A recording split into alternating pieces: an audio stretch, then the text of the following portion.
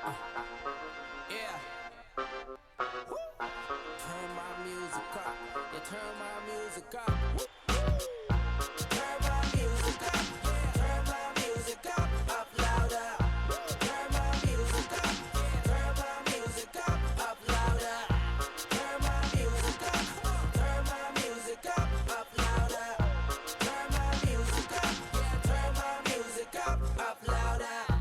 Nah, I'm not new in this biz. I shine bright in the dark like a luminous is. You're not a failure at all if the shoe doesn't fit. It means the picture was bigger than you did expect. Never give up, keep it going till you get a check. Dude, my game's so lucrative. But it's all about real hip-hop, you know. Cause we make pop lots more popular. The same game every day, they know ain't nothing changed. Ain't nothing changed, fam. Only the strong survive, the rest will go up in flames. They should know by now. They should know by now. They should know by now. They should know by now. Now. Turn my music up. Turn my music up louder. Turn my music up. Turn my music up louder. Turn my music up. Turn my music up louder. Turn my music up. Yeah, turn my music up louder. Kill 'em with a sound, yeah, kill 'em with a sound. Made the beats go bang when you see me in the town. Made the speakers go numb till they bust. Getting the party crushed. People moving around like they're rushing. Yeah. Tunes in the make, yeah, I'm on it. I'm living in the beat like my house is a drum kit. It's all about hip hop, you know. Cause we make pop lots more popular. The same game every day, they know ain't nothing changed. Only the strong survive, the rest will go up in flames. They should know by now. They should know by now. They should know by now. They should know by now. Now. Turn my music up. Turn my music up louder. Turn my music up. Turn my music up louder. Turn my music up. Turn my music up louder. Turn my music up. You better turn my music up louder. Yeah, you know the dealio. Get the cuts in there, you know the dealio. Woo! Big in the bit. Yeah.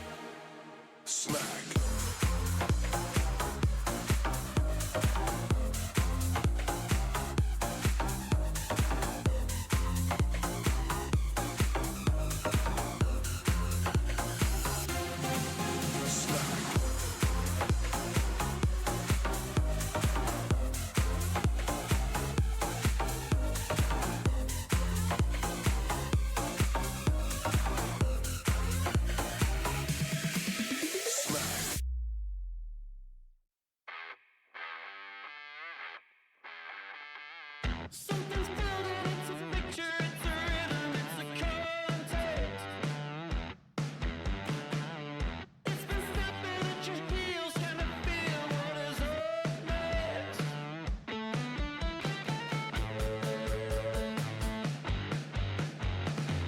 Everybody's on the pulse of it and dancing to a new groove.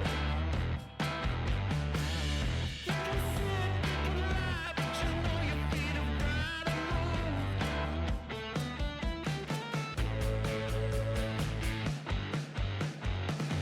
First cross the line, I'm in the mood. Hug wild, light the ground, turn me on and melt it down.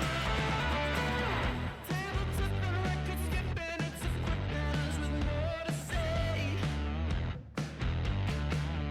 It's a moment for the people, for the lovers, and it starts today.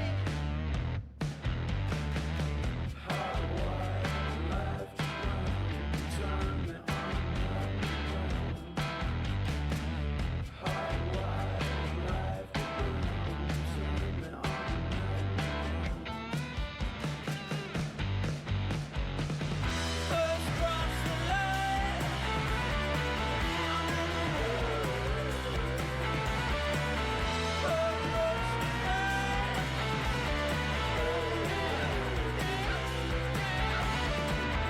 Hug wild, light the ground, turn me on and melt it down. Hug rush the night.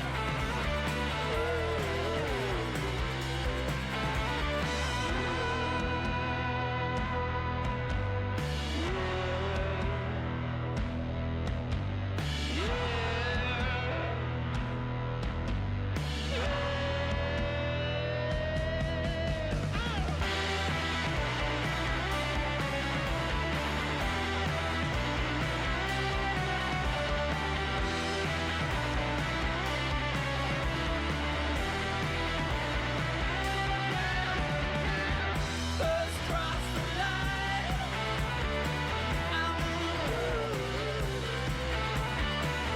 First cross the line.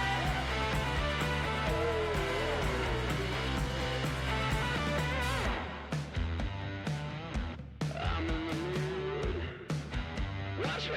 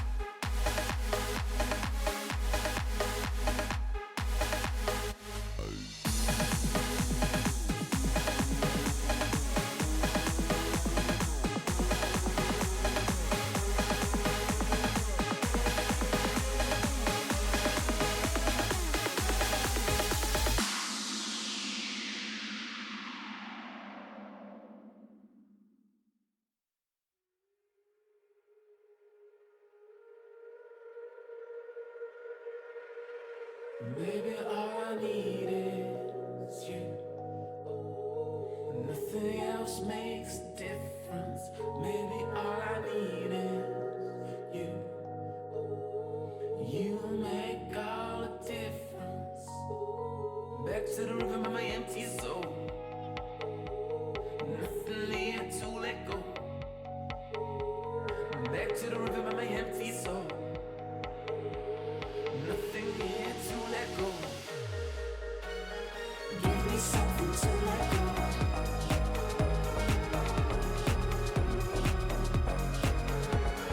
Give me something to let go.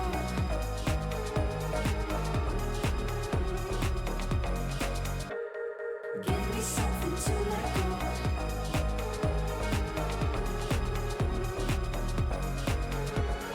Give me something to let go.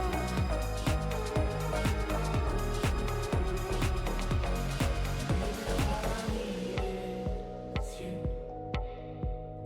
Nothing else makes a difference. Maybe all I need is you. You make all the difference. Back to the rhythm of my empty soul. Nothing here to let go. Back to the rhythm of my empty soul. Nothing here to let go.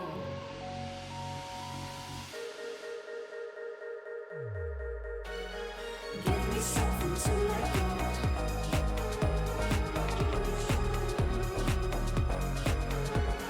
Give me something to let go.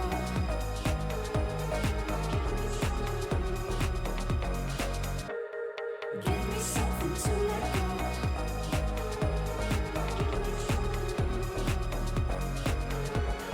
Give me something to let go.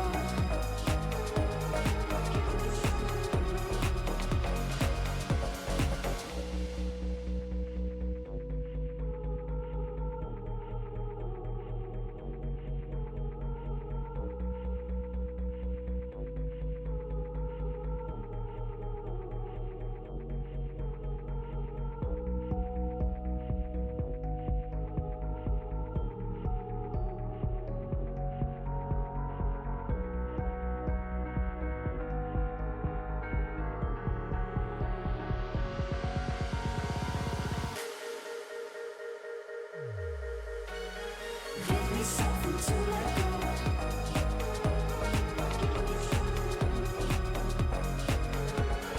Give me something to let go.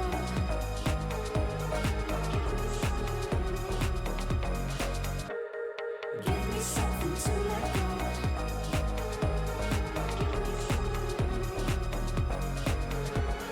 Give me something to let go.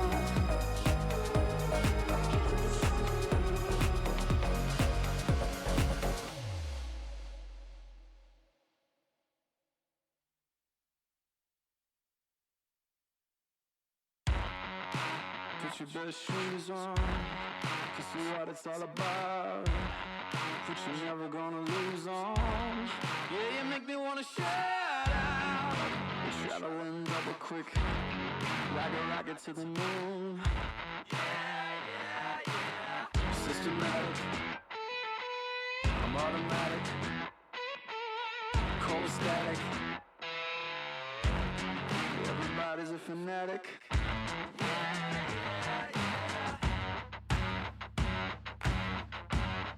There's poison in my blood. Feels so wrong but tastes so good. One perfection, one desire. Feed the monster, fuel the fire.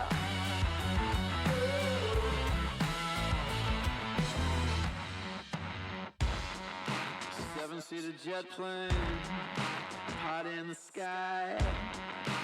Everybody's looking at us, all know why. Systematic, I'm automatic.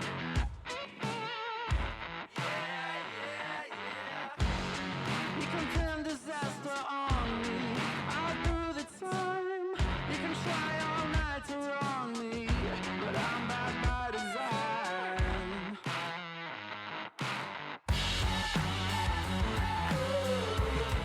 There's poison in my blood.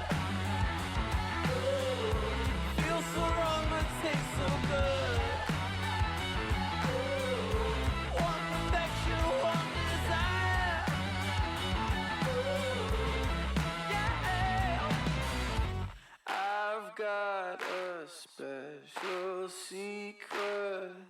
Don't waste your time on me. If you can swear to keep it, I might just let you see.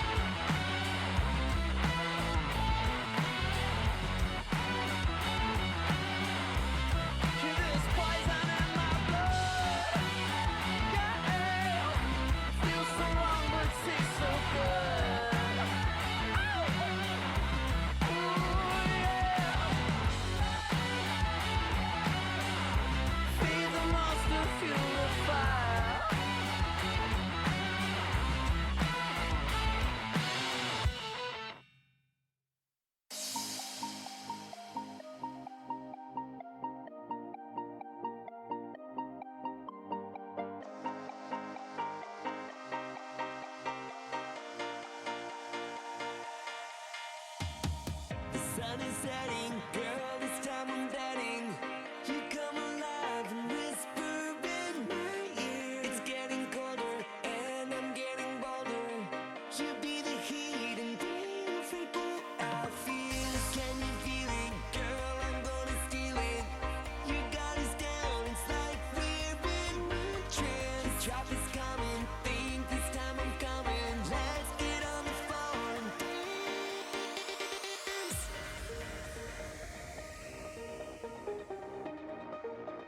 Let's get on the floor and dance.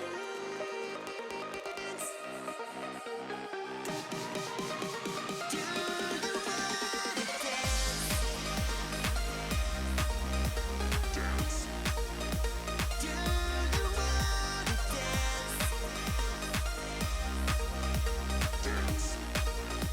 Do you wanna fly up to heaven? Fly up to heaven. It's way past 11. Do you wanna dance? No one around us, no one around us. The music has found us. Do you wanna dance?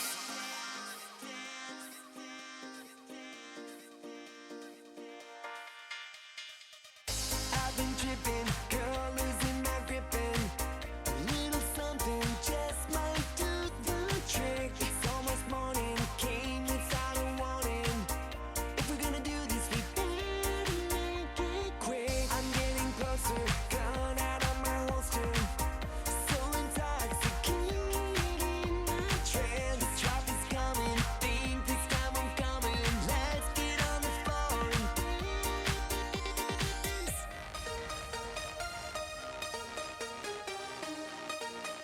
Let's get on the floor and dance. Dance. Do you wanna dance? Dance. Do you wanna dance? Dance. Do you wanna fly up to heaven? Fly up to heaven. It's way past 11. Do you wanna dance? No one around us, no one around us. The music has found us. Do you wanna dance? Dance. Do you wanna dance? Dance. Do you wanna dance?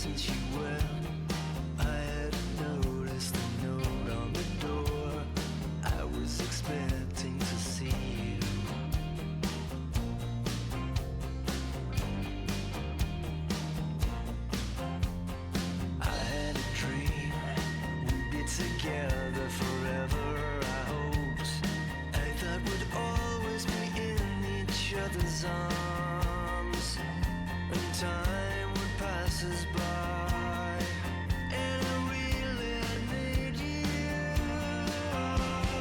I know there's a choice in everyone, and I know there's a promise of a way out. It's not just anyone, it's us so clear out. It was you made it happen, you made it alright. I know you gave me the reason I'm alive. I was alone, and for the very first time in life, I needed someone to comfort and hold me.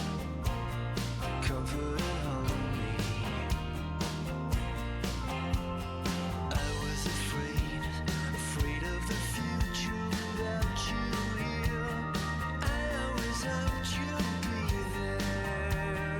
I always thought you'd be there.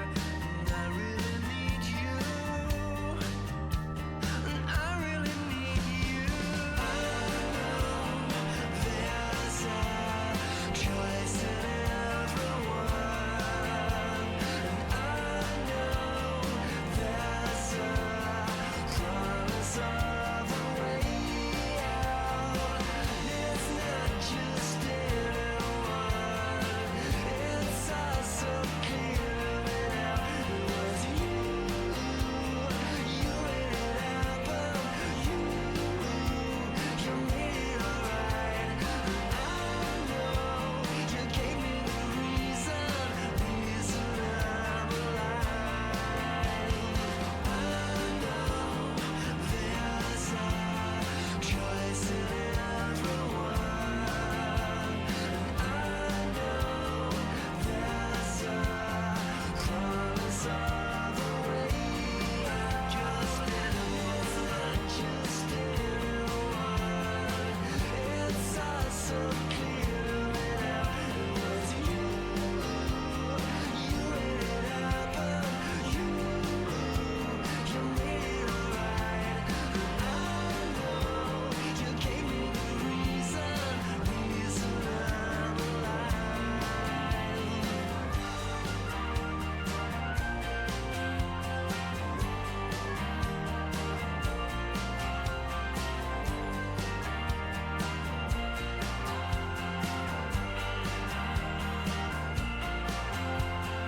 I was awake, only an hour had passed since you went. I hadn't noticed the note on the door. I was expecting to see.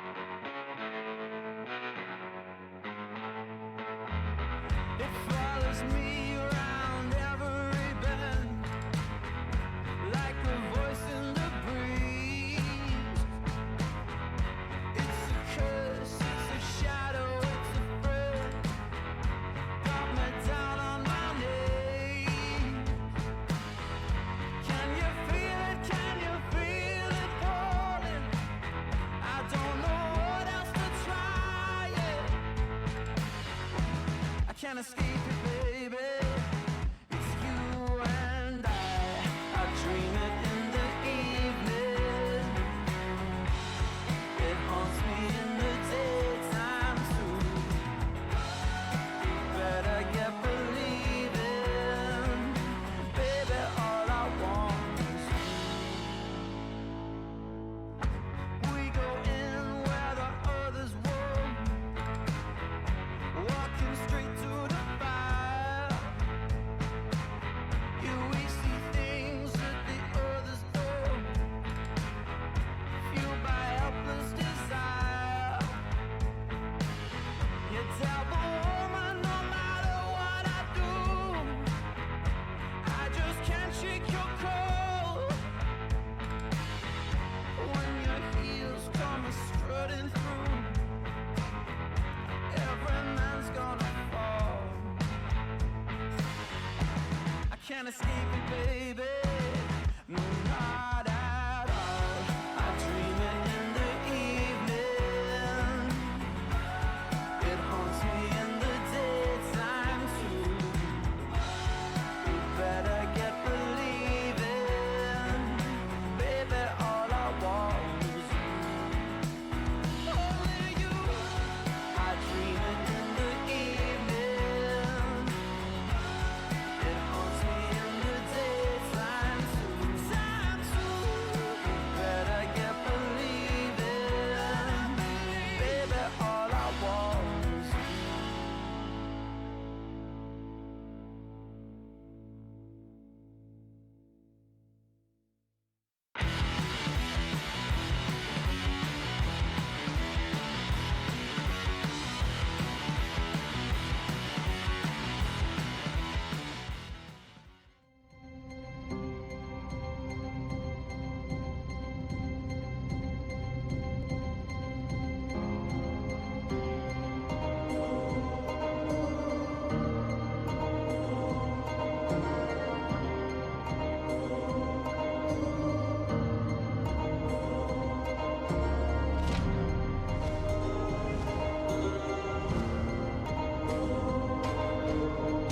Words like violence break the silence. Words are very necessary.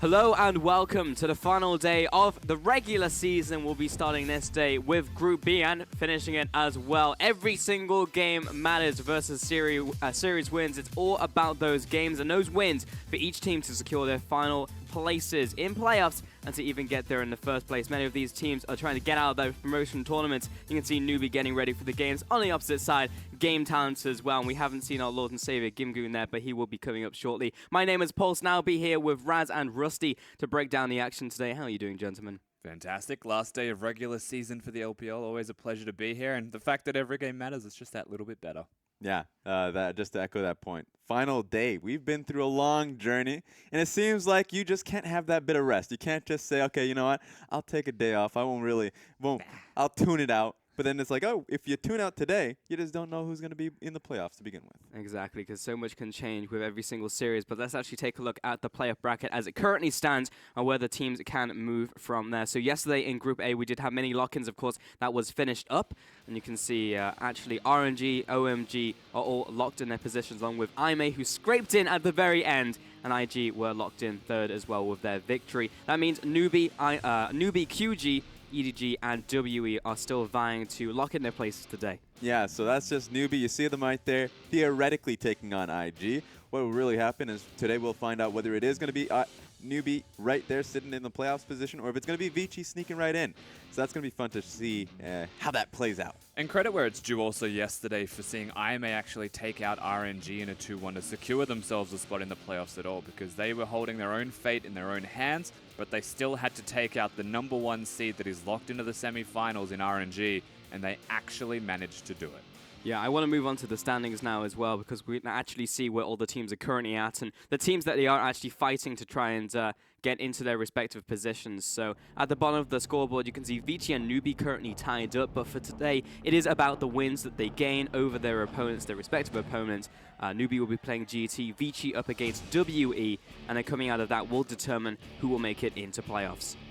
This is going to be a tough one for Vici because they are behind in points, even though NewBee are tied up with them. So just thinking about it, match points matters first and foremost. NewBee's going up against GameTown, so that's a very easy win for them. Meanwhile, Vici going up against WE today is going to be such a hard task. So you got to be able to keep up to see how they are able to take the wins. And if NewBee, if they lose a game, that will be surprising to me. Yeah, and it's not just a battle for 4th place, right, with perhaps a slanted advantage towards NewBee. There's also that battle for 1st place that's going to be happening between QG playing upset, but EDG and WE both vying for that #1 position, because that is still up for grabs today. Yeah, for sure. Let's actually take a look at those matches that we have today so we can see what the matches actually mean at the end of the day. And as you were just talking about, GT going up against NewBee will be our first matchup of the day. And that should theoretically be an easier one for NewBee. They do not need many wins to actually secure themselves in playoffs, as they actually just win the series regardless of a 2-0, 2-1.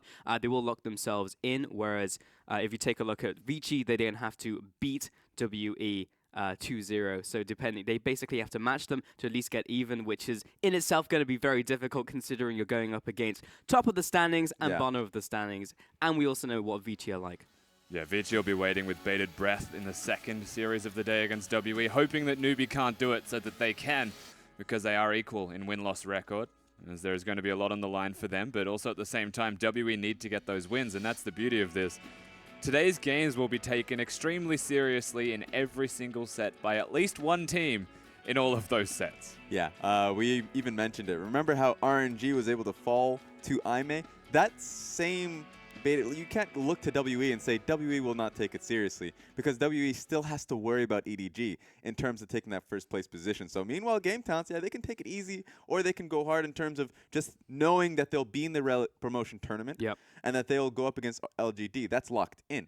Yeah. But WE still has something to play for. I mean, quite seriously, the differences between quarterfinals and semifinals. An entire best of 5 gets skipped if you manage to come out as #1 today. However, EDG have the slight edge in that respect because they have the head-to-head, and because the points are tied. It really is important not just to win, but to 2-0. Yeah, because then they will be evened up with WE, and they do not want to be put in that situation. Difference between the best of 5 later on into the bracket as well is even more important. But that does bring us to our first series of the day once more, which is GT and NewBee. And as we said at the start, it feels like this should be a somewhat easy series for NewBee. We have seen in the past GT take some miraculous wins against other teams. But considering how LGD as well are doing at the moment, it will be an uphill struggle for GT even to get onto a similar level of how they are performing. And for me, when I look at this matchup, you mentioned GT. Coming into the season, it was difficult to see GT doing well. But there was that point in inter-cross conference groups where they were looking to make that surge. And they were looking great as a team, and how they were just have that defined strength of just team fighting, skirmishing, making that mess happen, playing the dirt. And it never looked good, but they would still take the wins nonetheless. I mean, they definitely did. Unfortunately for Game Talents, that was all in cross group, because they came back to their own group and started losing again. They did that in the first round of intergroup play as well. So it does feel like they've met their match just within Group B. Group A, if they were there, maybe they were a side that actually takes playoffs. That's the really scary thing about Game Talents right now. But for what it's worth, they haven't had to play another set this week. They've only got the one game right now against NewBee. They can, if they want to take this very seriously, prepare for just one best-of series. So game #1, there might be something spicy coming out of Game Talents. And Game Talents are able to put it up against teams who are around them in the standings at the very least within their own group. But you're absolutely right. Had they been in Group A, maybe we'd be in a very different circumstance. But that also does spell things as well for LGD, who are still very much playing like a Group A team. So GT, if they continue to play like the way they are and actually just go back to basics, which is one of the things we were following with them, because they kept trying new things as the weeks went on, and I honestly can't blame them. Going back into their own group when they're losing games, why not try and spice it up? Why not try and put Gimgoon on a Fiora, for example, try that 4-1, didn't pan out, but it's worth experimenting now while they still have the chance. Experimenting is a big point for them. You talked about it going back to the basics for this team. You don't want them to try new things, especially since, of course, it's week 10, and they look like they have very limited time left in the LPL. You just don't know for certain, but they need to be going back to what works for them, even though if it does go back to Band-Aid solutions. One of the Band-Aid solutions, Kled, right? Theoretically, you want them to not play Kled so they can learn out a new composition, learn to play another lane. For instance, when they played towards the bottom lane, they were actually looking decently. But that is a problem when teams can just exploit them playing what they're not comfortable around. So they just go right back to playing Kled on the top side towards Gimgoon. And then they hope that Republic has a good day and they can play through 2 strong lanes. That's what Game Talents is doing. Hopefully they can maybe bring out something new. Let's start with NewBee though and their roster. It will be V in top lane with Swift, Coco, Happy, and more filling out the roster. Obviously, the first thing you have to look towards is that Coco is going to be starting, and Happy and more. We have seen a different iteration of NewBee's bottom lane multiple times, and coming into Week 10 when it matters most, they actually bring back Coco, Swift as a duo, and Happy and more. On the opposite side, we have GT with Gimgoon in the top lane, the one and only carry of the team at the moment, while Xiaoyu, Republic, West, and Savoki will be the rest of that GT lineup. And that lineup is pretty much remained solid, even though the bottom lane seems to have been rotating out quite a bit, with Soulmate in the support position, and at the same time, a few AD carries. PentaQ is one of them, Zubin, and now, of course, West. So I'm surprised that it's not so much surprised that they're sticking to West, but it looks like it's going to be a revolving door. West has been the best in terms of mitigating losses, and that's all they really need. And he's still good in the late game. I think he's been the one playing the most out of all of the AD carries in Game Talents as well. So for what it's worth, I do think West is the right option. And if they're going to default to something like the Kled, or if they find another champion that can do what Kled does, he is a reliable late game carry, West. He can play the Caitlyn, and he'll actually get them there as long as Gimgoon gets them to the mid to late game stages. West is able to carry it through well. Yeah, the problem is, like, you look at the lineup of GT, and they used to have Republic as the second shot in the revolver, but now he's basically just disappeared with the fall of Rise, and despite seeing Rise from time to time, Republic just hasn't had the same performances on that champion or even different champions. That's the thing, and teams just ban out Echo.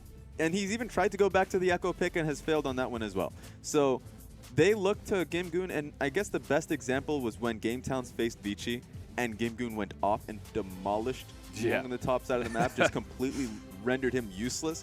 But then it didn't matter because Bengi won the rest of the map for them. And that's all you really need to do. And then Gimgoon just doesn't have a foot to stand on. It doesn't help to have a really inexperienced rookie jungler to be backing you up. Of course, winning top lane, you're relying on that jungler to work with the rest of your map to secure victories there, because Gimgoon is actually doing it solo, which means you would expect things from your team that Gimgoon is not going to be receiving. Also, the man on your screen, Savoki, needs to be working with that jungler. They need to actually be a duo, not just an AD carry support duo. And maybe then things look better for them, because Republic is reliable if he gets ahead, but he just gets camped to oblivion and dies 6 times, and no one's there to help him. Yep, pretty much. This team is very good at playing with leads, but getting there in the first place is problematic. However, the fact that Gimgoon is performing so far above his class, basically, like we've seen him take multiple solo kills against middle to the top of the table team top laners, which is very rare in itself. So if there is a rest of the team to support him, there's a very real chance they still take wins here. And you only need that one member. And I think the Republic has showcased before that he can do it. It's just that very recently, it's just been looking very bad for him. He's still creative in a sense and that he will look for certain plays, but if his team doesn't back him up, or if the play is just not right, then of course he'll just constantly look to feed as the mid-game, late-game goes onwards. So I guess for me, Republic is the person I'm going to be looking at, and if West can play that utility type AD carry going forward. Quick prediction, Rusty? 0? Yeah. Can we 3-0 NewBee? Is that a 4-0? Nah. Yeah, 2-0 NewBee. Okay. We'll see how that plays out. NewBee versus GT Game 1. Champion selects coming in. Malzahar, Kled, and Graves. So already taking the Kled threat off the table, while Jace, Camille, and Fizz removed from NewBee. NewBee will probably just go towards the Rengar, and as I say that, before I even say that, the Rengar is already getting hovered. That's a very safe one for them. So it's safe, and it makes sense because they want to take Graves out. Xiaoyu has shown the propensity to be able to play that champion really strongly. And so if that's a priority that NewBee's not looking to go towards, then just take it away and give yourself some comfort. Swift on that Rengar pick. Credit where credit's due. Rusty said in rehearsals that if there's any player to pick up Galio outside of Road in support, it would be Savoki. Yeah. Though Galio is technically a flex in 3 different roles. That's true. So we could see where it could land. Or actually 4, technically. We saw... Yeah, top lane, mid lane, yesterday. jungle, support. Everywhere. Quad flex of Galio coming out here, so it is the third one that we've seen in the LPL. Mid lane Galio was very effective. I like that they had the early priority, because even though yesterday we got that surprise of Galio coming out, a lot of teams didn't even look to prioritize it. You saw it being picked not so high up the rankings for a lot of teams here. So Galio going to be that first pick coming up for Game Talent along with Varus. So I'm not surprised that West isn't going towards Jhin, because it just isn't right in the meta right now. But that's just been a pick that Game Talent has made a lot of use with. And Ashe would theoretically be the next champion if you just want your bottom lane to just be that utility, so you can actually have 2 carry positions for yourselves. I want to see what pick Xiaoyu goes to. Yeah. Has generally been Rek'Sai if he doesn't get the hand on Graves. So maybe there's going to be changes with them. They've had a lot of time to prep. This is their only game of the week. It is, so they've had all the time in the world to try and topple NewBee in this series. So Ashe locked in. Zyra will come along with it in the bottom lane, so NewBee have confirmed their bot side. So as per usual, are leaving their solo laners open for the next rotation. It's a very scary bottom lane coming out of NewBee. We've seen a lot of times you pick up the Ashe and Zyra level 6 all in, either just off of the Grasping Thorns, the E, or just off an arrow. Doesn't matter what starts the fight.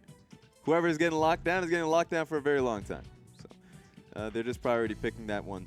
It's going to be very tough for West and Savoki, especially since it seems like NewBee's calling out the fact that Galio could be a support pick. And if it is a support pick, then it's going to be the most dead support pick I've ever seen. Yeah, for sure. This is the point in the draft where GC should be saying to themselves, where else do we now flex the Galio into? Talon will be banned out against Coco here. And NewBee look towards the next ban. All right. It's fun that newbies they banned out the Echo pick, which is nice. I think surprisingly, that's something that I wanted Game Talent to kind of pick up early on, but they've had the Elise pick for them. So I guess that resolves what Xiaoyu is looking to pick up for himself. It does indeed. GT back over to them, and they will ban Syndra once more against Coco, so it's all mid lane bans so far in the second phase. And NewBee, final ban now. Could be top lane, mid lane support. They should leave the support pick, or at least ban Tahm Kench. I think Tahm Kench would be a safe one, because at this point, Game Talent's NewBee, they're going to be saying, okay, we can just pick one target. We have a super strong pick in the bottom side of the map. Tahm Kench would be the only thing that would really stop that from coming to fruition. You would expect that the Galio would be coming towards the mid lane at that point. And but that just is not going to be the case either. It's going to be a Gangplank ban. Gangplank taking a shot at mostly top lane here against Gimgoon. And has been no Shem ban just yet, so it could be a chance that V will take that on the next rotation. Yeah, Game Talents would want NewBee to showcase their top laner first. So at the very least, Game Talents will not show their top lane, and the Tahm Kench would come through very cleanly. That's why I'm very surprised that they didn't ban the Tahm Kench. It's a very safe pick for Savoki. That just means that, in my mind, Galio's going mid, and the top lane pick would probably just be another carry. What that is going to be difficult, because there are a lot of carry top laners were just outright banned. The Fizz, Jace, Camille, Gangplank, Kled. There's actually numerous ones. Even Echo, if you're counting just Gimgoon solo queue, but Might be a Rumble. could be. Yeah, it makes sense too. It would make a lot of sense for Rumble to come out here. Rumble or Gragas, but I don't think Game Talents would want Gimgoon on that Gragas pick, unless if they've been practicing a different style entirely, just looking at boot camp throughout the entire week that they've had. Yeah.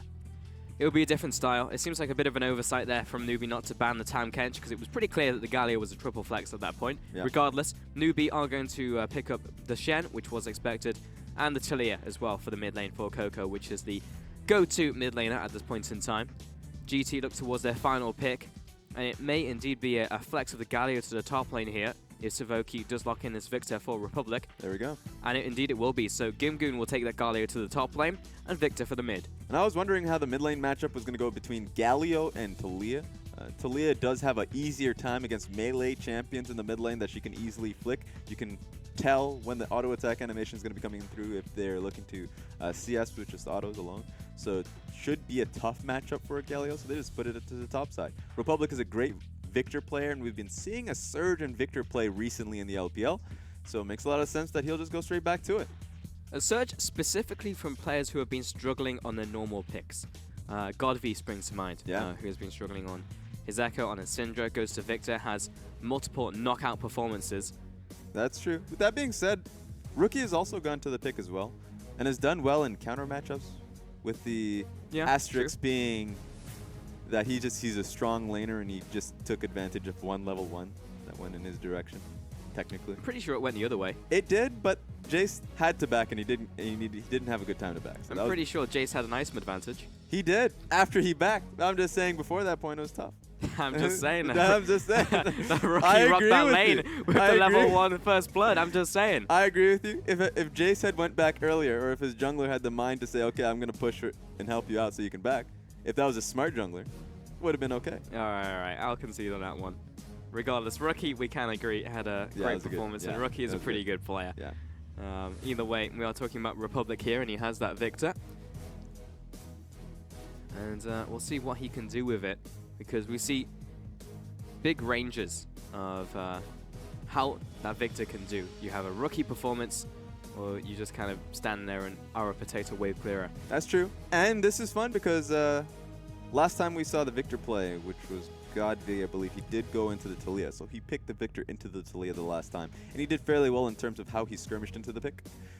So he was topping up well in lane, which was surprising. Of course, he uses a lot of mana, so mana-wise, he wasn't doing all too well. But in terms of just pure trading, he was able to put Talia to a health disadvantage. So that's going to be fun to watch. However, this is also the first Galio we've seen in top lane. Oh. We've actually seen it 3 times and in 3 different roles in the LPL.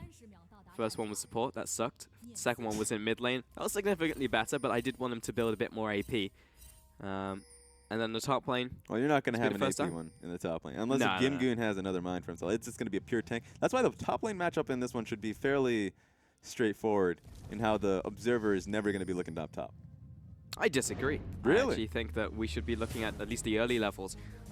Even V has accepted the fact that he's going to get bullied in the early game by going triple rejuvenation bead. Yep, so, I agree. In fact, I think it's going to be pretty rough in the early game. Galio's early trading power is extremely strong into melee matchups, specifically Shen, because he doesn't block anything.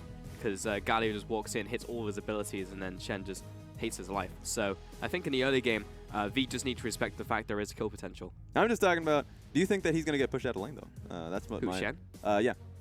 If he didn't go rejuvenation bead. All right. So, all right. Yeah, I mean, we just honestly have to see the early game because Galio has pretty insane trading power. He's also a champion who really does benefit from going for the multiple Durans, and in the same way that the others did. Yep. He feels very similar in trading power versus old Galio, old Maokai when he had not been hit by the nerf bat 17 billion times. And then a bit stronger after that. So if he does hit all his abilities, his kill power is probably, I would say, 5 to 10% stronger than like Nautilus is right now. So there is a chance in the early game that Shen does need to be careful because there is kill threat. There's going to be a lot of, how do I put this? Hand walking on this one for everyone involved, because Galio coming out, surprise to everybody, in terms of the fact that he's playable in LPL. So everybody, this is going to be true for of course, the final day of the regular season, as well as playoffs too. So you're going to see a lot of Galio. Teams seem to be prioritizing him quite highly. That is very true. And also the fact we're seeing it in so many different roles kind of gives the teams an idea of what's good. But the fact that 3 different teams have picked him 3 different ways kind of speaks to how people have been using him in scrims and practicing. That's true. This is kind of fun because Game Talents, with the composition that they've gifted themselves, and of course that's occurred to Colossus on the Galio, makes sense. This looks like just outright a teamfight composition. It kind of goes back to the point where this is Game Talents, old Game Talents in a sense. A Game Talents last split where they did go towards like a Trundle support, Maokai in the top lane, old Gimgoon would allow his team to give him a tank. And you would just have really, and Victor in the mid lane. And you would just have Game Talents go to 30, 40 minutes into the game hoping they would be even, and they would win team fights. That is actually a massive amount of damage I didn't expect. Good God. Yep. What happened? Yep. Oh, he punched him. That's Galio. All right. Oh my God. Is that percentage damage? It is on the when the tornado forms. Okay. And this is 7-6 Galio, so he didn't even get nerfed yet. Oh no, V. Hang on. Hang in there. Yeah, because as far as I understand, the auto attack does get blocked in Spirit's Refuge from Shen, but the Colossal Smash damage still goes through. And everything else hits. So Justice Punch hits, Winds of War hits, everything. So yeah, hurts quite a lot, meaning that W is basically a dead spell for V in top lane. Yeah. Well, the fun thing about this, I guess, with how much this is turning in his favor, Gimgoon's favor, that Elise does have an actual value here. Because the only worry I had before is that why are you picking Elise if your lanes seem to be just kind of mute? The Victor lane, maybe it should just cover him to get to the point where he can actually get like his items fairly easily, because his early game was pretty weak in a sense. And then of course he looked at the bottom lane, and that's not going to be any bit of gank pressure unless of course if they hit level 6. But then if you're an Elise waiting for level 6, that's just, you can be another champion. Like, that's going to be a little easier for you. But if Gimgoon is being able to punish the lane that heavily, then Swift does have to be able to come topside and helping him out. With that being said, Swift is in a better position than Elise, and could even just outright gank. Let's see what's happening here. Yeah, junglers will actually meet each other, and Swift is recalling in this brush, but we'll get the jump on Xiaoyu, who has double buffs himself, but it takes the full brunt of Swift's damage. Jumps up, jumps over the wall with red buff. Swift may have wanted that. He saw Xiaoyu go away. I'm surprised he didn't flash after that kill. Yeah, I would have. Probably had Bola, or at least cooldowns were going to be coming down for that one. Well, So if he he could have flashes had a out of the second bush, he attempt. still has a jump. Yeah. So Did he have a ward? he had a ward. Okay. Yeah, he ward did was use the already ward. Yeah, he had the kill, so he just didn't go for it. Yeah. Unfortunate. Just valued the fact that he'd flash over Xiaoyu. Yeah. Yeah. Well- a little bit interesting. May say something towards the mentality of the players right now who just want to get the small advantages that they can rather than going for the more risky plays. But honestly, that kill was all but confirmed. It was, and he wasn't actually in a position where he was, or he should have expected at least to be pathing in that direction. Yeah. With where she started. So that was something he should have been able to prepare for. Either way, that's just a win in his regards. He was able to secure Krugs on incense, getting Krugs on the bottom side, so he's in a massive experience advantage. And he even just kind of secured top side. Even though there's a ward for Galio, Galio's constantly pushing. At least needed to be there in terms of just applying pressure, putting wards to help him out, maybe even threatening dive. But that now Xiaoyu is second guessing. Bot lane, West locked up, but Tam Kench, hell of a champion, will save his ADC. Yeah, the benefit of that now, that game talents were able to come out of that one ahead. They know where Swift is. The fact that Swift was able to go top side, bot side so quickly, and it was able to gank so many lanes. Oh, all right, I felt that. Yep. It's good for Swift to be able to output that much pressure, but now it's going to be a little easier for Xiaoyu to just be able to farm up and catch up in that experience. Yes, it is. And Republic right now, his goal is just to farm up the mid lane, and right now he's dead on even with Coco. Actually has that 1 CS advantage, so yes, he's down in mana, but the fact that Republic is surviving says good things towards this lane. Gimgoon, once again, does miss like all of his abilities on V. Yep.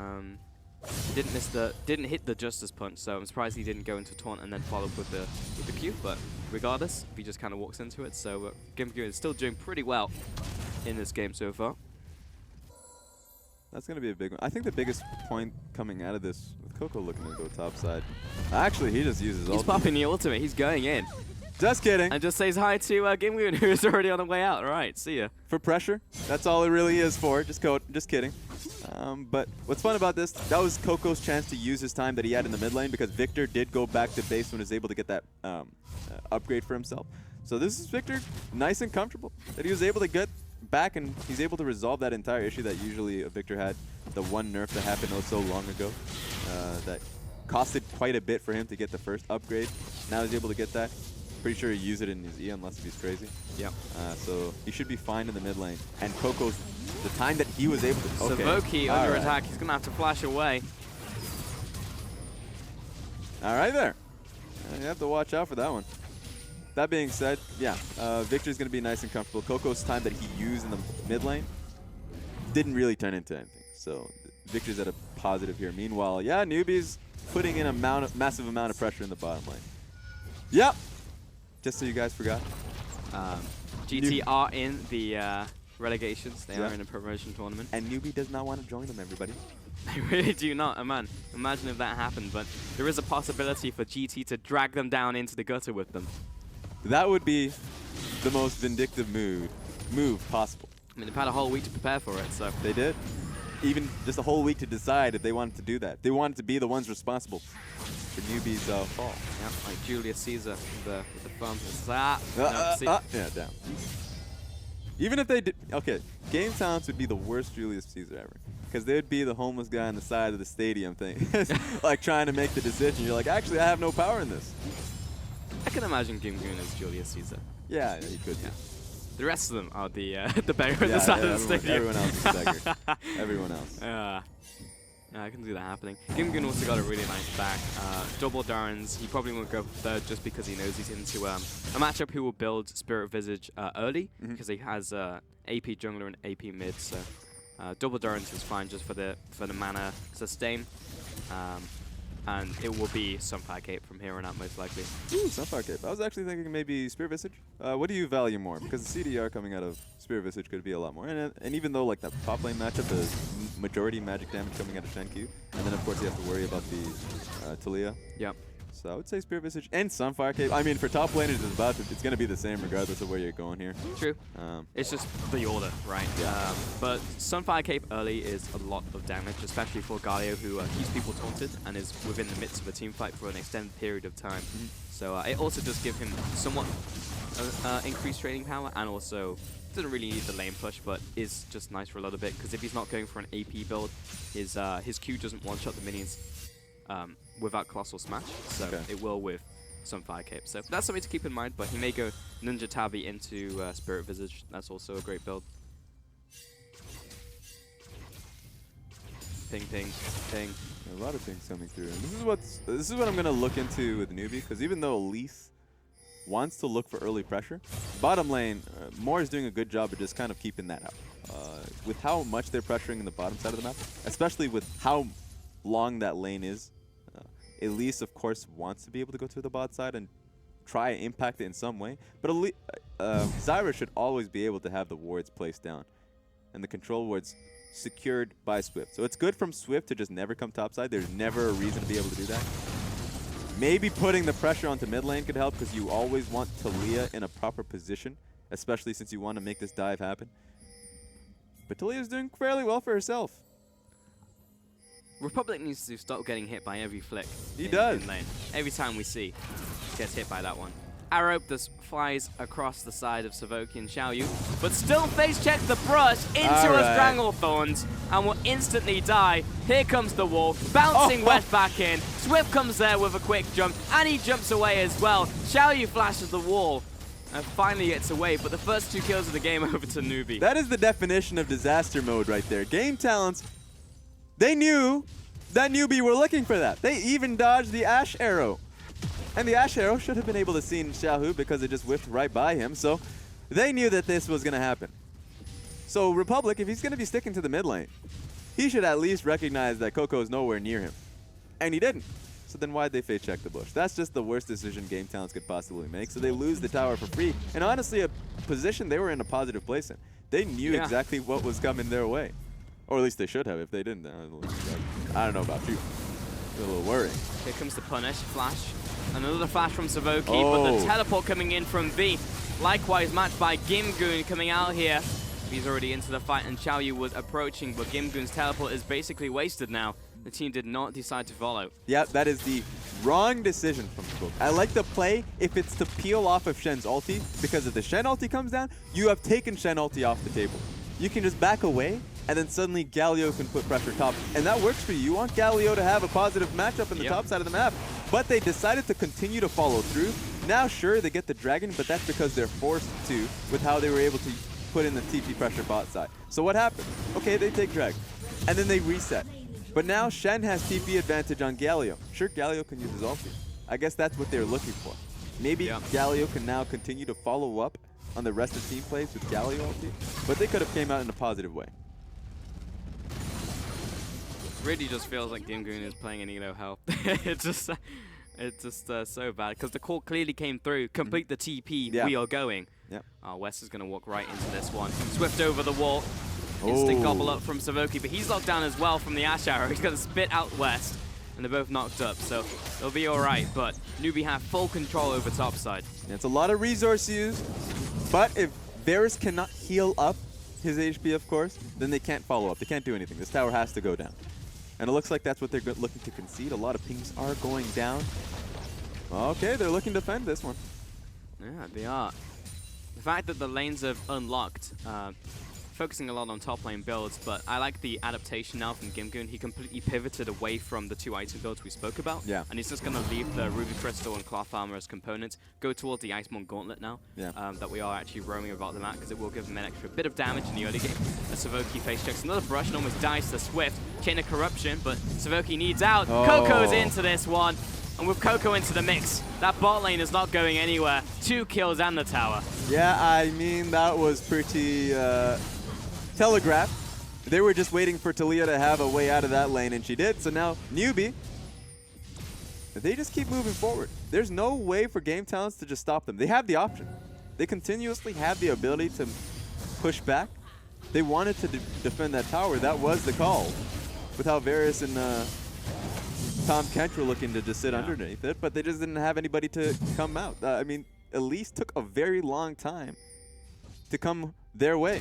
So yeah, that's another win coming out of NewBee here. And you gotta think that Vici looking at this, sat there in the back. You know they're in the back. Everybody knows they're in the back. NewBee just making it harder, knowing that Vici's watching this, because they take this one game and it instantly gets a lot harder for Vici. Suddenly Vici just needs to be able to take the win 2 games. They need to take the set up against WE. A very tough ask for them.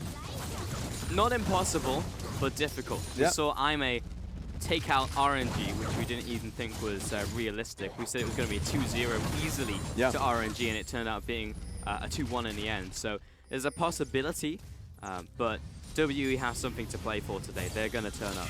Yeah, and I agree with you. I think with RNG, they've recently, and I guess a lot of people have been wondering about RNG's place right now, currently, in the last few weeks, with how they are settled in semifinals or quarterfinals. They're the first place in their group, and so they've lost to OMG. Of course, now they've lost to Aime. They're just not in a position where they're driven to continue to play to the peak of their performance. Meanwhile, WE might be. Oh. Savoki, this setup was 20 seconds in the making. Stranglethorns, and Happy just stands there and will just spam auto attacks. That's all he had to do. Savoki, an easy pick. Game Talents are probably just not thinking ahead on which objective NewBee's looking to take. They've already taken 2 outer towers. Of course, mid is going to be the next one. Not a lot of vision control to catch out what Coco is looking to do. And so now, HP of that tower almost already gone. Bot lane is 0-5 in this game, Raz. The only people who have Yes, died they in this are. game are GT's bottom lane. This is definitely the life of Game Talents. Honestly, is. Before it was top side of the map, and then it became even more top side. It was basically just Xiaoyu and Gimgoon. For a while, for maybe 2 weeks, it was just Gimgoon. Yeah. But Xiaoyu's been getting better. Republic, I like the fact he's got Victor in this game. So GT are in better shape, but Savoki, to be fair, has saved the lives of multiple people. In comes V, and the ultimate out from Gimgoon will save the life of his ADC. Yeah, that's just the ulti burn from Gimgoon, but they're not going to stop there. Oh, Gimgoon is actually re-engaging. 4-man Tor comes out. Republic coming in. Disco Ball comes down. And Coco comes off to the side, misses the flick. The kill on some more, all turned around from Gimgoon. That is a lot of damage that came out of it, and a massive taunt as well. Game Talents ain't going out without a fight. That was honestly a fantastic multi-man taunt. And if they combo that every single time, Gimgoon right into a Republic ultimate plus the laser, people are gonna die. Yeah, just before that happened, I was about to say that Game Talents now, they've been behind before. Time and time again, they found themselves in a deficit early on in the game, but they've come back with massive team fights in their favor. They are team fighters, not by choice, but it happens, and now that's their identity. It's going to be a little hard for them, but I mean, this time around, they have a great late game composition. Victor's already in a great spot, got a kill off that entire endeavor. Now got the final upgrade for himself, going straight into it. So right now, Victor's scaling. Galio's just going to be doing quite well for himself. I never question Gimgoon. Yep. In the bottom lane, they just have time, and that's all you really need, though. I mean, you really need time in that relationship to really play. They just need to get farmed. any minions, any bit of gold, any bit of cash. Yeah, actually just the beggars at the side of that stadium, the Coliseum. Oh no, not against Smokey, come on. Ultimate is brush, there's the great health. And NewBee's Thick the skin one coming in. NewBee's the one giving them the Easter, those chocolate coins. You think they're actual coins and you open them up and you're like, all right, well, I mean, I guess I'm a little less hungrier, but I wanted actual cash, by the way. It's going to be traded top tower for mid, but mid tower is significantly more important. Over to NewBee. Swift is also supporting. Yeah, so the question is, what does that mean? NewBee, they have a great composition to chase you down. Ash, of course, with ulti, Enchanted Crystal, Arrow is up and available. The wall up and available for Coco, and Swift will always look to chase you down with his Zen ulti on top of him. So these objectives should never be challenged from game talent. They might try, but it will. That's what NewBee would want to do, to be able to chase you down and take the team fight in their favor. So at this point and forward, it's going to be very hard for game talents, A, to get any vision on the map. Any vision past the river. Because they're, Whoa. okay. He felt that breeze. Basically didn't have to buy a fan after that one. Yeah, he's cool. Yeah, cool and calm. Not sure about calm, but definitely cool. Yeah, a little bit. Okay, sorry. But yeah, NewBee, they can keep doing that. That's essentially going to be their game plan. And as the game goes on, 20 minutes, 25 minutes, the objective changes to the Baron, but the idea doesn't, where they just want to be able to get on top of West, on top of Republic specifically. He's doing pretty well for them. And if they can get on top of them, Galio's not going to be able to solo win you a fight. And that has been the tale of game talents. Yep, that's the win condition for the NewBee in this game. And the early Spirit Visages from V and Swift will make it very hard for the top side of the map to do anything, because they're all AP based. Yeah. And West is actually just doing nothing at this point in the game. So he's gone triple dagger actually. And meanwhile, mid lane has also gone for the Merc Treads. So Merc Treads across the board from NewBee. Gimgoon gets called out, but we'll take the damage on the chin. All right. What's going to be a little scary is that Republic is going straight into a Lich Bane now, which is going to be scary for Happy and more, I suppose. Coco as well. Oh, Savoki once again caught, but he's okay. He's a Tamkench. Swift and V are going to be much more better well-equipped to deal with that. So if Republic has to deal with those two frontliners, that he's going to be a little sad that he didn't go for the magic penetration. But that's not his goal. I mean, Republic is going to be fine if he ever has a little bit of time with the backline here. But that's just going to be difficult because Victor is not going to be able to do that. So it's how they play the game. If game talents here can get a little bit more of a chaotic team fight in their favor and can deal with Swift and V early, then that could be a great win for them. Oh, wait a minute. There's something in here. It's going to be Swift. He jumps on toward Republic, but he's going to turn around briefly as V is now into the fight, gets the taunt to Savoki, but here comes Gimgoon into the fight, knocks up Moore and V, and he'll go right onto those front lines, but a great Stranglethorn's in from Moore, will lock up all of GT's backline. Gimgoon flashes out, is alive for now, and Swift drops. It's a 1-0 to GT. That is a big win from Game Talents, and the reason for that was Republic survived. And he survived for such a long time. That was the main goal out of NewBee. They tried so hard to look to kill him. Swift went all in, and he just didn't fall. And so that was a lot of time in which V and Swift were nowhere near anywhere else in the rest of the team fight. They were just zoomed in on Republic to deal with him. And he just didn't fall. So they outlasted the team fight and were able to take Swift with them. So Game Talent looking good from them. Savoki's going to take a bunch of damage out from Coco as he makes his way out of this mid lane. And Gimgoon tanked up a lot of damage. There's like 3 people wailing on him and just did not die. Yeah, this is going to be fun to see how Gimgoon play, because that last team fight, if that last team fight was any indication of what's going to happen in the next team fight, the space control that you have with Galio ulti, phenomenal. They didn't even want to be able to go anywhere near Victor when they chunked him so low because of that massive ulti indicator coming in from Galio. So if that happens any more times, then it's going to be so hard for NewBee to kill Republic if they don't outright burst him from the very start of the fight. I mean, Galio's ultimate is basically just like 6 Malphite ultimates all at the same time. So getting in that area, pretty difficult. Probably not something you particularly want to do, especially if you're a squishy. Despite that, Happy is in a very good place. He has those 2 items and has had those 2 items for quite some time. So once he actually gets into these fights, and once he hits third item, he's going to be pretty damaging. Gimgoon has to also spec into this magic resist now to deal with Coco. And more, actually. More is doing a lot of damage. I'm just looking at both of these members of NewBee just camping in a brush. Yep. Waiting for someone to come into this mid lane so they can clothesline them. And that's what Game Towns... I mean, Game Towns have fallen for a lot of NewBee's tricks 22 minutes into the game. This game has just been Game Towns walking into bushes time and again. So I'm not surprised that NewBee has kind of disrespected them to do this, but we've mentioned it. NewBee, all they want to do is essentially drag Game Towns away from their turret. The major objective that are going to be able to do that is Dragon. Game Towns getting one Dragon means that it did buy Game Towns a bit of time. The next one's going to be Earth Dragon. So if I'm NewBee, go towards the bottom side of the map, look towards getting that Earth Dragon for yourself. Hope that Game Towns try to contest it. Game Towns likely will not. But if you can get 2 dragons for yourself, makes the third one even more destructive, and it makes the Baron, of course, a lot easier to take. Especially this Mountain Dragon, yeah. Swift and happy. Plus more on the way into this jungle again. Red buff has just spawned. Be a mini skirmish over this one. Republic is just above Savoki. It's a bit dangerous of NewBee.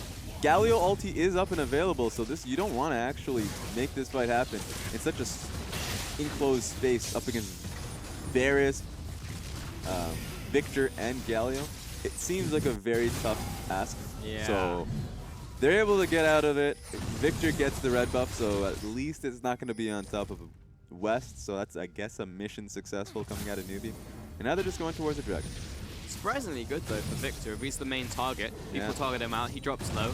Health regen. He's back to full. Man does have auto attacks too, Lich Bane, so that's going to be kind of impactful. We'll prefer it on ADC or probably Gimgoon at this point in time. Dragon has kind of been started, but there are many on the way, Pings. They've got their targets. Swift has the target in his sights. But there are too many targets. A little Find bit Savoki, who jump on top of him, but there's Republic just around the corner. And Swift will actually say no, and that's a teleport burnt from V. Okay, let me tell you this. I understood what NewBee trying to do, but don't chase him across the map. Take the damn dragon. If you are a disciplined team, you know with time, you will win this game. It's just a matter of time in terms of coming down to what your plan is. So it's going to be Game Towns, of course, they're going to all in on these team fights. But if you put them in such a on the back foot for so long, Game Towns will have to take the unsafe approach to contesting these objectives because vision advantage should be in your favor. Now, of course, they're going to be able to get this dragon anyways. Yeah. But that's just a problem where they're taking too long. So if they were able to do this quickly, then, of course, it makes it harder for Game Towns to even approach any bit of their own jungle. So it's just an efficiency thing. NewBee can take losses from this, of course. They can, but when teams have lost against GT, it's because they've been infected with bloodlust. Oh, that's true. true. They just feel like they want to go for fights because they're fighting GT, and then they lose because GT is just better at fighting. So that is potentially to their detriment in this game here, Raz. Yeah, you definitely don't want to fall into that vibe. Game Towns can do weird things to you, and then beat you, which is weird enough. Yep, in itself. That's what they thrive on. We have found West and Savoki. This is really scary. You see a lot of pings coming down. Most of them are Game Towns pings. You have to be able to communicate this one very thoroughly because this could happen. But Savoki's there. What's he gonna do? Jump onto the minions. There's the wall. Locks in Savoki. But he's still good. He's the tanky one. They really wanted to net West as their catch of the day, but the play did not work out once more from NewBee, and they're continually trying to target this bottom lane, and props to West and Savoki. They're actually not getting caught now. Yeah, that was really crucial for West to be on the proper side of the wall. It was a very slim one, but the fact that he was able to get that means that he didn't use Flash. Flash is still available for him. Savoki's going to take any pain coming at you. It's not that far off in the game where Talia is able to burst it down with that much damage. So they're going to be just fine, and West is able to keep his own Flash. So Game Town stalling out this game, and they're keeping their lanes safe and secure, which is a very tough one. Even just before that play happening, I mentioned the communication coming into this team being very crucial. Yep. They are essentially walking on coal with every lane they walk into. Because NewBee, we've seen how when they're moving towards Dragon and decided to go all the way up to the top of the side of the map. They will chase you down for that fight. Well, an exciting trade here between Gimgoon and V. Both of them have damage items, so they felt like they were going to do damage, but in reality they did maybe 5% of their max health damage, which they're going to get back with the Spirit Visage. Yep. Well, it looks like over time V is losing because Gimgoon has the magic shield from his W, but that wasn't particularly exciting. Yeah, he should get out of there. I'm wondering how long it'll take because, of course, V does have energy. He's a ninja. Yep. Meanwhile, Gimgoon might just run out of mana if the trade keeps going on and on. I mean, it's just a question of how many years is it going to take for the coast to erode, right? That's a good question.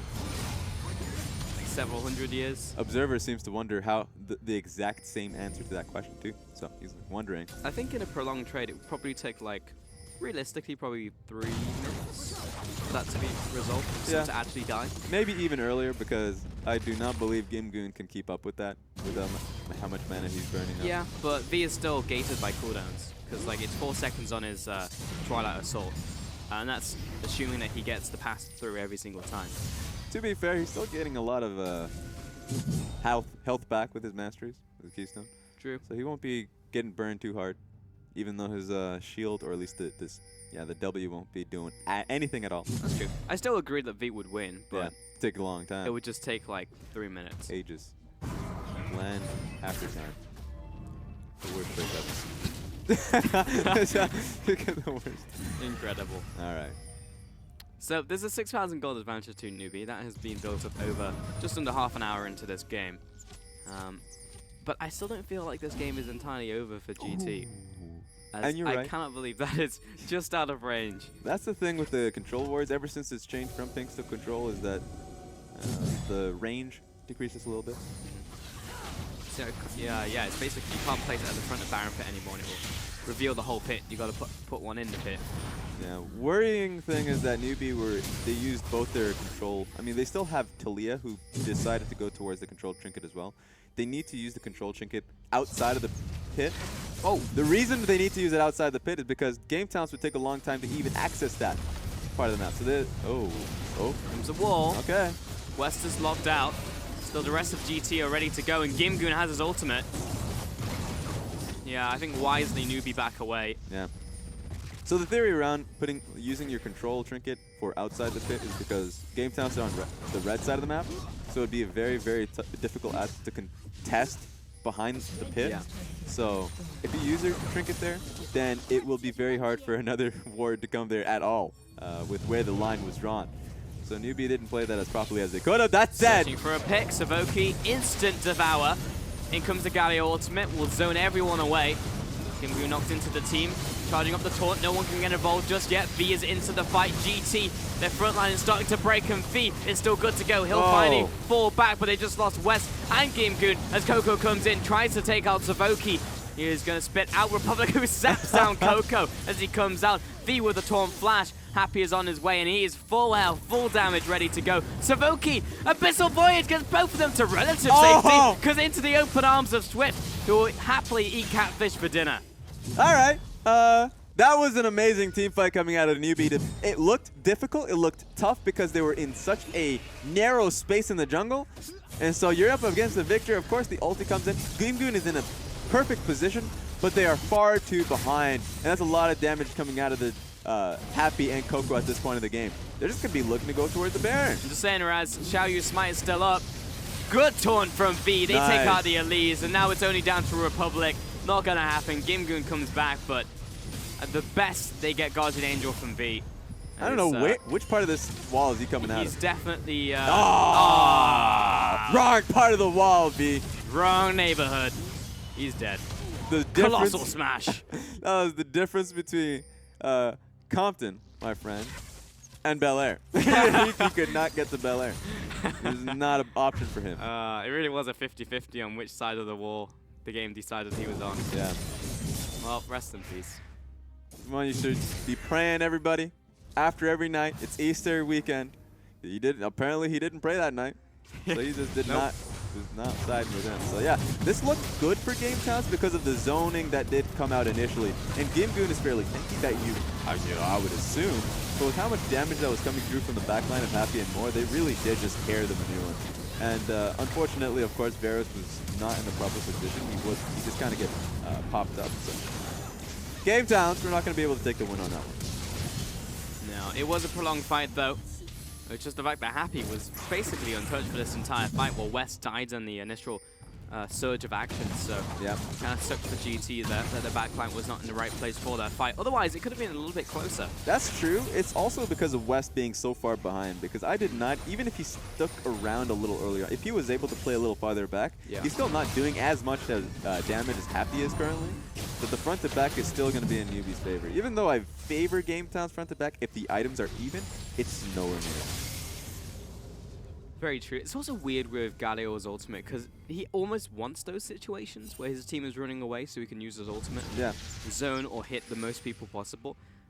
But when you're in those situations, if it's your ADC or even your mid laner, they're probably going to die really before the fight gets started. So you want it to be like a support or a jungler getting caught. That's the thing. It's also because you want the setup to be there so Galio can get the knockup, which is why I would like Zyra in the support position. So if they're following in, Grasping Thorns ulti, and then wait for Galio ulti to really start to finish channel. So I would love Zyra tied up with Galio in the top lane. I think that's an incredible duo.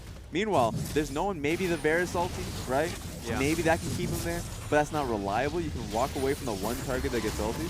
So there's no one that can really make Gimgoon's ulti really all the more useful. True.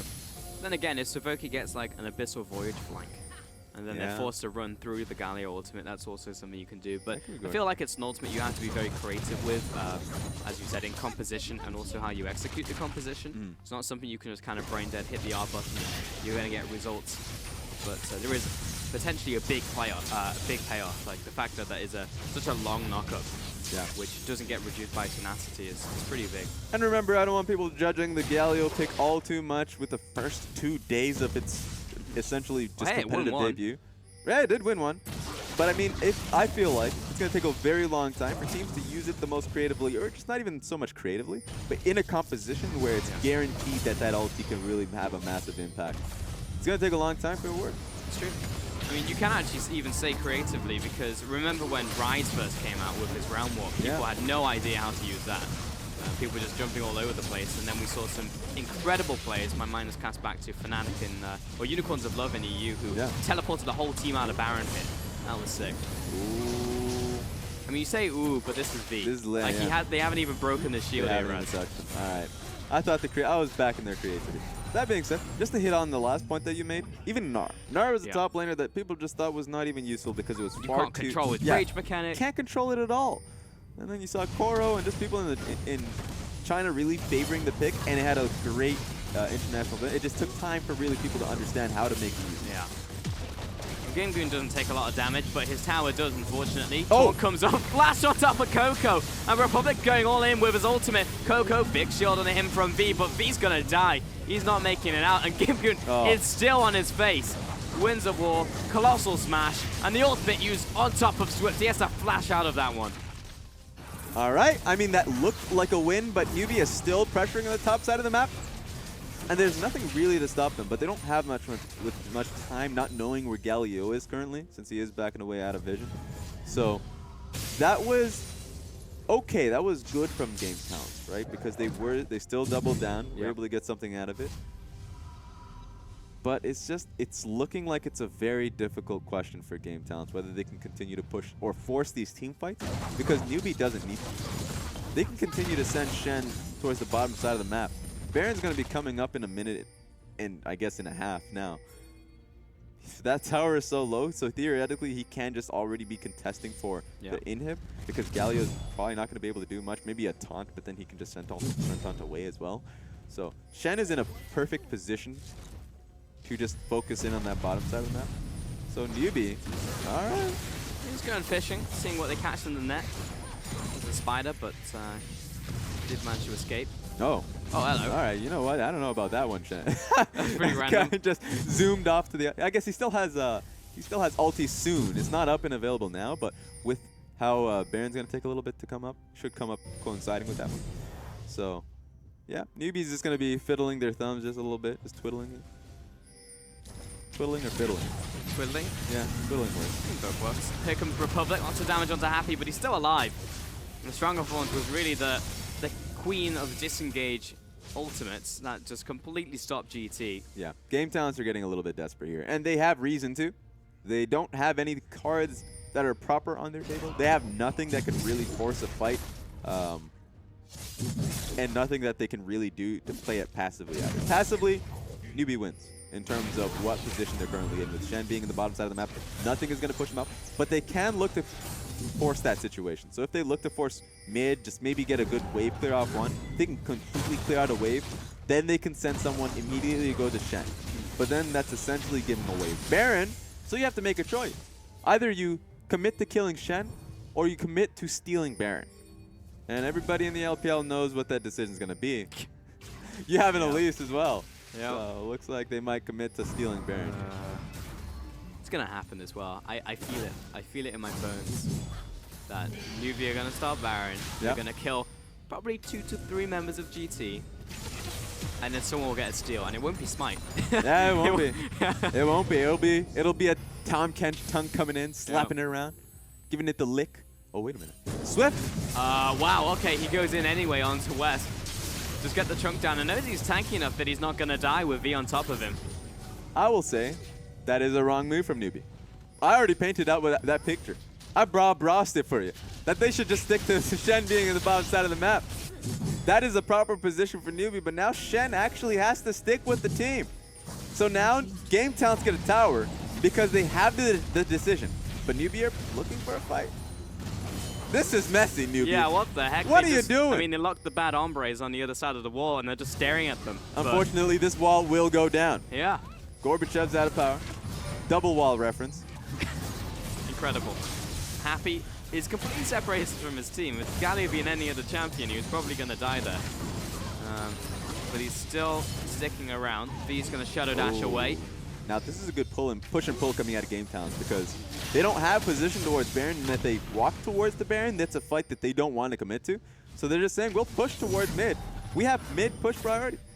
So this is a decision now Game Talents was gifted from NewBee, because NewBee made that one mistake in terms of where the Shen was going to ulti. So the better decision now, yeah, Shen's already going back to the bottom side of the map. And they're just going to say, okay, we'll wait until Shen can now push the wave in. It's pretty massive to his defense, and he should be able to take that bottom lane tower. It's taking time, and these are the criticisms that I'm making about efficiency. Yeah. Because that's 40 minutes of the game where NewBee had the great game lacked, just packed up nicely for themselves. And the composition for Game Talents is really good if they get to the later on portions of the game. But now, with that being said, they've made the proper decision. They're starting up on the Baron. Been revealed, though. And Savoki and West turn up, so does Xiaoyu. NewBee back off once more. Yeah, they can play the long con game right now. Shen should have that tower. Thank you. Wow. Okay, so tower's gone. NewBee finally get that one.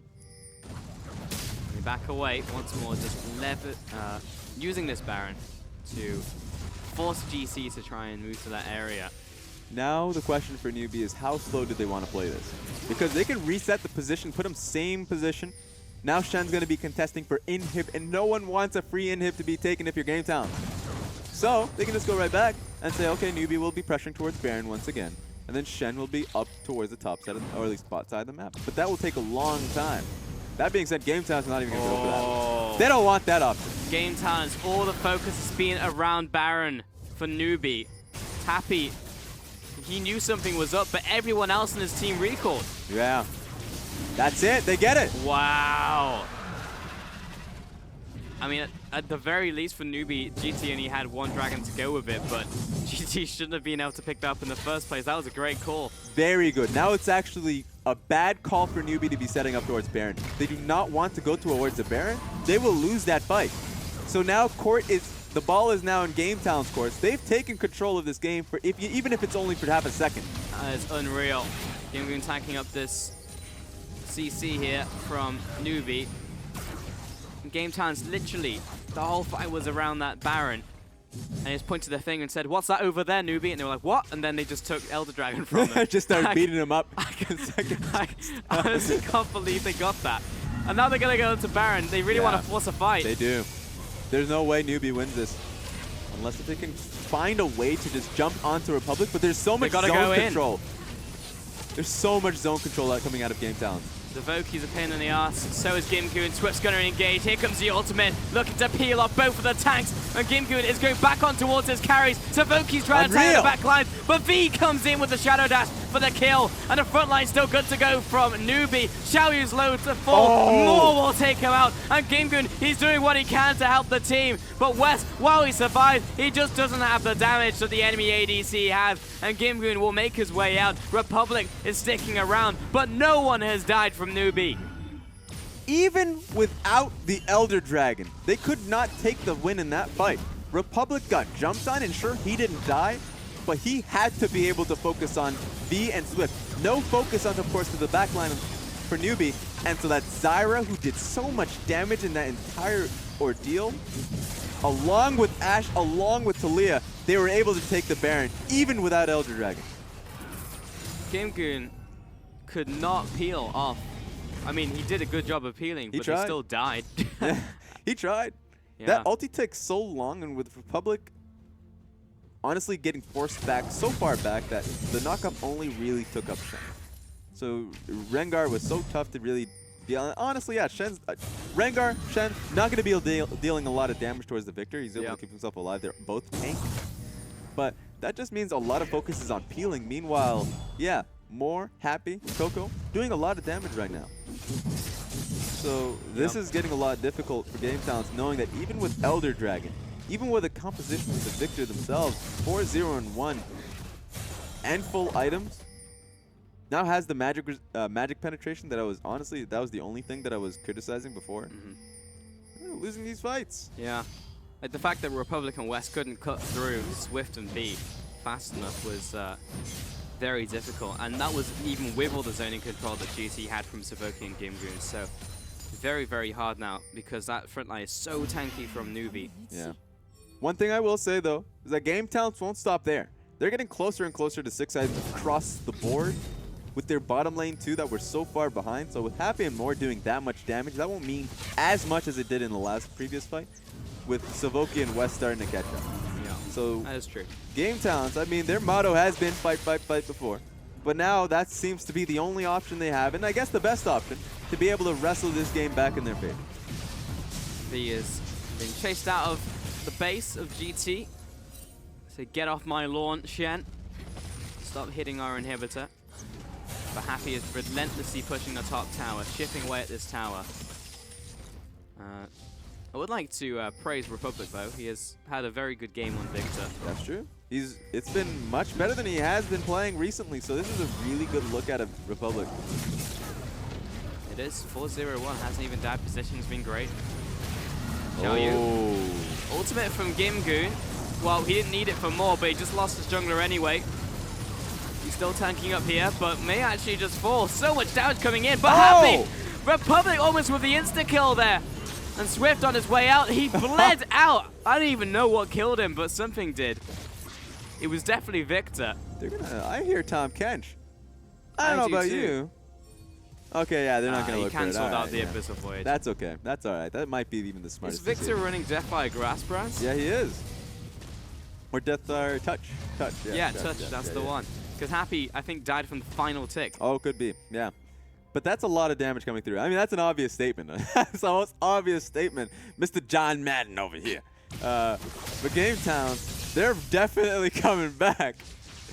And that's a lot of damage. Where Moore, yes, caught out of position. Yep. Happy, definitely caught out of God. position. You're going to take so much from this. They are taking the whole world right back. And this is a lot of gold. Being able to come back, this means a lot to Varus and Tom Kench to be able to now look towards the last items. Of course, that's Varus already. He's already done. He's completed on those items. See that one more time, because it looked good from NewBee. Yeah, so Moore being able to get taken down completely. It started to look good for NewBee when Gimgoon was taking that much damage with Elise down. But then you start to see, well, Republic comes in, immediate access to Happy and Coco, which we wanted to see with how much damage he's been doing. Yes, yeah. that happened. The last tick, that feels bad. It does. It feels a little bad. But the Deathfire touch nerfs came in, and it was only towards AD. AP still does the same amount, and especially for Victor late game. I'll take a so look at that. much damage. That's a lot of gold being taken out of NewBee's pockets. It is. GT turning it up, and everyone's hitting 6 items, as you said, Raz, very, very shortly. And West is basically full build as well, so honestly, I do like GT's chances now. Yeah. It's been 47 minutes in the making, but this could be a GT game. So what it's going to come down to in these team fights, you have double tank coming out of Game Talents with Tahm Kench starting to be able to take damage now, or at least like, yeah, take damage and not die immediately. Meanwhile, you have the extra oomph in the backline coming out of NewBee. So I want to see how much damage more, or at least how much control he's able to have in the team fights in comparison to how much Savoki's able to buy time for Republic. And West now. West has actually started to come back into the fold in these team fights and deal the damage that they've been wanting him to be able to deal. So I think Swift is going to start to really just die in these team fights a lot earlier than he has before. He doesn't have the same amount of time that he had before because Bears and Victor are going to be starting to demolish him. I'll say one thing here, Raz. As soon as the win condition for a team is team fights against GT, you basically just lost. That's the one door GT want open. Yep. They'll push you back out of that door. They'll be like, oh, okay, how do we win this? 1-3-1? I guess we lose. Person on one side of the door, person on the other, and you think you're getting let in, but actually GT just walked through you. Yep. Basically the power of the X-Men right there. You think that you locked the door on that religious individual. Nope. Right through the wall. I was thinking more like Juggernaut. Just oh yeah, through the Juggernaut's door. definitely better. Yeah, you know what? I'll take that. Get some momentum behind them, and GT will keep going. Okay, wow, V's gonna teleport out. Oh, he's locked up. He's not. Chain of corruption from West. Kill the blast plan. Oh, Gimgoon. It's gonna take a long time, and Xiao Yu's a lot more squishy. Repel. No, he's down, but he's buying time. Gimgoon with the defense. He's got the ultimate ready to go, in fact. Xiao Yu still alive. Gimgoon. What is happening? Oh, Republic's dead. This is really bad for GT. They need to get out right now. Looking for a pick onto V was the wrong idea. Swift, he's right on top of West. As the Guardian Angel coming down. Multiple low health bars on both teams. Gimgoon comes down once more. They also lose Savoki. 3 kills to NewBee, but Gimgoon is still going. He'll finally fall, surely. Yeah. And that's 4 kills to NewBee, and they may have just won the game. That is the most confusing team fight coming out of Game Town, and they have to be starting to facepalm because the way that fight played out, you ain't gonna feel happy about that. You would feel happy if you lost in a straight up 5v5, you start clashing heads, but that was communication disarray. Xiao Yu was in a random team fight as well, getting caught out. Meanwhile, of course, okay, suddenly Gimgoon has to walk away from Victor in the sense of going towards helping out Elise. So it was one side, help Elise, other side, protect your leader, Republic on this Victor. Wrong choice. NewBee will take the game here. GT punched themselves in the face, and NewBee take game 1. And that really was just shooting themselves in the foot, because you said team fight, Raz, but that was not a team fight. That was trying to pick V, and V not dying because he's Shen at full items. Yep. And then the rest of the team getting caught, and it was just like a 3v5. That was not a team fight. I'll tell you right now, Talia is definitely the hero of that one. We couldn't even have time for a replay coming out of the Observer with that one with how quickly the game ended. But the comeback coming out of that one, Talia was able to just assassinate Victor. So, without that one, NewBee's able to secure the victory. It was a little tough at the end, but a win's a win. A win is a win, and it was messy. 53 minutes on the clock, and GT very almost took it, having snuck that Elder Dragon. Welcome back, Rusty. What up? That was a game that was a lot longer than it should have been. However, the person who had the lead at the start did end up winning the game. Yep. Closer than you would have liked if you were NewBee, not just to drop a game to Game Talents, but to potentially get yourself closer to being taken out of the playoffs. So for what it's worth, they do get it in what ultimately came down to a battle of the mid laners. That was the biggest differentiator. Yep. And it's rare we say that for GT, but as we said during the game, we do have to praise Republic. That was a good performance from Victor. The positioning was solid.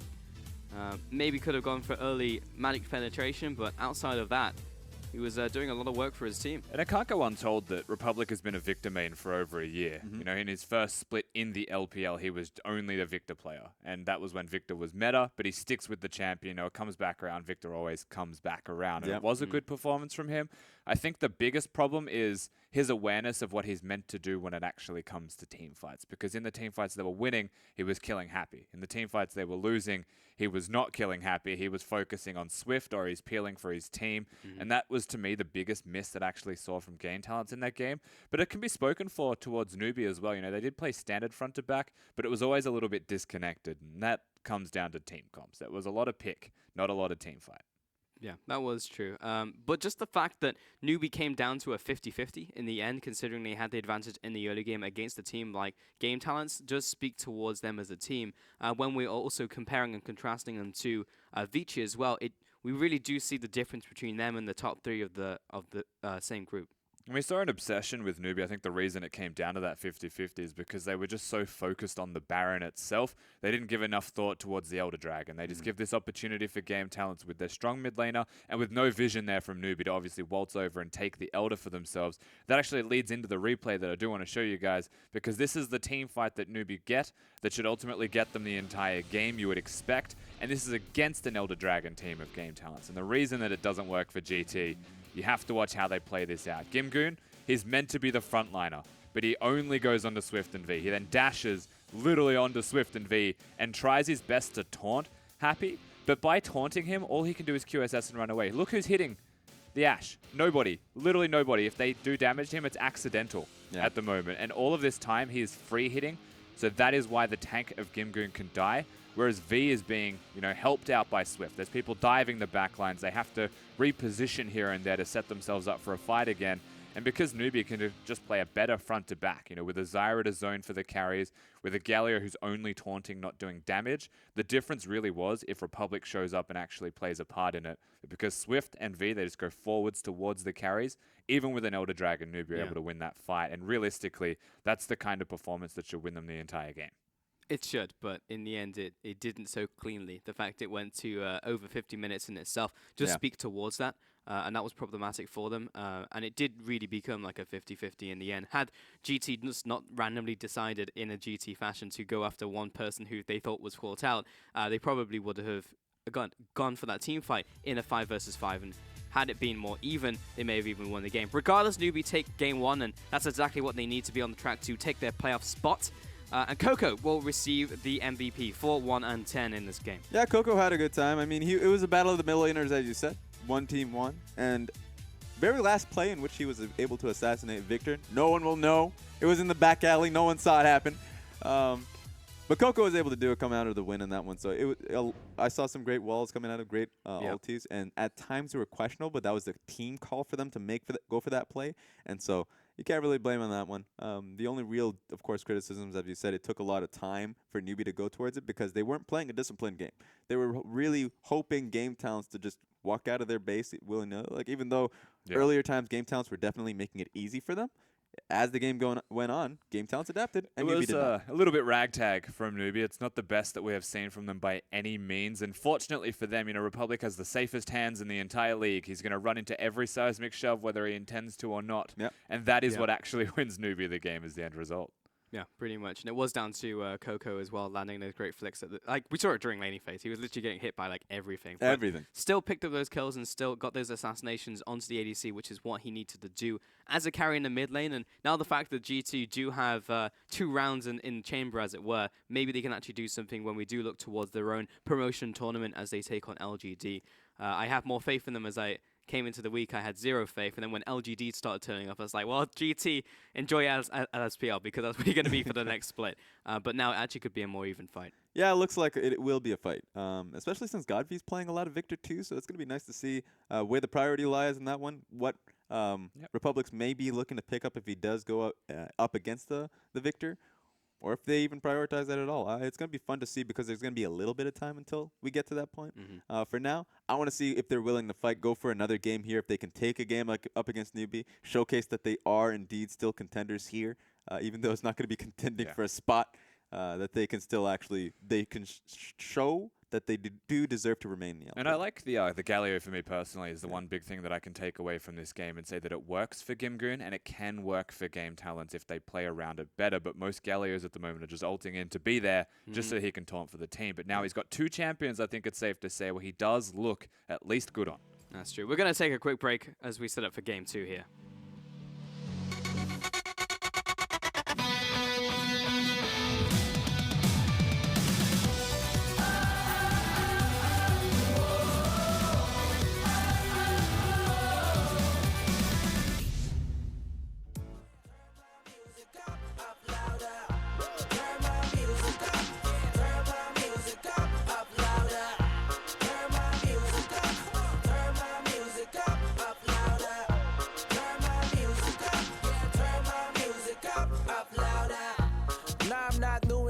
I shine bright in the dark like a luminous is. You're not a failure at all if the shoe doesn't fit. It means the picture was bigger than you did expect. Never give up, keep it going till you get a check. Dude, my game's so lucrative. But it's all about real hip-hop, you know.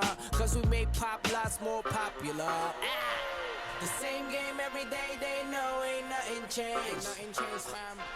Only the strong survive, the rest will go up in flames. They should know about now. They should know about now. They should know about now. They should know about now. Now.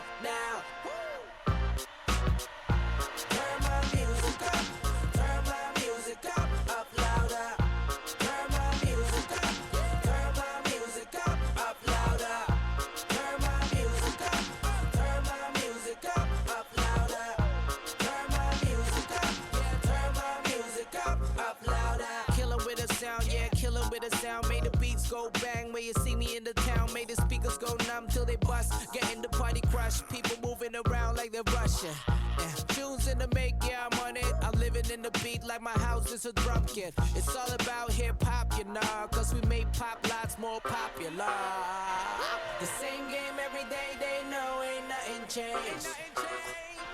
Only the strong survive, the rest will go up in flames. They should know about now. They should know about now. They should know about now. They should know about now. Now. Turn my music up. Turn my music up louder. What's up, guys? Welcome back to the LPL Week 10 final day here in regular season before we head to our playoff run, and we are in a second game now with GT taking on NewBee. NewBee did take the first game, if ever so slightly, because it was a 50-minute slugfest where GT very almost won if they didn't just turn around and shoot themselves in the foot. So it was a pretty close one. I do want to continue the discussion on Galio, because it is the third time we've seen him in the LPL now, and also in a different role. Yeah, third time we've seen him, once in support, once in mid, once in top lane, and it has only had a single victory, and that was the mid lane performance. And to be fair, this is generally just a decision on which teams are picking the Galio as to the results of it, so don't actually take anything crazy away from the win-loss record. But I still think that we're seeing positives from the champion and his usefulness in team compositions. The first thing that I can take away from this, right, is Gangplank is Flandre's answer into Shen. But Galio can do a similar thing to what a Shen can do, just not at a full global level. So if your pressure is around the middle lane, and you've got a Galio in the top lane, still an applicable pick to deal with a Shen. And if your bottom lane is utility, then it does make a lot of sense to go towards that pick. Same thing applies with jungle pressure. And I think the one fun thing that we were able to see this is that he's able to match global pressure with the Shen as well, which is always fun. You want to be able to do that while being able to keep him down in lane. So if that's the option that comes through, that could be a good indication of how playoffs look like. And the thing is, he has early lane pressure, so he's like a Nautilus, but he has the advantage of a different kind of ultimate in the way that he controls lane. A Nautilus that can fly across the map. Yeah, and yell justice. Yeah, pretty much. Which is the best part. Yep. And we're seeing the rest of GT file back onto the stage here. And they would really like to at least pick up a game. They were so close to it in the last one. It would be handy. With NewBee 2-0, I believe they are confirmed locked for playoffs. Yep. Which just straight up sucks for Vici, but should have picked up some more wins earlier in the split. That being said, GT take a game here. It does give them a lifeline, and Vici only have to 2-0 WE. So yeah, that's all you really need. It's not much. It's not much to ask for. No, but with Game Talents, obviously they're playing to win still. There's been nothing exceptionally poor out of them thus far. I think the biggest problem was NewBee actually closing out games. They give GT an opportunity and they come straight back in. So I like this coming out of Game Talents that they are trying. A, they're still playing competitively. But B, they're also just trying this out, the composition out. Sure, there's not much to write home about in terms of Tom Kench coming over to Savoki and at the same time Victor for the mid laner here of Republic. Yeah. But also the fact that Gimgoon can play the Galio, that they are looking to play out those team fight compositions and look to play pretty decently in those team fights. That's something that LGD will definitely be taking notes on. And so a bit of a risk for Game Towns to show something new at this point in time, but Yeah. keeping informed, it's still a positive decision. But if I was Game Talents coming into this next game and I'm happy with the Galio pick, I would actually change my jungler up to be the Rengar or to be something that can go forwards to work with the Galio. They need something to kill the carries on the side of NewBee, or they just keep running away and slowly losing. At the very least, it was good that they are kind of doing a bit of both. They are experimenting while at the same time they are still playing a GT game, and that is fight all the time. Let's get into Champion Select number 2, GT and NewBee going at it. NewBee lead the series at 1-0, are at match point for themselves. Let's see if they can actually close this one out and lock in playoff contention. Jace, Shen, Zyra banned out against NewBee here, while Malzahar, Kled, and Graves. So target bans across the board. Yeah, the Zyra is the only real change here coming out of Game Towns that they want to ban that one out. A lot of pressure coming in more from these team fights. They just don't want to deal with it. Proper decision here. Oh, triple denial from GT though from game 1. Take away the Rengar from Swift, take away the Zyra and the Shen. Does leave Lulu up and available. NewBee just might go towards, I mean, they're already hovering the Lulu. And they might just end up going towards the Varus as well and just lock in their bottom lane. It might be a bit of a risk, but it secures their strong bottom lane. And getting that to really, be able to bully West and Savoki might just be a proper decision. Doesn't really change the decision they made from last game, especially since the Zyra was banned out. So continue the pressure there. And right here, you can see Lulu still positive win rate. 54% over that many games is pretty good. Here's the thing. Oh, Swift is okay. I would actually expect Swift to go towards a Kha'Zix because that's been his go-to pick when he's had to go up against a Rengar and doesn't have the Graves available for himself. So they're going to be holding on to that one and going towards the Ashe instead of the Varus. But I do still expect a Kha'Zix.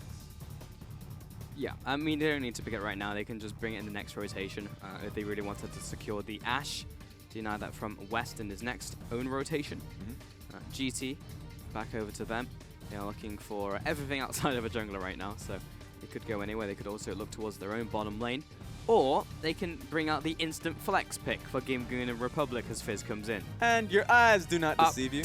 I think it's going to Gimgoon. A 90, yeah, exactly. Just changes some of the spells.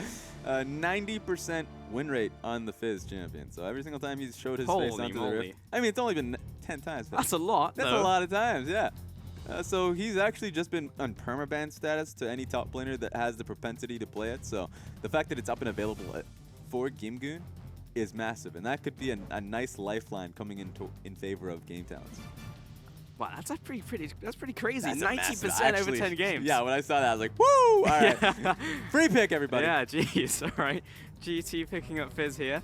There's the Caitlyn as well coming out. Not quite as impressive with 42%, but I just can't believe we've had 223 games here in the regular season. That's a lot of games. That's a lot of games. We have a lot of games here in the LPL, ladies Pat and on the gentlemen. back to everybody that Yeah. cast us here. That's kind of Everyone ridiculous. here, all the production team, because 223 games in Yeah. a split is a lot. Whew. That's like a whole year for a U, at least last year, before they swapped to best of 3 themselves. Oh, NewBee bringing out the Gragas. That will also be a flex pick for top and jungle. yeah, proper flex. I wouldn't expect it going in favor of Swift, so it could be a V pick.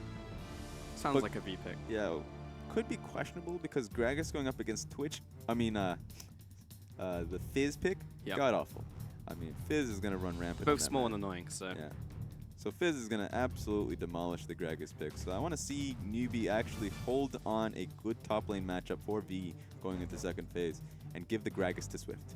Yeah, that does sound like a better outcome for this team. But looking towards the next bans, and the first one was Echo. The GT coach is looking quite riled up at the moment. But they are one game down in this set. And it's a talent ban towards Coco. Okay. I like the Echo ban. And I kind of reiterated that before. In that Republic is a great Echo player. He's showcased some incredible play on that and a lot of confidence out of nowhere in terms of that pick. And of course, Gimgoon has played it in solo queue. Not an actual competitive play. So that's just always going to be something in the back of your mind, or just something you'll say, no, if you pick that pick, I think you're crazy. Don't do that. I don't think NewBee actually banned anything, though. Oh. And that's never strategic. That's always just a mistake, because there's always something that you do want to end up banning. Yeah. Here. So, no hands up means that they're still fine. Yeah, doesn't go in, but either way, GT final ban. See what it is here. 6 seconds on the clock. Oh, maybe they're going to match their no ban. Say, hey, you know, we see that confidence of you not banning a champion. Ah, just kidding. It's going to be Talia. Yeah. Yeah, take that away from Coco. So overall, that was 4 champions taken away from the first game from NewBee. So GT are really saying, show us what else you got, NewBee. Yeah, and NewBee has had a lot of champions to come here for. So the fact that jungle is still up and available for a lot of new for Swift's picks here, and that Game Talents did not want to levy any more jungle bans means that they're fairly confident that they could just be going in. Or just thinking that that's just banning towards jungle or top is a null point at that point, because Gragas is well and true a flex pick at that one. That's not even a trick flex pick saying, haha, we have a Gragas. But V has never, he's not confident on the pick, so it's essentially just going to be going to Swift 100% of the time. Yeah, pretty much. It's going to be a pick going to, oh, wait a minute. Oh, Kassadin locked in for Republic? Okay. Okay. Wait a minute. Something's funky here. Don't do that to me. Don't. Okay, I'm just going to talk about the Kassadin pick and kind of ignore the Nautilus. So the Kassadin pick, it's nice to see it coming back, and I'm going to still ignore the Nautilus. I'm ignoring the Nautilus. You can't stop me. Kassadin has been a tried and true counter to the Victor. Early on, it's kind of tough for him, obviously, but once he gets level 6, he can look to trade, and he's going to look towards his jungler to kind of help him out in that matchup. And so that's when you transition that swiftly. Say, who is the jungler? Oh, it's Rengar. I'm stupid. Don't worry about that. You know, I've muddled all that up. Yeah, we know it's support Nautilus. We know it's not. Or it's support Rengar. Who knows? Yeah, it's probably, it's support Nautilus. It's support Nautilus. It's Savoki. Yeah. There's nothing surprising here. That one. I was actually legitimately believing that was a Fizz jungle. Good God. Whew. I mean, in the days of old, Fizz jungle was a thing, but It was. not today. Don't break that 90% win rate, Gimgoon. I have faith in you. Yeah. Swift, though, did lock himself in Lee Sin, so makes sense. It was either going to be Kha'Zix or Lee Sin at the end of the day. Yeah. And he's a very solid Lee Sin player. He's always been. And so when I look to Game Talent's composition, it's very risky. It's that 1-3-1 composition that you look towards here. I want to see how Republic can play that Kassadin, and if he gets that opening that he wants. Because Kassadin later on in the game, level 16, all that, you know what? Perfect Kassadin. Everyone would pick the Kassadin if you immediately start off that strong. Yeah. Or at least on that even footing in the game. But the early ramp up is so hard, and even though he has a good individual matchup, what's difficult is that he will just get pushed in. His tower will get auto-attacked, and he can't do much about it. And so it's always going to be dictated by what the jungle matchup is. If your support can help you, which they can't. Yeah, you'd be afraid of a Nautilus if he has the freedom of coming mid lane and being able to just get a skirmish in your favor. But he's going to be locked down in the bottom lane because it is a poor matchup for them. So Game Talent's not giving themselves a lot of options, and it's going to primarily be on Rengar, who can help out the Kassadin early on. That's true. And Raz, what is the early game well, I already just spoiled it. I was going to say, what's the point in the game where Republic has been weakest? Yeah. Definitely that early game. Definitely and early he's game. on Kassadin, so He's he's on just kind of Kassadin. exacerbated his own weakness. Here's the only leeway I'll give them. It's in the Fizz pick. The Fizz pick, fantastic against Gragas. And V, he's going to have a tough task ahead of him up against Gimgoon's Fizz, who has been banned out quite a bit. So Fizz, incredibly good, kind of like Camille, in the sense that you have a lot of priority in lane, or at least you can have a lot of priority in lane. If you can win out your matchup quite well, and if you give yourself space, you can impact the mid lane matchup incredibly easy from level 6 onwards by just throwing a massive fish, whoever is sitting in that mid lane. So that option is available for Gimgoon to impact that matchup, level 6 onwards, but I'm still more worried about pre-6. And also dumb levels of mobility with his playful into Trickster. And That's true. And Camille has hook shots, so they're actually somewhat similar.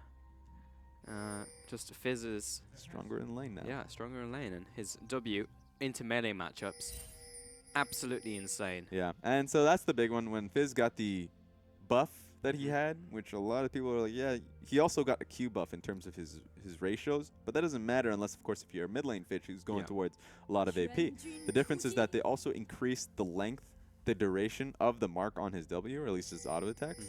And so that's great if you can stick on someone and just continue to, if you had lower CDR, and you can just continuously proc the crit with your W, time and time again.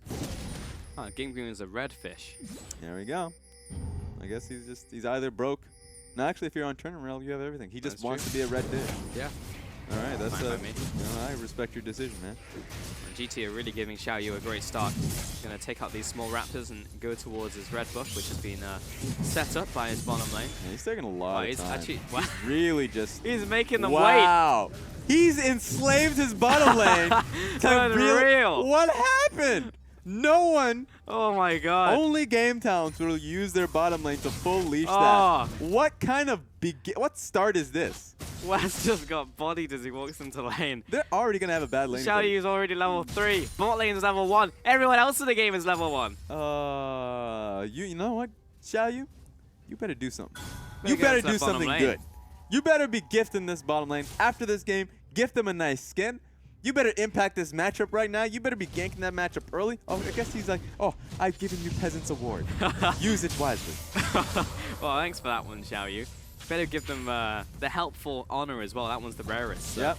You know, he's got to give everything to them. But that preemptive ward from NewBee says no to Xiaoyu. No ganking, please, in this lane. Swift is going to find a big, scary Rengar in the jungle. And Swift is not actually winning this trade. He'll hit the blast plant. And here comes Gimgoon. Wait a so minute. good luck, Swift. That was a really, really early Flop down. roam from him. Are we should going be to able get the queue in. flash? No, he's going to safeguard over the wall. So burning the flash from Swift. He did have a ward, so he could have actually queued towards him. Unfortunately, whatever, he pushed him out of the jungle. That's a nice roam coming out of Gimgoon. It was incredibly early, Yeah. which is great. That just means communication is spot on. And so, yeah, Swift's going to have a tough time now. Yep. A little bit sad that Gimgoon didn't just go in. Yeah, tiny bit. Of course, he didn't have flash, so he couldn't flash over the wall. But yeah, he could have Ocean Striked and then followed the blast plant because Safeguard was used. Yep. But still, that's absolutely fine. A flash is still a win Yeah. for All GT. is well. All is well. as there. well. Republic, how's he doing? Well, he's going to have a rough early game. We already know this. He's basically out of mana. Here's the positive of this, though, is that I was looking towards the jungle matchup to see who can impact this lane, really, because Republic needs stronger jungle to really help him out early on. And so I guess that's going to be able to secure that one for Xiaoyu. So it's up to Xiaoyu and how he uses it. He's going to back now, but for the rest of this early point of the game, less of 2 minutes on the first back that we're having from the both mid laners, of course, Republic's going to be able to TP back, so he actually gets instant access to this lane if he wants to. That's going to be up to him. But Xiaoyu should be able to just control ward for the Victor, or at least for Republic, and just look to pressure. He doesn't have to get a kill. He's just going to walk into the lane, or at least just give him Republic a bit of space. I'm pretty sure Republic just outplayed himself. I was watching him on the minimap and he stepped off the spawn pad, onto the spawn pad, off the spawn pad, onto the spawn, because he was like, I want to go back to lane faster, but I also want mana, but I still don't have enough, but I want to go back to lane. Okay, I'm going to top myself up. So No. He just waited like 4 seconds. Xiaoyu going to take out this control ward. I actually wonder where he's going to place that control ward. I guess he's already placed it on the right side, near the river. So it's just going to be looking for Swift, but Swift is already in this lane. Oh, he actually might just line up this Hyun to Savoki. I'm surprised he didn't pull the trigger. Yeah, So he's waiting for this minion to die, I think. Ooh, Oh. Savoki. Wow, wow. Wow, wow. Nah, they're smarter about this. They're I don't know, man. Swift is still there. Nah, they're smart He just about needs to this. step up one time. Nah, Savoki won't do it. He knows what will happen. Ward's trying to bait him. See? No. Come on, dredge line me. Think it. See He's what using her happens. head. Wes, Dredge line why me. are you so Why?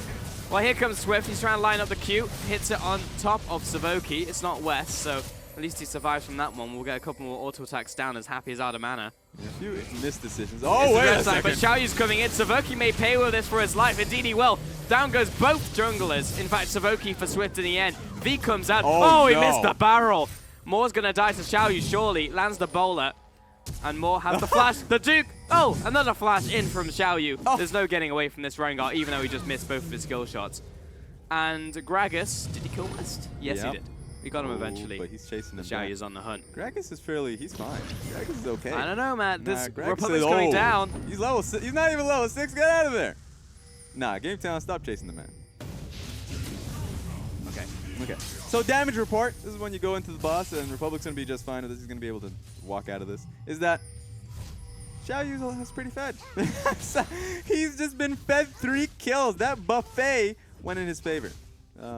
King King's just been chilling tough as well. Yeah, this is hilarious. For Gimgoon and for Xiaoyu, they're coming up massively on this one. So the goal lead is in Game Town's favor. That being said, the trade-off is still there, where West and Savoki definitely died in the entire ordeal. So they're behind, theoretically. I mean, they're still ahead in CS. But just based off that, the goal should be, or at least pressure should be for Happy and Moore's favor. Just depends what Xiaoyu does at this point. Yeah. Because if Xiaoyu continues to go bottom side of the map, then Happy and Moore can never really pressure up or continue to do so. That's pressure Savoki has from this point forward, and that could be a great strength that GT continue to use going on in this game. Wow. Swift Wow. is going to take a lot of damage. You can just imagine the blue buff just pounding at this thing. He is. I was watching the health bar. Yep. He actually lost like 40% of his HP wasting Kokoko. That is... If I was a jungler on that one, I'd be taking that blue. You missed your Swift chance. is a Get back servant. earlier. Yeah. Xiaoyu is just soaking all of this gold. It's hilarious that Xiaoyu is able to just boss his bottom lane around to do his bidding. And his top lane. But it's Come with me, Swift. Kim Goon. There we go. He Might knows actually what he give wants. Kim Goon his red, but no. He could have done it. Yeah, what? All right. This Xiaoyu wants everything at this point. Meanwhile, Swift is giving everything. You can have this. You can have this blue buff. Sir, I'll give you this. Which is going to be the best? Which is the best play? The SOFM, where you take everything, or the Swift?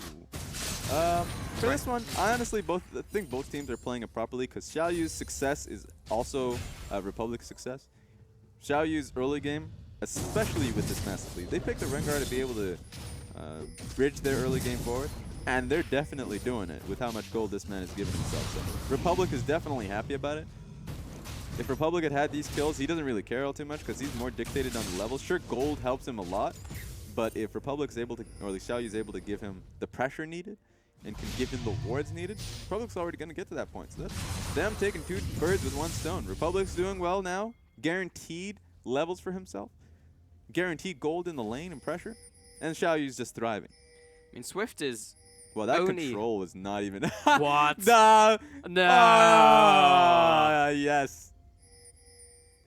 That What? control ward was What are you- actually Ah. blocked. That tree, honestly, if you look at that tree, the tree should say, oh yeah, you should be able to see this ward. But there's an added level to the wall, I suppose, and the design on that one. So, There was a leaf in the way. and the leaf is Single definitely leaf. covering that ward.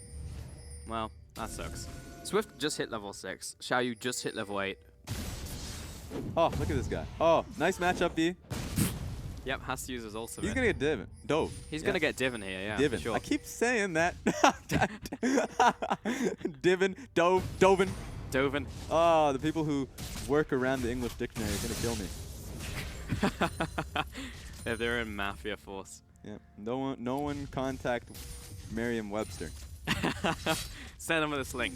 Tweet at them. Ah. Ooh, a lot of damage. Xiaoyu, he's also just taking Dragon, why not?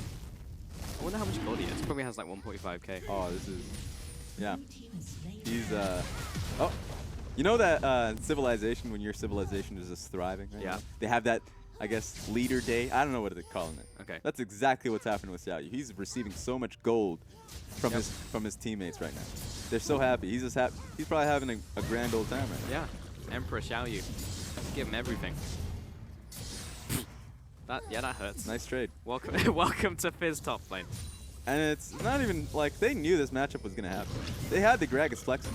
and they decided to put it into the top lane matchup knowing full well what was going to happen. I even said it through Pick Ban that they should give V a proper top lane matchup, even giving him Rumble. I'm pretty sure it was double up and available. And then give the Gragas over to Swift, but they decided that they wanted the Lee Sin. That's the decision they wanted. Oh! Oh, West pinned down, and I'm having flashbacks to the last game. Savoki turns around, Dredgeline, he hit that wall, and he hit it good. Ooh. There's no setup for Republic here, but if they can get a good enough wave under that tower, this just seems very forced if the Kassadin continues on with this. Yeah, not gonna happen. Or is it? They're still set. Xiaoyu's sitting here. This tower's going down. Or the people under it. Oh, here we go. Oh, It's happening. the growl, the hook onto Swift. Wild Growth, Oh, but Happy. Happy, he's under attack. Triple knockup comes in. Happy's gonna fall. Coco comes into the fight.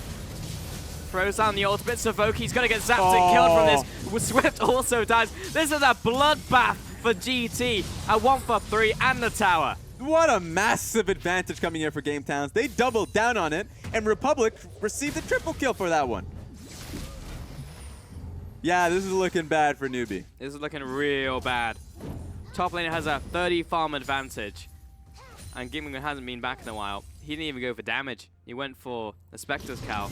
And this tower's going to die very shortly. Yeah, B was definitely banking in champion select for the rest of the lanes for B doing well. Especially bottom lane. But for bottom lane to not be botting, in fact, they're 20 CS behind. Looking to be 30 CS behind very soon. Not only that, of course, all of the gold is being received onto the assassins of Rengar and Kassadin. Yeah, V's not happy because he just has no one. He's like the last person on their priority. Yep. They ain't going to be going top lane to help this man out. Slowly and surely, this lane's going to be going down. In fact, it should go quickly because West and Savoki should be going topside. Their next priority shouldn't be this mid lane turret. They should just immediately go towards the top lane tower. Yeah, it is.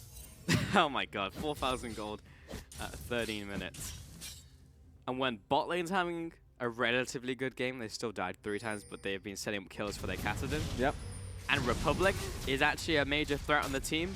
And Xiaoyu is 3-0-3.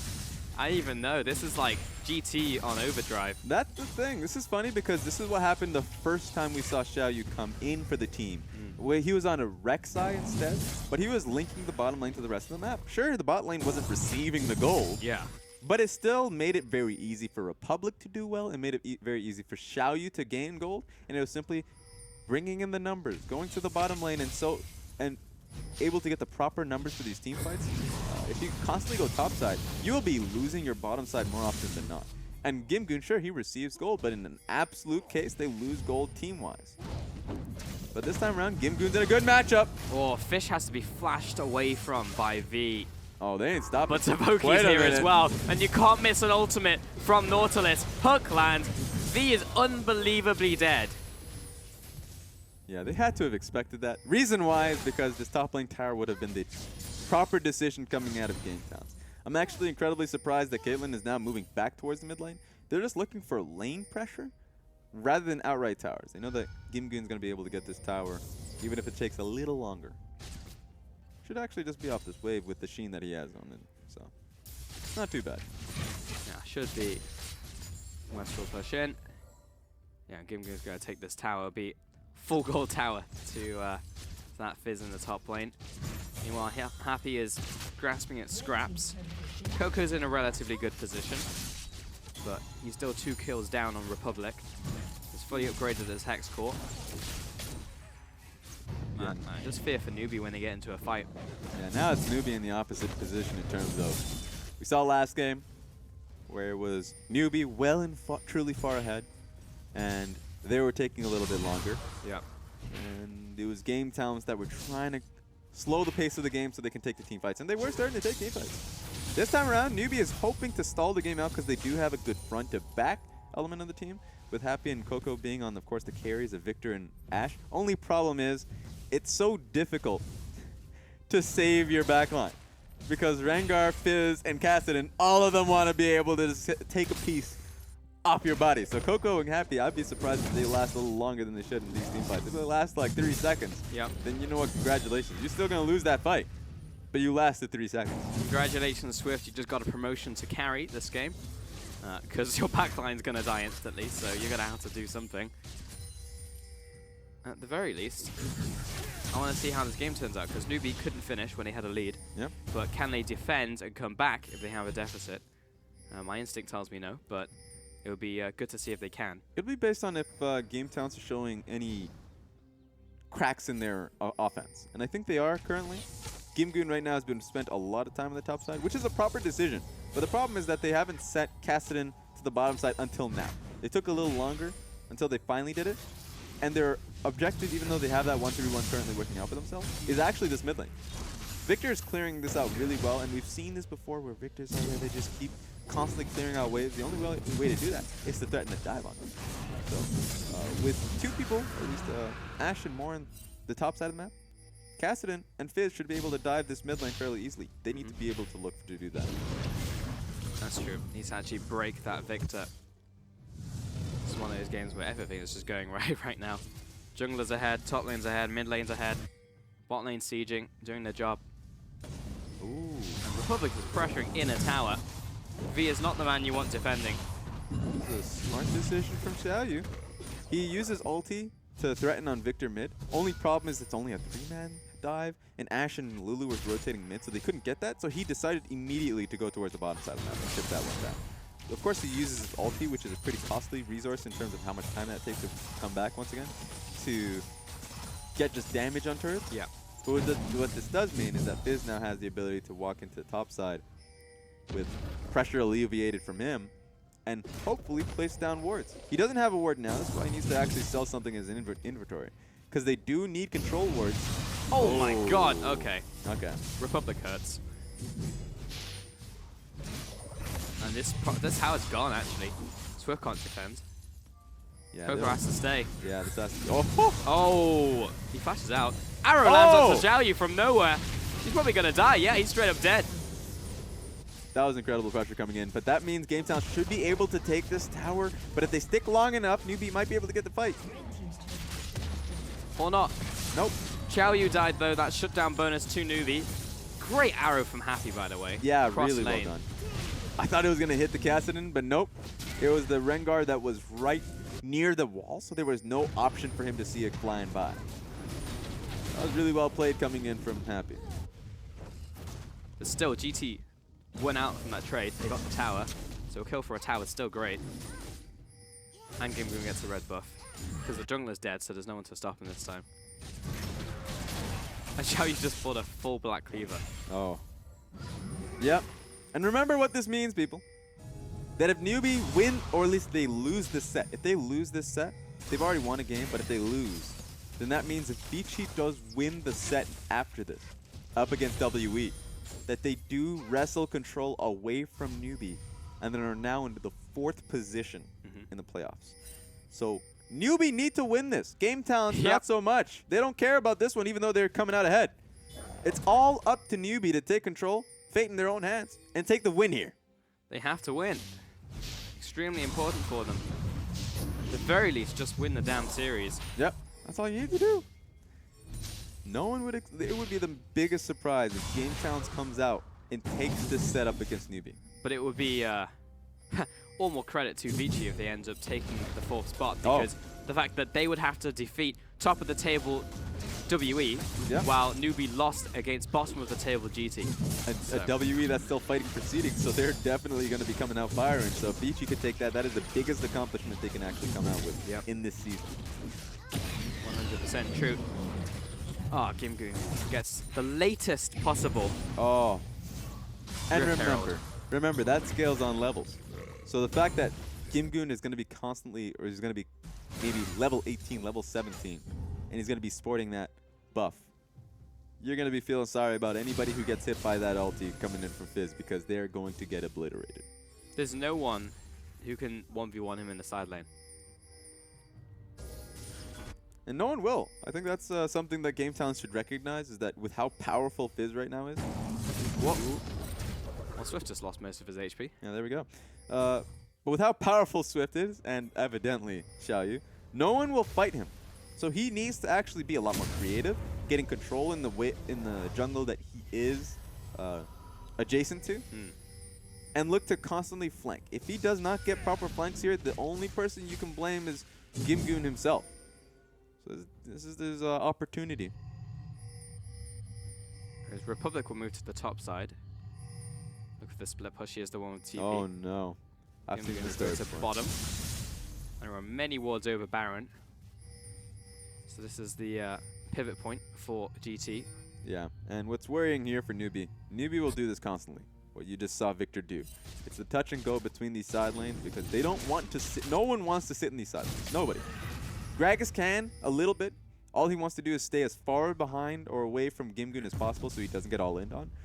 But they're just going to be taking one wave and backing away. This gives GameTowns the ability to shove in as many waves as possible so it hits tower and then they can rotate. NewBee, they want to get out of this position because it is pretty oppressive. They want to force a fight. It's based on whether or not they're actually confident in doing so, though. And Castellan and Fizz are such exceptional duelists in long lanes. It will chase you to the ends of the earth. Yeah. And NewBee's smart enough to not put themselves in that position. That being said, their mid lane's open. Gimgoon is connected to Fish onto more. Ultimate has to be used in the south.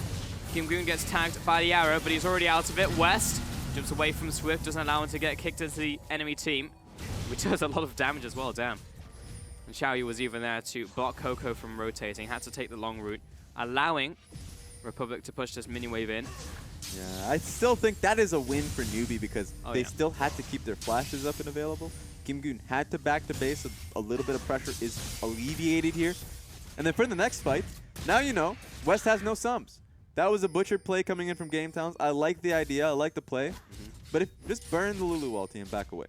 Lulu ulti is incredibly impactful for this team. Lulu's is completely useless after that point. Has exhaust, has polymorph, that's it.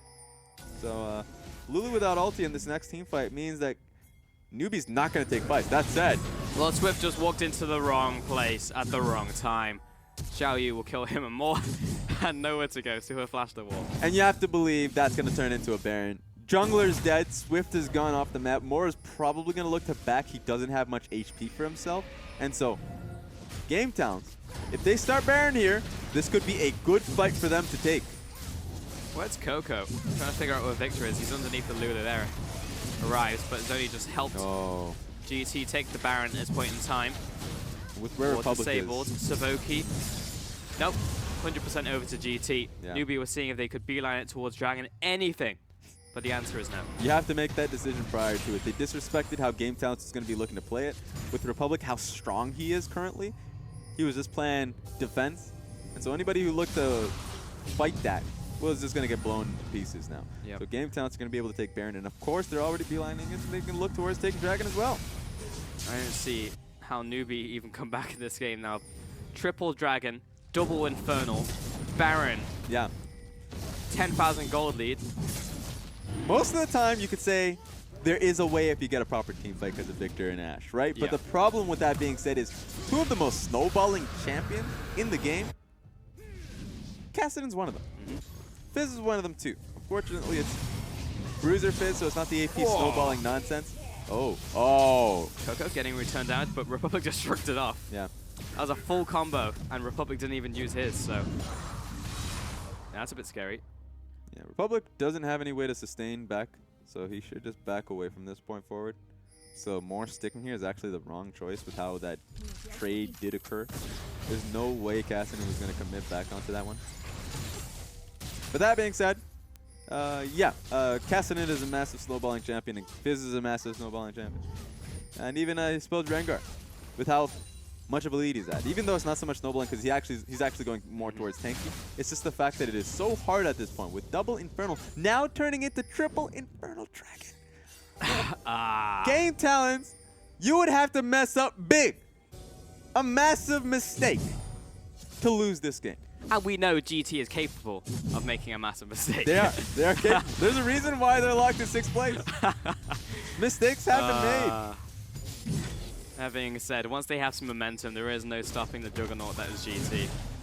Because they are barreling down mid. They're going to take this tower away. That's gone. Move to the top lane. That's probably going to die as well. Bot lane's being pressured out from Republic. He's stronger than Coco. I just don't see a feasible way that NewBee win a fight outside of getting a pick beforehand. That's really all it is for me. They have the Ashe. That's going to be a focal point. Maybe V as well on the Gragas if he can get an ulti, but I don't have much faith in that. I do think that if they can get an Ashe arrow on someone, it has to be Republic. You have to be able to lock him down. He doesn't have QSS. I mean, you wouldn't expect it with how much he's getting, how much gold he's acquiring right now. But if they can lock him down and can keep him locked down, they can burn him up. That's the only hope that they have. Yeah, and even if they kill Republic, Xiaoyu and Gimgoon are gigantic. Yeah, that's why they have to do it instantly, because at this point, with how massive Gimgoon and West is, Xiaoyu is as well.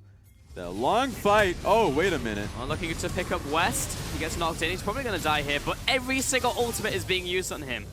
Even Moore's Wild Growth. Yeah. And Xiaoyu and Republic will take the inhibitor. With how quick that was, you would expect, okay, maybe they have enough time to defend. No, they just lost a tower and an inhibit in the bottom side of the map.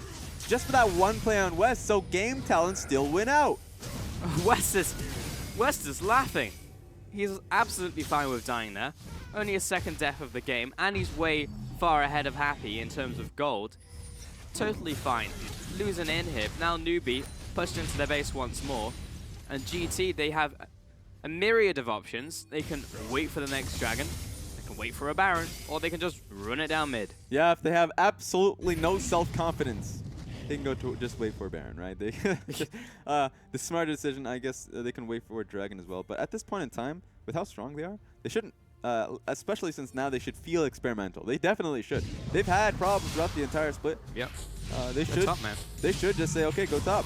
We don't have to play safely because we won't be gifted these kind of advantages up against LGD or up against the next team if we're able to beat them. That's a massive Baron power play right there. That is pretty big, yes.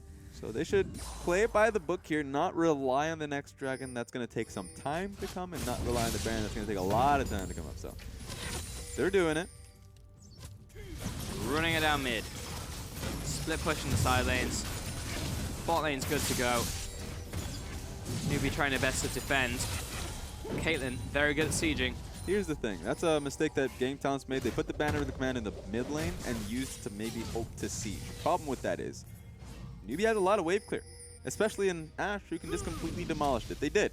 They should look to split them up. They're doing a great job with Republic on that one, though. Yeah, that's how it's dying so quickly. See if we can get a pick here. Nope. Oh. Counted out. Swift is now going to get picked instead, though. Wild Growth used on the Lee Sin. Coco's doing what he can, but he's run out of spells. Gimgoon is pressuring the mid lane. V is doing what he can. But Gimgoon, I think he has another E. Yes, he does. See you later. Arrow lands onto West, cleansed out. Oh, they're just throwing Barrel that down lands, now. doesn't happen. Big fish onto V. Don't take it to your team. But he's not a big fan of seafood. He's going to fall over from that one. The Republic comes in, chunks out Happy. Happy goes down, courtesy of Gimgoon. Middle and hip looking to fall. And this looks like it is game, set, and match. Savoki charging after Coco and more. And it just simply is not enough in the tank from NewBee. Second game, less than half an hour on the clock. And GT look to finish. Moore is the only yordle between them and victory right here. Swift has come back. Death Timers are so low, but the Nexus is dead. GT take game 2 and move it to a game 3. And what a victory that was. Game Talents evening it up, and they did it in decisive factor with Republic on the Kassadin. I'm just saying. Vici. Oh. This is their day. Oh, They have a very real chance if NewBee lose the next game. they were very close to a tear jerking down their face, and then suddenly this game comes out. Hope still there. The first time. It's probably the most fans that GT has ever had within the LPL lineups. The fact that they've just got Vici just in the crowd with GT signs ready to go. Please carry us to victory. Get us into playoffs. Knock out NewBee. GT just empowering the team Vici. Both of them now an alliance. Well, that was a game. Welcome back, Rusty. That was significantly shorter than the last one. And a little bit different to the last one as well, because Game Talents actually get a victory. I like the change in team composition coming out of this side. Usually you see them, you know, the mentality of fight usually comes with team fighting, usually comes with a Kled that's going to charge for them and lead that charge, with the rest of the team following him up. However, they have a Kassadin in the mid lane, they have a Rengar jungling, and a Fizz top lane, 3 assassins running around. And then they've got the Rock in the bottom lane, effectively. And it was weird how this game actually played out and how it actually did pan out, because 3 kills that happened bottom lane, a turret dying in the bottom lane. This one moment just gives Cassidy everything. And before he even hits level 16, Game Talents are able to win. That's kind of unexpected from GT as a side, to be able to win that quickly and continue their lead and grow it out. Yep. But they did it really well. Yeah, it was funny enough when you said 3 kills being gifted. I was like, wait a minute, which 3 kills? Because remember, Rengar also got 3 kills very early on. Yeah. He was able to help Republic as well. So massive, I guess, errors on NewBee's behalf, but Game Talent's really starting to amp it up. Yeah. And at the very least, what GT did do is they used their bottom lane as a way to get the top side ahead at the very start. I mean, the fact that Xiao Yu took his entire Raptor camp, went towards his red buff, picked up his red buff, and the bot lane just got completely screwed as Caitlyn was half health as she walked in. And then Xiao Yu just went to town on the rest of the map. That's just so straight it up worked not out, meant to it was happen. fine, but they actually just sacrificed their bottom lane to the gods so that top side would win. Level 2 advantage is the biggest thing for a 2v2 in the bottom lane, and it never happened for Game Talents. The fact that he got his full Raptor clear, didn't smite it before going over to red buff, and the red had 80 health, so he just walked over and hit it once. That is unprecedented amounts of assistance. It is hilarious. At first, I was like, oh, he's taking a long time. He's actually doing the big camp. They're actually still onto the red buff. That was already going to be like a bottom lane that was going to have a tough time because of like just the matchup itself. But they even somehow just gifted him that big of a leash. No one will do that. Hard leash, please. And for what it's worth, giving that to Xiao Yu, of all people, isn't the most faithful decision. You know, give it to the Rengar. Yes, Rengar is going to be good for Xiao Yu, but he's a young and experienced player that can get completely schooled by Swift. Like, if he made one mistake and didn't go 1-0, didn't end up 3-0, then suddenly NewBee win the entire game just because of the bottom lane auto losing. Yeah. The top half needed to win as a result of that early movement from GT, but the fact that it worked, all credit to GT, all credit to Xiao Yu. They did it. Yeah, man. That's the thing. It's fun because it's like giving money to essentially a gambler. You just never know what you're gonna get.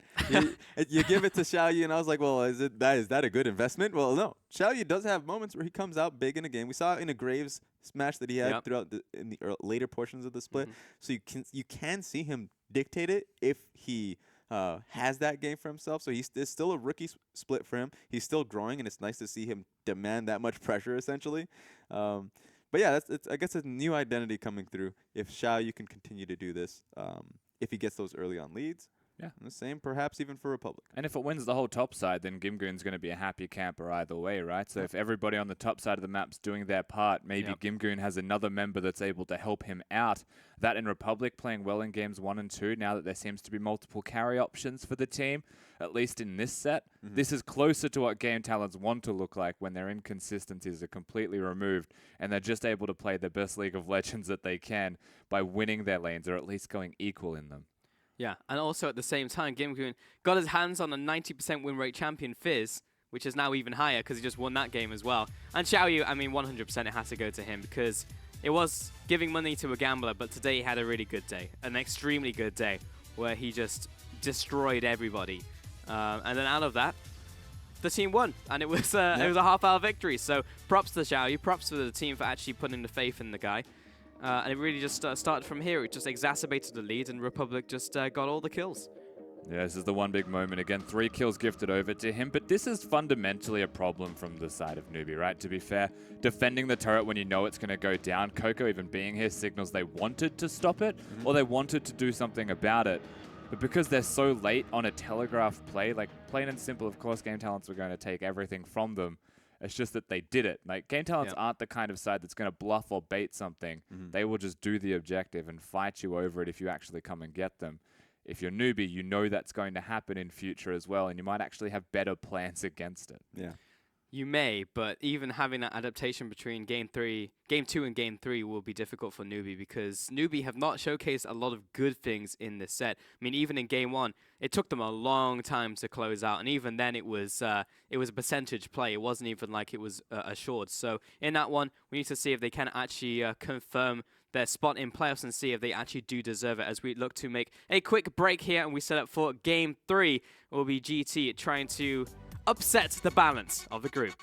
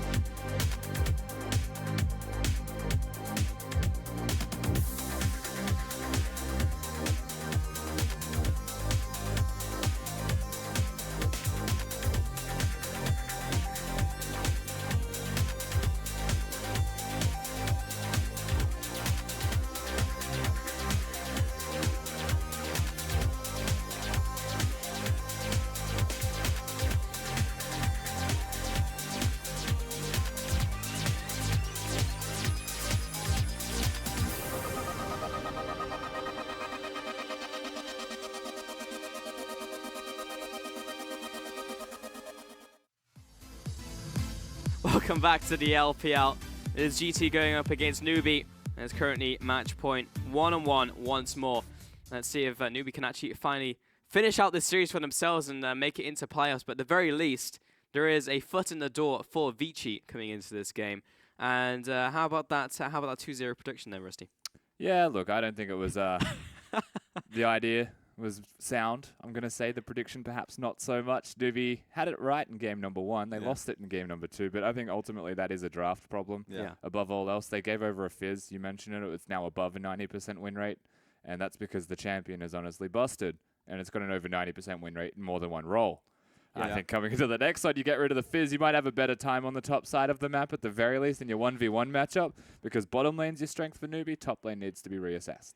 Yeah, they're going to have to reassess the top lane matchup, as you said. There was a time they even had it. Sure, give away the fizz if you can, if you want to. Gragas flex, make it a Gragas flex. Why is it going to the top side matchup? You know it's bad. Yeah. They really all in on the fact that they wanted the Lee Sin for him. But maybe that's a weakness that we can see coming out of NewBee, that they're not willing to give V that proper matchup. Yeah, weirdly enough, the one matchup that we do see in top lane with the fizz is either the Shen or the Gragas. I think Gragas for sustain reasons, Shen obviously to have the W to be able to deny the fizz damage. It's predictable windows, but none of them have really worked as well as you'd like when the champion is just too good. Yeah, and that was a major problem for them in that matchup. We just need to see what else they're doing within that draft. Was there any other problems that you identified that NewBee needs to change for game 3 rather? I actually think that fundamentally they should change their focus towards the bottom lane, just based off the performances between games 1 and 2 from Happy. Win and loss, he's looked fantastic on the Ashe. I think that he is a point of power that NewBee often change out of his role. But when Happy is firing, he's one of the best AD carries in the league. We said this last year, you know, he was in contention with Uzi for a spot in QG's roster, but he was also getting playtime still because he was actually just that good as an AD carry. So when he's firing, when he's actually playing well, keep working with him. Keep letting him play. Yeah. You'll get victories. And even just to hit that point even harder, mid lane matchup should be able to help that out. I didn't like the Victor coming out of Coco because he was very much locked in the mid lane and couldn't move very easily. And we'll make that easier for him. We'll make it incredibly easier if you get, like, for instance, if it's not a Coco, if it's not going to be the Tilia, if it's a Twisted Fate even, it can be easier for him. Still play Ryze. Ryze is still in meta. You can look towards that champion as well. Yep. Both of them are actually. Yeah. I don't know why they're both not. That seems like a possibility, but Republic, it just seems like the meta does kind of suit him a little more because he does have that Victor on that side, so he is able to do something. I'm just so happy that, you know, GT, it's not that I have a cold and for some reason my eye hates me right now, but it is the fact that this meta does kind of suit Republic a little bit. He is able to pick up that Victor, pick up the Kassadin. Yeah, it's just, I guess it's all about how the mid lane plays out. Because even, like, for instance, a Corki works really well. If you Coco, he's been even cool. Both of their mid lanes, the fact that they have access to both incredible mid laners where they can access the map very easily, give them proper matchups, and suddenly Republic doesn't look as good as he did because he was able to get that triple kill because he was able to impact that bottom lane matchup so much easier. So I think he's incredible. player. We all know that. So make it easier on yourself and just give himself a proper match. And you know, speaking of, like we said that NewBee could look towards working with Happy, but he's still doing his job perfectly fine. They could also just do what everybody does against Game Talents, that is just camp the heck out of Republic. He is a player that will constantly die when ganked. Yeah. More than your average mid laner actually does die. Ganks sometimes work, you know, you might get a summoner out, but he finds a way to die with the summoners being used at the same time because he's constantly aggressive and does take extra steps towards trying to win his lane in the 1v1. He is entirely exploitable, and you'd expect with Swift and Coco working in tandem that this is a thing that they would look towards, but they're not. They're trying to roam together instead. And that was surprising in the last game because Kassadin was a pick that could be exploited in the early game even. Like we saw Republic constantly being shoved out in the mid lane, but Swift's just like, no, this is fine. I'll just kind of go through my jungle. And he was giving a lot to his team, to be fair, where Xiaoyu was taking everything, but then he just kind of didn't. So maybe we could see a similar draft where he actually just tries to exploit the mid lane because that's where the weaknesses have been in the past. Yeah. I think the first step to do that, just to be able to exploit the mid lane weaknesses, but also just empower Swift in the jungle, is blue side. Blue side first pick is going to be super important for them. Yeah. NewBee didn't have that access last time, and of course they lost out in the Rengar and they lost out in the Graves. And so this time around, I think that value is going to be much more valued, I suppose, to be redundant. So I want to see that coming out of NewBee. There's a lot I want to see out of them, especially disciplined play. If you guys hear me out there, they don't. So that's my plan if I was your coach. That and I think like Rengar surprisingly has cropped up as the #1 jungler of choice for both of these teams. Xiaoyu getting a really good leash, but he also made it work successfully with his pathing. And when you look at Swift playing, slightly more aggressive, he's invading and he's finding Xiaoyu when he's on the Rengar. Almost counterintuitive of the champion, but because they're playing Rengar with winning lanes, they're able to constantly unlock this. But weirdly enough, they're getting winning lanes whilst first picking the Rengar. I just think that like a lot of this can be decided in the draft phase specifically, and having a winning lane as a priority for NewBee should bridge them to a better mid-game and late game in a better position because we know they should be able to outplay GT in at least the strategic level. Perhaps not the actual team fight itself. That's just game talents. But I have one question for you. Would you double down, though? Do you think that Game Talent's going to be able to take the next game? I mean, what am I predicting still? I'd still give it to NewBee. I think NewBee are the better team. Yeah. I just, like, game 2, for me, if I was, like, with NewBee, I would say it was a wash, pretend it never happened, we gave them fizz, and this time they'll draft more appropriately towards the game itself. Okay. Mr. Gimgoon enthusiast. Oh, yeah, 2-1. Oh, there they're we go. going to win so hard, it's going to be a 2-0. Yep, there we go. We have it. Erase the first game off the map. 2-0. Oh, man. This is what happens when you join this desk, man. You sound like Vici enthusiast more than Game Talents enthusiast right now. I don't know who I'm enthusiastic. Nah, I have zero faith in yeah, that. I'm going to be honest. But however, GT actually making it out of promotion tournament and knocking LGD into LSPL, I have faith. Ooh. Really? Yeah, because they're going up against a Group A team, and we've seen how well they did in cross-conference. LGD have gotten better, but they still play like a Group A team, and if you're looking at fights, then GT will consistently come on ahead. The fact that they are fighting teams around them and taking people outside of the playoff run in Group B just says more towards GT as a team. You know what? I'll give you one thing. They're looking better in team fights. That's looking better. But Put once this in the again, history books. I'm saying GT are going to make it out and come back into the summer split. No, we already have too many people with wigs. It's only Frost, but there's a lot of so we just don't. I don't want a second person wearing a wig here. So, I mean, I'm glad you said that. I was going to take that bet. No. There's absolutely no way that LGD find a way to lose the Game Talents if they actually play well. All right, Russell, I'll 100% take you on that bet. We'll just have to find out what the wager is. But regardless, we're into Champion Select for Game 3, NewBee and GT. It's going to be Fizz, Kled, and Malzahar, I think, maybe. And on the opposite side, Jace, Rengar, and Camille. All right. The Fizz going down is something that needed to happen coming out of NewBee.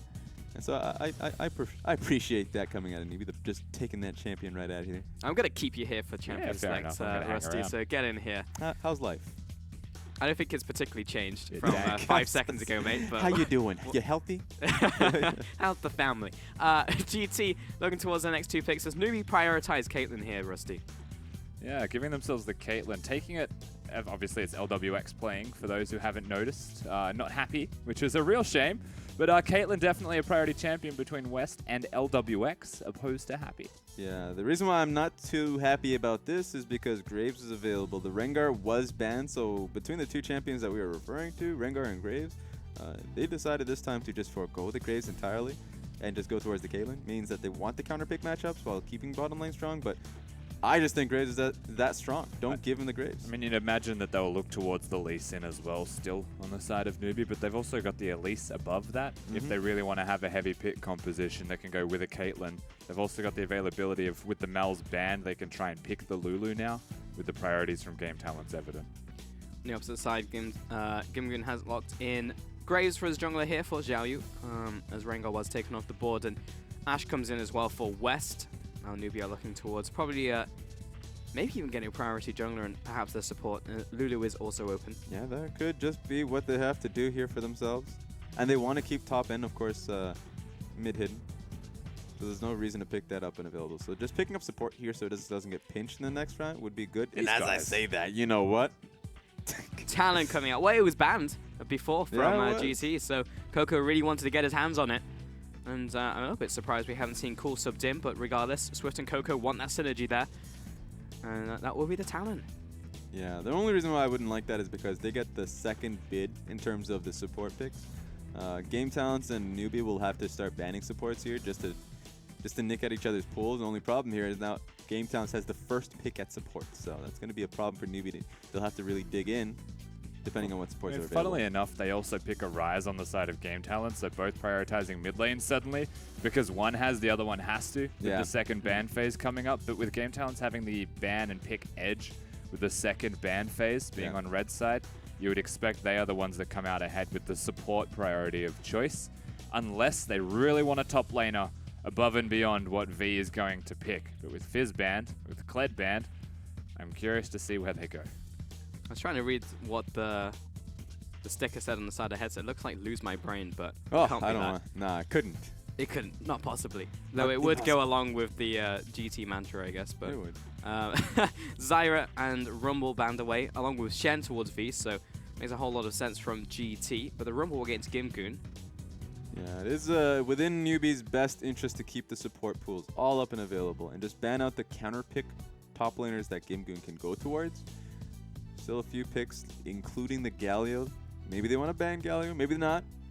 They lost with the Galio, so maybe they're just not afraid of it. And Lulu final ban, so again, another support ban out. And it's interesting, triple bans against Gimgun. Let's see what GT look towards. It This could be another actually, Galio. It makes sense because it's a flex and they have last pick. The two remaining roles, Gimgun and Savoki, both can definitely pick up the Galio, so they get to see what they're going to be against and whether top lane is a favorable matchup. The only problem here is that Karma is still up, so for me, if Game Talents lock this in as their top laner, and of course, or at least their support, then they have to worry about NewBee being able to have the Caitlyn Karma I mean, lane. if they go Karma, then you just pick the Nami and hold on for your life. Just try and have the best bottom lane that you can from the side of GT and perhaps sack the fact that your top lane's going to be fine anyway and he can start rotating. We might be entering Hook City though. Destination GT. NewBee are hovering the Thresh. Ooh. They have the Nautilus already for V. Typical Moore. Yep, double hooks. So Thresh comes out as the final pick from Moore. It's entirely a pick composition out of the side of NewBee then, having two hooks and an Elise. Caitlyn traps to complement that, and Coco, who can split push, who can team fight. Really versatile champion. As unexpectedly, this is where Game Talent should be looking. Yep, Tankench again for GT. There you go. And that would be a Gimgun Galio. He's up against Nautilus, so it's a very good matchup for him. And there it is, full compositions, and I feel like both teams got something that does fit their identity. Yeah, super early game coming in from NewBee, or a strong mid game as well. Meanwhile, Game Talents seem to have fairly strong mid to late game. I think they're front to back once again. They have a double tank lineup that they've been fairly comfortable with as a team historically. So it's a clashing styles here.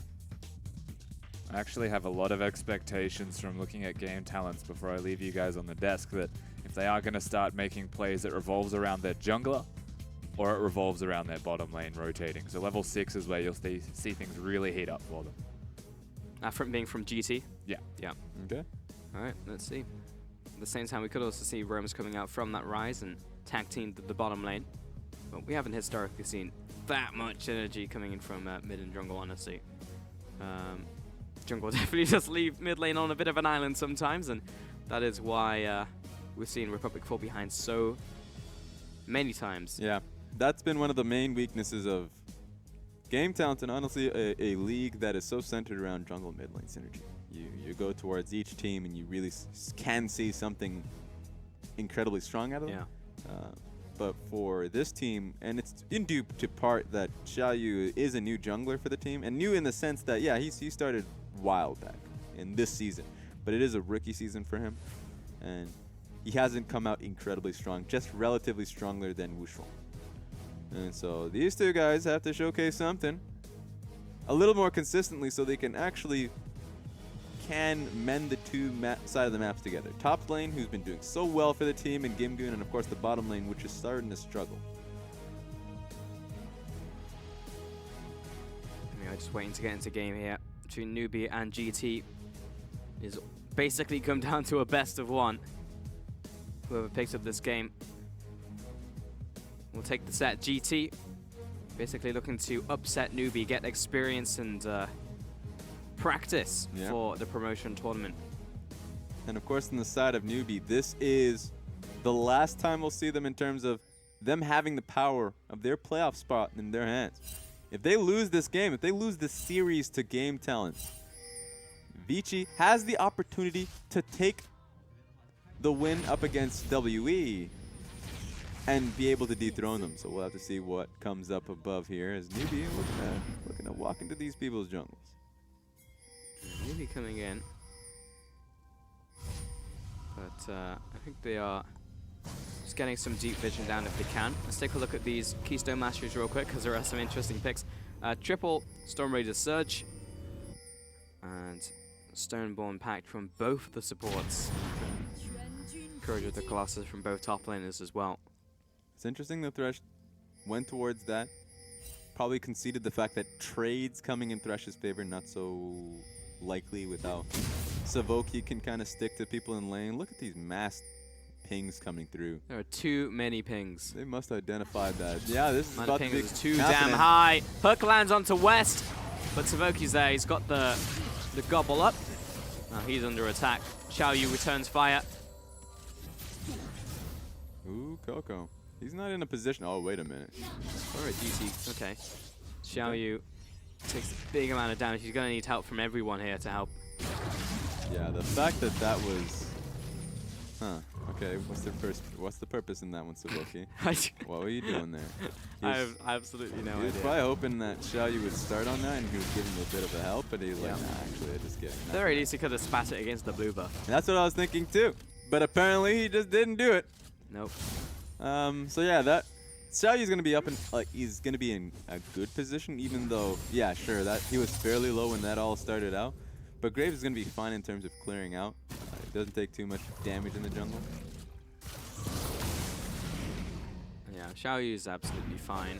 It's about the mid lane though, because Republic did get put on the back foot against a Ignite using Talon, so it's a little bit scary. Yeah. It's just especially because we know it is Republic at the end of the day. Thankfully for him, he has both Exhaust and Flash up and available, so he can play this as defensively who he'd want, and he still wants time to be able to shove in and get the early buy for tier. Only problem is, Talon's going to have shove on you. So he might not be able to get that going. He might have to stick to the lane a little longer. So then it's going to be about Graves, and if he can actually clear this well enough and help him out. Coco, though. Closing in on him, man. Yeah, Xiaoyu, that red buff's going to reset. And wrong time to spit out West. Savoki right into a Piltover Peacemaker. Red buff did die, I believe, there to Xiaoyu. Yes, it will. He'll take the long route over to his Krug, so Swift will take out these Raptors, get this deep vision. Yeah, that's good pressure coming in from NewBee's side. Swift and Coco have absolute pressure here. Only thing now is that this is best case scenario for Xiaoyu because A, he gets his red buff. That's fine. He's already going to be going towards his Krugs anyways, so he's going to be able to still keep up in experience. And he can still help out the mid lane. Oh. Moore's going fishing. Ignite comes down. Savoki gets the heal out from West as well. Maybe a little unnecessary. Yeah, that was crucial. LWX has a lot more sustain as well since he went longsword to West's Doran's Blade. So this is a position where Moore and LWX were already going to be doing quite well. And this is actually a point we didn't hit coming into this game, is that it's LWX coming in for Happy, who was playing in the recent games. So Happy had his time to shine just a little bit. And LWX, who's been a lot more comfortable with the team here. He's been subbed in a lot more frequently than Happy. And so this time around, you could tell that this game means a lot to them because they're bringing back LWX for the last game here. They're bringing in the big guns. See if we can get this win for them. And right now, they are spanking bottom lane. GT is getting completely demolished. And that tower is almost down to 50% HP, and we're 5 minutes into the game. Yeah, it's only going to get worse here. With that being said, Elise is in between Flash two. Cocoon, full damage out. Republic's so dead. And now Xiaoyu, he's not going to die, but he was too late to save his mid laner. That was a perfect window. Republic played towards that side of the map because he knew Graves was there. Only unfortunate part was that Graves didn't know Elise was in that bush. So, unfortunately, Republic's going to go down on misinformation. Didn't know that Swift was waiting for him and died to the gank. Unfortunate, and it does harken back to what we were saying. The jungle mid synergy just isn't there in comparison to many of the teams. And we know that Swift and Coco has some of the best. Savoki somehow dodges the trap. But those cupcakes are made for Yordles. And here's what this means, because this is, when Talon is able to get a lead like this and lane along with Elise, he can snowball pretty easily. The mid lane, it's going to be really hard for Republic. He doesn't have exhaust either. Xiaoyu, you might need to get away from them. Oh, he's going for you, man. I don't think he... Oh. Coco got that. Damn, all right.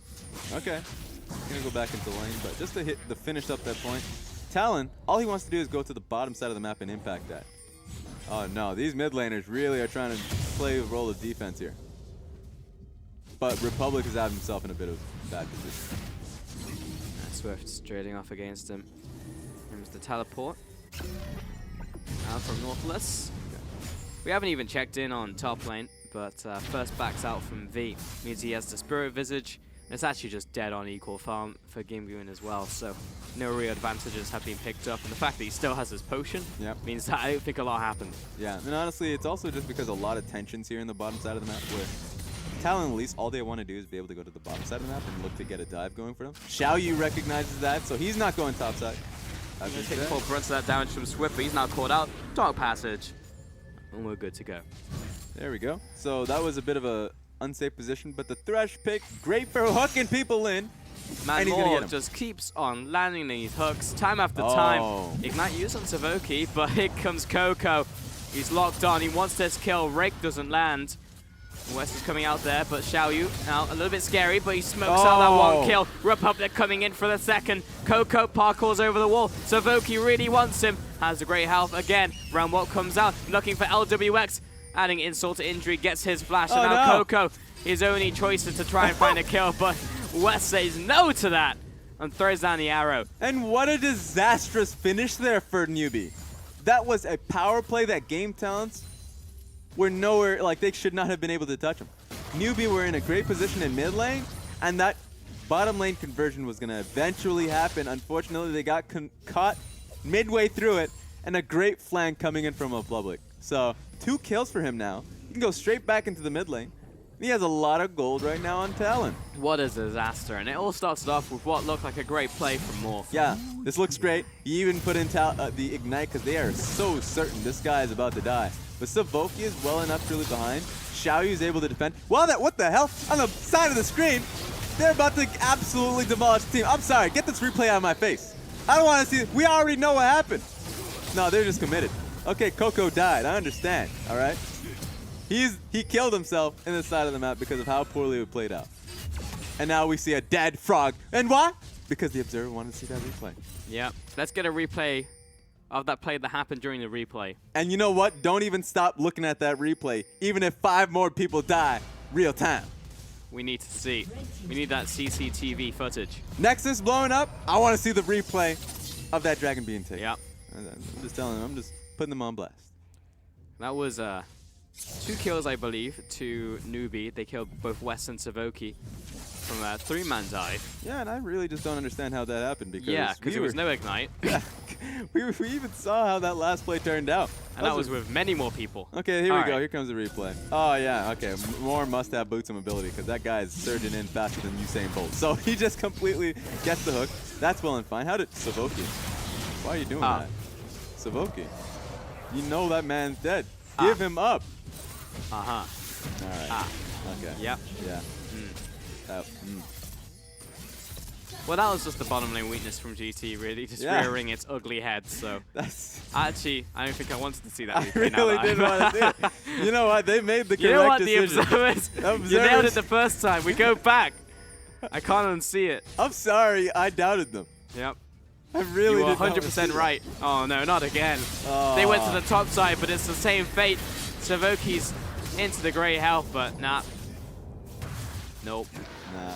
LWX gets another kill. Well, that is the swiftest comeback I've seen from NewBee. Well, there we go. Yep.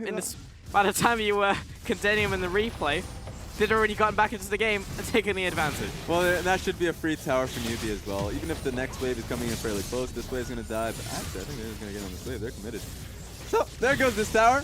There goes the bottom lane once again. 3 deaths to their name with Republic and, of course, Gimgoon on the top side doing so well for themselves. So, they're going to have to do something. Because apparently, West and Savoki's is bleeding. Bleeding all over the floor. GT are just slipping. Republic, this doesn't seem like a good situation for him, but he got the prolonged room prison combo down. So that means tower trades in the bottom lane. But NewBee are relentless. They're pushing up the top tower.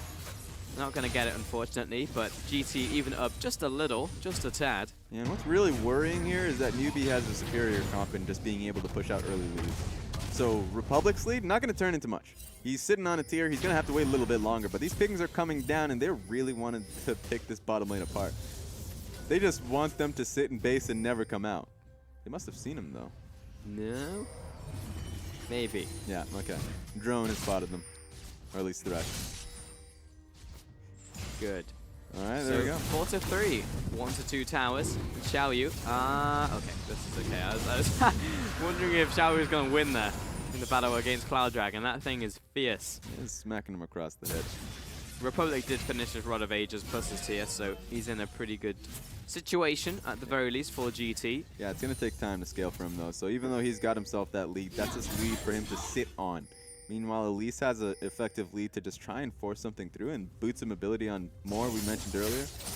NewBee wants to fight, and they're going to move around Talon in being able to do just that. So even though Game Talents, early on they had the lead, now they do not. But with the lead that they did have, they didn't want to be able to do anything and kind of wanted to slow down the pace of this game. And remember, a lot of stuff on the line for NewBee. They need this win if they want to lock themselves into playoffs. There's a lot riding on this one game. Otherwise, their fate is kind of in the hands of WE, which is, to be fair, a pretty good CV1 championing for you. Republic dodges the cocoon. And it's pretty much that. Good job to Republic. Yeah, that's it's not looking good here for Game Talents. You mentioned it. If NewBee locked this one in and would take this win, I think they just lock in their playoff position. So really bad position. Vici's probably already just losing faith of how this game is going. Yes, they are, but GT, they were in a significantly worse position at this point in time in game 1, and they still almost won, so there's a chance. It was with that Galio. Hook onto Xiaoyu. Looks like we are going, because Coco's into this. Savoki, the hero that we need. Well, wow. That happened. I was wondering, how did Thresh get... Did Thresh even travel past that wall? Because I was more focused on the lantern being taken. Then I realized he didn't even travel over the wall. Yeah, I guess not. He didn't use flash. Okay. Yeah, I mean, no one died, so I'm not going to get a replay, but I don't think he went over. Okay, well, that It wasn't a case of him getting stuck in the wall. This is going to be a mystery for me. That being said, that's just something we're going to be looking for NewBee constantly. The next objective for them should just be mid lane. they've had these side lanes kind of taken down a long while back. They've kind of just forgotten about their side lanes. They need to continue to pressure it. Right now, Talon's going top side, so if he pushes out that top lane, it's actually going to be hard because that's the AD carry duo. The duo lane of Game Town's going to be sitting there. But then that's going to be all on Nautilus to be pushing out the bottom side.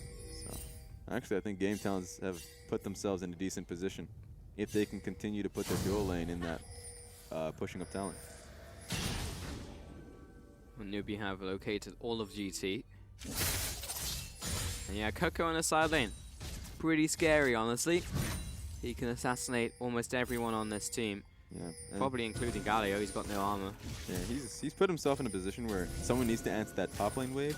Technically, it's going to be Republic who does that, but that means that there's a small window for NewBee to constantly look for a play.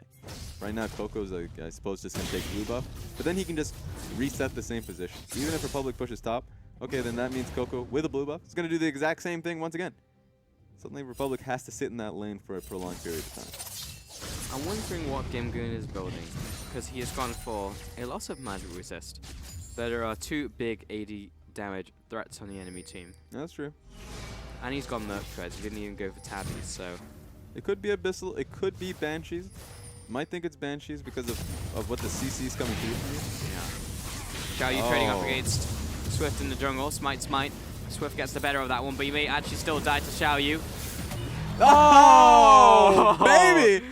Actually, he should get 3 points for that. Hashtag predicted. Yep. Good God, Game Towns, even Incredible. though they should just get 3 points. I don't give a damn if that just locks them in for playoffs. Just give them random points for that play in and of itself. West. Unintentional, but fantastic. Right, we get to see it again. We get the replay. Of course we're getting the replay. All right, so it's an easy point of Swift not winning this at all. So then he's like, get me out of here. I need an exit strategy. I want that Rift Herald, but the Ash Arrow's ready to take me. Oh my God. Worst timing ever. And Wes is pretty happy because he just got double buffs from that. That was the most valuable ulti I've ever seen in my life. Incredible. Well, 4-4, and GT are right back in this game all of a sudden. And yeah, Swift has a bit of egg on his face at this point in time, honestly. Yeah, so Game Towns, at this point, with the play that was gifted, that was just because Swift decided to take a 1v1 matchup and contest the blue buff alone, I might add. Push out side lanes and do that as a team. They're just really cutting corners, and they can't afford to do that with the comp that they have here. Sure, Caitlyn does okay in scaling, and Talon is alright if he actually gets a proper flank. But yeah, that's okay. But then that's just like them having to outplay team fights, and a composition with the Republic and West could just play out pretty easily from it.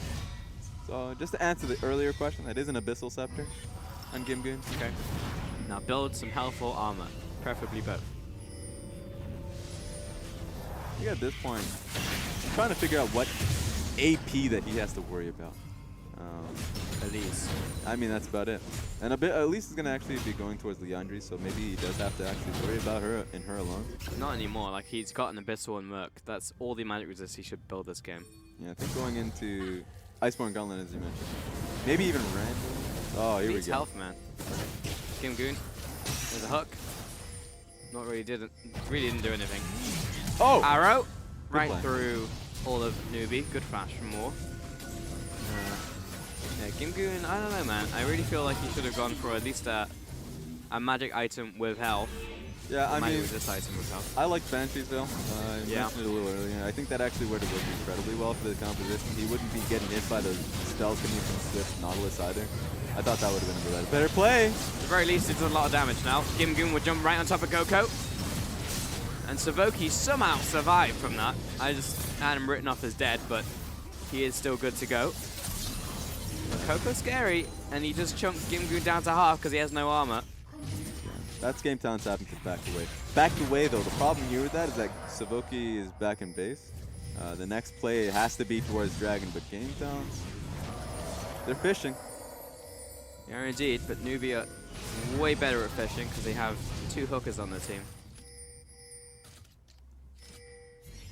I just sometimes question Gimgoon's build right here, because usually I think there is a good reason for everything he does. But Yeah. with Galio, because he has resistance from his W, and by building more resistances and health, you just augment that and you have more effective health. And building health is just way better usually on Galio. The fact that he has no extra health right now concerns me. I think that the easiest play for them with the composition that they had is, like, they were going to win team fights 5v5, right? They needed a consistent tank. Now, Savoki, of course, if he gets Scold, he can be that. But Galio, give him the HP that he honestly needs, and suddenly NewBee can't hit you where you're weak 30 minutes into the game. That's going to be a little harder now with Galio falling down, but here comes the TP. Looking for the punish here from NewBee, but V just bailed. Yeah. Yeah, he was out. Don't want a piece of that.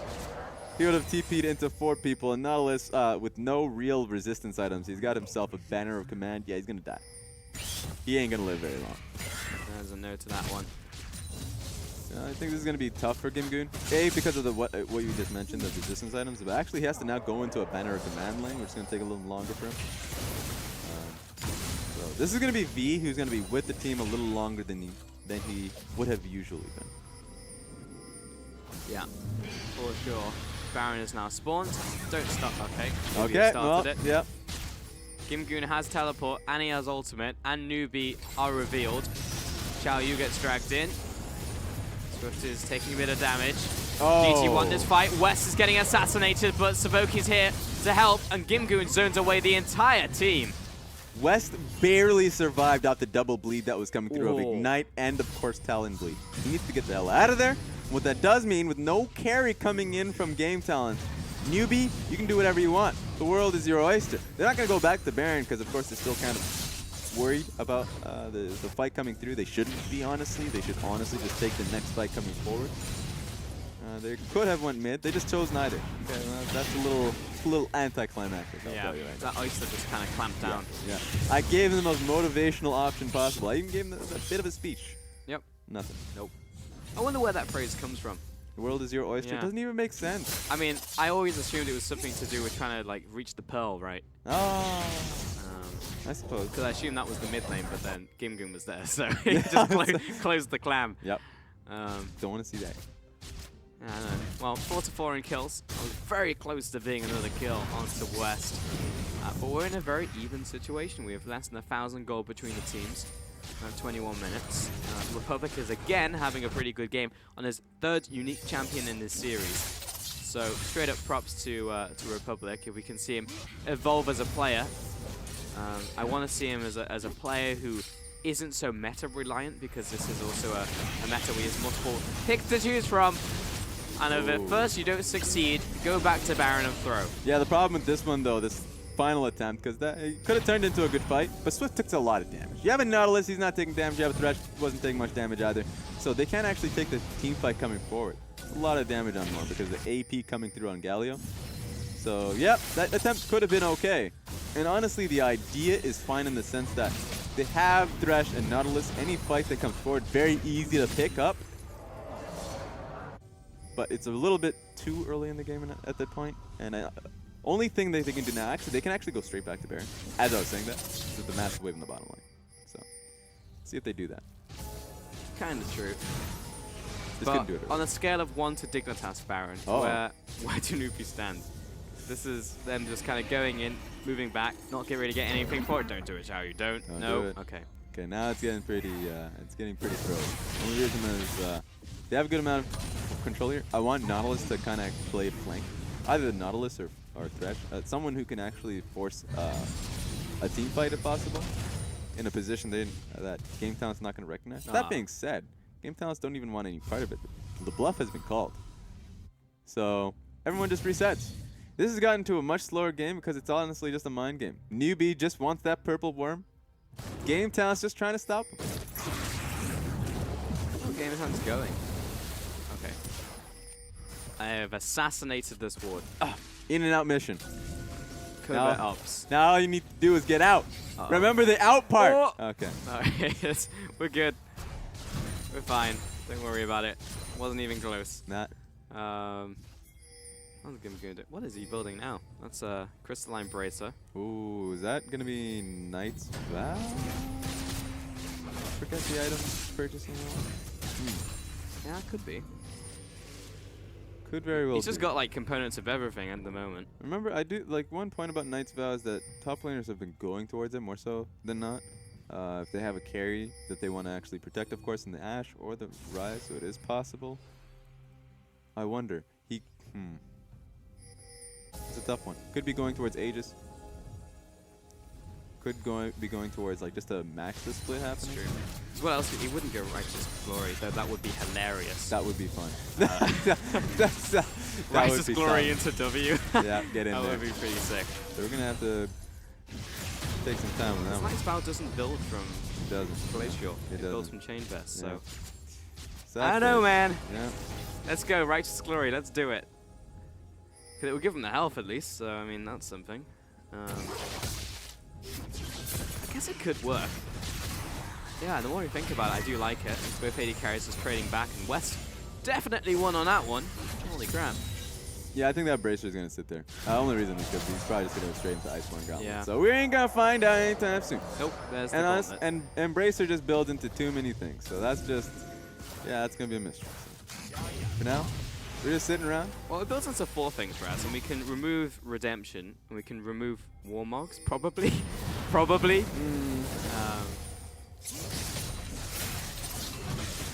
Would you ever go Warmogs? Probably not. No. Oh, never goodbye. Okay, so NewBee is Good kept QSS. positioned towards this dragon side, and that's gonna be the new focus. That being said, Gimgoon has caught more. oh, Gonna hook in Gimgoon, but he's still pretty strong. You can't disrupt the taunt. Moore's gonna die here. V comes into the fight, and the ultimate disrupted from Gimgoon as well. He's doing what he can with dying breath to lock down Coco. But Savoki and GT are getting run down. V's low, he'll fall, but Coco doing what he can. West is going off and will finally drop. Savoki! Wow. Oh, he tried to be the bodyguard, but in the end, he's gonna fall as well to LWX. But he's got the dancing shoes. Yeah, he's got the He's a boots. slippery catfish. Oh, takes that shot. Savoki's on the run. Oh no. you ain't going nowhere. Why did you go that way? Oh! Okay, you're going somewhere. Okay. All right, so that was a great start coming out of game. Whoa! Whoa. Get out of Stop. there! He's still on Run your away. case. Calm return. It's all good. So anyway, that's a 4-4-3, I think, in favor of NewBee. Yeah, that was such a crazy comeback coming from NewBee because that was an impressive start from Gimgoon. He was able to get a multi-man taunt. Was able to get on top of Moore, so we can just catch the start on this one because Matt Moore messed up in his positioning. And it just didn't stop because hooks right into 2 people. Yeah, Moore was able to just get completely demolished. But look how tanky V is, and look how massive that stomp was. So from that point forward, V is just frontlining it for a very long time. And Gimgoon falls so easily. Yep, and it was all from there. I was like, Savoki's got no. Okay, well. No, he's right. We have another fight. Okay, we've probably got caught, and Coco wants another one. Oh, Savoki, what are you doing? You just killed Xiaoyu twice in 3 minutes. Zoning drone. So we didn't know how that one started, but it definitely ended in NewBee's favor. Well, Yeah, yes it did. And now that's Baron over to NewBee as well. Yep. While there wasn't a big gold advantage before, it's about to open up. That's just flat out unfortunate, losing jungler and mid there. And the other thing I did want to mention from that previous team fight is the disruption from Gimgoon. So he didn't get his ult off. He had channeled it, but then V disrupted it with his own ultimate. Yeah. That would have hit everybody and probably won GT the fight. So props to V. It's just hard to get that going. And even just to hit an earlier point about Gimgoon not having much resistances is okay. So this, Taking a stroll through the river. It's getting killed in the back alley. you can actually get out of there. Okay, so this makes sense. Yeah, Xiaoyu, and we saw this Thanks, part. Savoki. So at this point, yeah, he was able to kill him on that one. And that's just him getting caught out. Just to hit this point a little harder now. 2 fights now going into NewBee's favor. Getting Baron for themselves. At this point, it's so difficult to win this game. Gimgoon doesn't have much resistance for themselves, and I actually would have wanted him to go straight Tonk. Just pure Tonk at this point. Tonk. Tonk. Yep. Because he already has a strong enough backline. But he's not able to really tank much in these, or at least create a lot of space for his team here, so. It's getting a little harder. They can stall this one out. Yeah, they can. Yeah, some relatively good wave clear. And plus, GT have all the dragons. They have earth, wind, water. No fire. No fire. No fire this game. The saddest ending to that one. No fire. Gimgoon is gonna have a tough time with this minion, actually. Luckily, it's not being turned into a super mega minion. Yeah, he's gonna want the rest of his minion in on that damage. He's gonna clear the backbone on that one first. A little bit scary. He probably doesn't want to stay, but he's trying his best to go at these minions. Yeah, NewBee's had focus here towards towers and towers alone.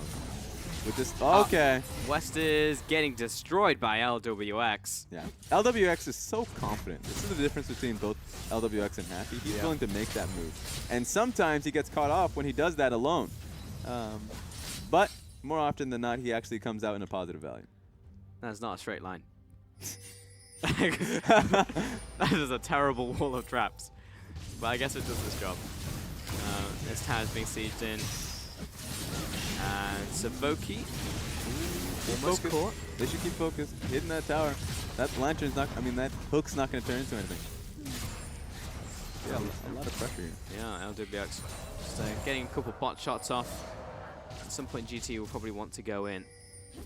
Yeah, with NewBee, it seems like NewBee will always have the option to go in. Coco's sitting here, but he wants to rotate towards the mid lane. LWX just took a lot of damage.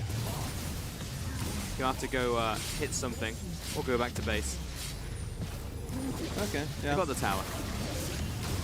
Eventually they get it for themselves, but that's just going to be the end of that one. So. That's a promoted minion.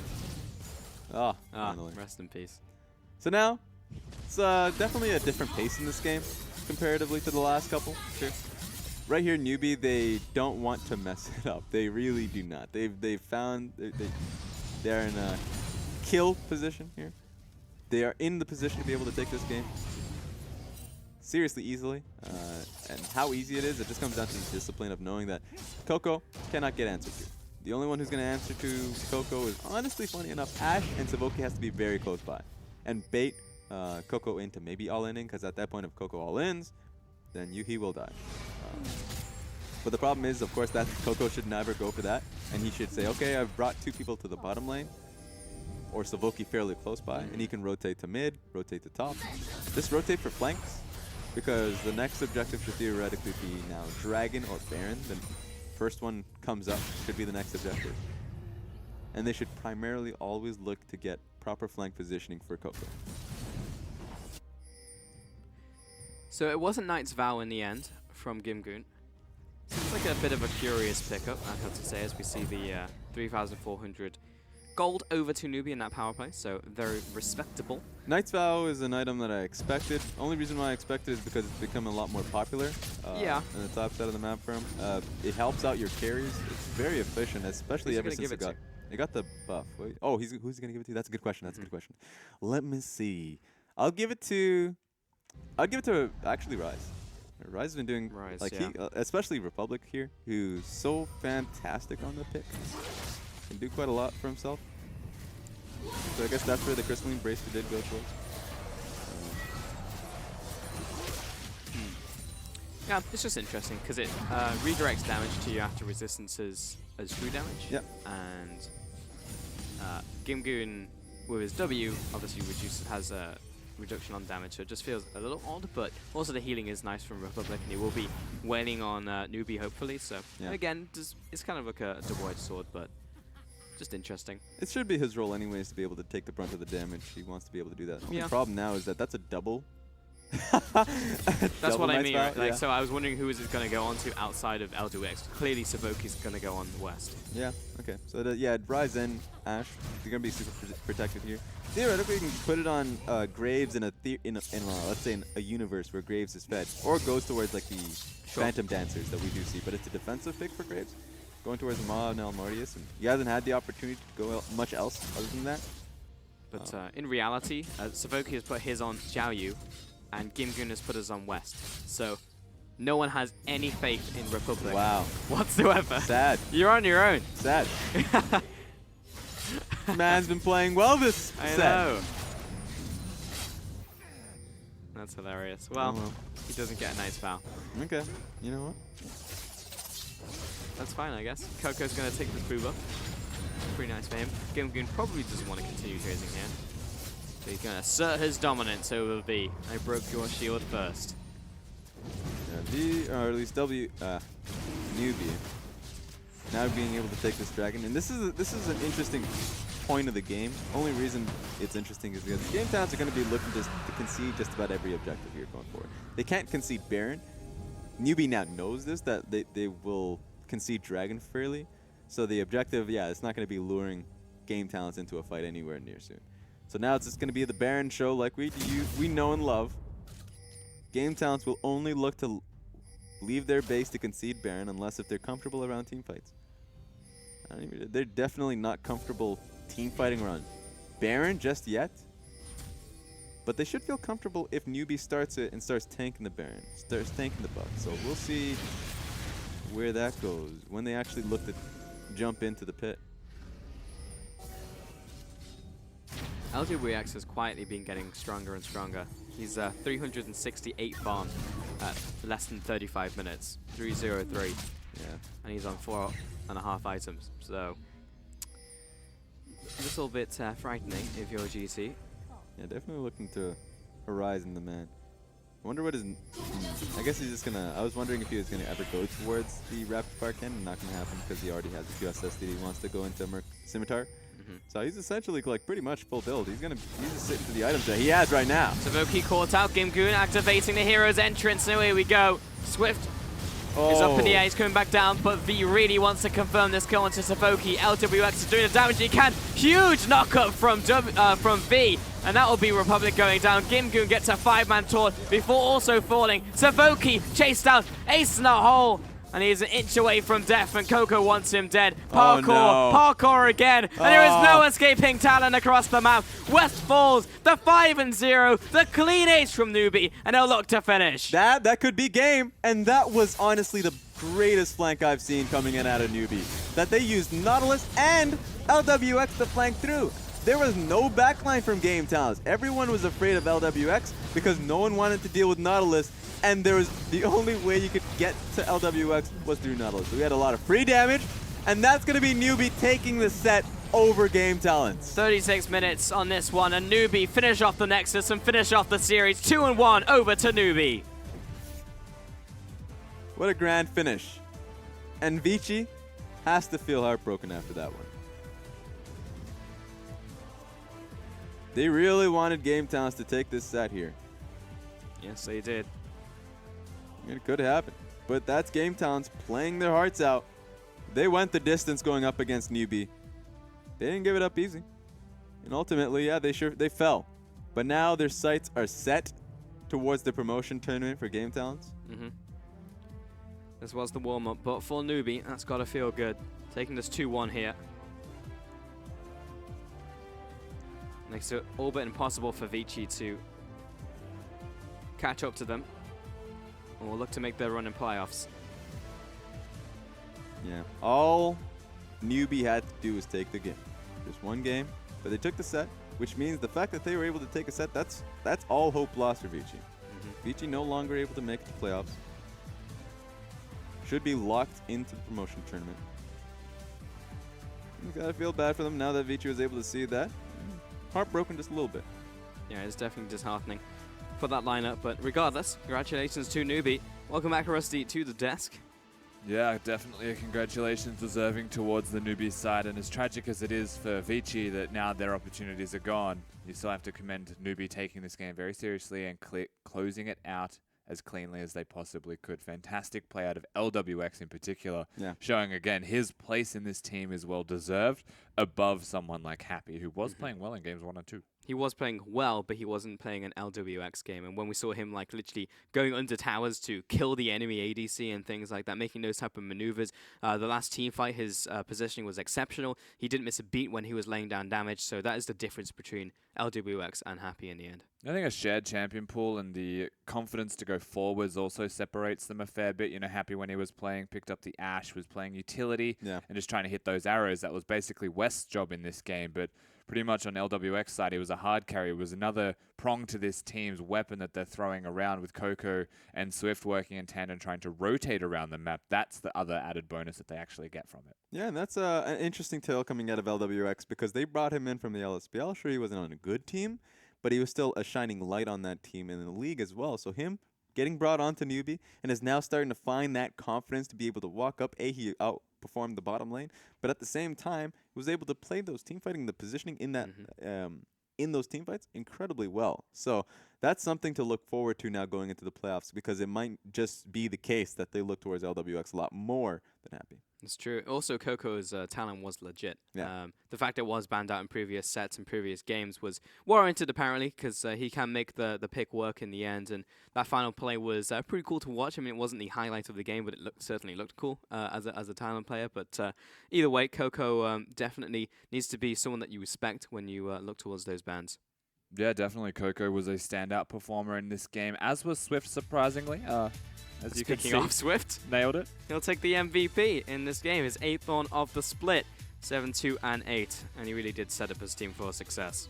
And that's the thing, Coco knocks it down. There was a lot of early invades in the jungle trying to pressure out Xiaoyu, and they were a duo. So realistically, you give Swift MVP, you still try and give it to both Swift and Coco working in tandem. Yeah. When they get advantages, usually it's NewBee as the entire roster. When Swift was by himself, he was actually getting caught out of position and dying more often than not, as he saw from a random Ash arrow from downtown. Yep. It was actually able to knock him out of the park. So there was positives to Swift, definitely a deserving MVP.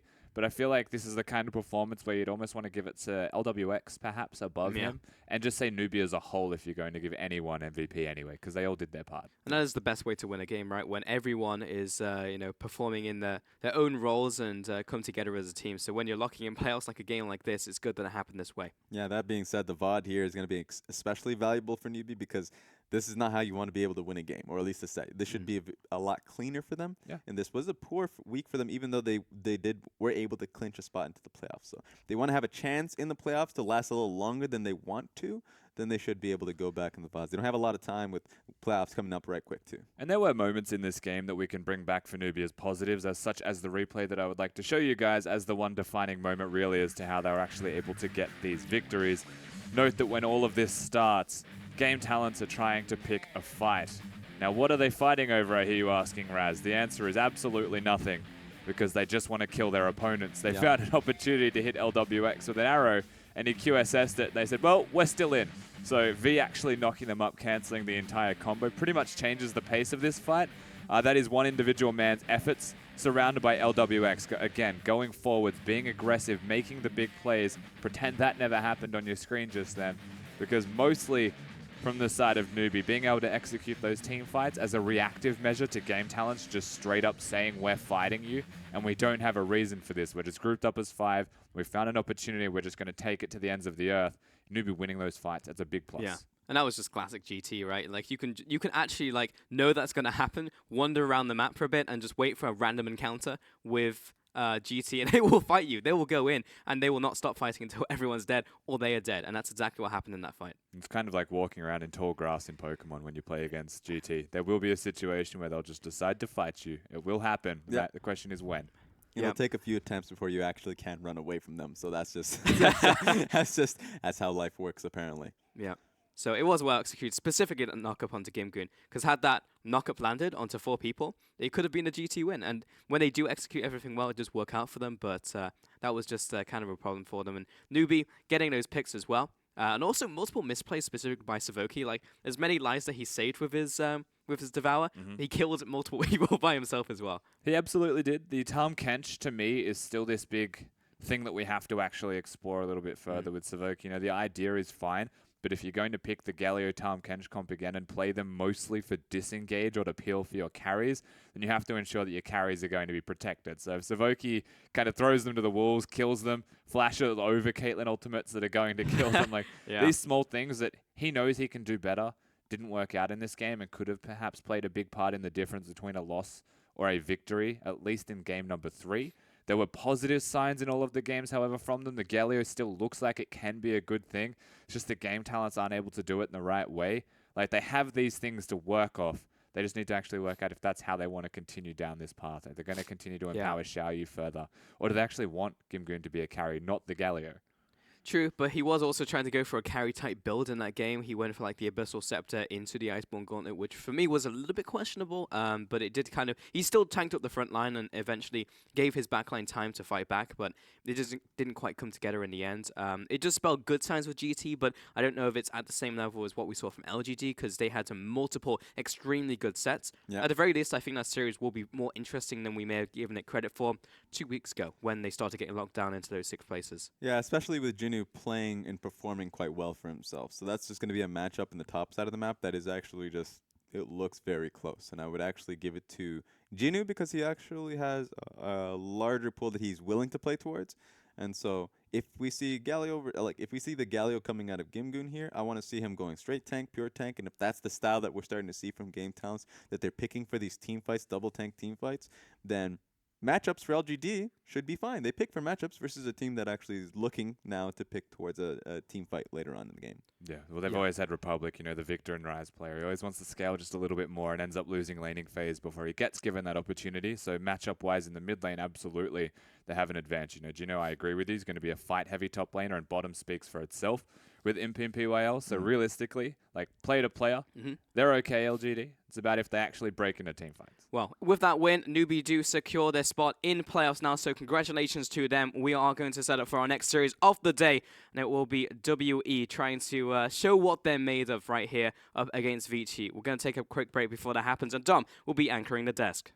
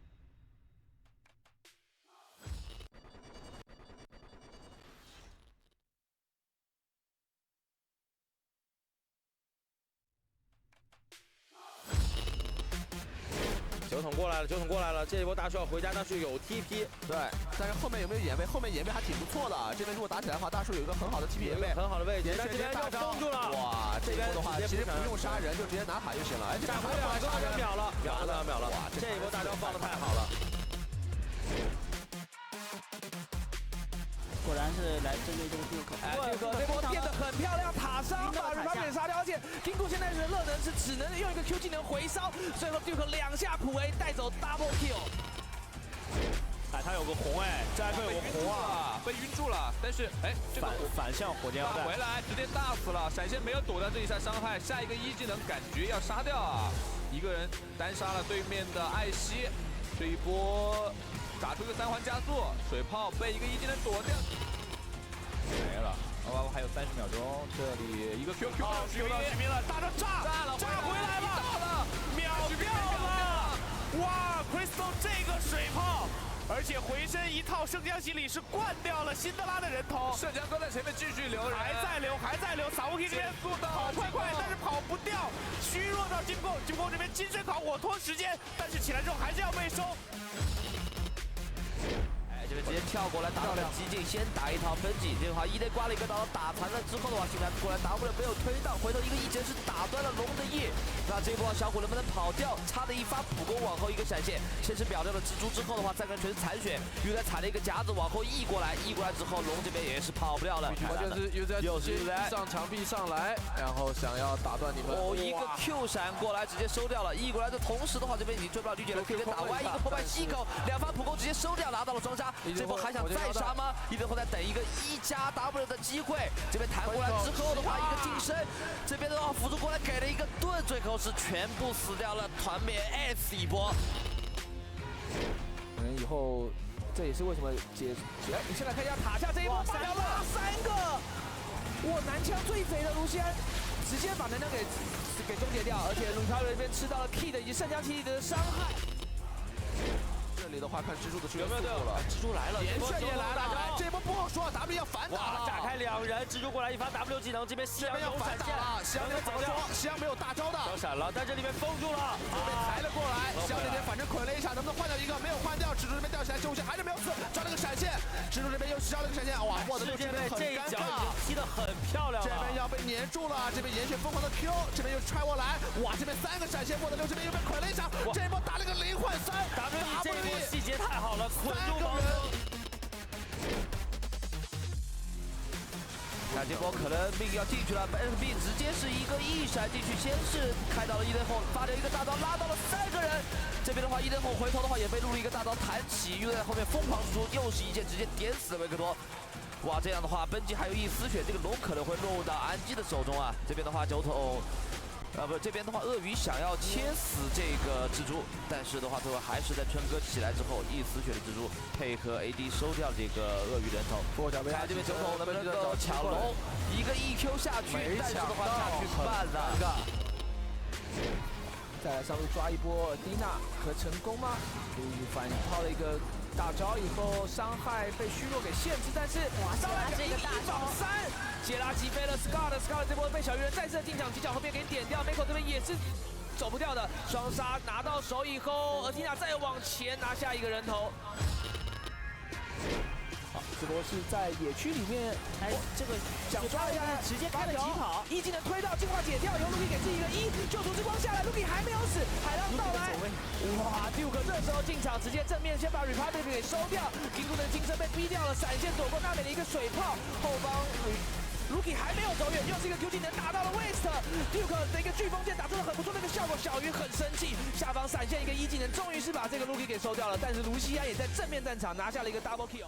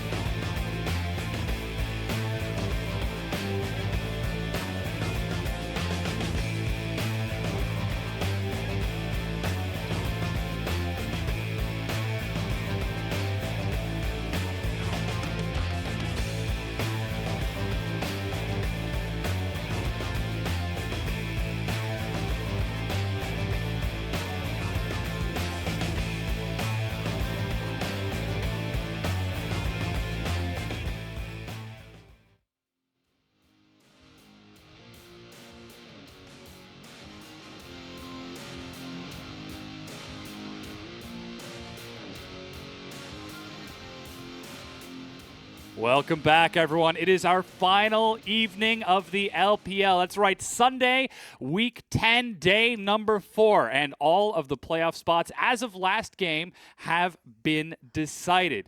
That's Vici Gaming locked into the promotion tournament. NewBee, with their successful win over Game Talents, have now claimed that 4th and final spot, which means that the remaining games for the evening are the ultimate decider for positioning within Group B. It's between EDG and WE, and it's time to find out which of those two are going to take it. Of course, joining me on the desk, Zach Rusty Pie and Indiana Frost Gear on Black. Welcome. And we said it before at the start of the day, but every single game matters today. It's always going to be important, even just for seeding. With WE playing now and EDG playing at the end of the day, it still determines who plays an extra best of 5, so it's definitely exciting. But ultimately, there are vastly different classes of opponents across from both these Goliaths here. It's the fact that it's Vici, who have nothing to lose, who are already relegated into that promotion tournament, and then QG, who are moving on to the playoffs, who are a much tougher competition. Yeah, and it seems like a bit of a callback to what we saw yesterday with Snake having to play immediately after they were locked into the promotion tournament. However, this is still a big showing for Vici Gaming. This will be the last chance we get to see them before that promotion tournament later this week, whereupon they will face their opponents. I believe the other 5th place team is Snake, and the winner of that will get to return to the LPL. So not all hope is lost. This is still an opportunity for them to look for growth and improvement, because Snake definitely looked shaky yesterday. Yeah, I guess the big difference, however, is that they're going to be playing against WE, not LGD. Yeah. And LGD had absolutely nothing to gain from that set themselves. They're already locked into 6th place, whereas WE is still fighting for 1st. Vici will have a lot to learn from this series, and they can 100% take this series seriously, even after they've been eliminated from playoffs, because they will still learn from WE, who are trying to win. Yeah, you always want to get a good warm-up, before you go into the promotion tournament to make sure that you auto-qualify back in.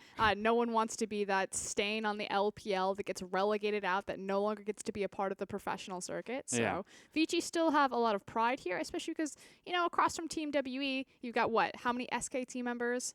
A lot. On Vici, who 3. don't 2 want on the team that. right now, 1 in the org. Yeah, there you go. That don't want that big X.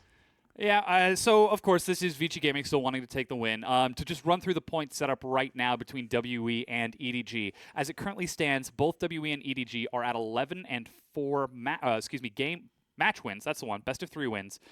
In games, WE is at 23 and 12, putting them at 11 points. EDG are at 24 and 13, putting them also at 11 points. But currently, EDG are in 1st place for now because they hold the head-to-head against Team WE. And that's the big thing. It's the fact that head-to-head is the 3rd determining factor here. So it goes score, then points, then head-to-head. So the only scenario that we have is EDG and WE both want to 2-0. And if WE go 2-1 and win or lose here, that's the big red flag for EDG to, rocket off the finish line. Yeah, that and if WE go 2-1, they manage to beat Vici, and then EDG still go 2-1 and manage to get a victory. The only thing EDG need to do is match WE. There's no situation where they have to do better than them. They just can't do worse than them. Just do the exact same level of skills at them. But WE want a 2-0. They don't want to give any extra breathing room for EDG. Yeah. It's all about coming out hard and fast and trying to beat the pace of a Vici Gaming squad. Yeah, so you can actually see Vici on your screen right now. This is a very different look we're seeing from these players compared to how we saw Snake yesterday.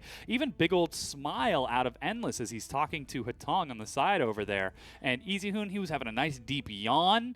Seems like they might be in a much better mental state compared to Snake. And it's Endless starting over Xuan P. So that's the big thing for me. It's the fact that we saw Xuan P when it mattered most, when it kind of backs against the wall for Vici. Suddenly, it's Endless and Hatong. Yeah, but running through their opponents first up, it's WE. 957, Kandi, Xie, Mystic, and Ben making the return. Of course, no surprises from WE. They've kept the same roster, pretty much all split after week 1. And across from them, Long, Bengi, EasyHoon, Endless, and Hatong. So looking for more of that utility AD carry or Ashe versus their Kog'Maw-oriented player in Xuan P. Yeah, and with Vici Gaming, looks like they're actually starting on red side by just going through the order here with that sort of pick priority. We know WE has prioritized red side in the past. Could this be an opportunity for them to early rotate that bottom lane? And just sort of focus early on, like, hey, we know EasyHoon's going to be fine, we know Bangi's going to be fine, or do they focus on getting Long ahead? I don't necessarily think it matters much for WE. If you have Mystic and Ben there, you're looking across from Endless and Hatong, and even if they play at their best, like, Mystic is one of the best AD carries in the league right now. Ben is a phenomenal support despite the fact that he's a rookie status this split, so I think they just flex on them. Okay. Well, we'll definitely keep an eye on that pick ban. I find it pretty hard to disagree with that. WE just have an advantage. When you run through the roster of the players, right, there's an advantage in pretty much just the bottom lane for WE, but that is the biggest advantage that you'll have across the entire map. Thankfully for Vici, they've got EasyHoon to play up against Xie, who has been in form. And they've got Bengi, obviously, to play against Condi, who has been quite hit and miss, and could be a position where Vici might actually get themselves a lead. Yeah, and this could be something that's a little concerning for WE fans. When they played against NewBee earlier this week, we saw some of those same issues cropping up between 957 and Condi. But we then also need to talk about the sixth man on the field here, and it's actually going to be the coaches. So Coach Home behind Team WE was the former coach of Vici Gaming. He knows those players inside and out. He drafted for them for a year. So if there's going to be any time that Team WE can exploit a team in draft, know exactly where they want to go with denials, it is at the helm of Coach Home. And if there was one thing that Vici did have going for them last year through another lackluster season, it was their draft phase. They knew what EasyHoon wanted to play. They empowered him to try and be a big carry for the team. Yeah, and speaking of empowering EasyHoon, this man has been really showing up. His Orianna has been pretty stellar now that he's actually aggressing with it. We've seen him play Vladimir for some excellent flanks, and when you put Long on the likes of Kled so that he can come in from the opposite side, things have been looking good for Vici Gaming despite this. I feel like every player that's been showcased on our screen right now is just like heads down yawning. Everyone looks tired. EasyHoon's like stretching, he's yawning. Mystic, it even comes to him, and he's supposed to be the guy who's alert right now. Although there is a funny nickname. When Zero used to play on the team, they were called the Sleepy Korean bottom lane because Zero and Mystic would always be late to scrims. Just waking up a little bit late before they get ready? They're just a little bit slow on the uptake. Well, they're certainly not slow in game. Very exceptional players, and we're hoping to see them continue with a fast performance in this best of 3. He doesn't realize he said that about Team WE. Now you just cursed us, Dom. It's going to be 45 minutes. See you at 60. Literally in my notes right now, I have Fantastic. This game can go to several hours. This Good could be a luck. long set. But we've entered into Pick and Ban. Frosco, thank you so much for your analysis. Rusty and I will take to the cast for this. And as you can see, it's Kog'Maw taken away from Endless. And again, Bengi's Ivern and Lung's Camille stricken off the board, along with 2 jungle bans. Condi's not going to get the opportunity to hyper carry right away. Do WE continue to prioritize Elise, as they have before? With Rengar, Graves, and Ivern removed from the board, it's a fair decision to prioritize the Elise. Condi's Elise as well. Always an aggressor when he does play this champion, and gives a lot of availability for WE to have winning lanes and an invading jungler, or to, I guess, work around a losing lane to make it start winning early. Now Vici Gaming get the chance to answer back. Looks like they are prioritizing the bottom lane for Endless and Hatong, as that's Karma locked in along with Caitlyn, though we could see that flexed. EasyHoon has played that Karma before, perhaps taking a page out of Doinbee's book. Or Xie's book. Yeah, Hatong, let's see, taking a look at his stats. He's actually played it the most out of anyone on Vici. Which is a good thing, because he's the support, but it is still going to be a flex for them. You're absolutely correct. It does mean that already, looking at the bottom lane 2v2, they have push priority. They have a winning 2v2 lane. Doesn't actually matter what their opponents are going to be. You'd expect a Nami Ashe to be the 2v2 down there, but the fact that the Karma can flex at any time means they might want to deny it. Yeah. Interesting to see if they would go for that top lane. Yeah, 957 is going to lock in Kled, picking that away from Long.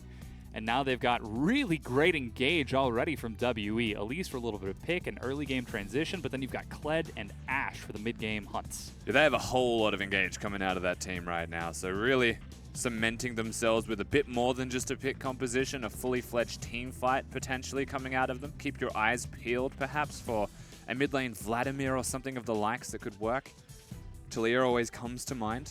The ability to dive turrets. Yeah, we don't see any mid laners just yet, unless that Karma is going to be flexed towards the mid lane. And as the clock runs out, Vici Gaming looks like they are going to target that Nami that you were talking about for Ben. He has been huge on that, but we've also seen him come up with great performances on the likes of Thresh as well. So with Vladimir now banned away from EasyHoon, that is now a Lulu ban away, so further limiting that bottom lane pool. Yeah, you don't ban Nami without banning Lulu. That just wouldn't make a lot of sense. There's not a lot of support champions up, but Ben's a very good Thresh player. We have to kind of keep our eyes peeled towards where WE want to go with their support of choice. They have the Ashe, so they don't need to pick a Tahm Kench. Ooh, Renekton banned away. So just limiting those bruisers. Lung could take a look towards the likes of Rumble, perhaps, as he knows he's going to be taking it into a Kled. Yeah, Renekton's your standard pick into the Kled usually also. Both go forwards, it's super snowbally, but Renekton holds his own, especially with sustained damage that you can output. Yeah. Kennen also makes a lot of sense, just much easier to trade that ranged energy-based champion against the likes of Kled. Much better sustain in the attrition of top lane. Absolutely. If you want to go all in on the counter pick, you commit to a Fiora. If you want to have something that can split push and team fight perhaps a little bit better, then you go towards the likes of the Kennen. Still haven't seen whether or not that Karma's going for mid or support, though we do have an inkling it's going towards Hatong. With that, it is a blind pick LeBlanc out of Xie in the mid lane. He has been stepping up, and while his game number 1 against NewBee looked a little bit shaky, he more than made up for it in game 2 and 3. And this is the obvious pick for the support position also. Acknowledgement that the Karma Caitlyn lane would still be able to beat a Malzahar, you'd have to expect when level 6 comes around. Regardless of which support they go towards, things do change here. For the side of W, once they get the Ashe, able to come down, you know, teleports are always going to be a factor. Thank you for almost faking my point out, Ben. I got you. Gives it the old switcheroo as Malzahar is now locked in. So that's Ashe Malzahar against Caitlyn Karma. EasyHoon locks in Rise in the mid lane. And now we get the chance to see how the compositions finally shake out. WE looking really strong with a lot of engage, a lot of team fight. Vici Gaming set themselves up for something pretty similar as well. Yeah, there's a fair amount of single target from WE. That's my only major concern looking at the finished team composition. You know, Kled will always acquire 1 target, Bear Trap hits 1 target, Malzahar ulti, LeBlanc with chains and burst, Ashe with the arrow, Elise with cocoon. All of these things will absolutely destroy one single person. But really, if you are EasyHoon, you'd consider just running cleanse and pretending that none of it matters too much. AD carries will go QSS. You may even see Mikhail's out of the Karma to try and keep your team alive and let them prolong the team fights, because once all of that single target is gone, you've got a team fighting composition on the opposite side that will be able to wreck you. Yeah, and the question is, can Vici Gaming make it to that point? We know that they have excellent early game. Their transitioning towards mid game has been improving over time, and their late game has also seen some strides. But we're still not quite at the level that we would like to see out of a team like Vici Gaming with 2 SK Telecom World Champions on their roster and another one standing behind them in the organization. Yeah, look, if they hit a promotion tournament, they definitely weren't at the levels that we expect from them or want to see from them, but they did get better as the split went on. I don't know if it's Team WE amounts of better. I think that's a pretty big stretch, but it really also depends on which Team WE shows up to play, because when you look at Vici against WE as a style matchup, we could absolutely go to that 60-minute mark, as you mentioned before. But we might actually just finish the game at 25 minutes with an easy victory for Team WE. Because if they play hard, they play fast, they outplace Vici, usually that's when they have no response. Yeah, and on the contrary, looking at the likes of Vici Gaming, this is not a team that plays hard and fast. If you see someone aggressively flash forward, it is an outlier, something to be celebrated and redeemed for them. So we're expecting a bit of a slower set from Vici Gaming, but perhaps WE with Ashe, Malzahar, LeBlanc, and Elise can bring us to a 25-minute match with how quickly that snowballs if it gets ahead. Yeah, it snowballs pretty hard. The crazy and really scary thing about playing against Team WE's comp is that they will dive you, and it will not actually stop them at all. They will not be deterred by turrets. They've got an Elise, they've got a Kled, and they've got LeBlanc, who is super mobile. So they will 100% go under that turret and destroy your life.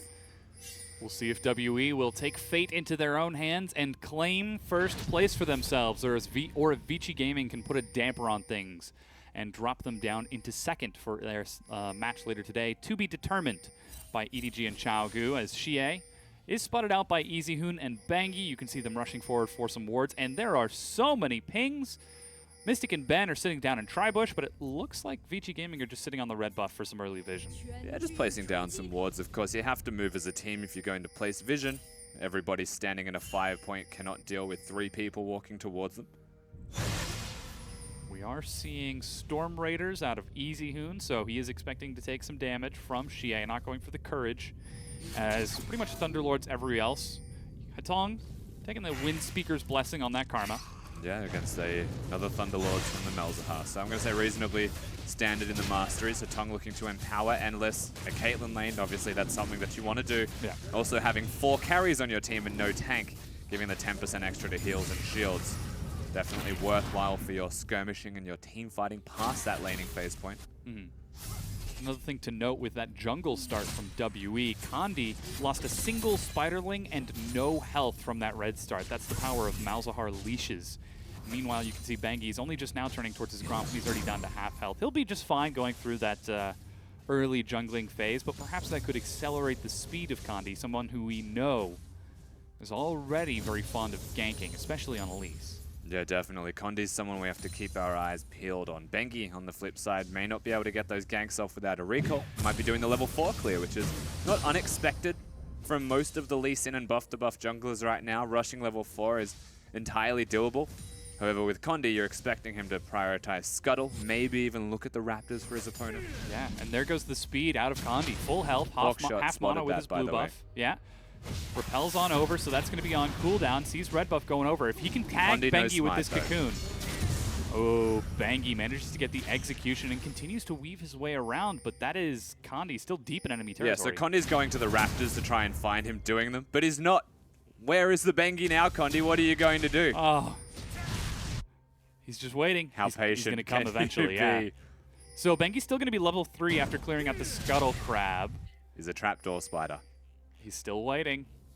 Oh, come on. Condi's not that patient. Goes for the quick smite, steals away the large raptor. Is he actually going to finish off the entire camp here? Sonic Wave finds him. He's got his Repel off cooldown, but already gets chunked out by the burst. Oh, and misses the auto attack onto this tiny raptor as well. Condi basically just showing that he really does not care that he's going to take damage for that trade. He steals the camp away as the experience that he wanted to get for himself. And compared to the Scuttle Crab, you know, there's still a lot left in his own jungle here, Condi. So he will have a slight edge, at least in terms of camps and CS that he's able to secure for himself. Doesn't mean a whole lot this time around, but the information is going to be super valuable. The other important thing to take away from that is Xie had the push. Yes. He was able to rotate, and he is the reason that Bengi does not commit all into a kill. Yeah, that very fast recall and a deep control ward. I really like that. So he's got Dark Seal and Corrupting Potion for a lot of sustain against this Thunderlord's rise. But he also got that super early recall for Vision on Bengi. We've seen so many teams prioritize tracking Bengi early on, and it seems like it often yields rewards, but that one time he slips out of Vision, he almost always is able to make a gank happen. Is it worth investing that much? Teleport on your LeBlanc, who, sure, it's something that definitely works later, but that super early recall as well? Or is that just opportune strategy? Specifically for teleport on LeBlanc, not tracking Bengi, Xie does it 100%. Like, he is an assassin teleport. He'll run Zed with teleport. It has happened. Okay, yeah. He's just one of those guys. He used to play Diana back in 2015, I think it was, and would go teleport. Just 100%, that's just a Xie thing. In saying that, when you're placing Vision trying to find Bengi, if it works most of the time, then obviously it's a proven and sound strategy to execute on. But the one time it doesn't work, it just means your vision's incorrect, not that the strategy is wrong. Gotcha. And with this, we're actually seeing Bengi invade the Raptor camp. He's spotted out now, but push pressure from EasyHoon prevents Xie from collapsing, and because of the creative pathing, walking down lane instead of through his own jungle, Bengi's able to get in and get out, stealing that camp away. And that's a good ward on the Krugs, looking for where the Lee Sin's going to be. If he's not at the Krugs throughout the duration of that ward, which they should be respawning in I think during the timing out of that ward, then they know he's going to be on the bottom side of the map. So they get indirect knowledge by placing Vision like that down, Team WE. And we're getting closer and closer towards that level 6 point, which is where Vici want to be indefinitely. As the WE, to be fair. And you can see Hitong right now contesting this Vision just a little bit more by going for a quick roam, knowing that the bottom lane of Mystic and Ben opted for an early recall. And Endless was able to do the same. So even CS in the bottom lane, taking stock of all of those lanes now that we've looked at the early jungle pathing. It's pretty much even everywhere, as is expected. Long is slightly ahead, though 957 will catch that wave as it slowly crashes in. And that's the matchup too. Condi is making his way up there just in case there were to be a dive. I guess the one curious thing about this is, as Condi is coming in, 957's gone for 2 different variants of the Dorans. It's not efficient to stack shields. And he didn't have enough money to buy a Phage, it seems, but he wants the Doran's Blade more for the health and damage, not just to go for a longsword or a health crystal. Condi knows Bengi's doing this, and he's ignoring it for the gank top. Long is level 6. There's a quick level 6 takeover from 957. First blood with the burst. That was actually fantastic out of 957 and Condi. Communication towards hitting that level 6 point. Condi gets experience from it, so no longer behind Bengi and his jungle opponent. And 957 will get a very much lush, I don't know the word, a lot of minions. He's getting a lot of minions. He's going to be pretty happy with all of that CS that's crashing in. Still slightly down, but he'll certainly be able to catch up over time now that he's got that extra gold. You do. That's weird. And, yeah, no, anyways. 7, I was actually thinking and going down, like, who does say Lush? I don't know, actually. I think it's actually the name of a makeup store in Australia. Yeah. Blue buff going to be passed over to EasyHoon as the blue for Xie will be respawning soon. He's already gone through all of the charges on his corrupting potion, so a slight health disadvantage in that mid lane. Meanwhile, in the bottom, it's Bilgewater Cutlass versus Vamp Scepter and Boots for Mystic, so slight experience lead for Endless means he's level 6 first, so there's no aggressive level 6 from Mystic and Ben just yet, but they do have that window, level 6, level 7. I guess the other important thing for Lung, even though he did go down in that top lane, is that he didn't waste his flash. He just died. There was no accidental flash as an afterthought when he was already dead. The gank was solid from WE. They get an advantage towards the jungle with Condi taking the gold, and there should be very few situations with which 957 will now find himself dead, but he's got the teleport. Condi's now got the moving vision around the map that should actually be able to impact further. The question is, where do they want to go? And when they've got the Ash Arrow ticked over to 6 now with the Malzahar ultimate, usually you'd just say they're going to go bottom lane, but in saying that, if they can unlock Ben and throw an arrow somewhere else, it's just as viable a strategy. Yeah. That bottom lane is now all ticked over to level 6, so you can see Endless and Hatong are playing very safe under their turret. 957 is letting this wave push up as well, as he doesn't have any vision of Bengi. The only vision that they have on that side of the map right now is the control ward that Xie placed with his first recall. So very defensive setup. You can see how Ben and Mystic are moving into the river as a unit with this lane pressure. Using the control ward as well to feign where the jungler is going to be. If Condi's invisible, Vici are afraid. Look how carefully they are going to navigate themselves through this bottom lane. Just to try and get all the CS they can, but not be at risk of dying. They're just assuming, you know, someone has to be here. They're about to see Condi, and this is where you might expect them to suddenly go forwards a bit more. Yeah, Mason Hall tanked by Mystic. He's going to sustain. One control ward cleared out by Condi. Oh, he's actually got to turn around and finish it as Xie leaps in. Bengi is right behind him, though. And will now see that Condi is in here, drops a ward. They're going to try to burst him out before there's any follow-up from Xie, and Repel stalls away the fight. Arrow! Just misses. Yeah, I was excited by the arrow. Yeah, definitely just misses. EasyHoon actually outright winning these trades in the middle lane, using his shields well, saving his summoners. Condi is the only differentiator there, being able to get the gank off, now roaming around with Ben. Yeah. This is that potential dive threat. That's a teleport ward. It's always going to be able to be used down there with a Kled. And that's exactly what you were talking about, unlocking that support. Now the minion wave pushes back in, and he's right back in lane just in time to help Mystic out. So they're currently watching Hatong trying to recall. He's on a ward. Disregard the trade mid. This is important. If Hatong ever leaves Endless alone, he is dead. Yeah. Just the information they get from him recalling on a ward Flash is a suicide wish. Bengi might actually be looking for this dive here. Flash, snare, Condi's there as well, and the Sonic Wave connects. Bengi with the point-and-click Q. You have to feel bad for Condi there, unfortunately. It was a really good gank out of Bengi, and EasyHoon again empowering the snare duration. EasyHoon knows that there's enough damage out of the Lee Sin, but the Cocoon was there in an attempt to interrupt the resonating strike out of the Lee Sin. Would have cancelled the damage, actually would have gotten the Lee Sin killed too. So tragically for WE, there is no turnaround trade. But fortunately for Vici, the execution is sound. They get it done. Yeah, and that's now the teleport ward down in the bottom. Looks like that's Xie. They've still got teleport for 957. Not sure if it's been spotted yet. Condi's making his way down. Mystic is there. That's the aggression onto Endless. Can they kill him first? They can. Ben is going to die under the turret in the meanwhile. They're trying to burn through Hatong. He's kiting it around and dealing damage. It's a double kill for Xie. EasyHoon sitting on Realm Warp, but is deciding just to hang back instead. And remember, that's one of the teleports. As they are trying. There's the second. Yeah, Mystic is now getting some damage. It's being answered as Condi looks to get in. Flash dodges the Cocoon. Realm Warp is going to zone it out, but Long stuns 957, who goes back in. Long is so low, but Flash is back. As Scarl runs for the hill, so too do WE. EasyHoon and Bengi are still looking for opportunities to go in. This is risky if they commit to that. Remember that Cocoon can cancel the damage out of the Lee Sin. So WE, they bring down one teleport, the advantage they've got over the middle lane.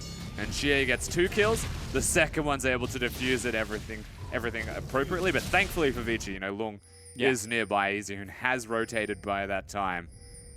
And so it diffuses and fizzles out. Still an advantage to WE with the first teleport. Yeah, we do see the swap as Endless heads towards the mid lane. Very early finish, Blade of the Ruined King. Mystic with his own recall will get one of his own. But this is now Infernal Drake being picked up by Vici Gaming as they answer the aggression to WE. And it is, all in all, very even in this game. And just to get back to that, EZHoon flash snared as Bengi tried to dive. He's taking a little bit of too much damage here as he hops over the wall.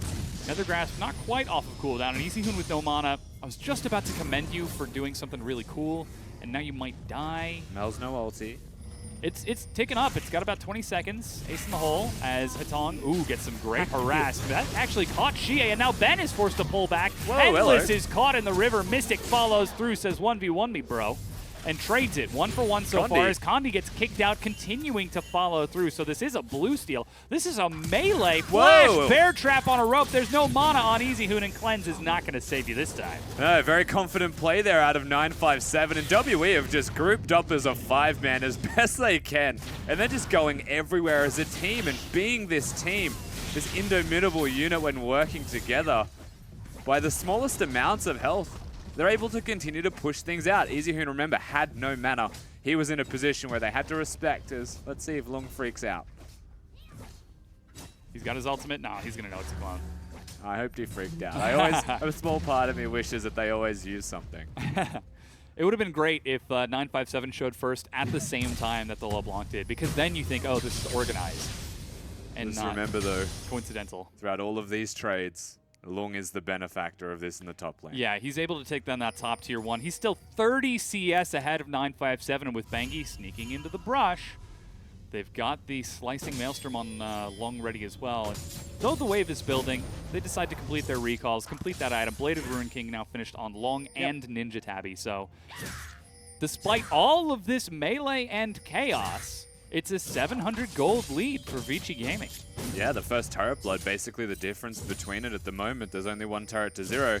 They could have tried to get a kill on 957. Bengi was in the right place to get one off, but they decide that all of the money for Lung was worth spending. He'll go to a camp, he'll have another look. However, Condi is thinking the exact same thing as Bengi right now. Bengi is left to do his red buff. Yeah, they're both hanging out top lane. No, he hasn't. All right, here we go. Lung. You would expect Lung wins this. He's sitting on his ultimate still. Level 11. That's level 2 of the Slicing Maelstrom. He's hanging so far back from this brush. It all depends on the cocoon. He's inside. He's going to be tagged by the charge, but Bengi is going to show up and immediately ejects 957. Xie follows with the flank, and Bengi is the one who dies as Condi drops down. Lung trades 1-for-1 and tries to turn it into a 2-for-1, but he will be the one that goes down. 2-for-1 WE. Xie's here. That's actually just the difference. If that 2v2 were to continue to break out, you saw Condi's health bar before the LeBlanc shows up to play. And so by getting 2 extra kills onto this LeBlanc, they have a massive mid laner, WE. And thankfully, small micro things are able to keep the Elise alive for long enough to have the reinforcements, to have Lung actually commit to just trying to get a trade and get a kill. Granted he does, it's not going to be enough realistically, as with those kills, the pressure that mounts, the extra CS and gold they've garnered should get them a little bit more. Also effectively neutralizing that Kennen advantage for just a little while, getting 957 back to even footing now that he's got a kill and those 3 assists. Should be close to even in gold with Lung, despite that solo turret gold. Meanwhile, in the bottom lane, Mystic has finally been able to catch up to Endless with a 10 CS lead of his own. He's getting bigger and bigger as time goes on. So small detail, as a support player, you just watch the Karma ward the brush. He now has no wards left. Condi immediately knows. Yeah, turns it right around onto Endless as the arrow is launched from outside of vision. Condi collapses. That's an easy kill. And you have to think that's just a fundamental mistake from Vici, honestly. If Hatong's going to place a ward to see if the Malzahar's in the bush, they have no wards left. You can't afford to stay in that lane when you have no vision of the Elise, because you're at risk of dying. Ooh, an excellent decoy catches the Sonic Wave, and Bengi dies. Outplayed by Xie. Maybe he just needed to warm up, or maybe he wasn't ready for EZHoon, but he is showing up against Bengi. I think it's safe to say that either way, Xie has showed up to play, and they're not done. Oh. EasyHoon panic flashes just in case Kandi were to launch an amazing cocoon, maybe not knowing whether or not Mystic has the arrow. Ben also has ulti. Yeah, he's going to start clearing out this minion wave. And as for, they're pressuring this mid tier 1. Lots of clear coming out from Hatong. EasyHoon trying to get up to those minions. But meanwhile, bottom tier 2 is being pushed by Long. The mid looks like it's ready to fall, however. The minion wave gets cleared out. Do they stay for another? Yeah, so Ben's flash just came off cooldown. That is a big engage tool guaranteed now for WE as we get to watch this again. Remember, uses the clone, blocks the sonic wave. That is basically what gives him the kills alongside the second chains connecting. Shie's Gunblade gives him most of his health back after these poor trades too. LeBlanc things.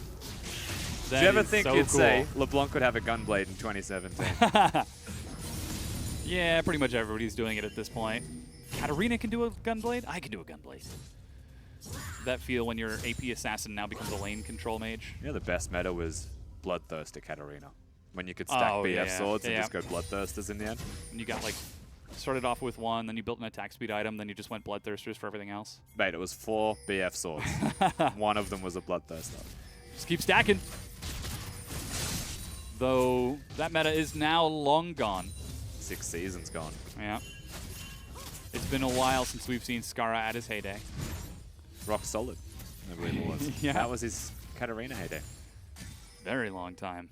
You know, I played against Rock Solid in tournament. Have you? Yeah. And did you beat him? Absolutely not. Oh, I remember you telling me this story as Long, once again, holds his cool. They're bringing EasyHoon over there as well, so they might try to force 957, but he's just running for the hills. Sees the Realm Lord, flashes over the wall. Long looks to follow up, and he does escape from Slicing Maelstrom. That's Skarl dropping. And manages to proc 1, 2, 3, gets the stun. EasyHoon follows through, so they manage to get the kill. But meanwhile, that's mid tier 1 and bottom tier 1 dropping to the secondary pull. And Long's 500th kill here in the LPL. Congratulations to him. Yeah, there you go. Long actually picks up another kill for himself, but unfortunately, whilst we were watching that happen, WE are winning the game. Are winning the actual game. Yeah. So they're continuing. As a Vici, now we're just suddenly in a base race. Yes, one of these base races has defenders though, as the bottom or top tier 2 goes down, and so too does the bottom. Caitlyn decides to hang back along with Hatong. They don't want to risk anything with that Malzahar, and the turrets are traded. And this does just mean that WE will get another Ocean Drake as their consolation for trading the exact same amount of things. The question is, you know, we're at 20 minutes in the game. Baron should not be something that we realistically look towards. However, you've got 2 Blade of the Ruin King users on the side of Vici. Soon to be apparently a Trinity Force on Long. Not too sure. Actually, it's not. It's a Zeal. They changed the build. No longer a Stinger. However, they can do Baron incredibly quickly with a cannon and a Caitlyn present. You know, that was something that I never got about Trinity Force. Zeal is technically 2 blades. So it's 4 items that go into the Trinity Force. Yeah. I always count Zeal as 1 blade, really. Well, sure, it takes up 1 item slot, but even look at the photo. It's a... Anyways. X marks the Trinity Force, but not this time, because Zeal now does not build into that. And now that we've reached the 20-minute mark, Vision is immediately swapped over from Vici Gaming. They slowly but surely find themselves losing out in these trades against WE. They're still very proactive, but they need more than just being proactive to win this game. And you can see immediately where all the vision control and pressure does actually start to go. Top laners head towards the bottom side of the map. Acknowledgement that the Baron pit, or at least that area of the map, is the most important right now. However, if you're Team WE, you have objectives to take on that side of the map. You've got the top lane outer. Your bottom lane can freely and happily go to this lane and catch the long lane of farm, and you'll be supported by your team. But that's not the win condition of Vici, as you can see. Ooh, Long is going to try to dive this as Xie looks for a solo kill, but finds himself on top of a Realm Warp. Flash gets him away as Long kills 957. 501 he marks in his notebook. Yeah, might have wanted to get a little bit more resistances there. Unfortunately, 957 just takes it out 1v1.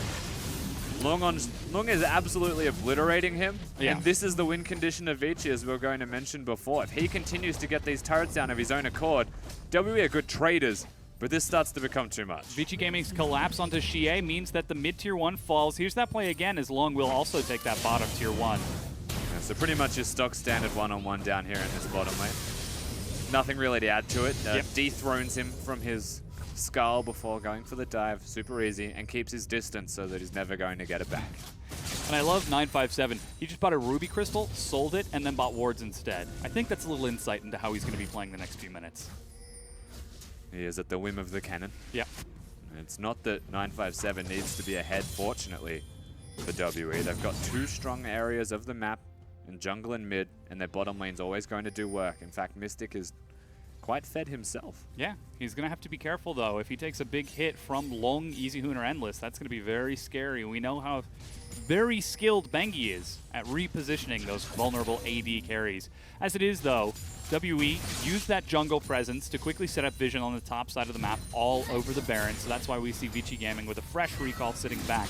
Xie's hanging out bottom and might be looking to upset the balance between that one-on-one, though. Yeah, remember, having the double teleport as an advantage means they can 100% do this. I think they know. I just have this inkling that they know Lung is in this bush. Ooh. Does Lung want to? 957 walks on back. I guess not. Yeah, and Lung just plays it safe. So that's very clever from Lung. You have to actually give it to him, not knowing where Xie is, knowing that they've got the 2 teleports. They can come down here and destroy him and then just be happy to go over to Baron as the objective. It means that Vici can't trade for a free kill that might go over to WE. So plays the patient game, plays it like the smart player that Lung is showing himself to be as of the last couple weeks. Now the only person who needs to finish pulling their weight is the bottom lane from Vici Gaming. Endless and Hatong need to show that they can. As they set up just outside of Vision. Bengi's the target. Arrow catches him as 957 races in, teleport, but they're targeting Easy Hoon. He flashes back, but the chains lock him down. He still dies. Bengi leaps away, but will die to the nether grass. Meanwhile, Long is going huge. He gets 1 and stuns the rest of them, but he has no follow-up as Endless will kill Xie. So it is 3 versus 3 when it's all said and done.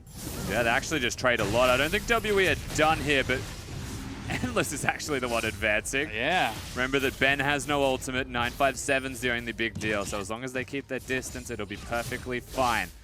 Xie, unfortunately for him, did not have a zone used to dodge the Caitlyn ultimate. He was in the back line. And that was so big from Lung. He is hard carrying Vici right now.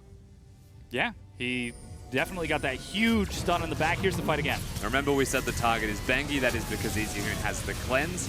And so because he can distance himself after the cleanse, WE have to flash forwards to try and lock him down. Where is the ultimate going to be to save people from Lung?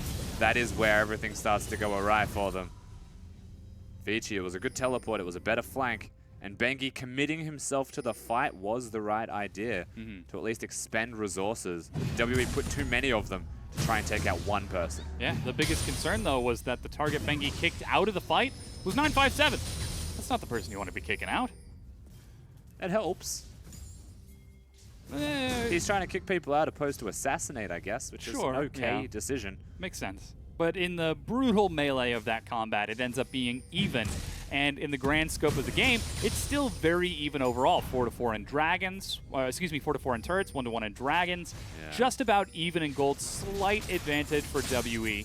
Taking a look at where it's distributed, it's still a lot of weight on Lung, but you mentioned Mystic is scaling up, and now almost 30 CS ahead of Endless and continuing to grow that lead. Yeah, you can see so much emphasis, however, actually out of Vici into not dying. They are against one of the strongest pick compositions. If Easy Hoon has Cleanse and buys a QSS, that is not very efficient for your mid laner to be doing. No, it is because that means he has absolutely no damage if they build magic resistance. Luckily for him, the only magic resist is the Walking through the Iron Solari. Bit of skirmish over Vision. Again, WE with the inside track towards Baron. Continue to play that Vision game. With Ocean Dragon respawning, Long looks to solo it. He's got 3 items and is getting bigger and bigger as this game goes on. Yeah. So doesn't even have to worry about this dragon. Currently as it stands, if you are WE and you're trying to generate picks, if Ash Arrow is your actual engage, then you're looking for Bengi, you're looking for Lung, or you are looking for Hatong. Those are the 3 members of the team that will not just outright be able to QSS or cleanse and then flash away to safety, no problems. Oh, Easy Hoon face checks into Xie. Redemption is used on top of him. 957 racing in, but Bengi is there to save him as 957 brings Condi, but decides not to dive the turret. He went the full distance on that charge. They're just so quick. It's just hilarious to watch a giant spider run behind him. Usain Bolt levels of speed. The tiny legs of Elise. I guess you're starting to see the makings of a 1v1 happening in the top lane. Remember that Xie has got the teleport, so if WE choose to put in place a 1-3-1, they have a slight edge. But because the fighting is around the Baron, You'd expect 957 is still the member of the team that goes bottom and teleports, where Xie just clears top wave, threatens 1v1s, and then pivots. Yeah, they're going to try to force the Baron right now as Realm Warp sends minions into the pit. What the? That's amazing. We can see you doing it. Yeah, he can. The minions are cleared out. Arrow is fired at Endless and misses as the Baron still currently aggroed on those Voidlings. Hasn't reset just yet, but Bengi is there. That's half a minion wave. It's actually hilarious. You can send in minions. Of course, the Rise ulti does give vision, but you drop in there an empowered cannon minion one time, and you watch them try and kill that whilst taking out the Baron at the same time. Yeah. Very creative usage from EZHoon. Not sure if it was deliberate or not, but probably not. Very neat to see how that worked out. And the vision is again swept out. Finally, teleport is back up for Lung, so he heads right bottom. But look at 957 and Xie. Or 957. Yeah, get him. Oh, yeah. Outplayed. That was a fake. Yeah. And Long is still playing very safe, though. Because he sees that Xie has disappeared off the map, he's falling into Tribush, just sitting super far back. He doesn't have a turret to fall back to, so technically that's not even safe, but that would force a little bit of an overextension from 957. And you know, funnily enough, we mentioned the QSS from EZHoon. Now he's gone towards a Negatron Cloak on top of that. Yeah. He's not doing damage, but then you look at the opposing side of WE and they have no Void Staffs to be spoken towards yet. So we're actually at this period of time where I'd argue that EZHoon is stronger than Xie relative to the 1v1. Sure. But you have to actually protect Endless's life. And comparatively, Mystic is not going to be doing significantly more damage than Endless, as he went straight for the Phantom Dancer, and Endless, finally with the recall, picks up a BF sword. Yeah, it's very good, I think, comparatively. Yeah. But like in the raw stats-wise, Mystic, despite being a level ahead, he's going to be doing some hurt. Just means that Mystic has gone for the Phantom Dancer to be able to duel the cannon Yeah. a little bit better. You know, those who are hitting him, he wants to be able to hit them back. And that now was a flash used by Ben. What did he flash from? He is... Yeah, I didn't quite see that. Perhaps looking for the max range Nethergrass, but somebody was just out of range, maybe? Long now pushing very far bottom. He saw Xie on the top side of the map, so he feels enabled. Immediately, Xie races down, and Lightning Surge from Long to get away the moment Xie disappears from that side of the map. WE, they've still got that teleport play, and they are trying to set up for it, so constantly just running down the wards of Vici Gaming, trying to bait them in. You've got to admire the invisible pressure points that WE are able to create, as they are actually going bottom. Oh, but 957 shorts the charge. Long is going to try to fight this out. He manages to get the stun, but Zanya stalls it out long enough. Despite 957 burning down, he gets the kill. Zonya's being descaled. There's a lot of things that make you untargetable and a lot of things that cause nightmares for a lifesteal auto-attack-based champion in Long on this cannon. So they do take him down bottom. Xie has the Void Staff. Again, that is now where they're able to do damage. Oh, the arrow actually connects. Hatong is trying to get out of here. That's teleport out of 957. As Xie has been able to make his way up there with that LeBlanc mobility. 957 follows, and that's Realm Warp as well. EZHoon is trying to get in there. Bengi will group up with his team as the Cocoon goes wide, and Vici Gaming are walking away with their lives, but so much is burnt just to survive. It's still 5 versus 4 for 15 seconds. They're Mystic going to clear the minion waves and prune the hedges. They're not actually going to commit to the Baron just yet. There's 5 seconds remaining on Long coming back with teleport. So WE, they take the opportunity. It had presented itself off a nice pick down in the bottom lane, but it doesn't translate immediately to any kind of advantage past just the kill. Just map control secured by WE around the back. And with that map control, they get the opportunity, as you said, to prune the hedges, clear out those side waves. 957 goes right back bottom. Still a full level down behind Long. And with that Xie, he still might be in trouble, as he doesn't have any summoners right now, and Long still has everything. And his Slicing Maelstrom is almost off cooldown, so perhaps this could be an opportunity for Vici, now that they've weathered the storm of that fight and not lost any more. I mean, you'd say perhaps, but you have to remember, if Xie is not visible on Summoner's Rift, Kennen can't do it. Yeah. Just because he has no idea where he's going to be. A Kled ultimate as an engage tool when you're stuck in a lane, pretty much guaranteed to connect. So every single time Xie is missing, Lung's hiding. And that's when WE are making these opportunistic plays. Now, the next dragon is up in 40 seconds. Vici were able to claim that last Ocean Dragon, but looks like Infernal is the last elemental to spawn so far. Another QSS as well. Yeah, they are playing really safe. They don't want to take any chances. But WE set up the death play, and Bengi leads the charge. If nothing else, WE are trying to speed up this game. They're just unable to because Vici are trying too hard to trade and not die. It is legitimately their goal. You can see EasyHoon was actually pulled down to help out Long, and Xie walks in. Ooh, dodges the chains as well as the charge is used for Long, but Xie unable to follow up means Long just walks away, and Bengi now sets up vision. The arrow just misses Hatong. Everywhere at the same time. WE, they're reacting, they're acting. They're now diving Realm mid. Warp to get Long behind Ben. That support is dead. Meanwhile, Repel to get Condi away from the Dragon. But it's 5 versus 4 for a brief window of Vici Gaming as they read the play from WE and foil it. And they get the pick this time. So Vici, by getting it, they're able to secure themselves the second Infernal Drake of the game for their team. Next one will be an Elder. And now we're hitting that Baron danger zone. 20 seconds without Ben. He's obviously not a teleporting member of the team. And his ultimate, his exhaust, all crucial. Yeah. Now, as 5, they're rushing towards the Baron. WE are still hanging out mid. Condi used his flash to escape that fight, and he's still at full health. Immediately, the Baron is started by Vici Gaming. Do they take the ensuing fight? As a trap is popped, and Xie finds Bengi, chunks him down, and almost gets him out of the fight completely. Redemption to top them off as Long dies without an ultimate.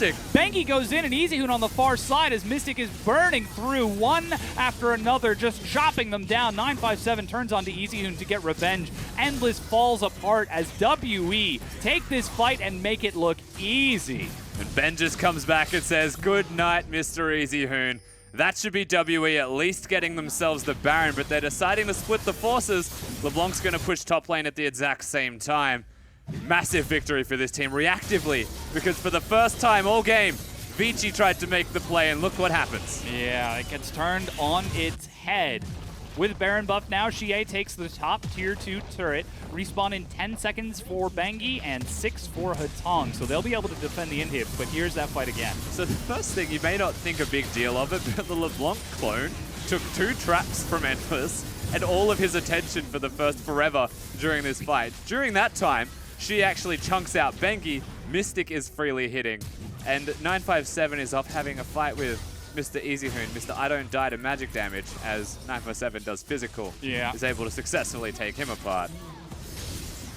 Simple kills from Team WE. Well executed team fight where there was no necessary cohesion or communication. Just individually be better than Vici and you'll get a win. Yeah, excellent cleanup at the end of that fight. Brings him to a 6,000 gold advantage. The recall now tops off the Infinity Edge for Mystic. Xie's got his Void Staff finished. Locket of the Iron Solari for Condi.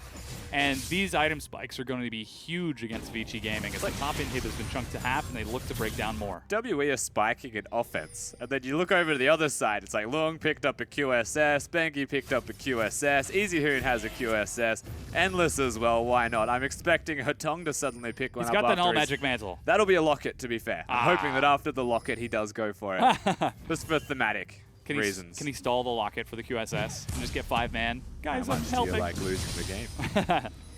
Well, already it's going to be pretty difficult.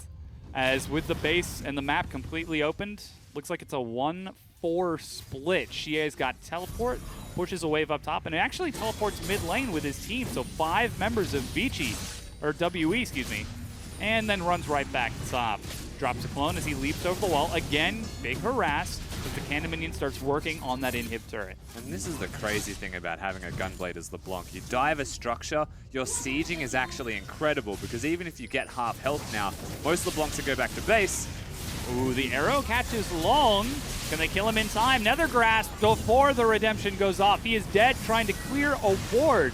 Overextending, Xie is able to pull EasyHoon away, and they immediately dive onto Endless. Exhaust stalls it out, but with Ben and Condi following up, he's no chance of survival.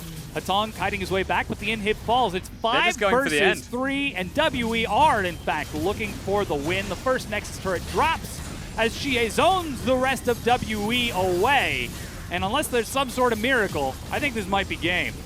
They're still trying to fight here, though, Vici. There is some defiance. Yeah, they're putting up some damage, but it's just not enough. EasyHoon dies. Hatong and Bengi make it back onto the fountain, but in the meanwhile, the Nexus has been destroyed, and game number 1 goes to WE. You have to say, fairly WE style game. Vici definitely playing towards that, and it was a slow game. That's the major difference that I'd say from this one. It wasn't the hard, fast team WE, but I tell you what, they drafted themselves with a very defined team composition. And they just played as if that team composition was the easiest thing to do in the world. Just place down vision, throw out one piece of crowd control, layer it with the next, and eventually someone dies, and then you win. Hopefully, yeah. We saw what happened when they didn't get enough crowd control to lock someone down, but now to help us break down that match is Froskuren. Welcome back. Oh, hi guys. How you going? Going pretty good. Dope. Yeah, so that was a pretty standard Team WE game. In fact, just on the dot, we called them the 35-minute team. They actually end the game at 36 minutes. But the middle part of that game was fairly wishy-washy, kind of that tug of war back and forth where Long was starting to exploit the team. And the first thing that I want to point out is actually when we see the team compositions. So this is obviously the damage done graph on your screen, but I want to point out that there's no Lulu in this game. Now, Lulu is banned on the bottom right-hand corner, but it was banned in second rotation from Vici. I want to remind everyone that Kled was first rotated in the first top of draft phase alongside Ashe. So it was Elise and then Kled Ashe. Why in the world would you ever rotate like that in draft phase? Like, Coach Ohm was known for having really solid drafts in both Vici, and he's had decent ones in Team WE, but I feel like this is just a gaping hole. Like, either pick the Ashe and the Lulu and secure your bottom lane and then make sure that 957 can get a more comfortable matchup in the top lane. He's not a Kled player. Like, this isn't Gimgoon where you just prioritize that champion because he's going to go off. Or pick the Kled and the Lulu because we know how well that combo works together. Lulu uses the wild growth when Kled falls off Skarl. He suddenly becomes unkillable. He jumps back up on Skarl, and, like, you have this massive front line. That's just, like... That is a huge error. Lulu is way too OP to have the option of taking it and to throw it away. Yeah. I don't disagree with it by any means, but you have to remember that every single one of those picks besides the Elise is denying it from Vici because you don't want Endless on the Ashe and you definitely don't want Lung playing the Kled, right? So I'm not sure if like their decisions for the comp themselves were more to take it from them. But it's just, at the same time, then you have Kog'Maw banned and it's Endless playing, not Xuan P. We know that Endless can go towards the Kog'Maw, but he's not the Kog'Maw player, and they're not going to do it. And again, if you prioritize that Lulu, you take a lot of power away from it. So I still think that there's glaring holes in this draft phase that should be adjusted and really did slow down the team quite a bit. Yeah, so that was actually the very first game that we saw 957 play Kog'Maw, the most sort of carry style, or Kled, sorry. I know you got a thing for Kog'Maw. Getting stuck on that right now. The most carry style top laner that he has played is Rumble, of which he's played twice. So again, this is a problem that you've brought up before, and I'm sure we're going to bring it up again. And for a team that's right now trying to take first place in playoffs, to have this sort of glaring issue so up and in front of them, is this something that can be fixed easily in the few days before playoff starts? I don't know. 957 is really dropping the ball, because even in that game, when they prioritize Kled, get it to him early, and yes, Rusty is correct. It is a denial away from Long, because he's more of kind of the carry-oriented top laner here. Long pretty much pushed 957 around the map. He was destroying him in the side lanes. And lucky for Team WE that Xie A got two sets of double kills on side lanes. I feel like EasyHoon was sitting in his lane like, you know, a few seconds ago, that guy was 0-0, and suddenly he's like 4-0. Yeah, very good play from him. Of course, the one who set it up was Condi, 4-1-10 coming out of the jungle. Pretty big performance from him. He was landing clutch cocoons. But Condi and Xie had to put the rest of the team on their back. Yeah, Mystic was hitting the clutch arrows, but 957 still really struggling. Good thing that the Elise and the LeBlanc were so mobile to constantly get over to those side lanes, and the fact that they had double teleport meant that there was no way that Long could continue to abuse a 1-3-1 or a 1-4. Yeah, granted, you know, Mystic did his part for the team. He was never going to do more than just his part based off what he was going to be against, whereas these are the nice plays coming out of Xie time and again. This is where he is 4-1, is able to turn it around. And this is that moment where EasyHoon's like, he's got 9 stacks on his seal, he has Merc Treads, and a completed Gunblade. Yeah. What do you want me to do here?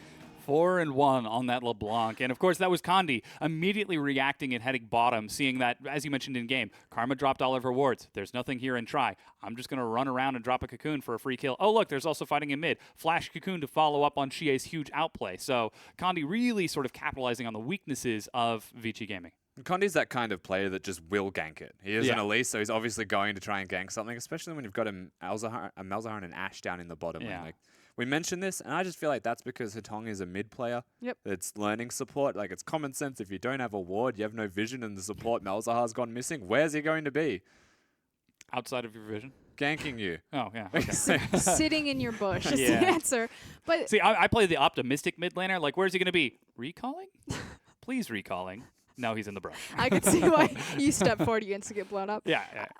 But the issue is that this is the Team WE that I don't want to see. This is the one that they've already established. They played all of last year, and it's when their lanes go off and Condi is just kind of that supporting man and standing behind them and capitalizing. You know, it's Shie that was leading the charge, layering the CC, and Condi's like, haha, surprise, I'm here. I want to see the aggressive, really forward Condi MVP, where he's invading in the jungle, where he's leading the charge, hitting those cocoons. Yeah, he had a lot of follow-up CC just because that composition, you know, LeBlanc in one lane, Ashe in the other. So it kind of changes the dynamic. But I mean, you said it yourself. It's all reliant on those side lanes popping off. We know Shie can do it. We know Misty can do it, but it's up to 957. And it's what, week 3, week 4 since we've mentioned that he's been a bit of a difficulty for them.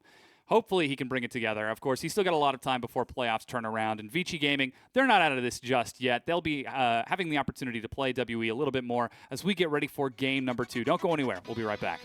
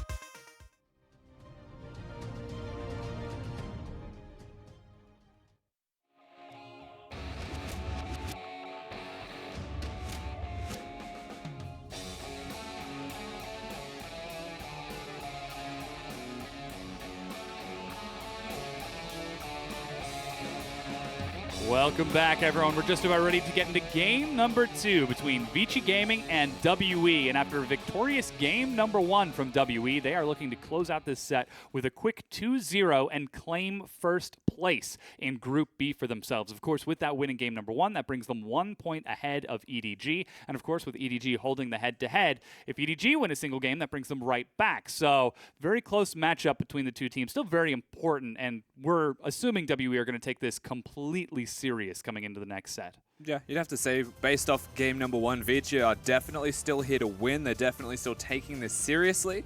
But WE just outmatched them in the first, you know, and EDG obviously are going to be waiting in the background saying, how many games do we need to win? How much does it matter for us right now to secure that first place?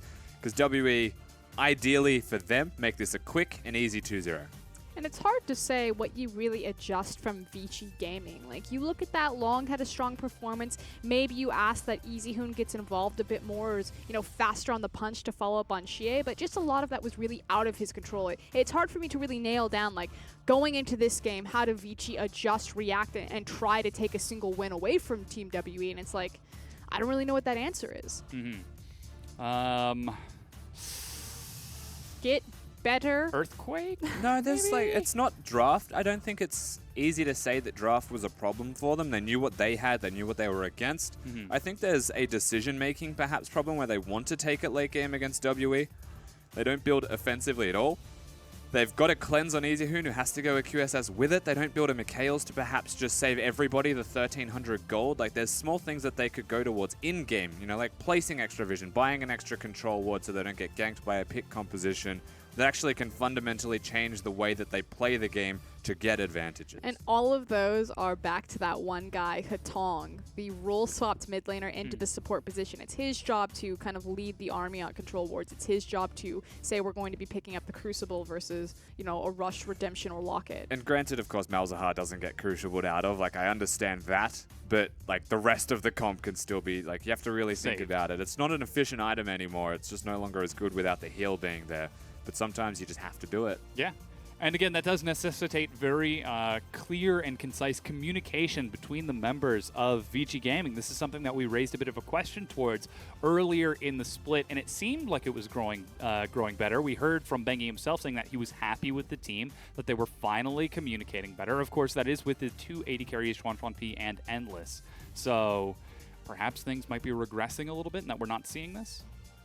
I mean, it's a possibility. At the end of the day, Vici already locked into their fate, so at this point, they're just trying to learn, adapt, and grow as quickly as possible before the promotion tournament. Well, this could be their final chance as we get into pick and ban for game number 2 between WE and Vici Gaming.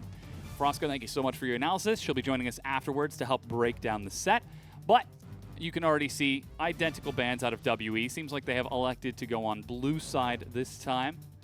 As, Vici have actually chosen red side. WE are now on blue side. So they're going to go for the same bans. And, whoa, they're actually banning away their own Elise. Yeah, means there's a higher priority for them perhaps with their first pick. Is it going to be a jungler, I guess, is the first question we're going to need to ask ourselves. And what is it that with an Elise ban, a targeted ban from their own jungler, do they actually want to achieve? Obviously, they don't want to give it to Bengi. There you go. Yeah, it looks like it's a Lee Sin first pick to take away from Bengi. That means Ivern is open. Yeah. So we might see that, but Vici Gaming looks like they're going to stick with something that might work for them as they prioritize bottom lane. Instead of going for the Karma Caitlyn, though, it's Karma Ashe here in game number 2. Much better from Vici, giving themselves the Ashe, taking it away from Team WE. But you have to feel like, for what it's worth, WE should be aware of this happening. If they go for the Lee Sin, they remove the Elise, they change their team composition up a bit already. Lee Sin's a good pick against Kennen's top lane. They may still go towards a Kled second rotation even to try and complement the countering of a game 1 comp of Vici. Gandhi now picking the AD carry for WE, locks in that Caitlyn, so we're seeing the same matchup but swapped for him, and there is the instant Lulu lock. So taking Frosco's advice and that they are changing things up, that means Ivern is now the follow-up from Vici Gaming.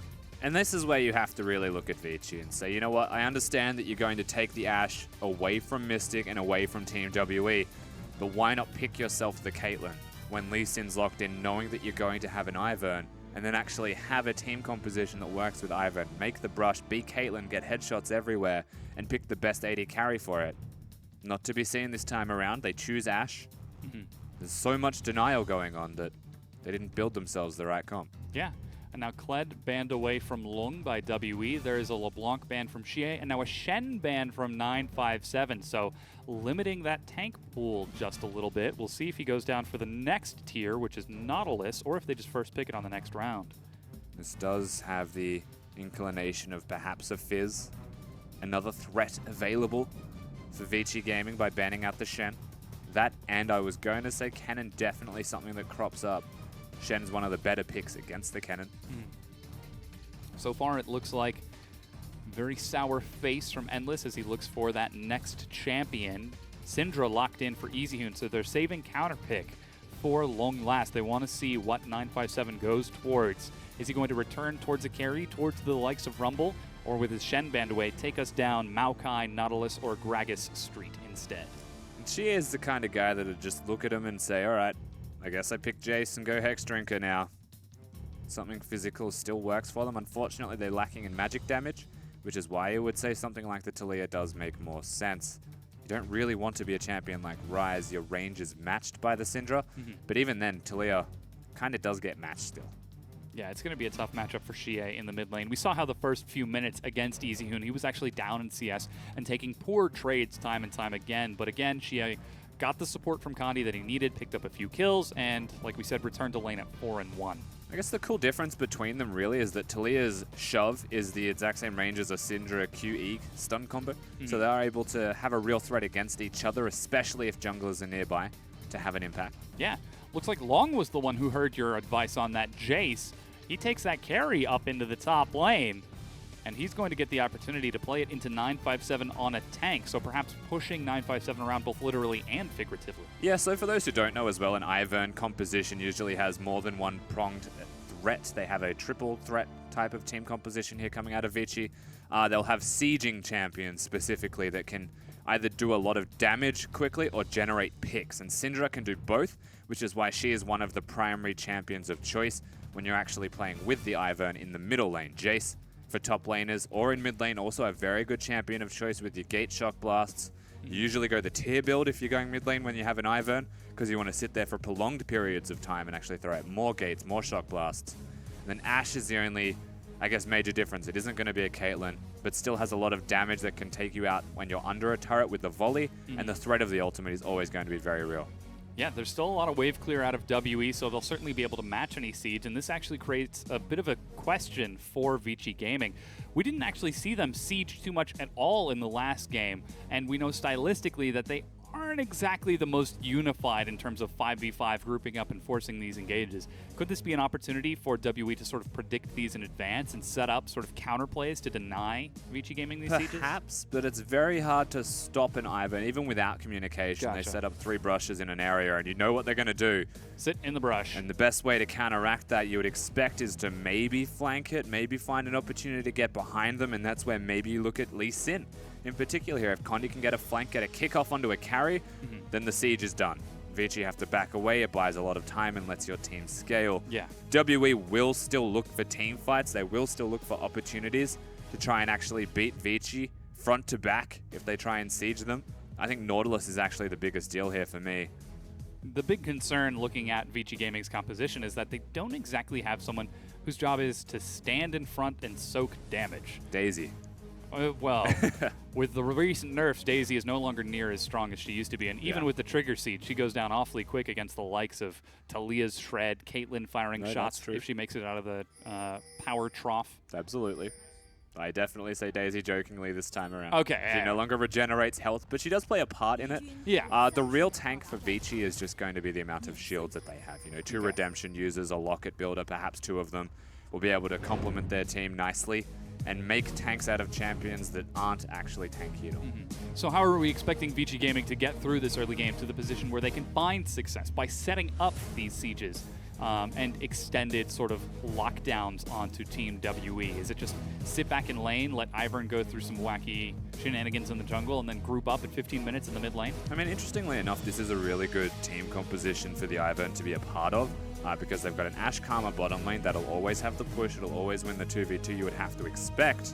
They've got a top laner Jace that should be able to control the Nautilus, if not match the wave control. And then Syndra is the exact same. So with all of this heavy pushing minion manipulation types of champions in the respective lanes, Bengi should be free to invade. He should be free to push into the jungle of Condi and start trying to take him apart through getting extra camps out or taking big objectives away from the Lee Sin. Red buff steals, blue buff steals. Yeah. Lee Sin being a buff to buff jungler, it's actually going to be quite important.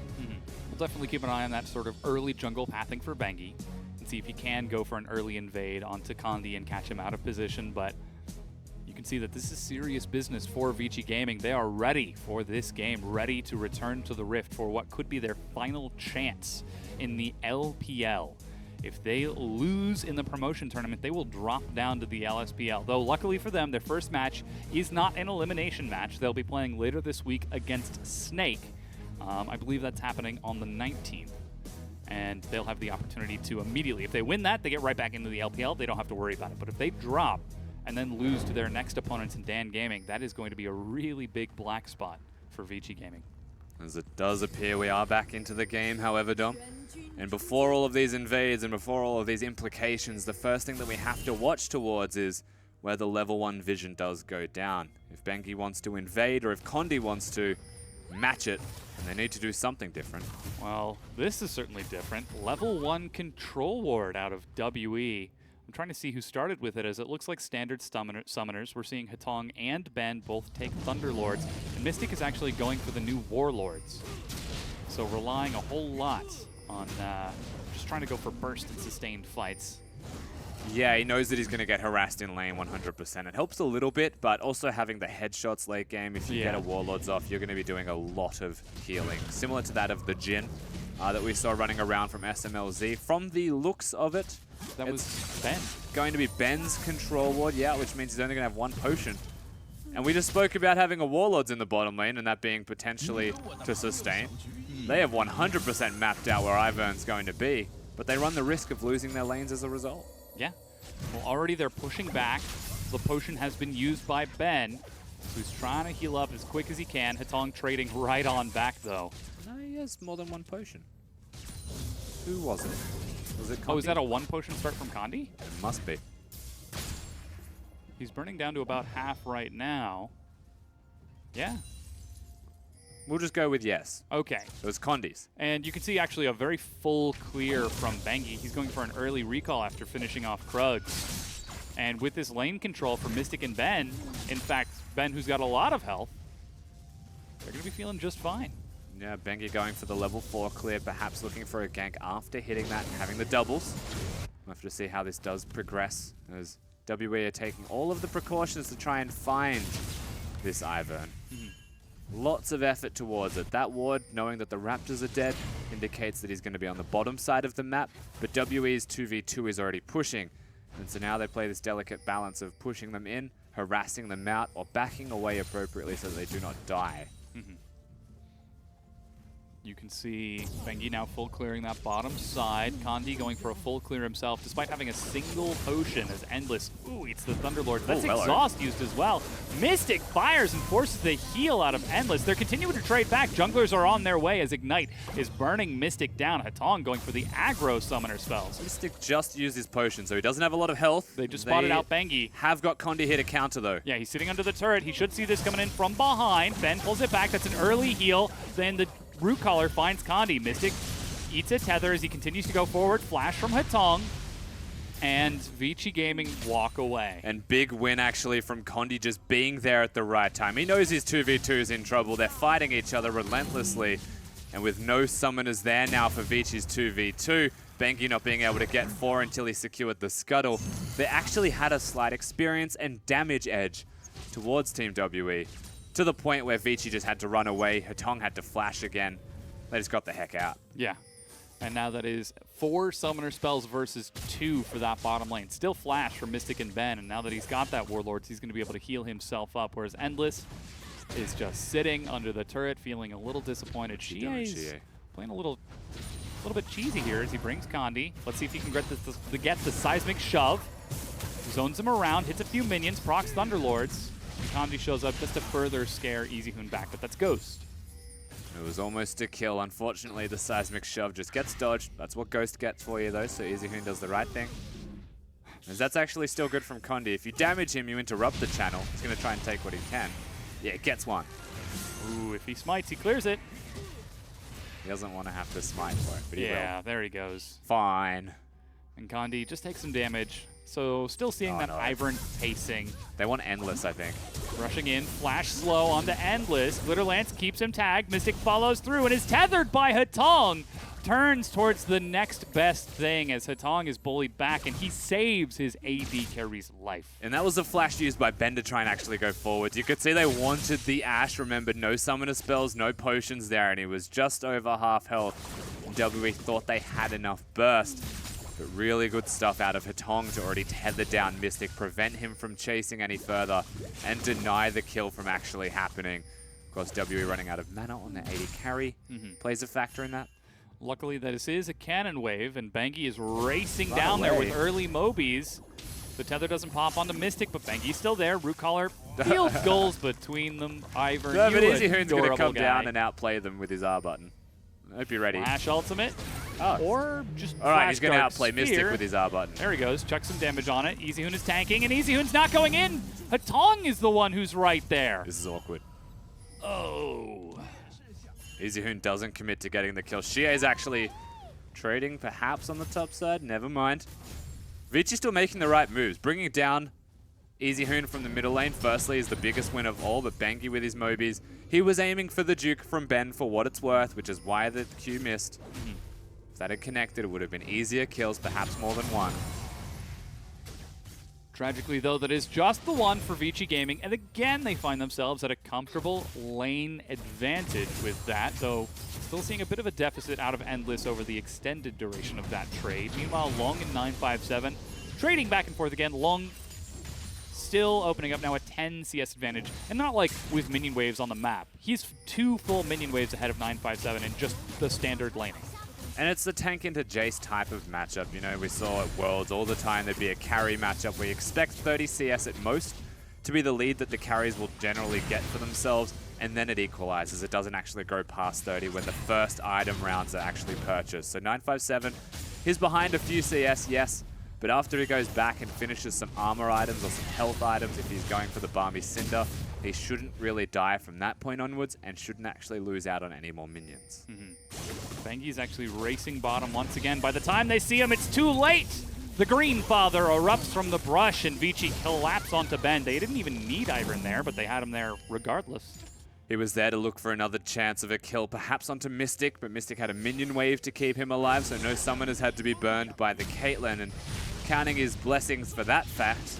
However, a good arrow actually securing Ben means that Vici are weaseling their way into this game.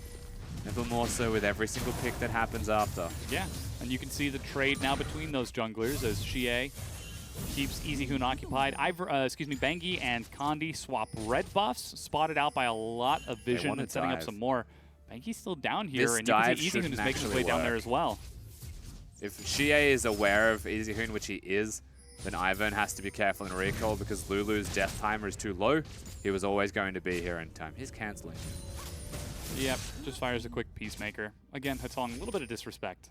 Well, at least he now knows there's a ward in the bush. That's something. Yeah. But with that, Easy Hoon is able to continue farming and keeps Xie occupied. The two of them just matching back and forth. Xie going for the safe route. Negatron Cloak against that Syndra. And now even a Haunting Guise for more health as Easy Hoon has double buffs. Your eyes do not deceive you. That is the power of Ivern. Yeah, just picked up the red buff from the enemy red spawn. Interestingly enough, as you mentioned, Negatron into Haunting Guise for Xie. Bit of health, bit of flat magic penetration. Doesn't go Sork Shoes. Might indicate that he's going to go towards Merc Treads and he just needs the flat magic pen now rather than later. But that's a big investment where he's not going to have a Morellos, he's not going to have the mana regeneration. He's fairly blue buff reliant, I think it's safe to say, based off that. He's against an Ivern that can take those buffs away very easily. Yeah, and you just saw Bengi scouting out that buff by using the Scryer's Bloom with Long's consistent pressure up top. That's very easy for Bengi to invade, and a little bit of follow-up from Easy Hoon could pick up a kill if someone's there unaware. Though we now crest over the 10-minute mark and things still very close. Vici Gaming up by about 800 gold. Slight advantage given to them by Bengi and Easy Hoon collapsing on that bottom lane. But Mystic is still totally fine catching that CS up there. Long is now still, or excuse me, 957 still catching those minions too, so no problems for WE. Mystic's fine, as you mentioned. That was actually close to a stun. However, Mystic is also going towards the BF Sword Runar's Hurricane build. He's actually going the crit route, opposed to going the Blade of the Ruined King, which does seem to be the staple. So he wants to do much more damage with his auto attacks, shredding people who aren't tanks. Ooh, they're going to try to force the kill onto Easy Hoon, though, and they miss a lot of the damage.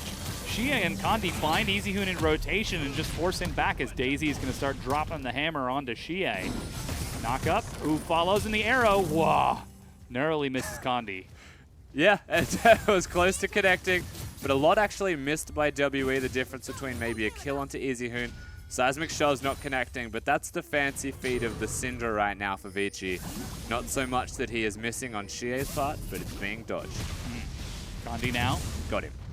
gets that daisy down, removes that presence from the map, which means that the bottom lane from Mystic and Ben can shove this in. And that's exactly what they're doing. Looking to do as much as they can with Hatong disappearing. They could get some damage onto the turret, but they just don't really know where Vici are going to be themselves. However, they've got it controlled where Ben just was in the river. They can still play reasonably aggressively if the explosive plan isn't available. Now Infernal Drake being started out by Condi as he took the long way around. This is not in Vici Gaming's vision. And with Bengi heading up towards the top side of the map in the bottom lane of WE continuing to press in, you've got to imagine that WE are going to take this, yeah. Yeah, 100% free Drake given over to Team WE and the Infernal, so their team fighting stats will definitely scale up nicely for them as they progress into this second game. Still a slight deficit, but again, they're totally happy with that. Ben eats a big hit from that Soul Flare, 130 health as he's turned around and walking away. Condi and Xie tag teaming up in the mid lane to fight Bengi and EasyHoon, 2 world champions. Now, they did just force Lulu back to base. Ash is about to have Arrow. Something to keep in mind as these fights start. Teleport from 957, that's spotted out, and it is now cancelled as he wants to hold on to those minions as Lung shoves them in. But now that's a huge teleport advantage. It's definitely a big teleport advantage if they want to generate picks on the side of Vici, but there's no Infernal Drake to fight for anymore, as she has already taken that one out. So it's the kind of teleport that WE may not be happy about, but they're happy to try. If it doesn't work, Vici, they can look for things. It's not going to be that easy to do, however, because what reason will they be fighting for specifically? Seems like the reason right now is Blue Box. Bengi makes his way over with Long. Oh man, is he going to set up blue buff on both of his solo laners? Yeah. 3 members of Vici Gaming have blue right now as Mystic tags a few hits and 1v2 wins a trade against Endless and Hatong. Mystic does have summoners. Condi also nearby, spotted in vision, is the reason that Vici back away. He would not have won the 1v2, I can tell you that much. They didn't know where Condi was, or they knew he wasn't nearby. And you just saw the blue buff take, and remember we mentioned how important that is for Xie to pick it up. He has nothing. We'll keep an eye on his attrition in the mid lane as Condi is spotted out by the control ward. Very early redemption from Bengi. Papa Bengi runs on down.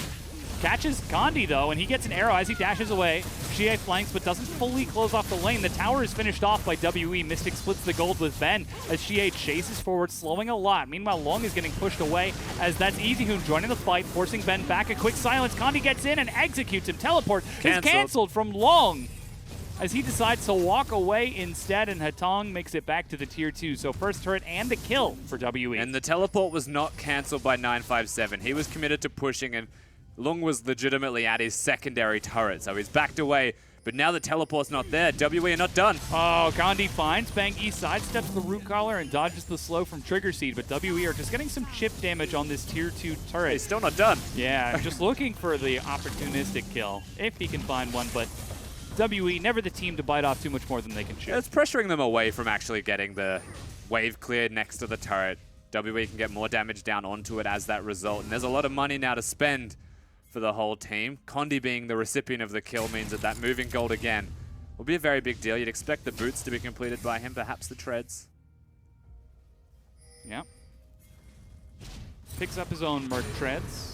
Looks like we're also seeing Merc treads out of Xie as you predicted, and the Infinity Edge topped off from Mystic. Which is why he went for the Haunting guys. Again, Xie, definitely not a Muppet. He knows what he's building.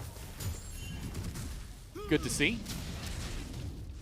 And now the map is reset. All of that vision that WE have got on the bottom side of the map is going to be picked up and moved over towards the top as Mystic heads on up there.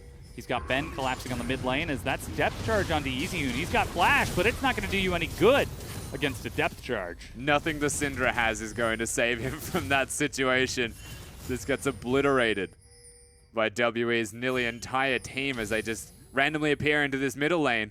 That does give so much time actually to work near the turret in the middle lane. That's more important than top lane structure, but they're already threatening to siege that at the same time. So simultaneously, 2 places at once. Wherever Bengi is, they'll most likely back away. Wherever Bengi isn't, they take down the objective. They've also got 957 covering Long's push bottom. So while this is a defense from Vici Gaming holding that top tier 1, the arrow misses. Ben flash. And Xie and Condi continue to push down the mid-tier 1 falls. So all across the map, WE are answering Vici. And they're collapsing. They're about to find them. Condi pins Hatong against the wall with a kick, gets the dissonance, ward hops for the kill. Ace in the hole, locks down another. Ben gets the assist on both as they turn now onto the top tier 1 turret. They've even got Xie on that side of the map, just in case. And this, for what it's worth, commendable to Team WE. He's still going in mid, actually. We'll let this trade happen. Yeah, Needs to back Xie, away. who is going to be tagged by the Trigger Seed slow and the Root Collar. Quick cleanse to get him to escape from EasyHoon's damage. But this is all a result of Bengi not knowing where to be and when. Mystic, well in advance, pushing the top lane minions in. They're going to go for that turret after they take out mid lane. That makes sense. Yet he gets their second, respectively, to a Lee Sin that was hitting the structures in this middle lane. So unfortunately for Vici, Bengi just wasn't there to help the 2v2 fighting in the top lane. Hey, you said Xie. Just calling out his name. Eventually, we'll be seeing that fight later on as Leandri's Torment now finished for Xie. Zeal picked up for Mystic. Hexdrinker finished off for Condi. I mean, these items themselves are putting WE in a position to fight, and they were taking fights without them and winning. And you're watching how WE play around a pick composition themselves. Ooh, looks like another pick is in store. Daisy is slowly burning down as they catch Bengi. Redemption keeps him. No, he flashes out of it and finds the Warden of the Depths on the opposite side. 957. Oh, he's not done. Flash depth charges. He's on his own, though, as he finds a hook onto EasyHoon. Xie follows through and gets another one. That's 3 kills for WE. And easy as you'd like, they're not done. They find Long clearing out the minions, split from his team. Mystic is right there to collapse. 5 members kill the remaining 4th. And Endless just sitting top lane, wondering what happened to the rest of his team. He's going to try his best to get objectives, but WE are more than just one step ahead at the moment. Ben doing the smart thing and tanking the turret so the minions can stay and they still get full damage. Clever stuff, honestly, from WE across the board. They're doing their absolute best to work as effectively as possible, get the 2-0, secure the victories, and maximize their point gains as we get to see how all of this breaks out. Note that Xie dodges any kind of stun out of EasyHoon by jumping to the left. Bengi finds himself just straight up dead. Yeah. This is a good actual hook. Not the ultimate, but the hook from 957 around the corner. Ooh, curves it. Curves the bullet. Yep. And then Long's like, oh god, how did I get to this situation? Oh, flash kick to hand deliver him Waits into for the Lulu team. ulti. Bam. See you, Lulu. See you, Long. Huge setup from Team WE. They take the Mountain Dragon on the way out as well. That brings them towards their second Drake. And as we get closer to the 20-minute mark, Vici Gaming look like they are being blown out of the water. This is the type of performance from WE that we were hoping to see as they move into playoffs. And after their first game against NewBee, we were kind of shaking our heads a little bit, but it seems like they just take a little while to start up.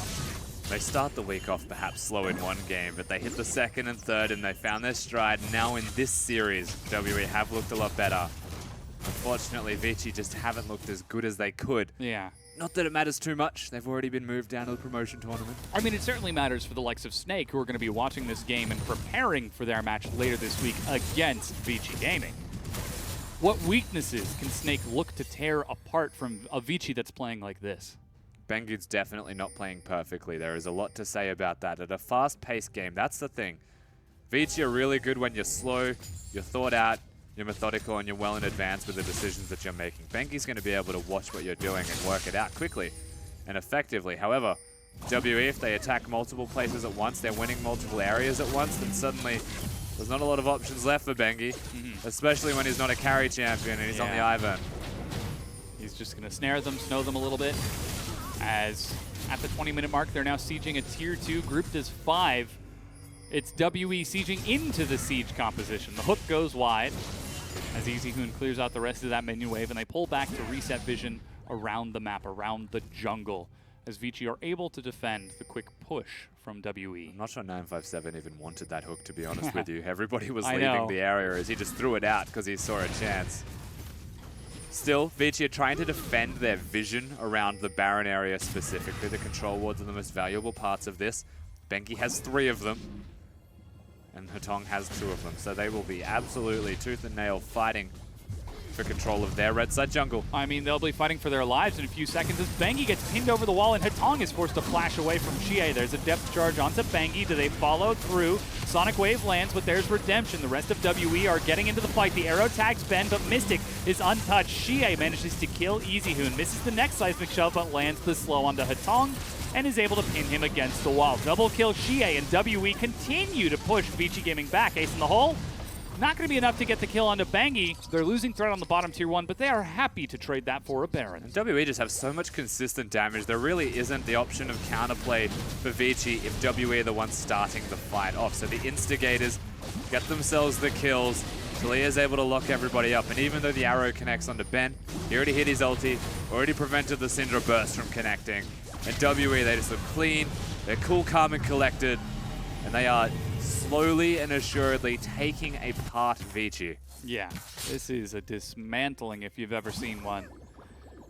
And Vici Gaming, again, locked into that 5th place spot. They need to try and finish this game out if they want to bring it to game 3 and continue learning against the likes of this team of WE. But as an ex-pro player yourself, how do you take anything positive away from a match like this? That's got to be just emotionally difficult. Well, you can choose to learn from it, or you can take some time and pretend it never happened. You know, emotional resets are always going to be super valuable to take. Right now, there's no time. WE are not slowing down. They do not get any opportunities to turn it off and on again. Look at the damage Mystic! Holy cow, almost single-handedly killing Bangi. EasyHoon with the flank zones the rest of them away as they continue to press forward with this fresh Baron buff.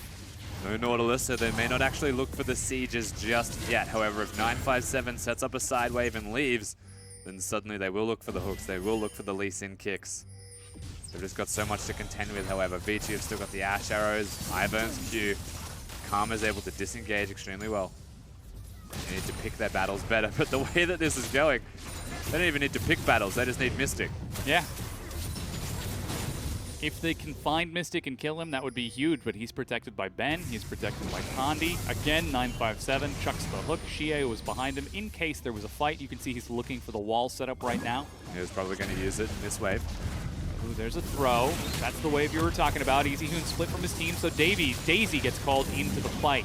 Meanwhile, slowly but surely, it's being chipped down. The turret is crumbling. EasyHoon doesn't take the ace in the hole. It's blocked by Bangi. Daisy walks forward for Shie. Oh, wow. And a huge depth charge knocks up 5. 957 wanted that hook. Mystic has been finishing off the turret all the meanwhile. He's caught by a stun and protected by his team. Remember, the next wave's about to crash with his Infinity Edge build in Warlord's Bloodlust. When he crits on that next minion, all the health he gets back.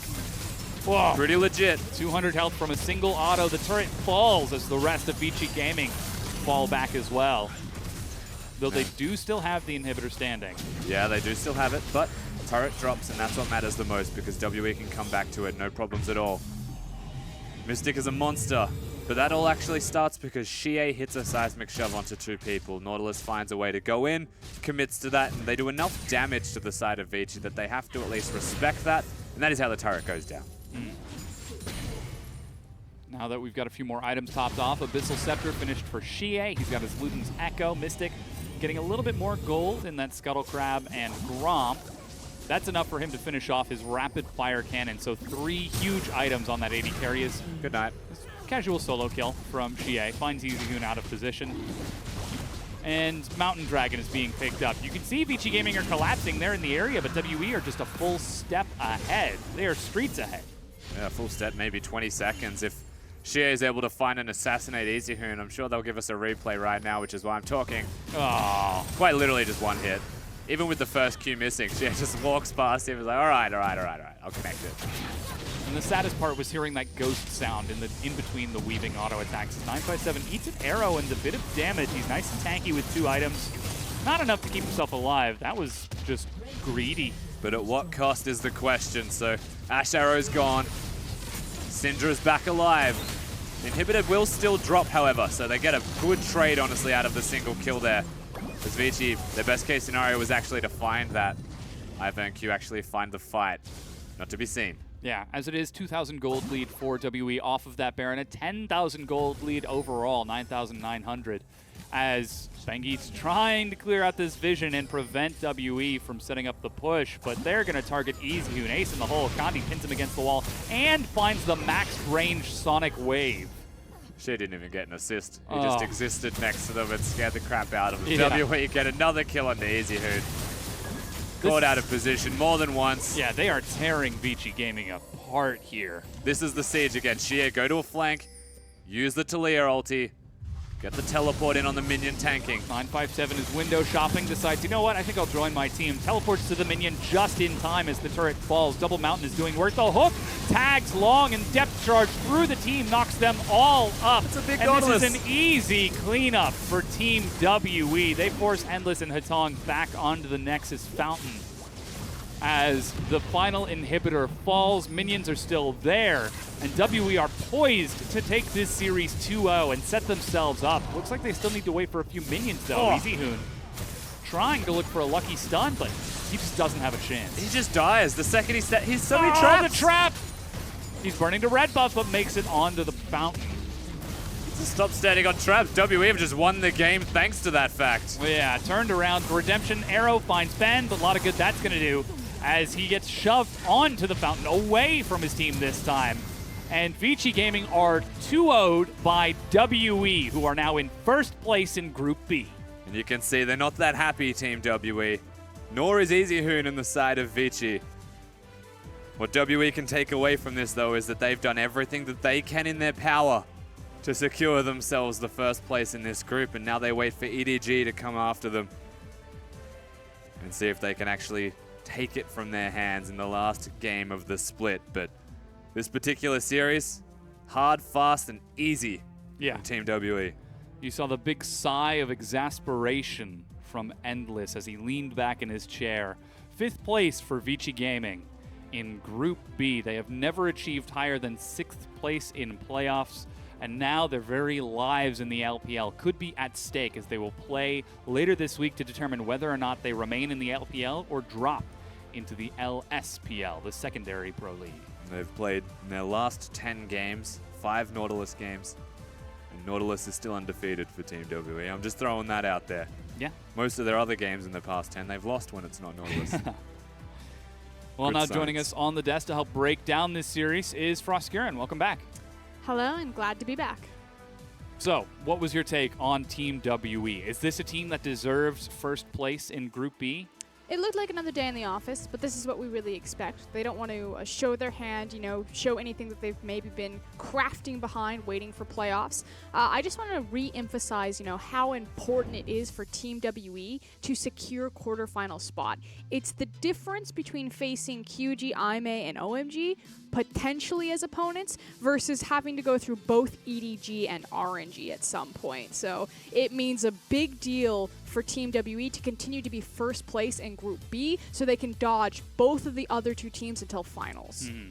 With that pressure, you can see they've done everything within their power, as you said, Rusty, coming out 2-0 in this series. Now, in order for EDG to keep up, they have to 2-0 Chao Gu in the match coming up in just a few minutes. But before we get to that, let's continue breaking this down. And this is my favorite type of team composition for WE. Yeah, it's a bit of a slower pace still just because you're waiting on Caitlyn, you're waiting on, Talia's mid-game, but she kind of falls off late game. But it's this idea of push priority and pressure in lanes. Caitlyn and Lulu are going to be pushed so far forward in the lane, even against the likes of Karma Ashe that can match them. And Talia is just a pushing monster. And what this does is it just opens up tempo and space for Condi to do whatever Condi wants to do, which is to upset Bengi or get into those side lanes and start snowballing his lane. So first and foremost, I love this composition from Team WE. I love when they play this style and they empower Condi specifically to make choices. Now, going back to what happened that game, it was super fast and furious, but it started in the bot lane. I'm really kind of torn on if you give MVP to Condi or if you give it to Ben. But like this dive. So this dive is first and foremost set up by the fact that Mystic and Ben have been pushing forward this entire time, almost to a flaw just because it's attracted so much attention from EasyHoon and Bengi. But the real hero here is actually a 957 in the top lane. Look at him chasing Jace right now. That Nautilus is like, can't let him teleport. Gotta save my team, make sure that they can dive. And it's just so well coordinated across the map. It's not just the 4 members of Team WE on the bottom side to execute the dive and pick up the kills. It's also making sure that they're communicating to 957 in the top side. And he's the one lane that doesn't really have the push advantage. Yeah, he's not unless he can riptide, he can hit the creeps, but he's against Jace. He's just gonna shock blast that. So like 957's only goal is like babysit Jace. Don't let him get ahead. Yeah, I mean, couple that with the coordination and like individually though of Ben in particular, you know, exhausting as the Syndra goes, turning him into a critter so there's no follow-up damage. Like the small things make the dives that much better for WE as well, which is what really amplifies this team into actually being great at certain moments. Yeah, and then it goes from pretty much bad to worse for Vici Gaming, because that was the little hill that Team WE needed to get over, and then they immediately go into downhill. Oh, they gave it to Xie. MVP goes to Xie, I'm so though. disappointed. He was all over the map over the course of this game. He had a huge amount of damage overall, and he was still able to find EasyHoon time and time again. He found Condi time and time again, still demonstrating the mechanical prowess that makes him one of the top mid laners in the league. And yeah, the dominoes were set up, and all Xie had to do was knock them over, which you're going to see he's going to start into this pick. But this is the downward spiral that I was talking about. Like, at this point, Team WE have made their back. They made a gank happen mid lane, and now it's pillaging the village. Like, take no survivors. Everyone is dying. I'm flashing this wall. I'm hitting the hook. We're killing EasyHoon. And they dive so deep on this. But what's hilarious is Mystic is running 7.6 Warlord's Bloodlust, so he itemizes into Infinity Edge first to make use with the Keystone Mastery. His very first buy is Infinity Edge. When was the last time that we saw Caitlyn, you know, first back has the Infinity Edge, and he's just like, lock and load. Let's go, boys. Yeah, it's been a while. Of course, though, juxtapose this style of play from 957 and WE with game number 1, where 957 was getting pushed around by Long. He couldn't teleport, and if he was late, or Long was pushing a turret. And Vici Gaming were actually putting up a lot more of a fight because they had that power point. So again, is this a potential weakness? Keep 957 off of tanks? I don't think there's a limited enough pool. I mean, he can go Maokai, even if that pool gets pinched as far as possible. What are you going to do? Shin, Nautilus, Maokai ban every single game? Then you just open up for Mystic, Condi, and Xie to run you over. And then he still has Gragas in the first place as well, right? So there are still too many tanks, I feel like, in the champion pool for top laners to go towards. It's more, my concern for WE is that it's Nautilus or it's a carry at the moment. You know, like the Shen's there, but it's being banned away from him. So it is Nautilus, and if he doesn't get Nautilus and it's banned with the Shen, does he default to the Rumble again? Because that's where he's being killed in laning phase, and he is looking weaker. Even the Kled, he was still losing lane because they're able to empower people. So I feel like when you do look at WE, I'm not saying that 957 is the weak point, but against players that have really good top laners, right? If WE go up against Aime, and suddenly Amazing J's playing Camilla against the Cannon himself, that's a team that can actually win through top lane. Yeah. And then you look at, again, their group. If Team WE do manage to maintain the quarterfinal seed, they're against Kabe, Amazing J, and Xiong. All three of those top laners on that side of the bracket are all known for their teleporting tank play. So there's, like, yeah, you can try to exploit 957, but it's not really in their tendencies. They're almost going to match him style for style. Because they teleport, yeah. Whereas Invictus Gaming have Duke. Yeah. Again, very good top laners in the playoffs overall. But now turning our attention towards the other tournament, the promotion tournament, Vici Gaming. They have to play against Snake later this week for their lives in the LPL. Game number 1, we saw them put up a good performance, but game number 2, they just completely turned off. I do want to iterate that they will have 2 chances because they were the 5th place seed. Yes, so it's not elimination right away. Exactly. It's the winner of Snake versus Vici is automatically qualified back into the LPL. The loser gets a second chance and will face across from the LSPL team Dan Gaming. So whether it's Snake or Vici, they have 2 chances and 2 best of 5s to re-qualify. And honestly, when you look at the matchup though, Dom, between Snake and Vici, I feel like this is a team that can still beat Snake. Honestly, it's just about who shows up on the day more so, but with Bengi and SOFM in that jungle matchup, it does get a little bit heated. My inclination looking at this is if Bengi wants to continue to play Ivern, then he'll probably continue to lose the game because then he's relying on his team to consistently show up, and they do not. Yeah, so just double-checking, the last time we saw these teams play was in cross-conference. I think it was about week 5, and Vici Gaming were 0-2'd by Snake last time they played. This is still a best of 5, though, and I think that was while we were seeing EasyHoon sort of swapped around and Hatong actually returning to the mid lane. I think that was the set. But overall, Vici Gaming have got quite their work ahead of them. Certainly they're favored against Snake, but even if they do end up winning that matchup, they can't just come back into the LPL and have a repeat performance. They've been in the LPL for 1.5 years, 2 years at this point, and they've never gotten higher than 6th place. Is survival enough for Vici Gaming? At this point, it has to be, but no, I understand what you're saying, and frankly, it is kind of a black stain on Vici a bit that they've had so much talent come through their doors and that they've been able to capitalize on any of it. Well, hopefully they get another chance as they'll be playing later this week in the promotion tournament. We're going to take a quick break while we get ready for our last match of the LPL Spring Split. It's EDG taking on Xiaogu.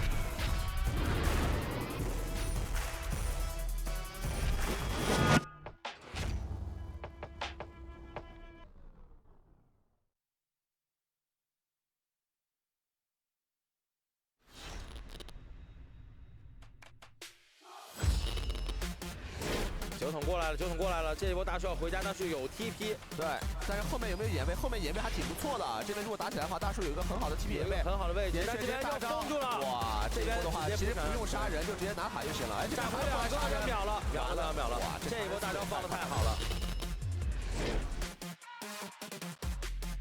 果然是来针对这个 Duke， Duke 这波垫得很漂亮，塔伤把人给杀掉，而且 Gingu 现在的热能是只能用一个 Q 技能回烧，最后 Duke 2下普 A 带走 double kill。哎，他有个红哎，这还会有个红啊，被晕住了。但是哎，这个反向火箭腰带回来直接大死了，闪现没有躲掉这一下伤害，下一个一技能感觉要杀掉啊！一个人单杀了对面的艾希，这一波。打出一个3环加速，水炮被一个一技能躲掉，没了。哇，还有30秒钟，这里一个 QQ 到许明了，大招炸回来了，秒掉了！哇 ，Crystal 这个水炮，而且回身一套圣江洗礼是灌掉了辛德拉的人头。圣江哥在前面继续留人，还在留，撒乌 K 这边跑快，但是跑不掉，虚弱到金凤这边金身烤火拖时间，但是起来之后还是要被收。这边直接跳过来打到了激进，先打一套分级，这个话EDG刮了一个刀，打残了之后的话，现在过来 W 没有推到，回头一个一拳是打断了龙的翼。那这波小虎能不能跑掉？差的一发普攻往后一个闪现，先是秒掉了蜘蛛之后的话，3个人全是残血，又在踩了一个夹子往后溢过来之后，龙这边也是跑不掉了。关键是又是上墙壁上来，然后想要打断你们。哦，一个 Q 闪过来直接收掉了，溢过来的同时的话，这边已经追不到绿姐了，直接打歪一个破坏吸口，2发普攻直接收掉，拿到了双杀。这波还想再杀吗？一直后在等一个1+W 的机会，这边弹过来之后的话，一个近身，这边的话辅助过来给了一个盾，最后是全部死掉了，团灭 S 一波。可能以后这也是为什么哎，你现在看一下塔下这一波，3个，哇，男枪最肥的卢锡安直接把能量给终结掉，而且鲁乔这边吃到了 Key 的以及圣江奇的伤害。这里的话，看蜘蛛的支援有没有队友了？蜘蛛来了，连炫也来了，这波不好说 ，W 要反打了。炸开2人，蜘蛛过来一发 W 技能，这边夕阳要反打了，夕阳那边怎么说？夕阳没有大招的，小闪了，但这里面封住了，被抬了过来。夕阳那边反正捆了一下，能不能换掉一个？没有换掉，蜘蛛这边掉起来，救线还是没有死，招了个闪现，蜘蛛这边又招了个闪现，哇，握的这边很尴尬，踢得很漂亮，这边要被粘住了，这边严选疯狂的 Q， 这边又踹过来，哇，这边3个闪现，握的6这边又被捆了一下，这一波打了个0换3 ，W 这一波细节太好了，捆住防守。那这波可能命要进去了 ，SB 直接是一个一闪进去，先是开到了EDG后，发掉一个大招拉到了3个人。这边的话EDG后回头的话也被录了一个大招弹起，又在后面疯狂输出，又是一剑直接点死了维克多。哇，这样的话本季还有一丝血，这个龙可能会落入到安基的手中啊。这边的话酒桶。不，这边的话，鳄鱼想要切死这个蜘蛛，但是的话，最后还是在春哥起来之后，一丝血的蜘蛛配合 AD 收掉这个鳄鱼人头。看这边酒桶能不能够抢龙，一个 EQ 下去，但是的话下去慢了。再来上路抓一波蒂娜，可成功吗？反抛了一个大招以后，伤害被虚弱给限制，但是上来这个大招3。杰拉击飞了 Scar 这波被小鱼人再次进场，犄角后面给点掉 ，Miko 这边也是走不掉的，双杀拿到手以后，尔缇娜再往前拿下一个人头。好，直播室在野区里面，这个想抓一下，直接开了疾跑，一技能推到净化解掉，由 Luki 给自己一个救赎之光下来 ，Luki 还没有死，海浪到来，哇 ，Duke 这时候进场直接正面先把 Republic 给收掉 ，Kingu 的金身被逼掉了，闪现躲过那边的一个水炮，后方。Luki 还没有走远，又是一个 Q 技能打到了 West，Duke 的一个飓风剑打出了很不错的一个效果，小鱼很生气，下方闪现一个一技能，终于是把这个 Luki 给收掉了，但是卢锡安也在正面战场拿下了一个 double kill。Ask around, we getting it. My skills pay me. Trying to get a million, baby, with an adopted flow that God gave me. Me now. Tell whoever runners that they spot is temporary till I take it, it's mine. I'm selfish. Yo, will. Tell Miss I'm on my wealth tip. So when we cash out soon, I'm just investing. No yes men. I've been a legend since before mom and dad had me and was best friends. I chew through comp, don't test them. I chew on tracks, cause after that I bless them. I just do what I do. You see me? I just do what I do. I just do what I do. I don't know about you. I just do what I do. Check. I just do what I do. See me? I just do what I do. Feel me? I just do what I do. I don't know about you. I just do what I do. Listen to this rhyming exhibition. I'm something you ain't seen like an honest politician. This ain't just head hitting. A lot of pinched nerves on necks are caused by bars that bless spitting. Wait, don't hate. I just move how I move. I can't describe what it is. I just do what I do. I am better than any rapper from here to wherever, and my legacy will harass my offsprings forever. I flow it right better than any. I'm the hottest, and trust me, that's not being conceited. That's being modest. I'm being honest. Pop up my collar. School of hard knocks. I graduated with honors. I just do what I do. You see me? I just do what I do. I just do what I do. I don't know about you. I just do what I do. Check. I just do what I do. See me? I just do what I do. Feel me? I just do what I do. I don't know about you. I just do what I do. I just do what I do. You see me? I just do what I do. I just do what I do. I don't know about you. I just do what I do. Check. I just do what I do. See me? I just do what I do. Feel me? I just do what I do. I don't know about you. I just do what I do.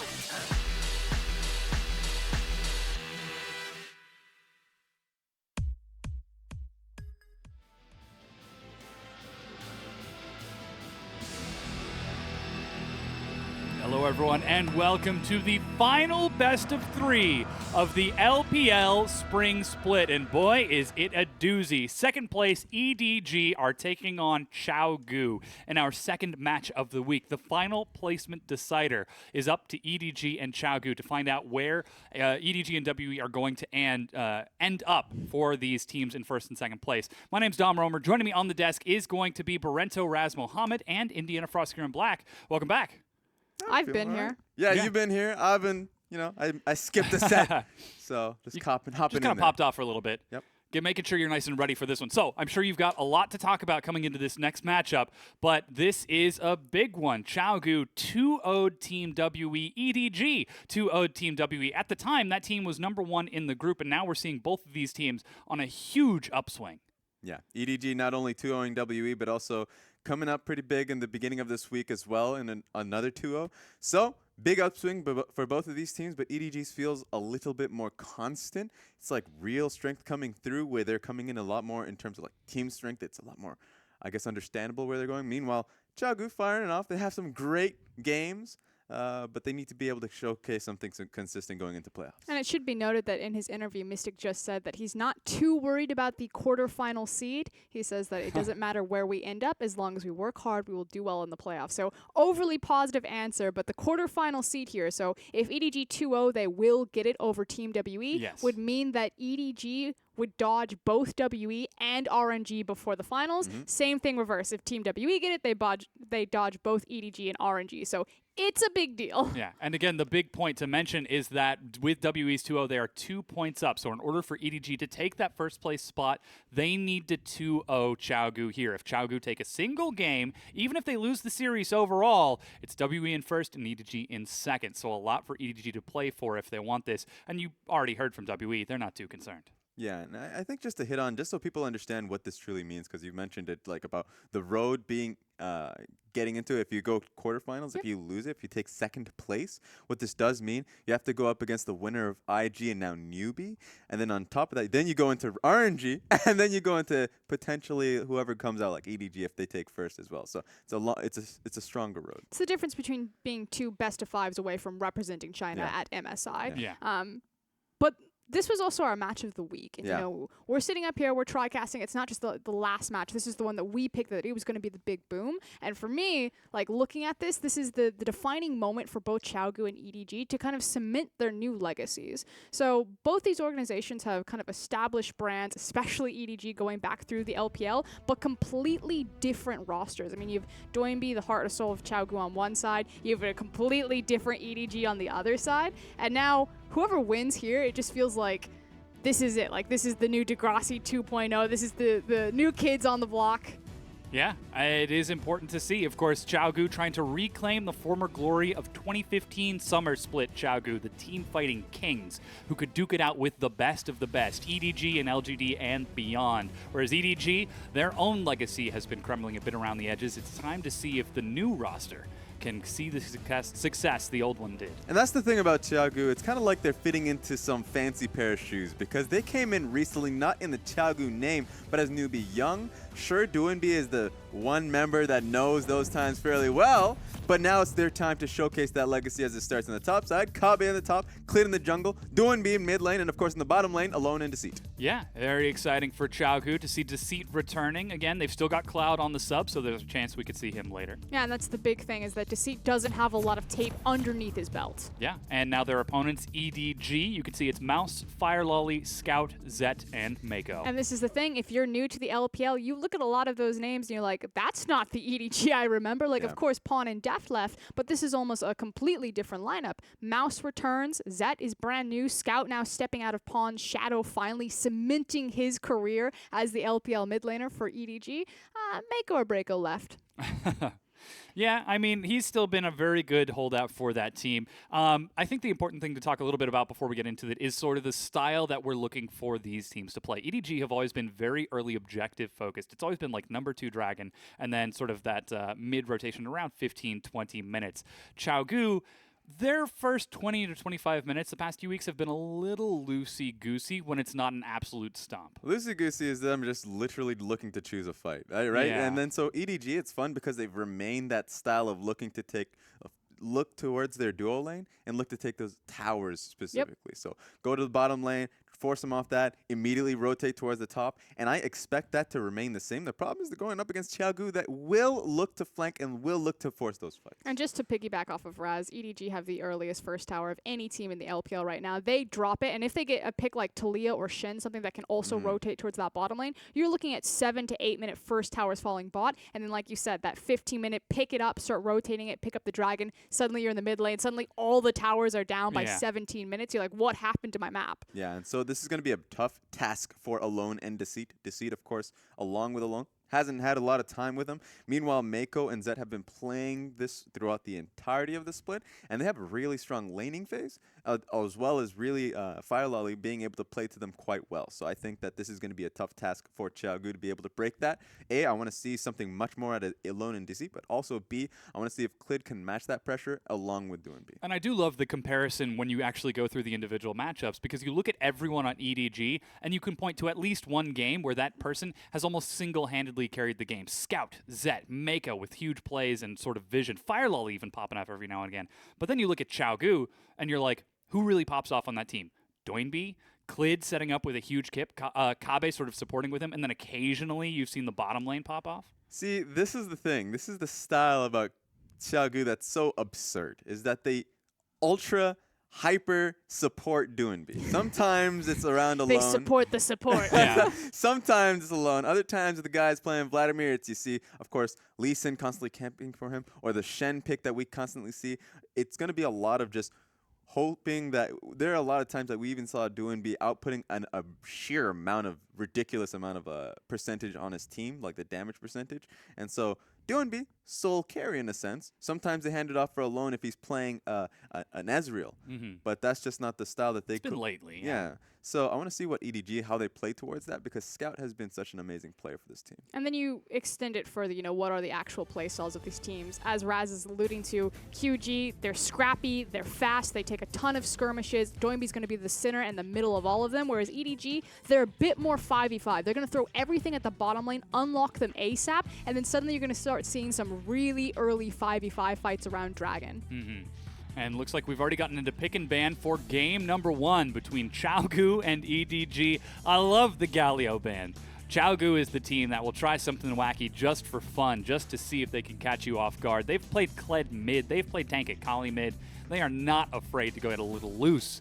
And now, looks like they're actually playing tight, as Rengar is the first pickup for Kled in the jungle. What I love with the Rengar pick, obviously, but the Talia ban coming straight towards Scout. He has performed incredibly well on the champion. Take it away from him. And then from that point forward, it's Graves and Elise. So really, what are the jungle picks going to be coming out of Flower Lolly? It's the Lee Sin. But he's been performing so well on those 2 champions that just got banned out. I want to see how he plays on the Lee Sin. What stands out to me before we hit kind of this, wow, it's actually going very quick, is actually the Kennen ban here. We don't normally see Kennen banned. I know he's seeing a bit more priority in NA and especially in EU, the Reckless special there. You have to think that that would be targeted at Kabe more often than not, and it does free up and make Rumble that much higher a priority here, especially now that he sees that the Nautilus and the Karma have been locked in. Exactly, and this is Chaogu picking a composition that they have played countless times here in the LPL. This is about as standards as it gets, as Karma and Nautilus are locked in. But there is a caveat here. So most people look at this like, top Nautilus support Karma. These are technically 3 flex picks between them. Kabe and Deceit can play the Nautilus. Doinby and Deceit can play the Karma. But we are more inclined to believe that, of course, it's the Karma mid, and it is the Nautilus top side, because Kabe has gone towards the pick so often that it is hard to believe he doesn't go towards it. That's just the priority that the team now has for him. And now with Malzahar locked in and Lulu banned to follow it up, it's the bottom lane left up for Chaogu. You have to imagine they're going to follow it up with a Nami. And this is EDG saying that we see what you're doing here. We know that these are the flex picks. We know that Doinby's probably going to take the Karma. So they immediately first pick up the Malzahar so they don't have to ban it away. And I agree with you. It's probably going to be that Lulu, a Nami, maybe even a Zyra, unless they're feeling really uncomfortable about Alone's pick. Here comes the next setup from EDG as Syndra is banned away from Scout. We'll see if that is another support ban. And no, it's Zyra. So leaving that Nami up for Deceit. We all know where that Karma's going, Chaogu. Yeah. What are you going to show us? You're not going to fool us with that. Surprise, it goes bottom. I know. It's happened once. That would actually be the surprise. It has happened once, so it could be the good old switch here. Yeah, it's been played once by Deceit, in fact. Yeah, so Clad hasn't played it. Ali hasn't played it. There's still a possibility where Karma goes to the bottom lane and they pick up Ezreal, so Chaogu gets a good poke in the bottom lane, so they know where they're going up against in terms of the Malzahar and Ashe. So that is a possibility. And of course, Vladimir is still up and available, so there's nothing stopping those picks from coming out of Chaogu. Yeah, nice safe top laner now locked in for Mouse on that Gragas. But I really like to point out that it's the Gragas instead of the Rumble. So both of them have this identity where they can threaten and disengage a backline through Cask or through Equalizer. I like the fact that with Alone's left champions, if he wants to go Kog'Maw, he ended up going Jhin. It really punishes. It's like, how lucky are you feeling that Mouse isn't going to find that Cask behind you and blow you forward? I feel like the Gragas specifically is to make sure that Kog'Maw wouldn't be locked in. Now, your eyes do not deceive you. That is Jhin and Tom Kench locked in for Alone and Deceit. This is actually Alone's most played AD carry. So this is straight up comfort out of Chaogu, and LeBlanc looks to be the answer to try to break it down. But I don't mind the Jhin at all, even on 7.6. The thing is with the lethality nurse, with the change to Deathfire, that we thought that would be the end of Jhin. But 7.6 Warlord's Bloodlust, and we'll keep an eye on that Keystone to see if he grabs it, has actually kind of put Jhin back, not on top, but in the conversation, especially when the pools get pinched. The only problem that I do see here with the Warlord's Bloodlust coming in for Jhin is that he does still lose his lane strength, or at least the ability to trade out. Going up against Ashe and Malzahar, that is an incredible kill lane coming out of Mako and Zet once they hit level 6. So that bottom lane will be a primary focus. Once again, it's EDG. That's what will happen. I 100% agree with you there, Raz. I feel like at this point, QG are just kind of like tucking their bottom lane in, buckle up, kids. You're going for a ride because Rengar's waiting for level 6. You got a Tom Kench. Like, nothing is happening there until we're level 6 to 9. Yeah.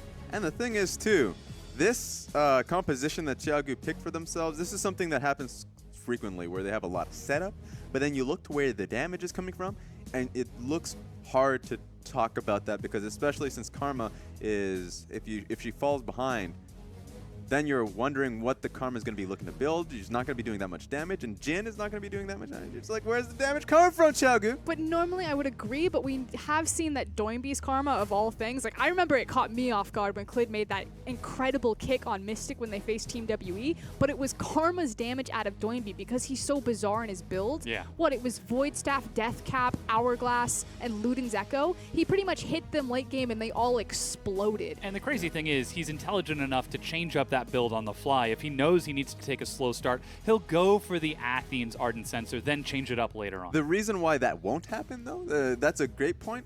Usually you'd see that if there's like an Ezreal in the game, if there's like a hyper carry he can work with. But this time around, it's a Jin Karma. That changes everything because it's poke into the stun into setup. So what will happen is Karma will get the poke down, maybe she goes Luden's, Morello's, and then that will, of course, mark it well for Jin so she can get the initial stun, and the person will already be chunked in HP, and it will set the fight up for the team. So that's something we should expect for the build to be a lot more standard in terms of just picking towards pure damage in the lane. I think everything, or something that everyone can agree on, is that QG are looking to strike around the mid-game. They want to make use of Jin's kind of first two items. We suspect that it'll probably be that Ghostblade into the Infinity Edge if it's following kind of the new 7.6 build path on Jin that we've seen in the LPL, as well as try to peak with that Karma and have the Rengar up and online. So when these first initial towers start falling, when there's a long room to run where Jin and Karma and Rengar can run you down, that's when Xiaogu want to turn on. Yeah, we did mention the one side of that mid lane matchup, but it is LeBlanc as well. Hear the EDG chants coming out from the crowd very loud as the whole audience seems to be having their favorites. I don't know if that was the whole audience or it was pretty up there. One girl that was just like We've right got like on the one mic. microphone listening in. Well, I'm glad we picked Alrighty, her so up. looking in, it is Warlord's Bloodlust. So again, the 7.6 changes. You can now heal off of the crits. Jin makes a lot of use of that because he has a lot of crit in his build path, as well as how he specially works around crit. So it's helped him out in the long run, but still his lane phase is very weak. Yeah, one thing that does that it's worth mentioning is how it impacts how you play the lane. So he went boots, but at the same time, if you do get the movement speed off of the Warlords, and you're zipping around. That, and if you have fourth bullet, it's actually much easier to be able to pressure up in the lane with your fourth bullet and actually get it hit. So that's something that you can play around a little easier if you know how to play around the Jin in the new patch well. Kind of the nice thing is the fact that they are across from the Malzahar. The thing about Malz is that he's not going to put priority or pressure on you and controlling the creep waves. He wants to do it through chipping away at your health with those Voidlings, as well as hitting kind of not the Nether Grass, but the space. Malefic Visions. That one. Didn't want to say it on air. They're still sitting in brush right here. As now they're spotted. There go the Voidlings immediately onto Deceit. Mako is the one who's going to get that initial burst of damage, and now a volley pushes Alone and Deceit back. So already the trade advantage for EDG's bottom lane, but they do have Clid starting on that side of the map. So temporary safety for now, but as Clid continues to clear, that means Fire Lolly and Clid will swap those sides of the map. Why wouldn't they just have Alone and Deceit actually leash for Clid if he's going to start that side? You have to assume that the lane is already going to go over to Mako and Zet from push priority, so there's no actual reason for Alone and Deceit to be there already. They should have helped their Rengar out to springboard him in his full clear. Yeah, that and at the same time, that helps, and why that would help, of course, he's looking to get his Krugs, but I want him to also be able to get the Scuttle Crab first.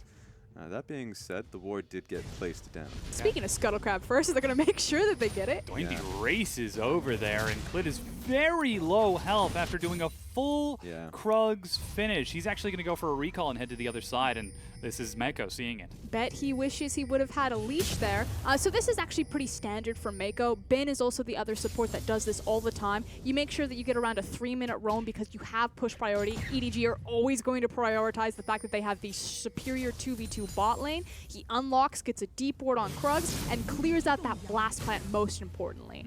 Yeah, what this does mean is the blast plant, you won't be able to get out of there for free. The Scuttle Crab now gives vision for EDG, so now where is Rengar going to come through? He has to come through the tri-bush, and they already know.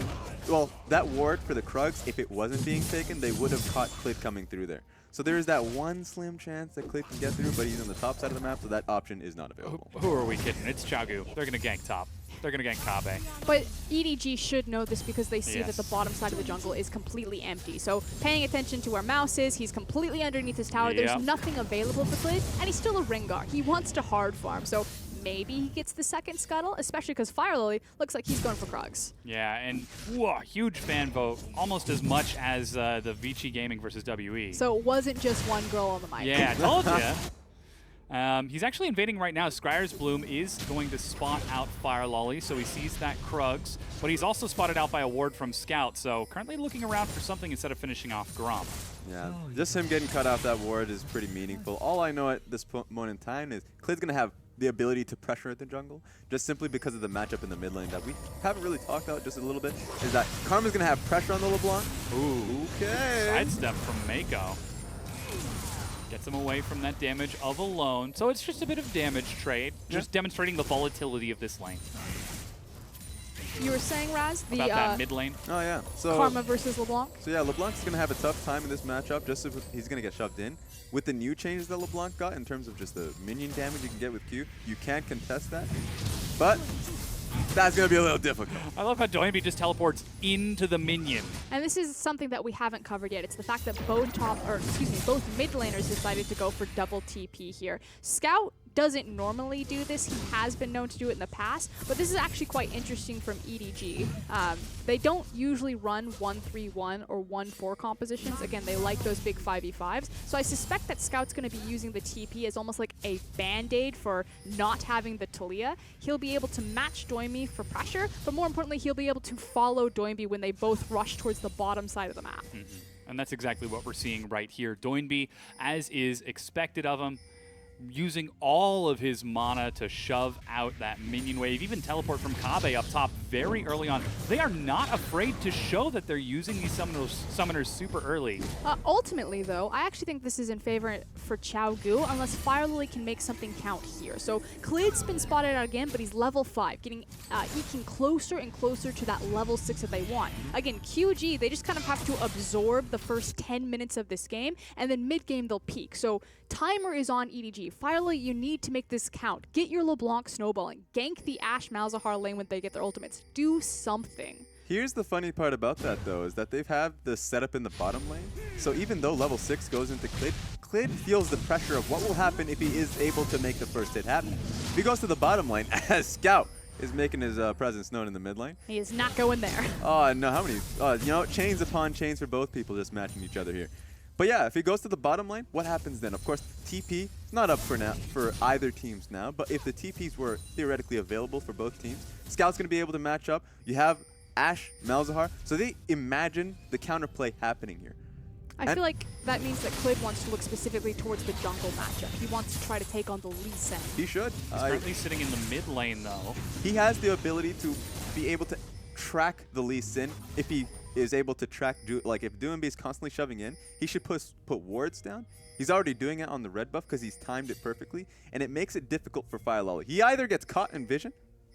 He's got Doinby up there as well. They're going to hop over the blast plant, and we said it earlier, they're going to look to go top, catch the minion wave. Oh, we're not. Fire Lolly finds Deceit in the jungle. This is almost certainly first blood if he follows over. Unless Xiaogu get to it first. They're diving on the mouse, but he gets a great cast. Clid is forced to back away. Exhaust is not going to save you from the execution damage, but Heal will, and Deceit walks away with his life. That was a bit of a flub made by Xiaogu. They tried to go for that 3v1 dive. It should have worked. It was improperly played. A bit of a flub. That was 100% a flub. A bit of a flub. Deceit, what are you doing there? Oh, Alone? Level 6 alone gives first blood to Zet. Now I can officially say it's an 100% a flub. We just 100% watched both of Xiaogu's bot laners individually lose their minds. Yeah. Why are you there? What are you checking for? I can understand, you know, put that ward down, just a soft ward. As I say this, good God, Scout, you've won already. All right. Oh, Clid is actually showing up to try bursting Scout down. He's got no mana. Scout brush. Flash to get him over, but Clid does not follow. Yeah, but honestly, I want to see the replay topside because that dive failing makes no sense to me. They had the time to be able to do it, but unfortunately, Mouse was able to just get off scot-free, use his ulti to be able to bounce him out. But this is the thing. It's pretty much EDG's top side absorbing Xiaogu's initial play versus Xiaogu's bot side not being able to absorb EDG. And now EDG, there's the springboard that they were looking for. They able to get that first kill onto Zet. That's super volatile to have. I think the only way it gets worse is if Lee Sin had picked up the kill. But this should be so easy. Ashe is now level 6. Mako's level 5. Probably going to tick over to level 6 very soon. Huge target, just painted right on the bottom side of the map. Yeah, and this is exactly what you see EDG setting up for, controlling that vision around Raptors, controlling that vision just behind the Dragon to keep an eye on Quid, but he's taking the lane route on down there as the snare misses Mako. Quid is going to have to really bait this in or wait for a long time. I am going to criticize Mako here a little bit. He should be in lane. Ashe already has the level 6. There's no reason to be giving her the free experience anymore because she has the advantage of having the ultimate. He needs to be in the lane to get that experience so they can get the nether grass. Yeah. Oh, Quid is going to try to target Mako. He's got the bola, but misses. That's an arrow onto Quid. And Zet has got more than enough damage to make up for this nether grass as Mako ticks 6 mid-fight. Zet continues to engage, even teleport being tossed in as Mouse joins the fight. Doinby kills Mako, but he's got to fight Xie now Scout 1 versus 3. It is not worth at all. Dies as Fire Lily gives him a kick to the face. Zet played out of his mind there. That was incredibly done by him. They recognized that they can get on top of the cat himself, and they outplayed the 2v3. And we are a minute late on our prediction. It is 9:52, and the first tower will fall. We said it happened around 7 to 8 minutes for EDG. Yeah. They were a little bit slow on the uptake, went a little bit sideways, but ultimately the game plan comes through. Every single time, this is their blueprint. Turning that around. Just take a look at this. Cat took way too much damage.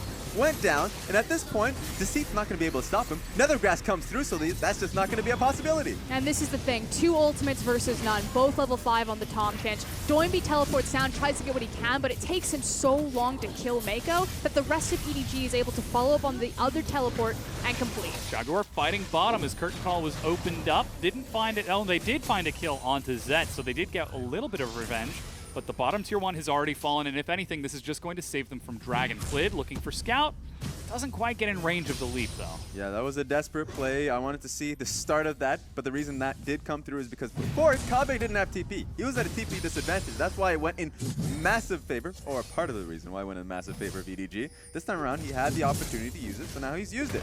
Only problem now is they're losing a lot of waves on the top side of the map. Yeah, and then unfortunately, they didn't have the health to transfer it into the Dragon, so not only do they lose that big wave that Raz is talking about topside, but they also then don't have tempo to try to take the Infernal, so QG are getting nothing.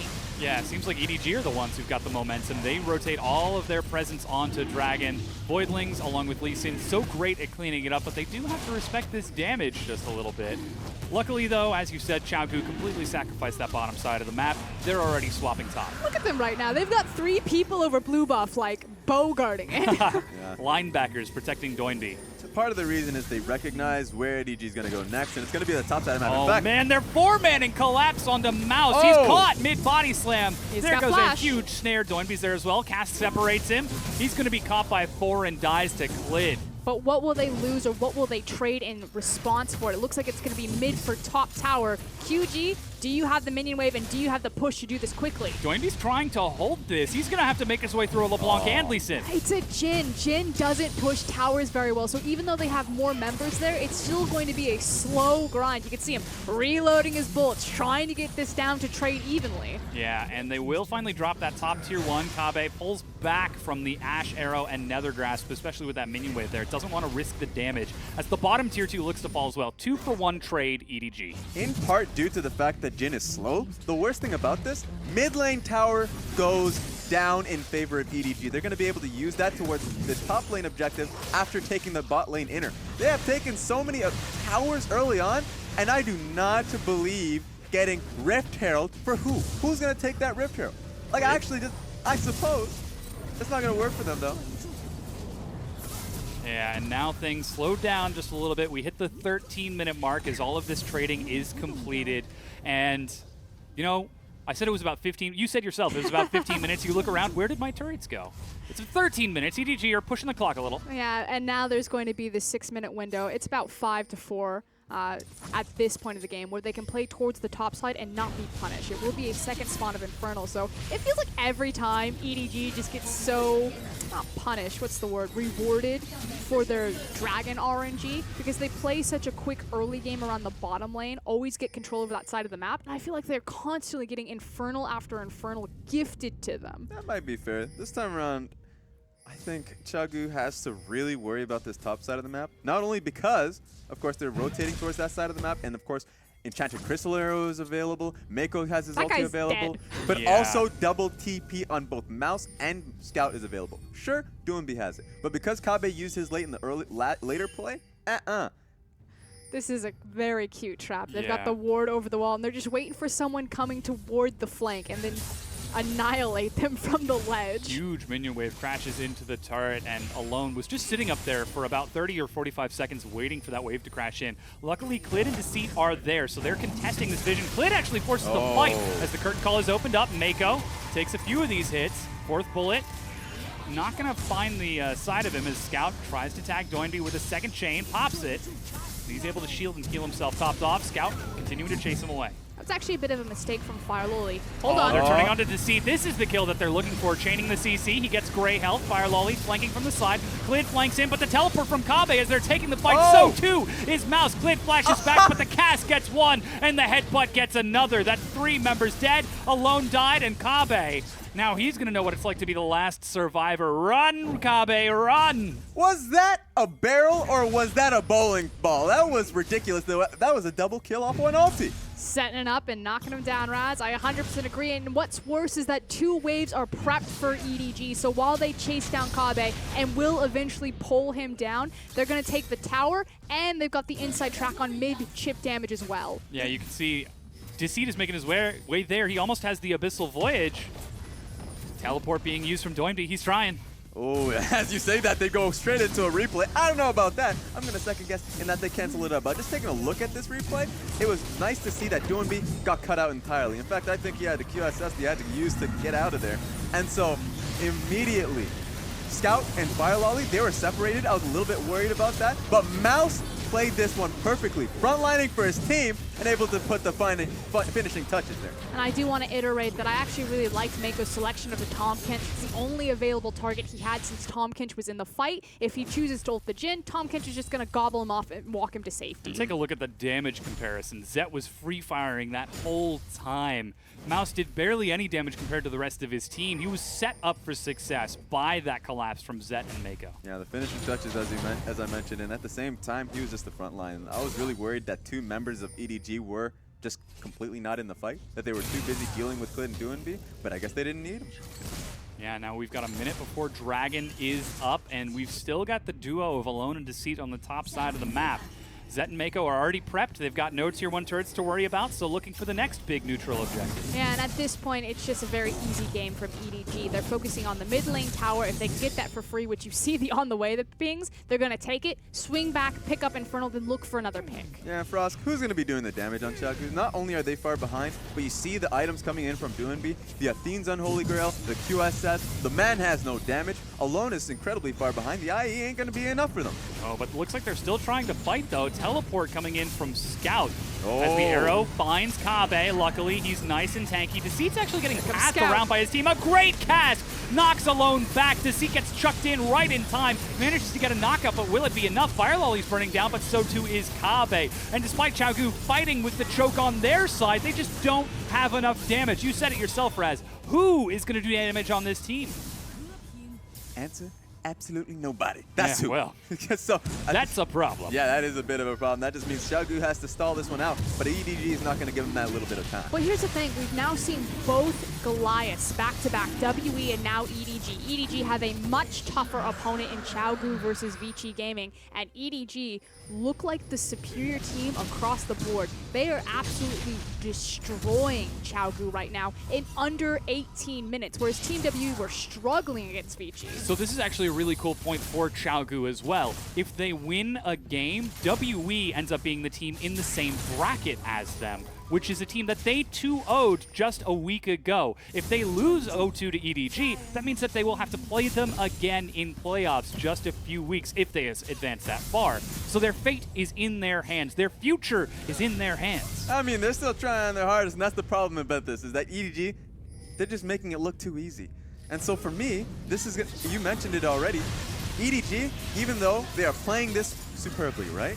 They still have an added mini game. They have to 2-0 them. Yes. Like, they still have to match what WE did earlier on. This ain't good enough. This is Arrow.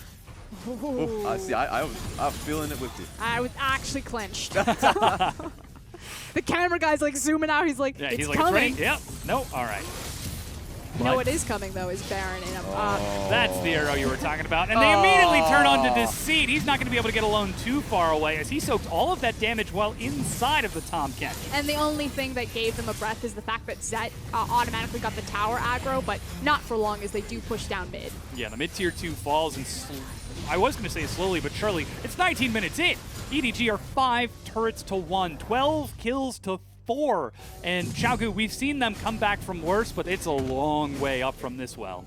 Yeah, they have a very long road. And the thing about EDG was that they were going initially for the tower. That was their main objective. And there was 2 people in front of that tower. Give them the 2 people. And then, of course, that just means that Alone and Deceit, sure, they didn't die. The goal didn't go in favor of EDG. They just had to back those. So suddenly, Xiaogu can't defend the inner turret for EDG. And now they're going to be punished even further on the fact that they lost so much control over the bottom side of their map. Baron will be in play in 13 seconds. The only kind of breath of fresh air is the fact that Scout's teleport isn't up. As soon as it is, like, the world for EDG. They can do whatever they want on the map, and surely they'll start pulling Xiaogu around, find the pick, get the Baron in the game. Yeah, you can see the dark vision from Xiaogu. They've got a road to Baron, and that is it. They don't want to take any chances. And now there goes the Hawk Shot just to spot out the rest of Xiaogu. But as you said, they're just going to keep on following through. Fire Lolly targets Doinby. He's got a flash of his own, makes it away, but the cask follows up. There is so much follow-up. And there's the punish. The fact that Mouse was able to rotate so easily because the wave was that far forward on the bottom side of the map. That's what we were talking about when they punish for that. Oh, but they're going in. Kurt Call march the go button for the rest of EDG as well. They burn through Kabe without any help from the rest of his team. Deceit is backing away, but they're pushing the inhibitor. A little bit of a curious pick from Mako there. Report that guy. Yeah, the inhib goes down. EDG are tearing Xiaogu apart. And for something that we said was our match of the week, this is EDG showing up at a 10. They are taking this game very seriously. This looks like the match of the week is going to be EDG's night of the week. This is looking so well for EDG to showcase this kind of level of play before playoffs. They just have to do it again. And Scout might even be able to assassinate Deceit here. The rest of EDG collapse. And Alone runs for the hills. They try to turn it around as Clid leaps over the wall, but Doinby tries to follow through. Teleport from Kabe, and they activate Thrill of the Hunt. It's 4 versus 5, and the cask has now separated them. He tags the hook onto Zet. Do they have enough damage to kill him? He's still alive, finally drops as Kabe gets that kill, but the rest of EDG have got their tier 1 and super minions pushing down this lane. Yeah, it looked like a good idea for Mouse to be able to use his ulti to disengage, but of course Kabe still got the extra angle with where he landed on that ulti, so he was able to get a cleaner hook. Didn't expect that one. Mouse, you're supposed to help your team, not the other team. He tried, all right? I give him an A for effort. If I'm Zet, I'm making eyes at Mouse like, mate, just step in front of the hook. Just knock him away. He tried. Q. Yes. There are going to be a lot of tears, but EDG fans are feeling very happy. That's hilarious. If you snare Gromp while he's trying to make his way back, he just kind of freaks out. But immediately, 22 minutes in, you can see them setting up for the Baron, trying to get some sort of vision. Luckily, they do have Scuttle Crab, but there are a lot of ways for EDG to make it over the wall, and still, EDG are relentless in pressing their vision and pressing their advantage. And you can look at their inventory right now. I'm not going to take a gander at all those control wards. What, that's 6? Yep. They are all going to converge on the Baron, lay down all of their control wards, sweep everything out, and either sit and look for another pick from LeBlanc or throw that Ash Arrow. Yeah, thankfully for Xiaogu, they were able to get the Scuttle Crab. That's going to be a little bit of time where they know if EDG's doing it or not. They won't know if EDG just sits inside the pit. So that's the only fear, and that's the only thing that EDG has in their favor here. Just need to wait out those important cooldowns. Mouse, you can see, already pushing bottom. Doinbe's got teleport, so Mako, you can see he sweeps out the pit, knows that they can start playing that game. Mouse looks like he's taking red buff for himself right now as Doinbe will try to answer. Scout still looking for a pick. They actually didn't use their control wards as effectively as they could have. The fact that Scout is sitting on a ward demonstrates that. Lid is saved at the last second, but will he escape though? Turns out the answer is yes as they target Mako. He's the support. Fire Lolly gets in the way of the shots, but they've still got the slam dunk. Mousk is ready with the cast. Can he get over the wall? He's looking for somebody as Kabe makes it out as well. Doinbe trying to stall this chase, but Scout does so much. Deceit. Ooh, caught by the chains. As Zet follows through with the auto attack, it's Scout who gets the kill. You mentioned it, Frost. They needed to get deeper vision. They weren't able to do just that. It turned still, and Oh, okay. no! All right. You know what? You can go too, man. That was a little disrespectful from Fire Lolly. That was hugely disrespectful. It means that they can't turn on the Baron. Yeah, they didn't have the health, so it would be dangerous anyway, but they could have tried to reset Mouse's positioning because he has teleport, or even Scout, because he also has teleport, and used one of those two to tank the Baron and secure it. With Fire Lolly dead, that complete last play, yeah, it's the pocket gold, but it's not the Baron. Yeah, it just slowed them down is what it is, because the ideal play was there, but that slowing pace, sure, they still got the gold off of it from kills. It was risky because Xiaogu could have seamlessly outplayed it. So thankful for Xiaogu EDG, they still hold on to it. But that means that they have to play it proper if they go back to their same position. And with the game slowing down just a little bit more, they will be able to take the Ocean Dragon on the way out, but we're starting to see some item completions from Xiaogu. Very important. Doinbe actually goes for the Ardent Sensor second and finishes his Quicksilver Sash. You can see Alone has finished his Rapid Fire Cannon and is working towards his own QSS. Heck, even Deceit has one with how aggressive Mako has been with those Nether Grasps. And now that Banner of Command has been popped bottom, Mouse has got a small window in which he has to stay, so EDG are just going to start setting up vision. I actually really like the QSS on Tahm Kench and respond to the Malzahar. It means that there's no viable target for Mako, just because if he locks down Deceit, he's just going to QSS. If he locks down anyone else, Tahm Kench is just going to gobble them up. So it's really important that the QSSs are burned with the Ash Era beforehand. The AK gold lead EDG have, they still need to play this efficiently because remember, Banner of the Command still up and available for Kabe. He's going to be trying to get that free push in the bottom lane while still being with the team. Meanwhile, Lone is starting to get items for himself, IE, and of course, the Rapid Fire Cannon. So with that being said, he's going to get to a position where he can deal damage, but EDG is going to start this up. Yeah, this game accelerated real quick, and it looks to go even faster. EDG rush onto the Baron. They've got so much. There's the curtain call. Arrow finds Clid outside of vision, and they manage to get the suppression as well. He's dead. Can they kill Mouse on the side to make up for it? He's got a GA, so that answer is no, ladies and gentlemen. Deceit now also dies. Kabe finally has teleported in with his team, but it's 3 versus 5. They must have caught Clid on the control ward that you see just underneath you. That was really well played out of EDG to recognize where Clid was, get him ulted even though he was invisible, and we're just able to blast him out. It's also a huge question mark about Kabe. You know, when an area goes dark like that, you need your tank there with you. You can no longer rely on the teleport flank play. A, because you don't have any wards to flank from, and B, because you need the tank to walk into that darkness. Yeah, he should have been leading the play, as you mentioned, and at the same time, that's why he bought the Banner of Command. He doesn't need to be in the lane. He just needs to be with his team, especially for that play. They must have gotten caught by surprise. They must have not have recognized or at least thought that EDG would have started that so quickly. But EDG has all the time in the world and all the vision, so they have to respect that at all times. And we do know that Doinbe is the primary shot caller for QG, but I feel like we're starting to see some of the growing pains of losing Ollie in that support position. We knew he was a secondary voice for the team. He had formerly been a captain for Team WE Academy, you know, back in the day, so a huge talent to lose.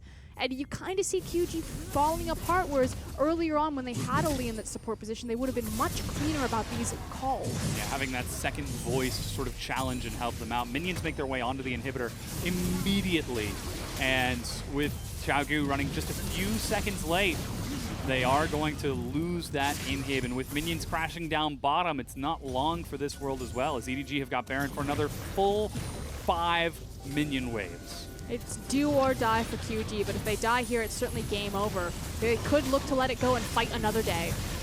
Yeah, that's the question we've been asking. The inhibitor turret falls, Mouse zones the rest of them back. 5 versus 5 with the raw stat advantage that EDG have from an 11,000 gold lead is more than enough to make up for the fact that they're aggressing. That Baron stacked wave is pretty big. Xiaogu was not going to be able to wave clear that at all. They don't have the ability to do so on their team.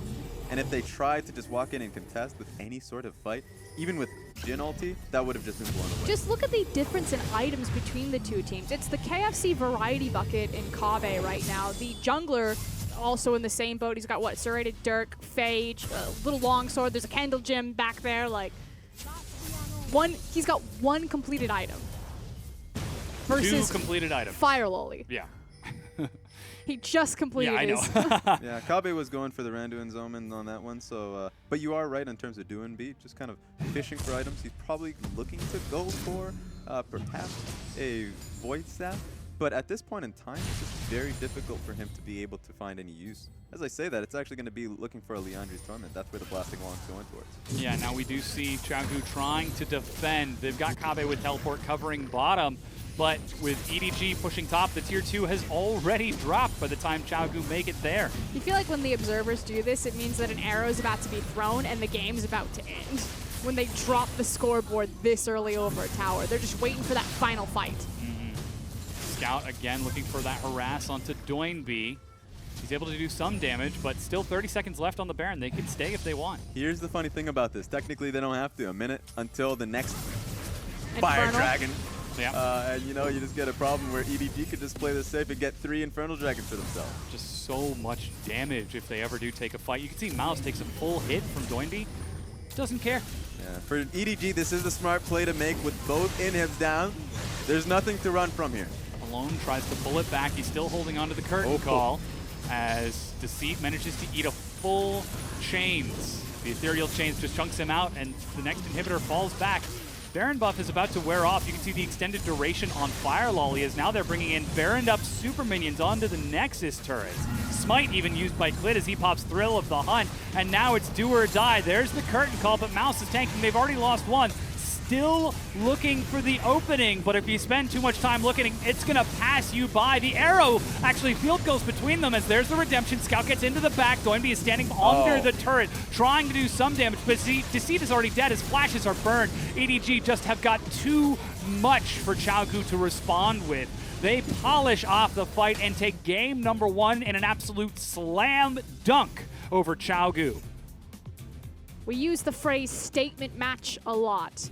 And I feel like this is one of the only series that has actually been fitting of it. That was a statement from EDG looking across at Team WE and saying, this quarterfinal spot, this is ours. Xiaogu probably feeling a little shaken after that match. Going for all of those comfort champions. That is the stairway to heaven right there. More like the stairway to first place. I mean, if they continue with this sort of performance in game number 2, Xiaogu's going to be in a whole world of trouble. Because if they lose, they're going to be in the same bracket as EDG. Even if they make it to the semifinals and play against EDG, if they look like that, Xiaogu have got to be worried. And the thing about this is, too, is that EDG, remember this, they have head-to-head 2WE completely. That's out of the water. Right now, if EDG can match, if they can take the next game, that's it. EDG's first place heading into because remember, the first round is called first round, and then there's quarterfinals. That's always something that you kind of like, oh, you know, that caught me off by guard. Yeah. So technically, they're going into semifinals if they can get that right. So, my goodness, if they can get straight into the semifinals, they look like a true raid boss. Who would you want to go up against?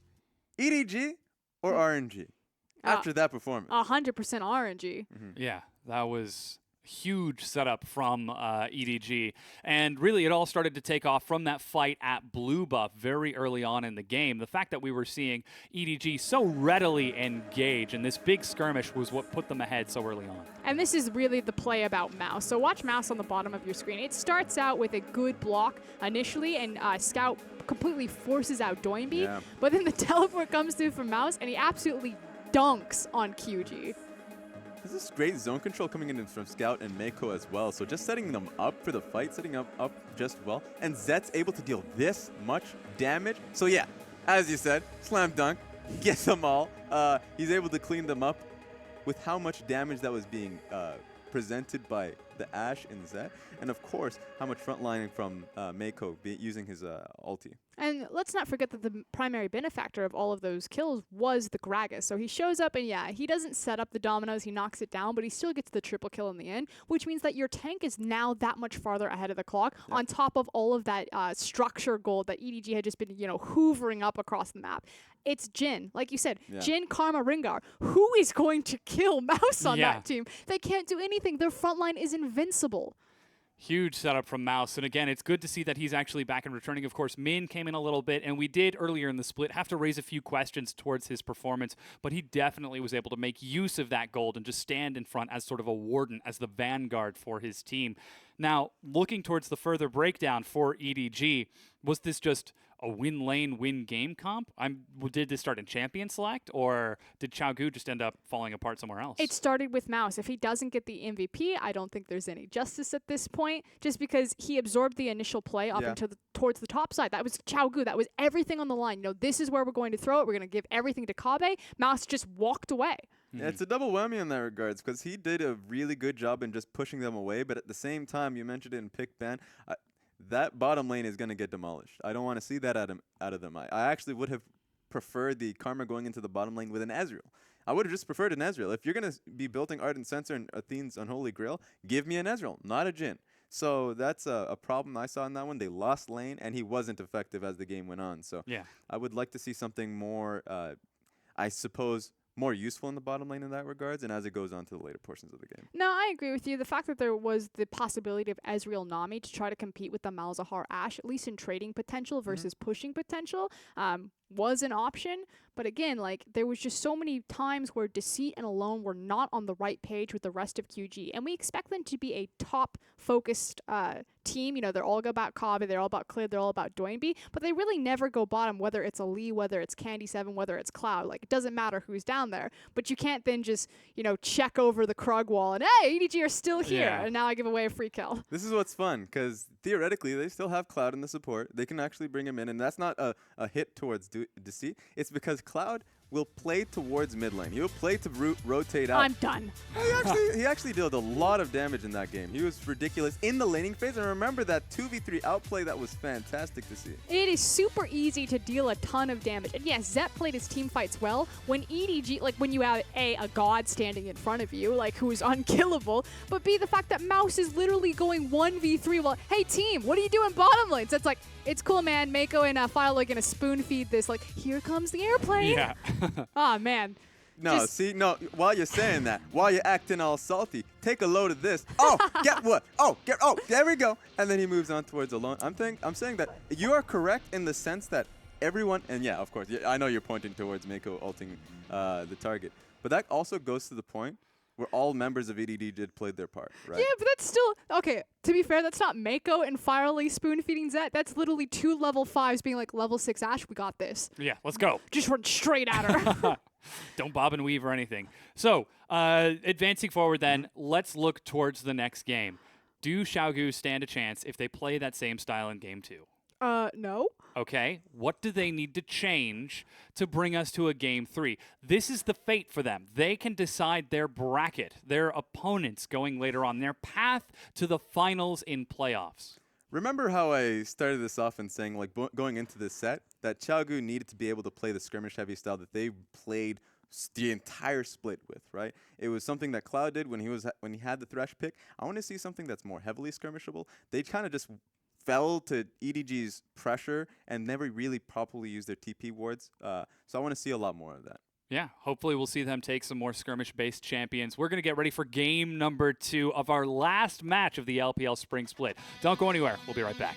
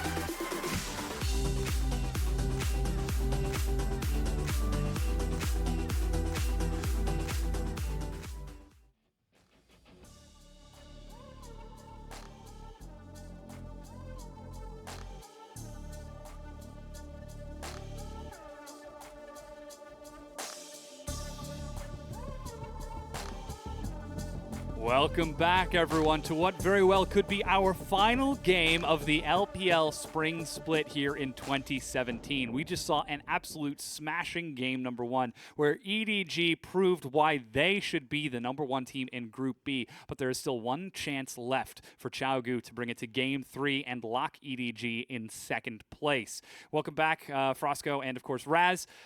So, what did we see? What needs to change from Chaogu? Just going back into that skirmish style? You're going in fast. No, we have limited amount of time. Let's go for it. That's fair. All I'm saying is that it's been a long split, and the fact that we're gonna know who's gonna be in the first place, that we're gonna find out in the first place with the very last set. To answer your question though, Chaogu needs to be able to play a very heavily skirmish style. They need to look to cut tempo. The only reason why they need to do this is that they've done this all split. They haven't been the team that's gotten tempo very often. In fact, that's been an issue for them. They lose lanes very easily because that's what they pick for. They pick 4 team fights, they pick 4 skirmishes, but they always lose out in lanes. Now, I've been saying that they should not do this for super long, but they haven't listened to me. So they just need to play the style that they've been playing through L split. 100% agree with you, Raz, and I'm going to give you then the steps that they need to take. So first and foremost, I want QG to draft winning lane matchups, particularly in the bottom lane. They need to prioritize that they get the superior 2v2, and EDG will throw everything that they can at you in draft phase to try to take that away from you, especially when you're playing. If Deceit stays on the field, I'd like to see a sub for Cloud, just because I feel like he's the stronger laning support than Deceit, but maybe they feel more comfortable with Deceit. But they need to make sure that it's not another Tom Kench Jhin versus Ash Malzahar. I agree with you 100%. And even though one of the points of the skirmish heavy style is that they used to play is that they constantly pick losing bot lane matchups, you can't afford to do that up against EDG. EDG picks for that consistently. They're the only, a few teams that do that. RNG is another one. And EDG play to that, and they will just bury you in that pressure. And what kills me is Chaogu's composition last game, peaked at mid-game. It wasn't like it was a Team WE or Vici comp where it's like, okay, 35 minutes, guys, we just got to get there. It's like, no, we're going to smash you in 15 minutes. So if you don't have, a Lee Sin, some sort of bridge to cover that first 10 minutes, you will get blown out of the water by EDG. And one of that is simply because Scout's he's a smart player. If you give him a lead, if you give him an advantage, he will always look to where he can also just kind of utilize that pressure on which part of the map. Good example is he'll go towards the bottom side of the map, see what happened, and in that top lane fight, he was just picking on NewBee. Yeah, every time NewBee found himself looking to try and rotate towards the fight, not going to happen. You're just going to get chunked to 30% of your HP. So Scout is always waiting, and that's if he's playing LeBlanc. Some teams have just outright banned the LeBlanc against him. Yeah. I want to see what happens because this guy's champion pool is so large, he can even go to a Zed. And I love the juxtaposition that we're seeing. And when we look at the camera between these two teams, NewBee is fired up. He's ready. He's going to push in this matchup. Whereas you look at EDG, calm, cool, having themselves a good old time. Just, getting first place in the LPL. That's one thing about Chaogu that's the most hilarious thing, and that's what will always get fans behind them, is that they are just the most fired up players in games. If you ever see their video segments where they're just communicating in massive team fights, it's NewBee jumping off his chair as well. So They're always incredibly high fee to watch. I always challenge everyone. It's so easy to make a fan out of QG. Just watch NewBee's player cam during the game. He looks like Speed Car Racer. Like, he's just bobbling everywhere in his DX Popping Racer. his head up and down. Alrighty, we've entered into pick and ban for game number 2, and go Speed Racer go. He's trying to get to game number 3, but he's got to beat EDG here. You can see Talia, Graves, and Elise taken away from Scout and Fire Lolly. Again, triple top lane as Galio, Camille, and Kennen are banned away. And Chao Gu on blue side this time as EDG have prioritized red side in this game. We're still seeing Chao Gu focus on that Rengar. Yeah, I actually want to see if Chao Gu do change up their plans. EDG will not. You have to force them out of that position, especially with how well that last game played out. Will Kabe go consistently back towards the Nautilus? I think they'll think that is completely fine, and the only thing that they have a problem with is in that bot lane matchup. I actually completely disagree with.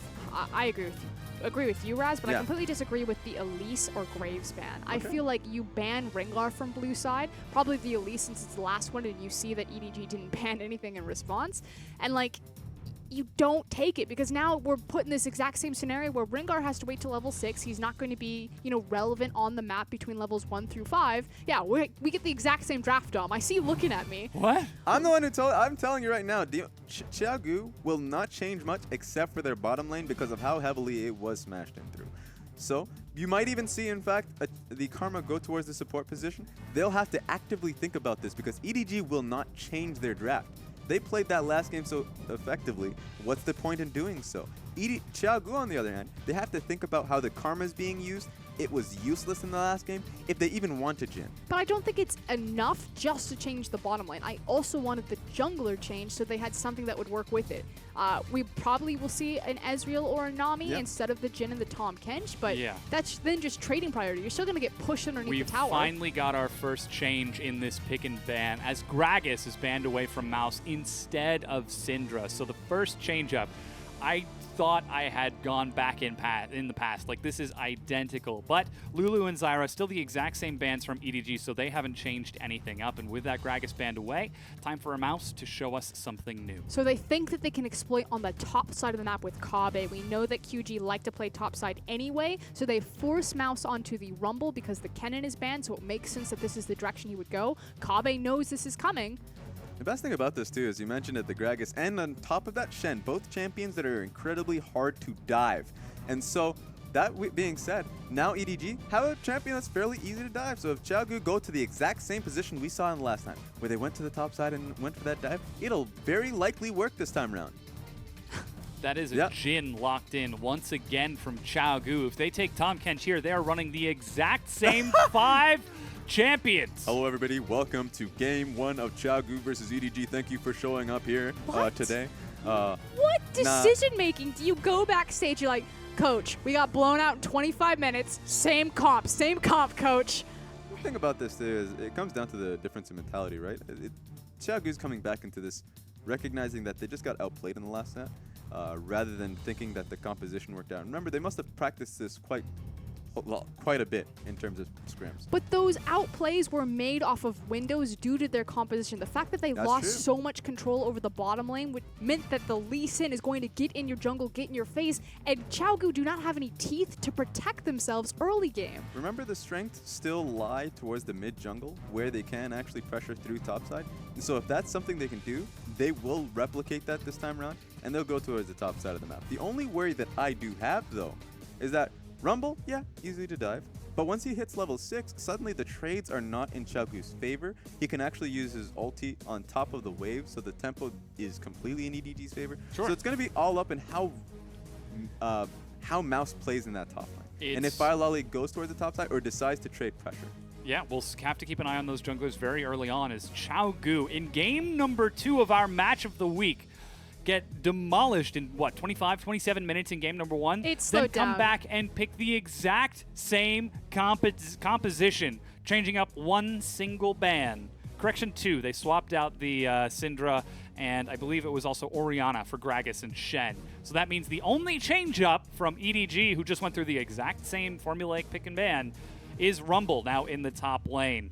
This is Chao Gu. You know what's hilarious? I wonder if they've ever played Far Cry. 'Cause no, I don't even understand. They need to know the definition of insanity. Oh, now I need to play that. Doing the same thing and expecting different results? Yeah. Oh, actually, it's a differently entirely. Remember, internationally, one of the biggest things about EDG is being able to go towards the top side of the map and just pick apart Mouse. It's the game of pick that man apart. Make him humble. But those were completely different circumstances when we saw Mouse internationally. If you go back to Mouse's domestic play before appearing internationally, he was not a liability for the team. You know, there were extraneous factors externally that affected his performance at Worlds. This is the Mouse that we expected to be. Regardless, though, we have loaded onto the Rift for game number 2 between Xiaogu and EDG. And hopefully they can show us something a little bit different in their execution here in game number 2, as EDG are running back something very similar. Keystone Mastery is popping up. It's still 7.6.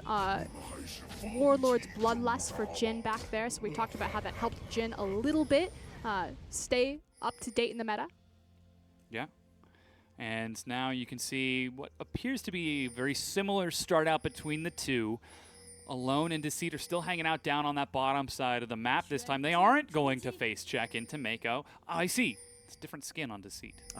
And Clid. That's what it was. Skins. That's what it's all about. NewBee taking his signature Lotus Karma. And this time they are getting a ward on the red buff very late once again. Looks to be bottom side start from Fire Lolly, so things are different from EDG. Yeah, and different from QG as well as the fact that Clid is actually getting a leash even if it's on Fire Lolly's Raptor camp, but also starting that top side of the map. So hopefully he'll stay out from underneath the Lee Sin, get closer to that level 6, but it looks like we're going to have some vertical jungling. Yeah, interesting to see this happen again as blue buff is now taken by Fire Lolly. He immediately is invading, but is spotted out by a ward. So Xiaogu know that this is happening. How do they respond? They shouldn't be able to. You would look towards Alone and Deceit, maybe looking to push him off, but they don't have the liberty of doing so either. The bottom lane is pretty much in the same position they were last time around. So it's just literal vertical jungling where both junglers are able to get that much pressure down on both sides. You're going to get hit up. No, just kidding. Lied to you. He has got that range down. He could lose Krug camp here, though. So he's resetting his positioning, and you'd think that he'd walk bottom to pick up Krugs, but Fire Lily is already taking them. This is a trap. You can see NewBee starting to rotate down. They suspect that he's here. There goes the vision, looking to catch him as the blast plant is cleared out. So they saw NewBee on top of a ward. He's going to sit on top of the Raptors. Fire Lolly is very low health after these Krugs. And suddenly Clid's like, reroute. Yeah. Now it's time to take Raptor, so it's now, what, a camp advantage for Fire Lolly. Slight tempo lead as Mako again sidesteps the snare. He's taking some hits and actually flashes away, going to respect Deceit's Devour. That would have been an advantage for EDG had everyone gotten out of there scot-free. But now, Mako without flash, that could be a target for Clid to be able to push towards. That means that you're going to have to look towards Fire Lolly, either pressuring down. He's got a Scuttle Crab, so that's going to be an extra bit of vision for them. So they don't have to worry too much about Clid. Yeah, now seeing that Clid gets the opportunity to choose, he gives it the old question mark ping on top of that. And immediately the engage onto Mako as that's a flash forward. Exhaust slows him down. Do they have enough? Deceit trying to get the lash, but the Voidling body blocks it. He turns and Alone is forced to flash away. And now Deceit is dying to the Voidlings. Disrespect from Xiaogu's bottom lane will cost them their life. Oh my as god. Flash forward, leaping from the brush. It's a melee down in the bottom lane. Zet has died. He turns it around. Clid gets a double kill. Fire Lolly gets a kill of his own, but Kabe's even down there. And you can see Alone head in hand. 3 for 2 for Xiaogu. Yeah, I don't know why he is so roughed up there. He seemed like he was pretty unhappy about that one. That is major for Xiaogu for them to get that one. And the brilliance of the play is the fact that Mouse had used his teleport back to lane, so there was a tiny window where Kabe could respond and the Rumble could not. Yeah, you can see Mouse even going in between the turrets to try to deny that minion. NewBee still focusing on that mid lane, but here's the bottom again. So I will give Zet credit here. He actually does a phenomenal job initially in this play to make sure that he's weaving in the Qs. Although, excuse me, he's only level 3. Doesn't even have his max Q, so take that away. This is a play where, here's the thing. This looks great for EDG. He even flashes in. He shouldn't have flashed. He probably would have gotten that anyways. And so Zet's going to be able to die here. Mako immediately dies. That's 2 kills for Clid. And so, yeah, sure, Fire Lolly's able to get the kill. But down goes Fire Lolly. And misspoke again. Rumble. looked to teleport bottom, canceled his teleport. Doesn't have to. Or no, actually it was Scout.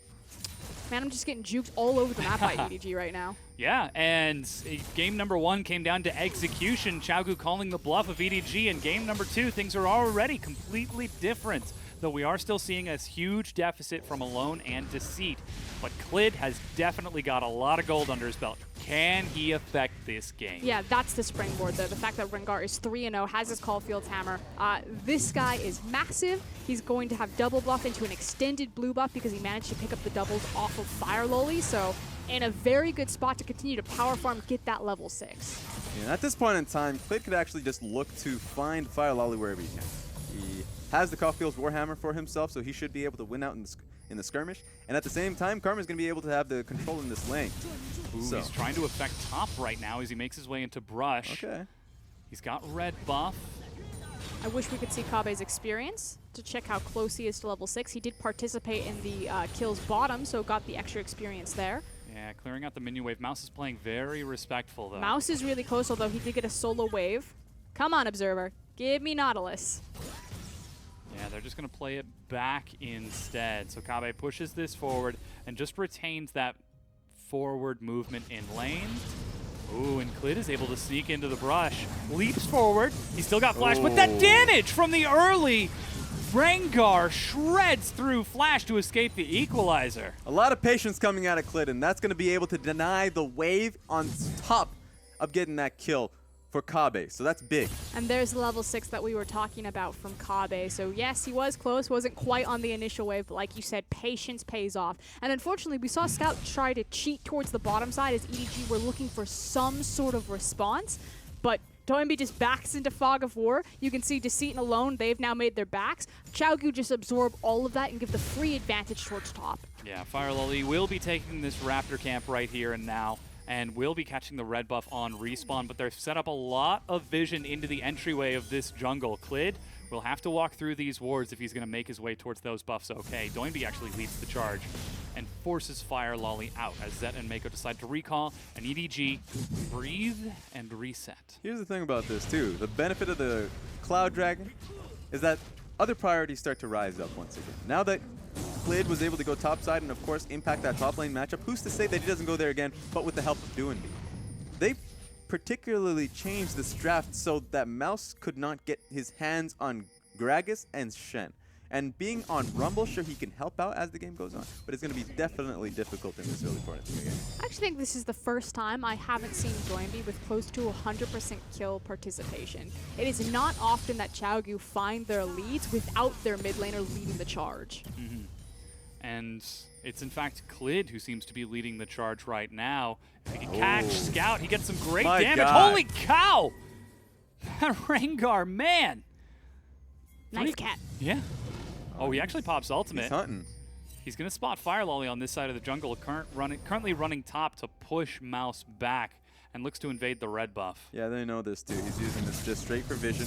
Pushed out Fire Loli completely. Now he's going to be able to take control of his red buff. And there's no response from EDG. Again, Scout was forced back, so he can't help with anything. Fire Loli can't be in his jungle by himself because he doesn't have a mid laner. He sees that Rengar's on the hunt, so he just stands in a bush and like prays. Yeah. He can't go bottom because if that turns into a 3v3, they'll automatically lose. Like, there are so few options for EDG on the map right now. And honestly, for Clid, he can just go straight topside again. He can just outright control the top side of the map. Rumble can never shove into Nautilus because of that outright fear of where Clid is at the time. And I agree with you, which EDG should recognize that as well. So Mouse just needs to, again, kind of step back, absorb QG's pressure, and EDG need to control the wave and start running bottom lane. What this does mean, though, now that he's not on the safe champion of, let's say, a Gragas, he can't can't just sit under his tower anymore. If he's eating pressure, that means he has to back away from the experience entirely, use his ulti, and if he doesn't have it, well then that's what? You're just going to fall farther and farther behind. And take a look at how the pressure has shifted now that they do have that momentum in their favor. Kabe pushing in top with a big CS advantage, though Mouse will be able to catch that minion wave. Zet no longer with a huge lead over Alone, though he is moving in with Mako, Scout, and Fire Loli to look for a pick. They're setting up They want to control over the river. Yeah, they want to find Rengar as he returns to one of these camps. Probably setting up also to contest second spawn of red. Excuse me, third. Sorry, I was watching Mako. I Mako thought just the hopped Jin over the wall. ultimate might open. Yeah. And Clid continues to farm. He knows that he's got his team nearby to support him and an enormous amount of damage as he completes his Warriors enchant at the 10-minute mark and has got an extra 2 longswords on top of it. So no longer going for the KFC variety bucket. He's going in on the family meal. What's fun about this, too, is that EDG, they have so much control on the bot side of the map. Just look at how the wards are right now in the red side jungle, completely lit up. That links them towards the bottom side of the map. Unfortunately, Xiaogu's already right there. Oh, they got caught going in there, though. They had to have. Yeah, they're bringing Scout and Fire Lolly down there. They know Clid is here, but he still decides to commit. Targets Mako, and there goes the curtain call. That's alone, eating an arrow to the face, but that's also teleport from Doinby to get in. There's another grasp onto Clid, and he's saved by Deceit. Pulled away. Teleport coming in late from Kabe. It's answered by Mouse. Equalizer is on cooldown. The hook tags Scout, catches him as he's leaping away, which forces the flash back and canceled by Mouse as he stays top. What this does mean, it's going to be a trade in pressure. Mouse is going to be at the top side. He's not going to be able to take the tower at all. It's going to take some time if he is able to. He's going to have to wait for the second wave. Meanwhile, Xiaogu is going to be able to take this tower with ease. Question now is whether they continue to push forward. They can't. But they're going to be able to go towards the dragon now. That's an option for them. And that's the only fortunate thing for EDG is the fact that it's a Cloud Dragon instead of Infernal. I said it last game and I'll say it again. EDG seem to get really lucky with RNG Dragon spawn when they have control of early game, and even more so when they lose control of early game like this. So now at the 11.5-minute mark, turns out, yeah, it was execution. The exact same composition against the only thing that's different is Rumble up top, which is, of course, a big variety. We're not seeing the huge mouse that we saw in game number 1, but that's first turret, that's first blood, 4 kills, 3 of which are on Clid, and map momentum for Xiaogu. It was execution on skirmishes in particular, and that's what we wanted to see from Xiaogu. They thrive in these 2v2s, in these 3v3s. Normally, it's still helmed by Doinby, so that's kind of the big difference this time around. I wish we would have gotten a replay of that game, because I actually wanted to point out something that was really cool about the teleport. The fact that the TP, Rumble canceling his, simply because EDG had lost so much ground in the team fight that they could no longer support Mouse for the location that he was teleporting in, whereas Kabe was right in line with his team.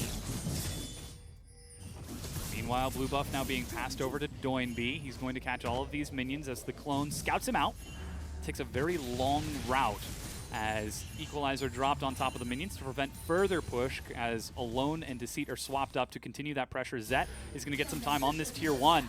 Kabe finds Mako in the jungle. Is he going to try to defend, or does he just let this go? He has to let it go. LeBlanc right now is feinting pressure. She's still mid, but they absolutely don't know about that. And Xiaogu are immediately responding by rushing mid. They bring 4 people down there, so instead of taking the top tier 1, they swap their attention mid. Scout will have to leap onto a Karma, Jin, and that Tom Kench if she wants to clear out that wave. And immediately, EDG decide they don't want to try going for this trade. Instead, they back away, just taking the chip damage on the bottom tier 1. Yeah, it was a good reaction coming out of Xiaogu, but that's still a win for EDG that they're still denying waves in the bot and just outright chipping it down. So this is a good response. It's just not going to be able to take the tower entirely. Fire Lolly caught out here, though. The invade, depth charge, but he's flashed over the wall. And actually, the depth charge was animation canceled. Clid follows up. Look at the burst! Holy cow! Goodbye. Curtain Call is going to get that. And just get a few hits on EDG, escort them on the way out. Clid says, thank you for the red buff. He two-popped him. Yeah. The Knife Cat is alive and well. And just for people who don't know about the Nautilus ulti, it can get canceled just before it actually animates. If you break the range. Yeah, there are certain circumstances with like a Vayne using ulti and then tumble. Yeah. If the ulti is just about to come out, that you can cancel it. Xiaogu are trying to break down the mid lane right now. Mouse with no equalizer can't lay down the red carpet. So Xiaogu feel enabled. Clid still waiting in the wings, but that's a lot of damage from EDG. And this is the thing, Kabe was snowballed so far ahead of the clock right now. He's got his completed Spirit Visage, whereas you look across at the itemization from EDG. So that's what? He faced Rumble, Malzahar, and LeBlanc, and Ashe there. 3 of those are magic damage. He's got the completed Spirit Visage. They're not doing any damage to him. The only person who can kill him is Ashe, and she's not going to be doing any of that with a little cutlass. Kabe is the unkillable god this time around. Just like that, the execution swaps over. The game isn't over just yet. EDG still have got a lot of opportunity to get back into this. They just need to turn the tempo around. This is something you mentioned, Raz. Xiaogu have struggled finding it for themselves, but when they do, it is lethal. Yeah, it's already starting right now where they're able to output the pressure. They already sent their bot lane up here, and Rumble's going to be the one that matches it. He has his ulti. That's the only thing he can actually do to cut that across, which has been my fear about Xiaogu looking to play into that. So they're going to be able to get cut off. It's LeBlanc on the bottom side of the map. So what you should expect is EDG to push in that mid lane, but also look to rotate top to stop this pressure from coming through. Yeah, Alone and Kabe are going to finish off the top tier 1. Looks like Xiaogu are content to trade one for another while Doinby holds on to that mid. Mako just hanging out in the wings just in case anything were to happen. So Scout will be happy to receive this gold for free. And Alone and Kabe look to finish off top. So things slowing down a little bit at the 15-minute mark once again, just like game number 1, but the tempo has been turned. It's Xiaogu setting the base. Rumble's going to be feeling happy about the wave coming through on the top side, so it wasn't completely denied. Alone didn't. He took the tower while the wave was coming through, so he's able to catch the wave while not having to extend too far out. So he's still doing quite well for himself. In fact, ahead in the CS department by quite a bit in his top lane matchup. Yeah, this is actually a clone now from Scout flanking Doinby. It scouted all the way around. It actually started down by the Raptor camp, went all the way around the tower, and then out the other side. Very creative pathing from Scout using that decoy. Yeah, the decoy, it's pretty automatic in where it goes, just catching out the first person that sees. The nearest target in vision when you place it. And the thing about that, too, is that it's kind of easy to tell if it's a decoy or not. Ooh. Simply because it doesn't visually have items. I'm not too sure in the new patch if that changed, but it doesn't have items if you click it in its inventory. Words, ladies and gentlemen. I was a little bit concerned because Zet was coming off of spawn with the completed Blade of the Rune King, and all of EDG were stacked up behind that tower. It could have preluded a possible arrow and follow-up from Equalizer, but with Mouse resetting his back, now it's kind of the question of where does Rumble go? You'd think right back mid, but the team fight should be coming. He's making his way down there. Malefic Vision's onto Doinby. You can see Clid still sitting just outside of Vision. He's right there. So too is Kabe. Scout again leaps forward, this time tagging Doinby. He has been allowed to get these chip little hits time and time again without punishment. But Xiaogu have got a large wave building bottom. Top should push in their favor with their turret advantage. They just have to sit here and keep EDG occupied, but Mouse is now being pulled back. Which means that it's emphasis on Mouse that they need to start the fight. They can no longer just sit here patiently. Arrow finds Doinby, immediately Deceit finds him. Scout targets Kabe. They're going to try to kill the tank first, but Clid leaps in and makes him pay as Fire Lolly dies, and the first few shots hit Mako. The fourth one will keep the rest of them back, but that's their jungler dead and low health on most others.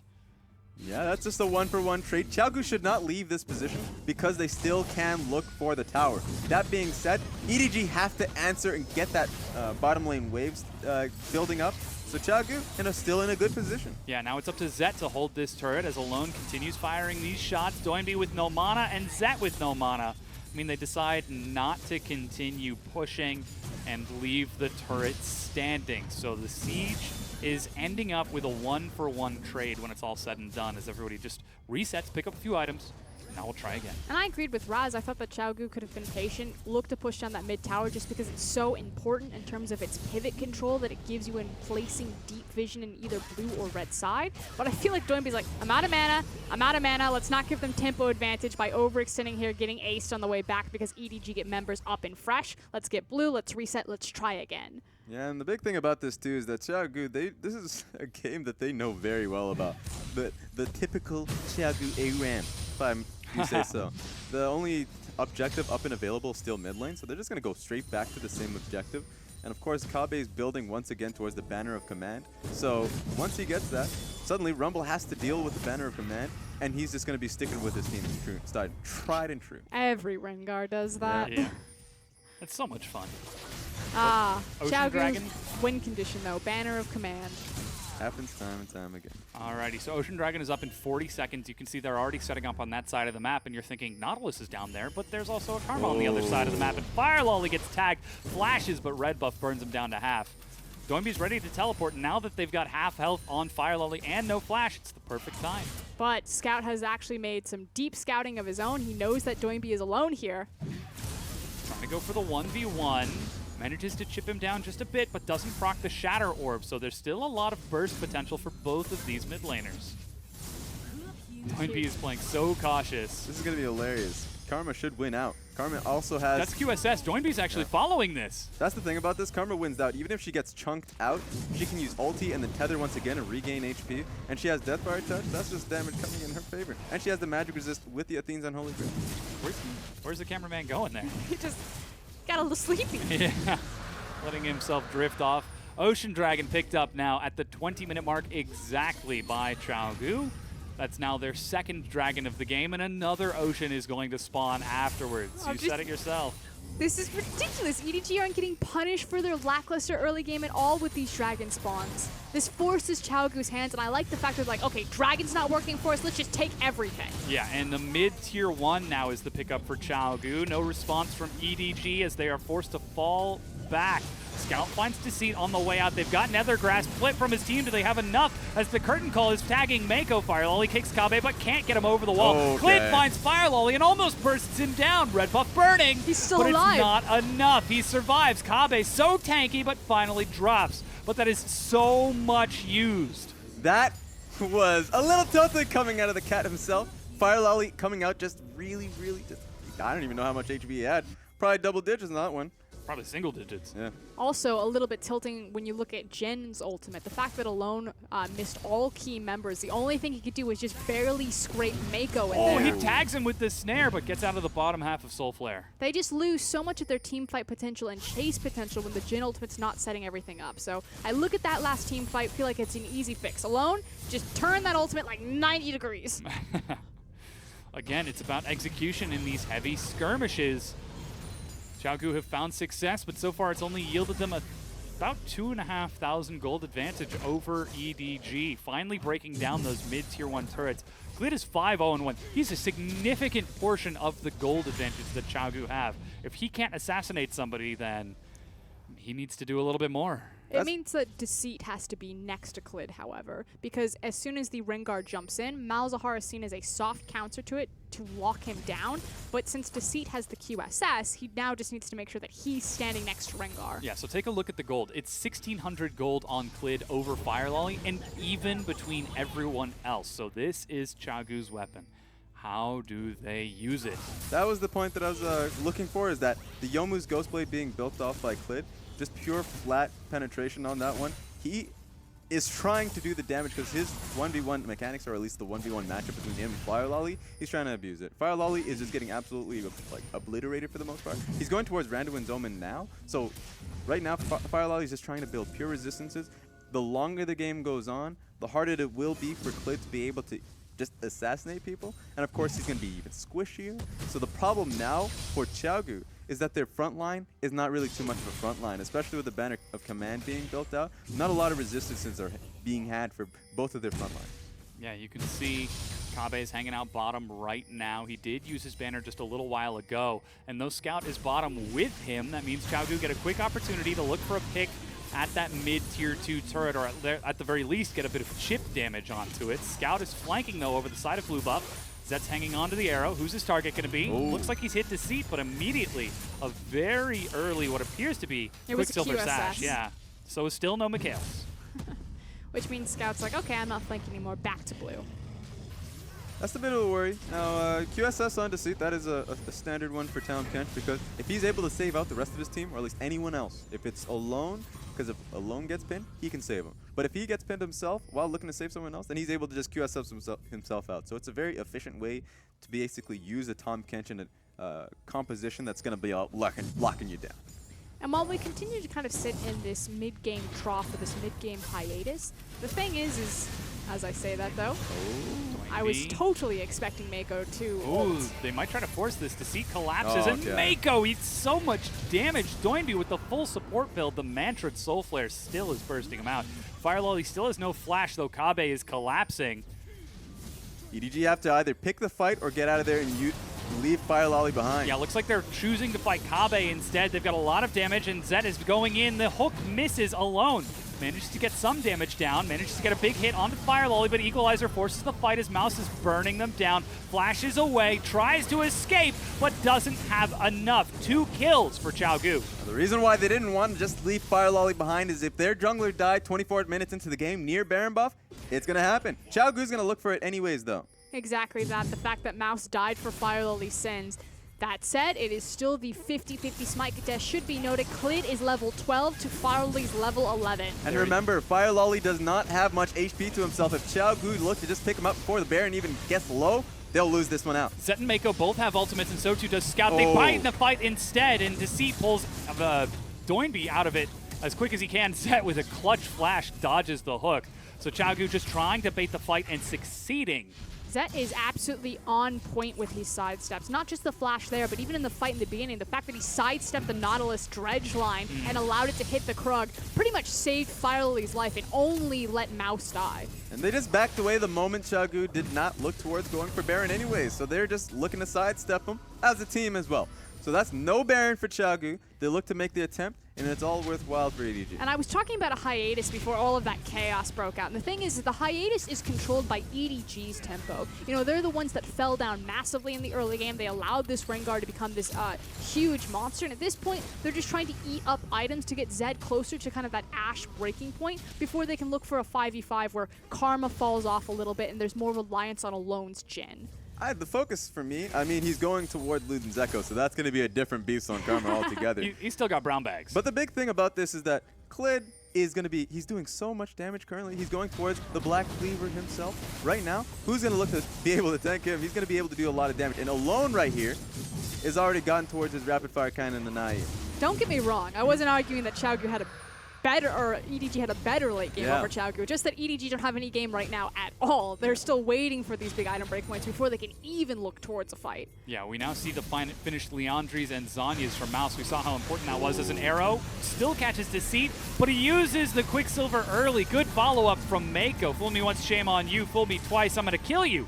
As Alone is trying to disengage this fight, Doinby still hasn't gone back to base. Clid gets left in and is exhausted. Firelolly tries to follow up Kabe with the knock-up on the Mako. Looks for the execution and dunks him to the sky. Deceit will finally drop it, so too does Mouse. Zed eats a hook, and in front he tries to outdamage it, but just doesn't have enough.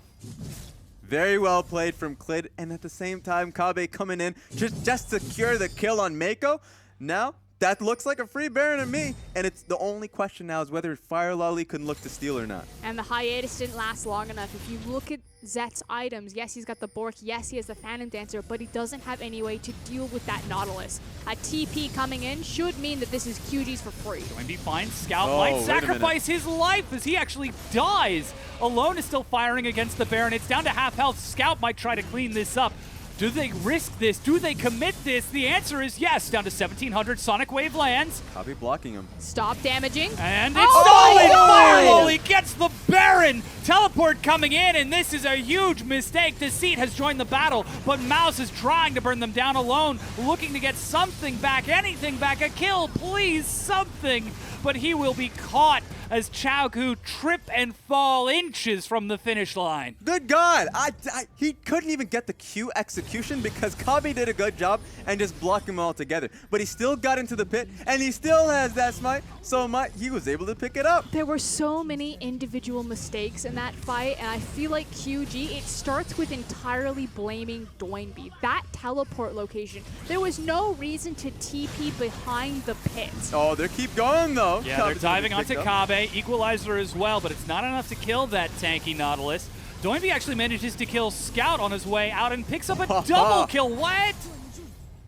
But he... Oh, he ain't stopping, though. You think he's going to stop? Continuing to chase on the Mako. You know what? You take my Baron, I take your life. Trying to find redemption here. So here's the thing. Now, Doinby wants to teleport behind the pit because he knows that Firelolly is here.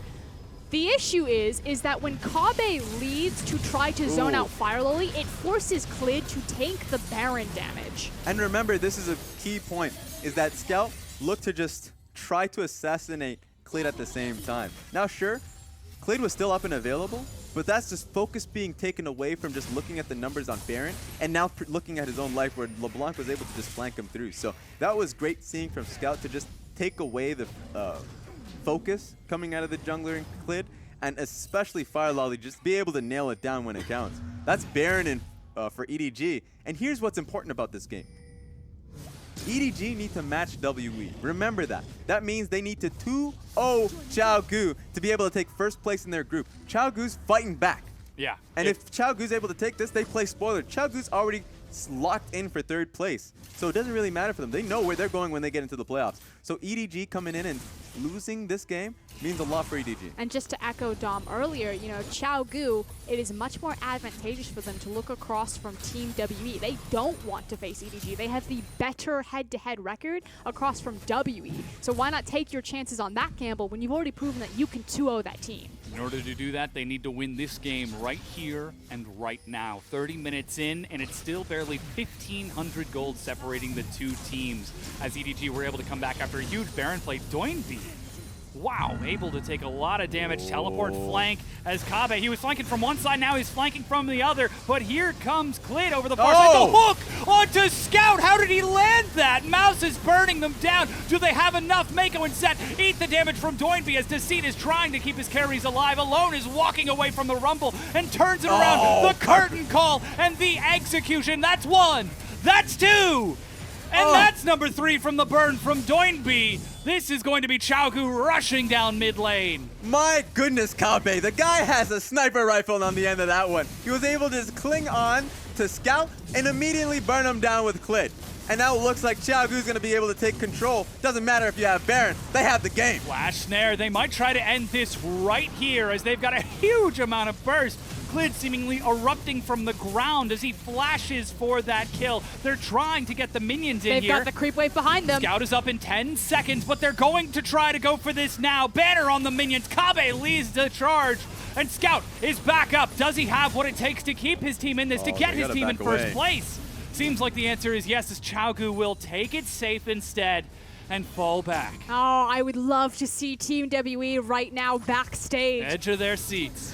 Oh, there is a single Nexus tower between Team WE and that semi-final spot. And just take a look at that. Scout was completely demolished in that one, and that was essentially the fight. EDG tried to take that through, but of course, Karma's Mantra Q demolished the back line of EDG. And they tried to go for it anyways, but DoNG just has essentially full HP. And so they're just going to pull that one forward. Doesn't matter how low in HP the rest of them are. And this is my favorite thing about Gen players, when they decide not to start the fight with the ultimate, but in the fight with the ultimate. So the responsibility given to Kabe and Klid to look for the flank. EDG are playing a sneaky game and are only just spotted by the Scryer's Bloom. Oh man, if Fire Lolly were on the back half of that bush, they would have been perfectly fine catching him out of position, but the Death Rush is denied, and EDG are forced to fall back and clean up the super minions. That means Xiaogu take the 4th Dragon of the game. 3 Oceans. What was it, 3 Infernal from EDG? Or was it 2? Was a lot better. Yes, the raw statistics, the raw numbers. But 2 minutes up for Baron. Xiaogu have got triple Ocean Dragon for huge sustain on these sieges. And now they're looking to put EDG in the ground and lock them in 2nd place. It definitely helps with the poke aspect of their composition if you look at Doinby, as well as Alone for throwing out those skill shots. Raz was talking about that in Champion Select. 3 Oceans is like Ocean Drake, not great. 3 of them, still not as good as like, you know, 3 Mountain or 3 Infernal. What, it's 18% though? It's definitely going to be helping them against Scout. Whenever he pops in and looks for harass, it's been these sort of sustained, he gets in multiple times. It really, what it means is that you get so much sustain as you're waiting for these waves. Crumbs and I did the math at one point. Triple Ocean means that you're pretty much back up to full mana at 2 waves of creeps. Okay, about 60 seconds. Ooh, but it looks like Are they're they just going to try to end this? it right now. They're bringing in the super creep wave. Kabe's zoning from the side. Hook onto Mako is turned around. The arrow catches Doinby, and he's immediately saved by Deceit. They're trying to burst him through, and he spat back in. Looks for some more damage. Redemption. And with the super minion dead, Xiaogu are just playing the war of attrition. They're looking for the knock-up kick onto Alone. He's in front, taking shots from Zet, trying to cut it out, and he survives. Kabe is still out tanking in the front, and Xiaogu are set to win this fight. Scout manages to drop Alone, and Doinby's dead as well. I was wrong, I spoke too soon. As the words came out of my mouth, EDG made me a liar, as Scout says we will take 1st place. But Kabe. Whoa, he's still up. All right, no, he's going down. But here's the thing, they actually get a tower off that, and it's all the way in the top lane where they're able to get the inner tower while at the same time defending this play. Incredible play coming out of Scout. Oh, okay, yes, Scout. But oh my god, Mouse. The zoning potential on that Rumble, he gets a perfect equalizer, he gets an incredible flame splitter, and he gets an even better Zonya's Hourglass. Yeah, that was the thing with Xiaogu. They were just at the doorway to be able to win this game through. It looked really good. In fact, the triple Ocean Dragon would have worked well for them. But honestly, just to start this fight off, take a look at Fire Lolly. He's going to look to set this one up. Sure, that's a great ulti coming out of Zed to expand that, but Fire Lolly is looking for a quick kick flash in this entire ordeal, and he's able to get it right here. Alone, right into the team. Oh, look at that equalizer! That is across all members of Xiaogu, and yes, it is about Fire Lolly starting it off, and yes, Scout is doing the damage, but look at that, perfectly timed. He zones off so many people, they group up, bowling ball pin set up, and Scout just knocks them. That's the thing. That's just the whole team, right? We can pick out just about every member. You can look at that team fight time and time again, and it looks like you can focus on something completely different. So that was great coming out of EDG. And you can just take a look at how much damage being put on not only from Ashe, but as well as the Rumble.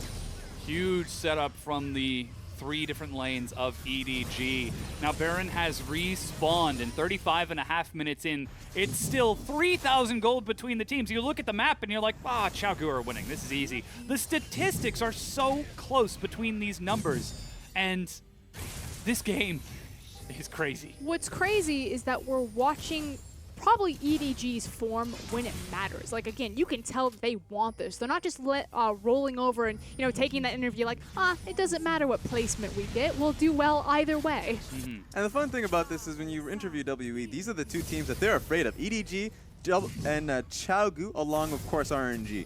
So Xiaogu, of course, are starting to play better. They're starting to play much better in terms of they were able to take a 2-0 up against WE. That is massive. And it looks like they're about to take a game off EDG if they continue in this way. Look, EDG, they're trying to come back. But it is still a very difficult task with how unkillable Kabe has been playing and how unreal he's been playing as And well. EDG are not managing their side wave. So the thing is QG just need to be patient. Top, bottom are all pushing in. That tower will fall. They have inside track on Baron. It's that single board and another god steal from Fire Lolly between EDG and defeat. There's no sweeper, back away.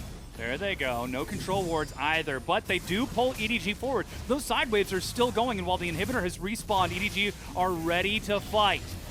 That's the thing. That's the ticket, Xiao. You can play around this for so long. They don't have to force this. They've caught Mouse with a bola. They're using the depth charge as well. Everything to kill the Rumble. The arrow tags Deceit, and that's Zonya's before he can use the fire, before he can set up the zone.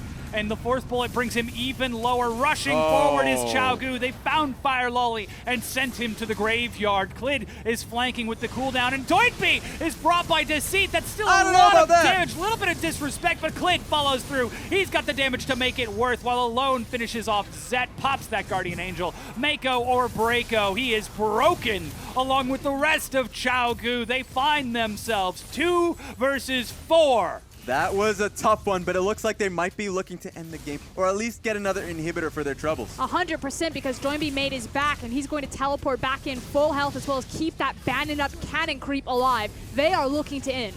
They're rushing forward now. They've got Clid as well. 4 members grouped up on the final Nexus turret. Scout leaps in, tries to clear out the wave. He eats a lot of damage and will go down, but they've dropped the Nexus turret. Xiaogu have done it. They have taken game number 2 and denied EDG first place in Group B.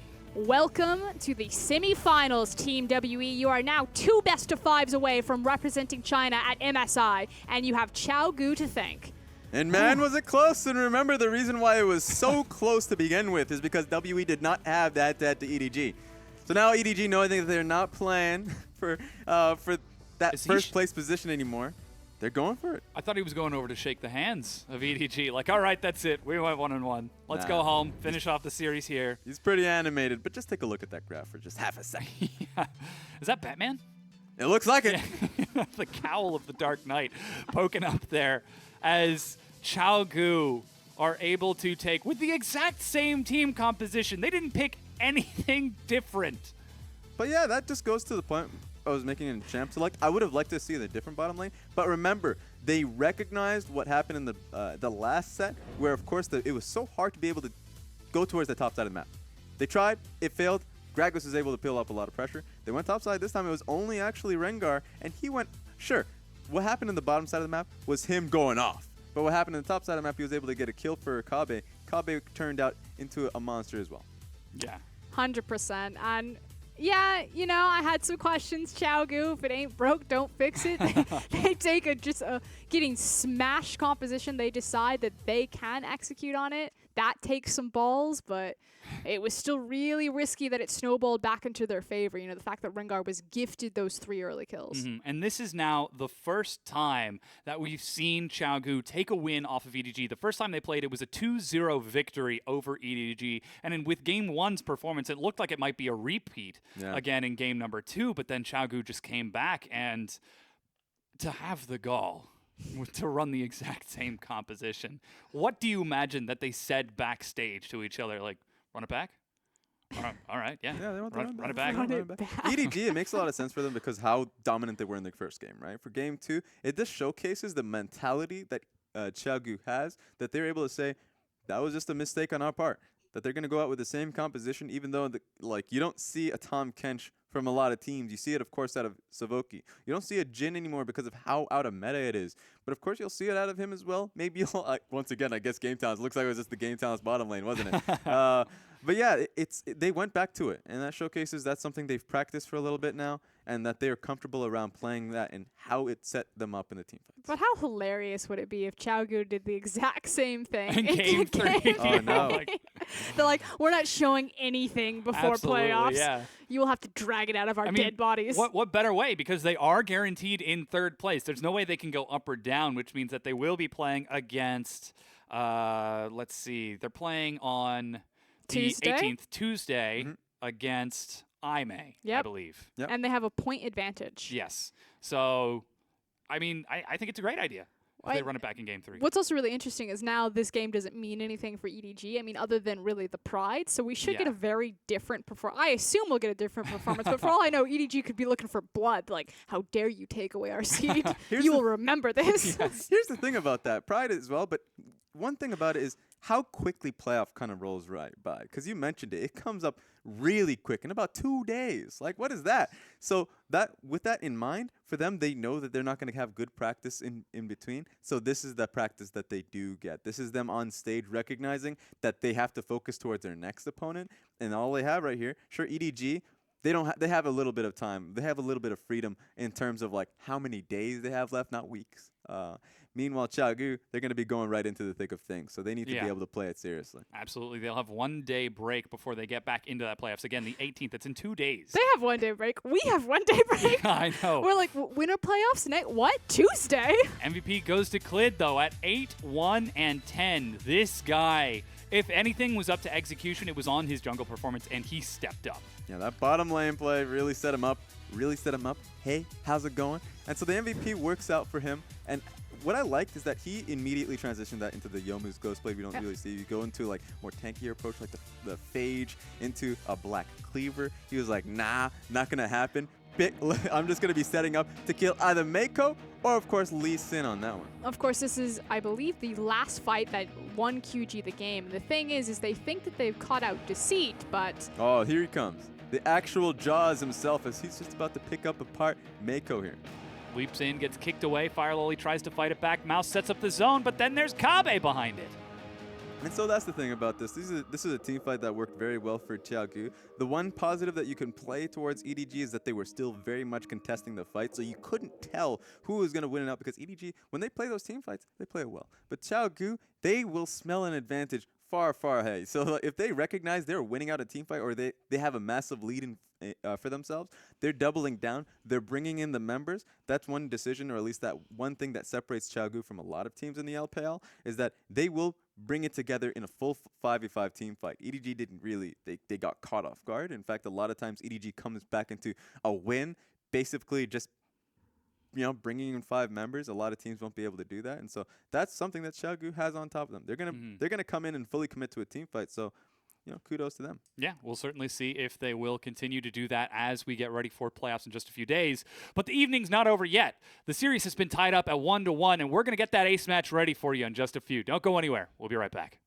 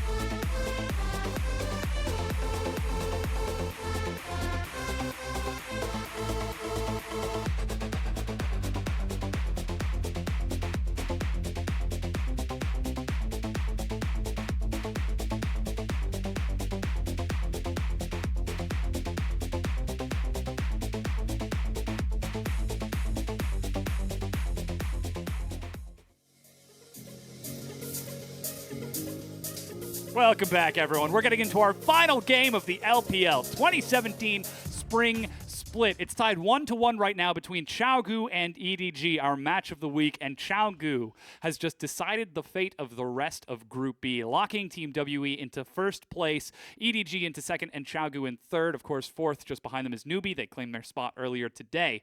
So, what's left to do? Do we just wrap up and go home? Is this it? Or Oh, I wish I had a watch so I can just take a gander at it. I guess Yeah. I suppose we just pack up, right, Frost? Yeah. No.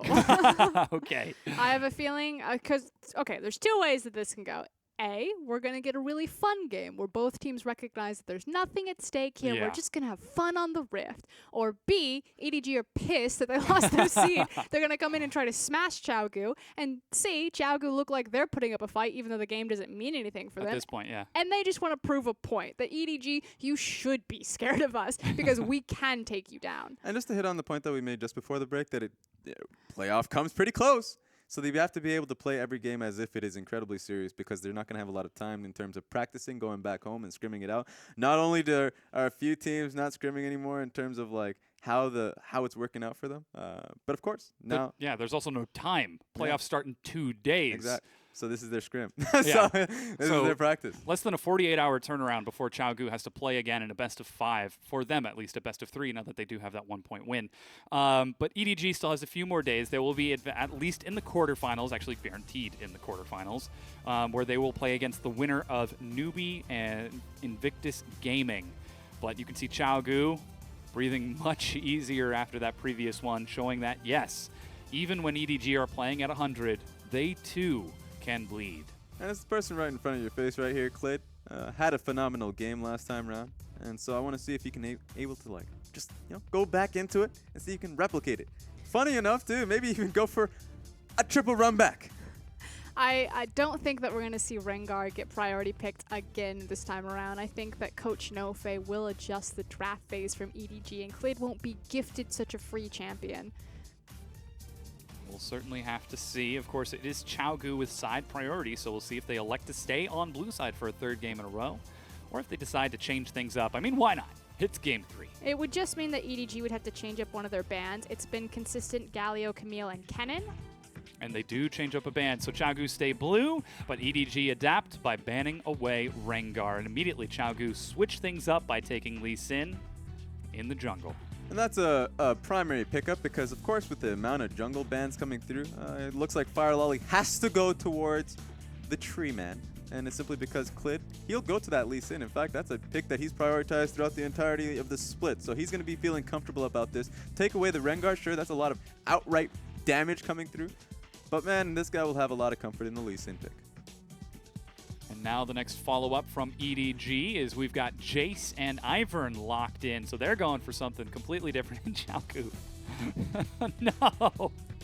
They're just going to swap the jungler and do the same thing 3 times in a row. I want off this ride. Is this how, like, scrims work, where it's like, hold on, we've got the strategy we want to try. Bear with us. Just try to tear it apart. Here's the thing about this is that these 2 picks are something that Chaogu goes towards all the time. Like, Nautilus is a great pick for Kabe. That's comfort that he's gone towards so often. And the only reason we don't see Karma coming out of Doinb sometimes because it gets banned against the man. And so if it's not going to be banned, if there's that much banning out of like the Galio, for instance, and the Camille because they respect Kabe on that champion, then of course these are 2 champions that Chaogu will love to have in their favor. But EDG seem to think that that's going Karma support because they banned the Victor. So they seem to think like, fool me once, fool me twice. You're not fooling me 3 times. I know that's not going mid. I mean, he picked it himself. That makes it even more unlikely. He'll trade it away. They're even bending the right. They're going all in on this. I feel like we're actually watching a scrim block right now. They're then also forcing him to play it because they're squeezing his champion pool on either side. So it's like, okay, either this is going support and you're going to go this other option when we want to take it away, or we're for sure pigeonholing you into the Karma and we feel that we have something to answer back. Yeah, now the next lock-in from EDG is going to be Varus, as Caitlyn and Ashe are banned away from Zet. So alone, don't you do it. And support's actually being left up for EDG, which is fairly rare. But that Mako has a pretty large champion pool, or at least there's safety in terms of what he'll pick. So you might even see a Thresh coming out of him if he knows that there's a bottom lane that he can look to just kind of collapse on, take apart. I feel like it's going to be Zyra. It could be. There's a lot of options for the man here. As Jin is locked in once again for alone. And we get into our final setup. Come on, it's going to be Tom Kench. It's totally going to be Tom Kench. He's looking. Where's the Tom Kench? Lulu? No. Tom Kench? Yeah. Malzahar is still up. Is he actually going to change it up? Are we going to see something different from Xiaogu? That would be really brave because No then Mako would go either Zyra or he will go Thresh. He usually goes Thresh into the Lulu pickup here. And the reason for it is that if you, and Zyra works as well, is that if you just use your E or your hook onto the matchup, of course, if you get a proper pick at that, then Lulu will use her ultimate, kind of use her cooldowns to be able to get it out of that position, and then you reset pressure once again. So it's going to be all on EDG's vision control around the mid lane, and then how they set up around the bottom lane. And it's going to be how Xiaogu plays towards that because they can't face check now. So EDG expend 2 mid lane bans. They make sure that Jace gets a comfortable matchup against that Karma mid. So Scout should have advantage here and should be opening up space for Firelily. They have very heavy pushing lanes between mid and bottom. Ivern needs to use that pressure to upset the tempo of Xiaogu. We'll have to keep an eye on Firelolly's pathing in this one, as I believe we haven't seen too much of Firelolly on this Ivern. This is actually the first time we've seen him take this champion. Yeah. And at least in 2017. So he'll hopefully be able to show us something a little bit interesting with his pathing here. As you can see the coaches shake hands. I'm sure the coach for Xiaogu has a massive grin on his face. That's the risk here in terms of banning out the Rengar, is that sure he gets, or at least before he got the Lee Sin into the Rengar, that now it's Lee Sin just taken away. And so now we're gonna have to see a completely new pick coming out of Firelolly where he didn't have the Graves.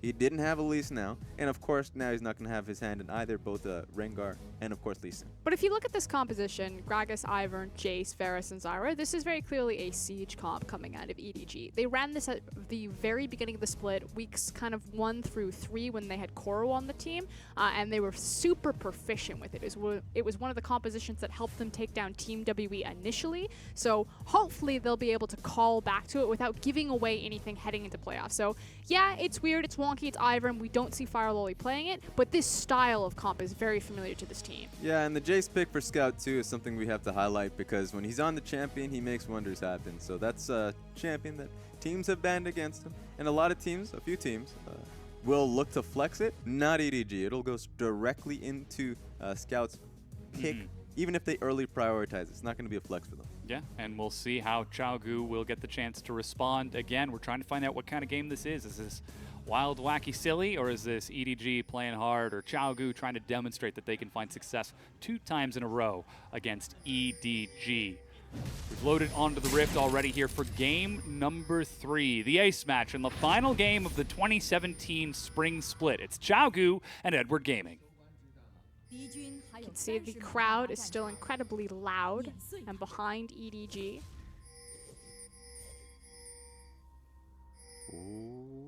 Grouping in. Yeah, slow start as we're already getting some of those plants cleared out, and 3 members of Xiaogu are spotted on this ward. Remember, Jin hasn't ranked an ability yet, so he could very easily rank W, but they know where they are, so there's not going to be a pick opportunity for Xiaogu.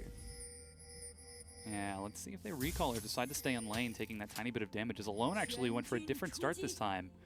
Boots for pot. But it was very important what Xiaogu were trying to do with that invade, which is figure out where Firelily is starting on the map. Because the thing about Ivern is he can be incredibly punishing, because he'll just take one camp, and then he'll walk over with his smite and immediately double buff you. What some teams have done to combat this is to just split sides in the jungle. So for instance, we might even see Lee Sin take this red buff and then go directly towards the enemy blue buff, and then force Ivern to just go towards top side and make it very easy, so there's no crazy stuff happening. Which is why the vision in the neutral river is so important from both teams. You see QG, they've got their protective vision on the top side of the map. In fact, Yaklid was positioning himself for that Raptor camp, but he also didn't see Ivern cross that ward line, so he knows that he can take the slow clear through his jungle. So go red, Raptor, blue, versus just rushing directly to that blue buff. Gets to take a little bit more time as a grenade bounces and pops Mako on the noggin. And now we're going to see Firelolly continue his clear, as he did decide to smite blue, as big crit is going to land and get a favorable trade onto Zed. This is a very different matchup between Alone and Deceit, perhaps one that they can finally open an advantage in. NewBee trades out with Scout. As expected, that Varus matchup is a little difficult to trade into, but NewBee's fine. Hasn't missed a single minion so far. Mako doing a ton of work and lifting for Zed down here as he's really just focused on sidestepping these Jhin skill shots, but Mako's been chunking Deceit out of health. Yeah, and here goes the invade now from Fire Lolly as he's finished off his round of the jungle. Spots out, sees that it was a red start and Raptors. Let's see if he decides to go for Krugs. Yeah, the big thing about the trade that happened earlier on is the fact that Alone does have boots and pots, so even though the trades are going in favor of Zet and Mako, that he's just able to pop a few pots. He's still at full HP and has some potions to really spare. But again, at 3 minutes on the clock, despite the fact that it's a different composition, EDG tried the same maneuver. They open up space with Zet and Mako's pressure to get Fire Lolly aggressive in the jungle, laying down deep vision. Fortunately for QG, Clid is already on the top side of the map, and there's a window where he can trade Krugs and possibly look at Mouse. Yeah, tosses the Sonic Wave, hops over, and clears the plants while he's at it, so trying to get just a little bit of momentum to catch back up to Fire Lolly.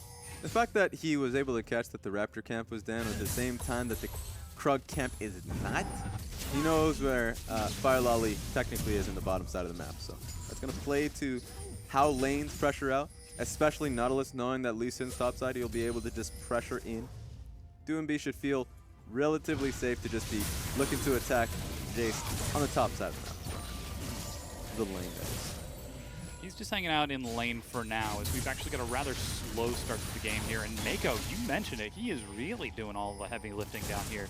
Luckily, Alone with that extra sustain is able to keep himself rather topped up, but Deceit has already gone through all of his potions. He's still got to work through a few biscuits of Mako if he wants to answer back, so the lane from EDG should be safe for a short while at least. That is until they start exposing themselves towards the eyes of Clid. Or a big grenade. That one's big. Just legitimately hit 3 minions up the side of the noggin, as you mentioned earlier, and he's able to just smack Mako upside the head.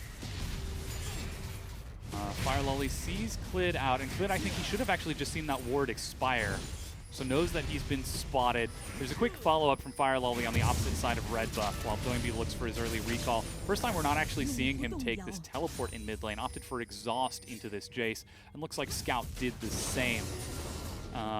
One big difference that we are seeing in this game is that while it is the same matchup in top lane as game number 1, and whoa! Are they going to try to kill him right here?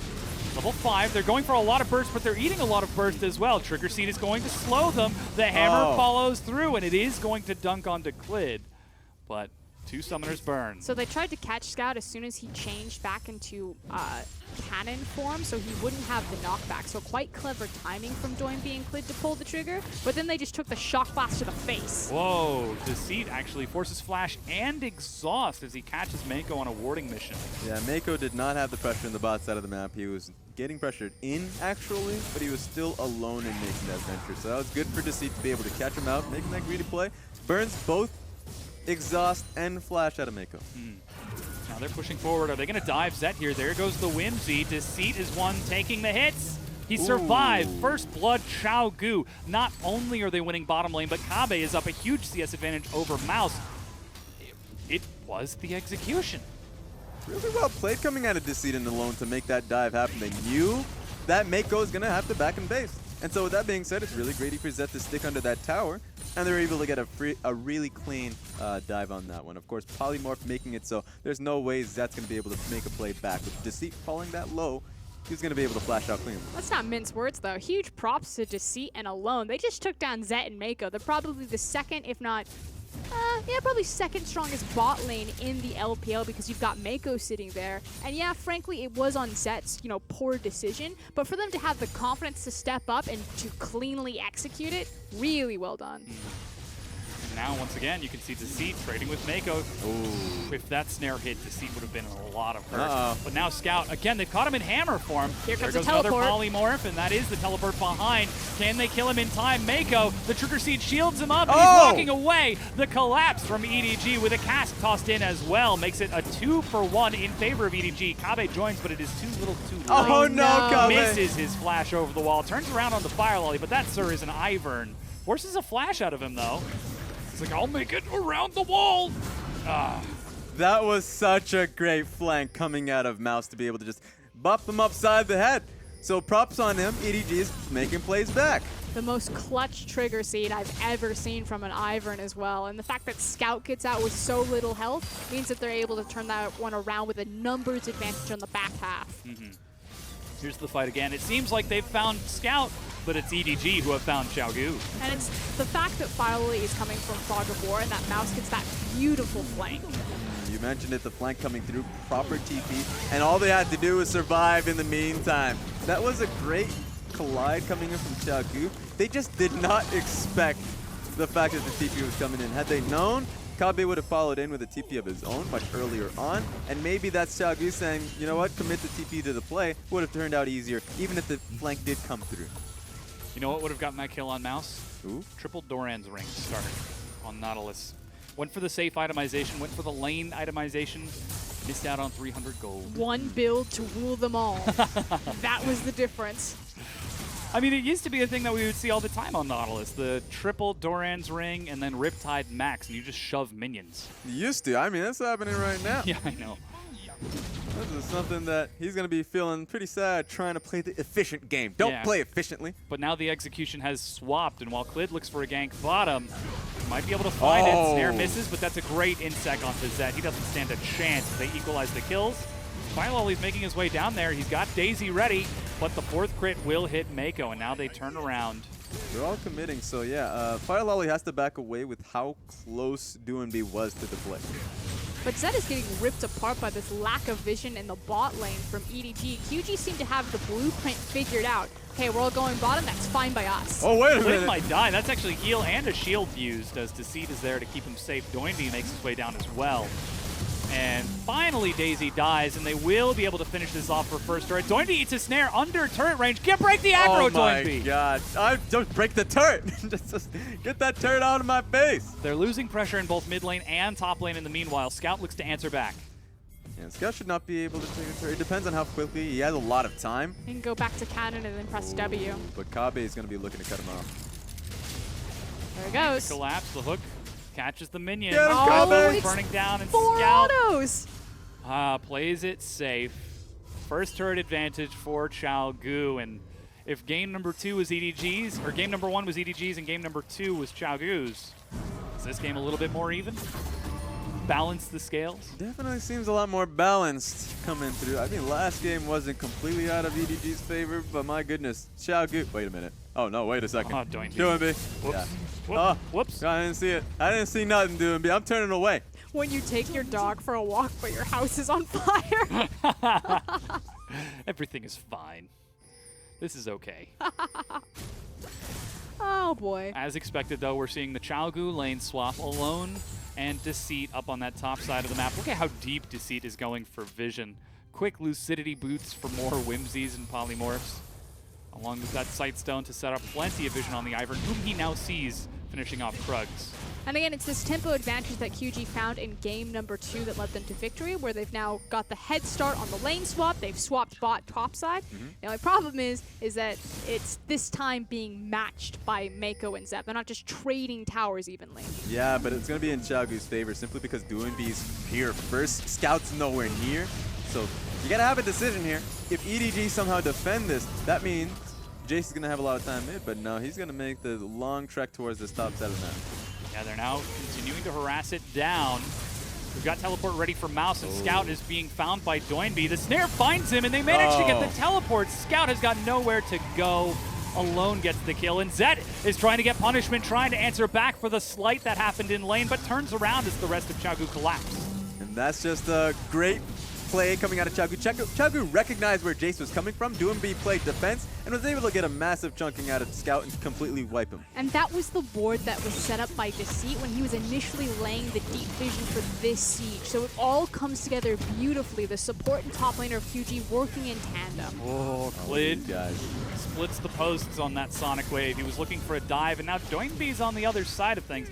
I mean, I love the extended siege, QG, but how deep are you willing to go? It's going to take some time, especially since Alone does not have much health or mana. Yeah, he's going to take a little bit. He's going to be able to heal up just a tiny bit with the Warlords, but not enough to make you feel a little bit comfortable. So it's smart for them to back away. Decide to play it safe. NewBee heads back mid, and Kabe makes the long walk back to bottom lane. Or perhaps mid lane. He's currently pinging it, and NewBee has got blue buff. No, guess not. Bit of a tragedy there, but now 13 minutes in, Xiaogu were able to find another kill and do a lot of damage to the top tier 1, but they have not broken it just yet. It's still 1-1 in turrets, and the game is running even, though QG have got the early tempo. We know EDG can take it back. But it's a pretty easy play from QG at this point. You just do the exact same thing with now the extra items from all the gold that you picked up. So they're just running it straight back top lane. We need NewBee to control the mid lane wave so he can start cheating up as well.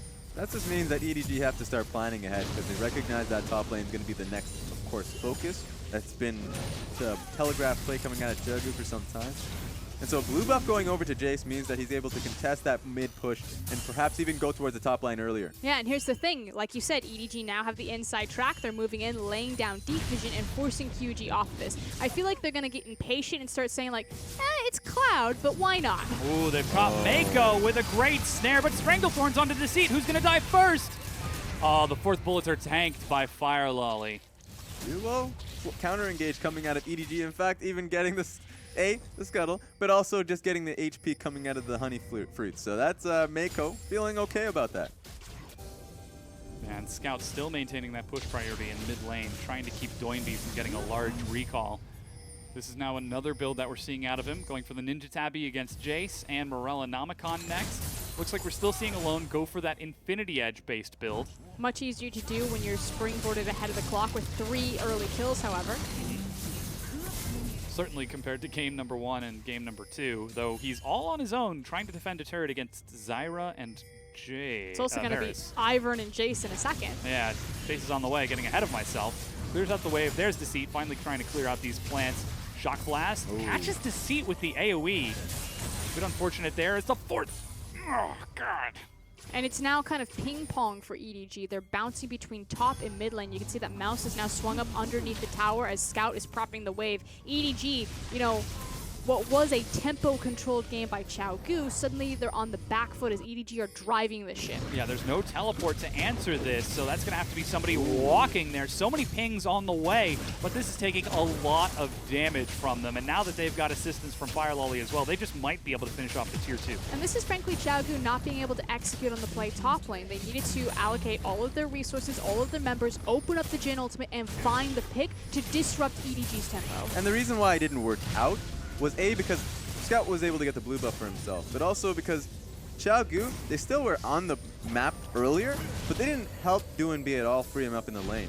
If they had done that, they could have easily went towards top side and started to clear out with their control wards. Problem is, now they know where Xiaogu is. Now Jace always has pressure mid lane. They just didn't resolve that, so EDG was able to counteract that completely. And at this point, this has turned into a war of attrition over wave. So EDG right now are trying to reset their map. It does open up space where Clid, again, I guess we'll take the Cloud Dragon, but it's table scraps. It's not what they wanted. Scout is still doing tons of work up top. That's teleport as well. And Mouse finds him in the tri-bush, denies that TP. Dragon is picked up, but EDG are on top of it this game. Nautilus probably didn't expect the ward just sitting there. Probably should have known, but no. Mouse placed it. Yep. So yeah, you mentioned it. Mouse is able to find him, and Kabe not being able to TP topside. Sure, the tower is still safe, but that's just a lot of free damage that Scout was able to put on that tower. But it's war of attrition over those waves that we were talking about. Look at Alone and Deceit. They're actually going to take their back. So now there's a numbers advantage for EDG on the map. Immediately they rip that up and they start throwing it top lane. NewBee is either going to lose his blue buff, possibly his life, depending on how he overreaches for this. Yeah, Mako is the one who picks up the buff on the way out. Not sure why he couldn't have given that over to Zet, as it cannot be gifted over to enemies. I'll tell you who the real carry is on this team. Mako? It's not Zet. You have a vendetta against the man. You need to calm down. I definitely. Did you see him in game number 1? Will defend Zet. I have done so. Kelsey can attest to this. That's true. That's true. Yeah. I'll give you that. Mako is 100% the carry on this team, as noted by the blue buff. Yep, that's fair. He does have his Eye of the Watchers, so Not going for a lot of ability power damage, but it's scaling. Scaling. That's your supporting point, his Eye of the Watchers. They're now setting up for the top tier 1 turret, and suddenly the turns have tabled. And Xiaogu is trying to defend against this push up top. Defend, well, they don't need to defend against anything because Zyra and Ivern got bored with their garden, and they've now kicked back towards their own jungle. That's the thing about this. This is something that EDG has to, like, Xiaogu don't know the answer to this because EDG is playing this very well. They'll constantly look to pressure top, but it's not an end game goal for them.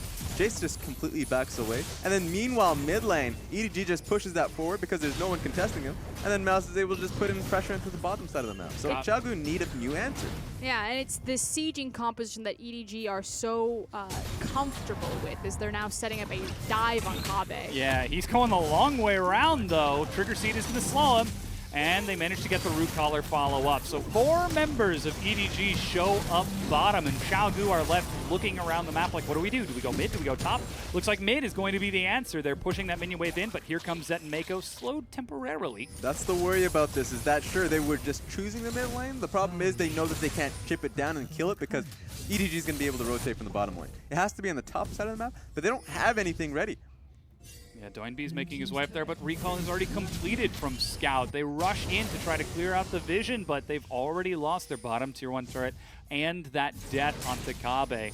The momentum from Xiaogu has stalled out. The tempo has dropped back down to 60 beats per minute, and EDG are starting to pick up the pace. That's the thing here. Should Xiaogu pick this up, they can't push forward anymore, and once they back, what do they have to deal with? They have to deal with a pushed-in bottom lane, they have to deal with a pushed-in mid lane. So suddenly they're shoving this out completely, then EDG should be prepared for a top lane bout once again.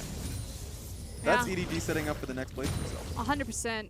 Scout's just going to sit there and block more. He's being spotted out by a ward right now, but all he wants to do is wait for Click to leave, get back into the wave, push it back, and take the tower for free. Scout is so good with these shock blasts. Not only is he able to do the damage when he hits them by actually landing the skill shot, but he also places it just to the side so that when it reaches the terminus, it still detonates and catches you in the AoE explosion, which is larger than the actual projectile.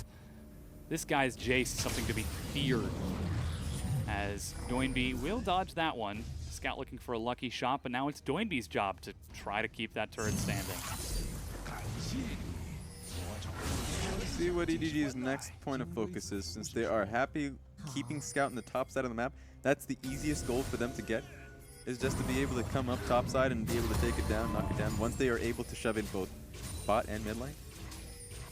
They might just be looking to set up around Dragon. Of course, this is the second Cloud Dragon. That just doesn't seem like it's a fair trade for them. They want to reset the wave and then cheat top, take that tower while there's a timer on the Cloud Dragon, then rotate back down. That should be the play. Yeah, not entirely sure you can say it's cheating top if they bring 4 members.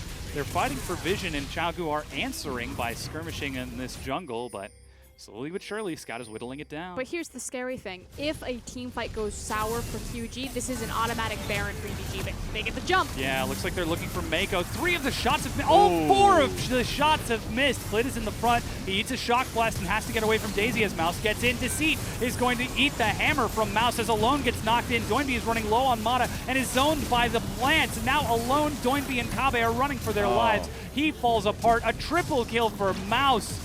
And Kabe flashes over the wall, but you said if Xiaogu loses the fight, EDG look for the Baron. That's Blade of the Rune King, Ivern, Gragas, as well as Jace and Zyra. This Baron will be shredded. And that looked like it was going to be a great look from Xiaogu. They weren't worried about the mid lane wave, but once again, it looks like they might be able to stop them. It's a lot of blinking HP bars coming out of there. Trying to get in there. They just don't see them. The bush is actually stopping Scout. Flash in. Vici. Oh, doesn't get the steal. He will give his life to try, though. But Baron is picked up by EDG, and they find themselves in the driver's seat. Yeah, really good look from Xiaogu to start the fight. But of course, EDG just outplayed the fight entirely. We're going to take a second look at that. Mako was just in a very tough spot. And as you mentioned in this team fight, had these bullets actually hit, Mako's dead, 100%. It's also a great use of Daisy as well as Stranglethorn to zone out half of QG while the Jhin ultimate is going down. Now that their front line has been reassessed and Cloud and Mouse got behind them, he disrupts the fight with a great cast. EDG then hunker together and then flying V their way straight through Xiaogu. Now with Baron buff and a mid tier 2 already down, the world is EDG's oyster as they're going to actually sit and brush and look for a bit of a pick.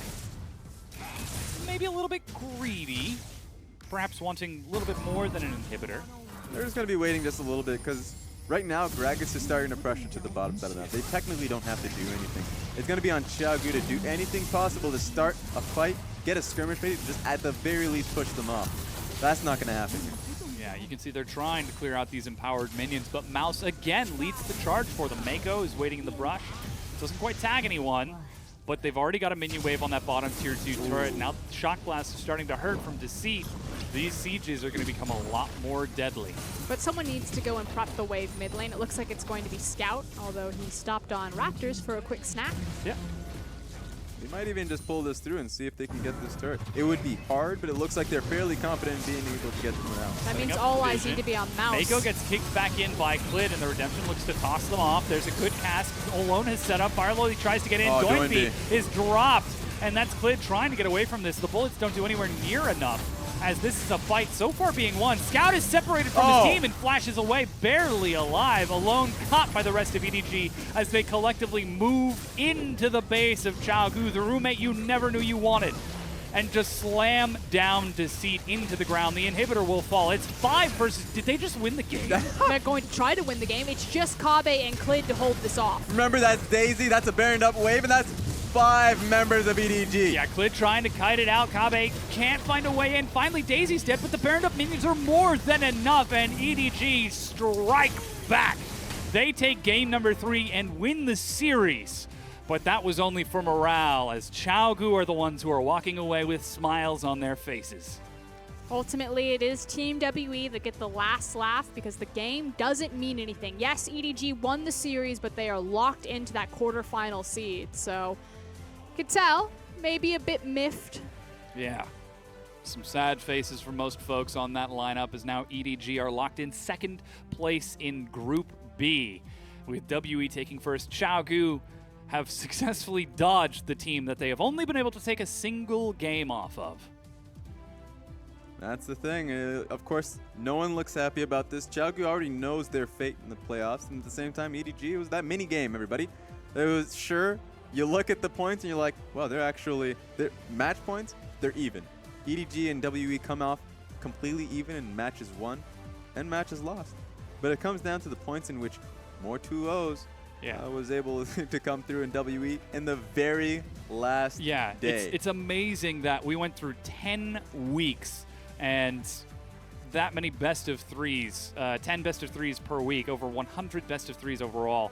And the very last one is the decider. One team goes 2-0 and the other team goes 2-1. That's how close that race was. And what this means is that EDG, if they win their game against either Invictus Gaming or NewBee, they will face RNG in the semifinals. So we cannot have a Royal Never Give Up versus Edward Gaming finals again. Yep. Tragically.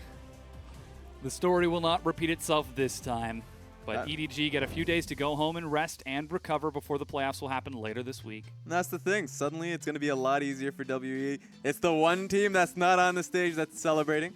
That they're going to have a lot easier time not having to go up against EDG, not having to go up against RNG. They might have to go up against Xiaogu, but I think they'll be fine with that. I mean, frankly, if you look at WE's side of the bracket, QG, IMA, and OMG, these are all kind of the 3 wildcard teams. You never know which iteration you're going to get on the day versus probably the most consistent team in the LPL of Team WE. Theoretically, it should be a free trip to the finals, but it could be a spanner in the works. Yeah. We'll be keeping our eyes on that matchup. Of course, on the other side, you've got the likes of RNG, EDG, IMA, and Invictus Gaming and NewBee. Yeah, Invictus Gaming and NewBee. Sorry, IMA's on the other side. And so that's the thing about it. Now that we have our playoffs locked in, that is fun to see. That's the last game of the LPL regular season. How are you feeling about that one? How are you feeling after that? Yeah. Real tired. What a long, strange trip it's been. Did we end up breaking the record? Did we have the most games? Yep. There you go. We were at 205 at the beginning of the week, and I think we definitely did more than 17. Largest league with the most games played in the world. Mm-hmm. Well, and the fun never stops, especially for the teams going forward. As you mentioned, the playoff tournament happening very soon, and of course the promotion tournament. So there's still a lot of League of Legends to play for these teams. And if you're seeing it in North America, you're seeing it in Europe, they're already just locked in terms of their playoff games. It's already happening. People are firing shots. Teams are really coming down to the line for their spot in Rio, going up against, of course, going into the MSI Midseason Invitational. And now these teams, they finally get to start that fight. Yeah, it's certainly going to be exciting who the Chinese representative is this year, because the fact that we've never seen China really take a strong international event outside of MSI. There we go. Thank you. The very event. I'm getting there. All right. I know you're from NA, and you guys like to forget that stuff, but it was one series. Need I remind everyone? Half sentence, I cut you off, so I'll give you that one. I'll give you that. Which region beats Korea most of the time? Exactly. This is a chance for us to really see if the 2017 spring split of the LPL, are we actually reforming? Are we actually seeing rebirth and growth? Or are we stuck in the same mire that we have always been? I mean, heck, it's the opening video that we use at the top of every day. I don't actually think it's a controversial opinion at this point to say that RNG of this split is better than RNG of last split. Yeah. And if you haven't been watching all of the LPL, that kind of seems crazy because you're like, what? They lost Looper and Mata? How could they possibly be better? They just look cleaner on the map. Recently, they've fallen down kind of in their last two series, but there's a good middle chunk of RNG where they just looked on fire. You could tell that there's no communication problems that they once had having a split roster or a split, Korean, Chinese roster. Yeah. But here's the thing about this, and this is why I think that it's too early to say that. It's simply because, of course, international experience. They're number one in their league. Wait a minute, RNG was as well. No, but here's the thing. No, they fell down to EDG at the very end. They took the MSI spot. Yeah. And guess where we're going? MSI, my friends. What I will say, though, is that going into this, it's important to say, okay, I guess we're going to actually look at the MVP. Mouse did actually have an incredible role, and that's a great segue because Mouse himself has had a fantastic split for himself. Fantastic in the sense that his growth this split, I mean, last international event was awful for him, but now we saw, or at least even last in his domestic experience, was not as strong as it is now. And so we have a stronger Mouse coming through. Whichever team does go to MSI, harkening back to the earlier point that you made, they will look stronger in terms of themselves. I think RNG is still something we have to look towards to see if they can actually bring something forward. It is still sad that, of course, no Chinese team did go to IEM, so we didn't get to see a glimpse of how we would perform. And that's a congratulations to Flash Wolves, honestly, because they showcased themselves very well. And so now it's going to be a chance for us to see where we stack up. Yeah, so we do have the season standings ready for you, of course. This is where everyone has ended up at the end of the roster. You'll notice some of the teams are tied in numbers, but their location on the graphic is what matters. WE, despite being tied with EDG and matches, have one more best of twos, which puts them in first place. And Invictus Gaming, despite being tied with IMA and matches, have one more best of twos, which puts them in third. And your eyes do not deceive you again if you're new to the LPL. That is OMG in second place behind RNG, so our two all-Chinese rosters, and a group with the likes of Rookie, with the likes of Duke, SOFM, Tank, and OQ prevailed and came out on top. And it came down to just stronger coordination as a team. I mean, that's the most simplest statement you can ever make, but teams that look towards LGD, Snake, yeah, you mentioned it, individual skill, that is their mantra in a sense, but that didn't translate into much. And so that's been a problem for them. And of course, on the opposite end, Vici, one of my picks at the very beginning of the split to see them in third place,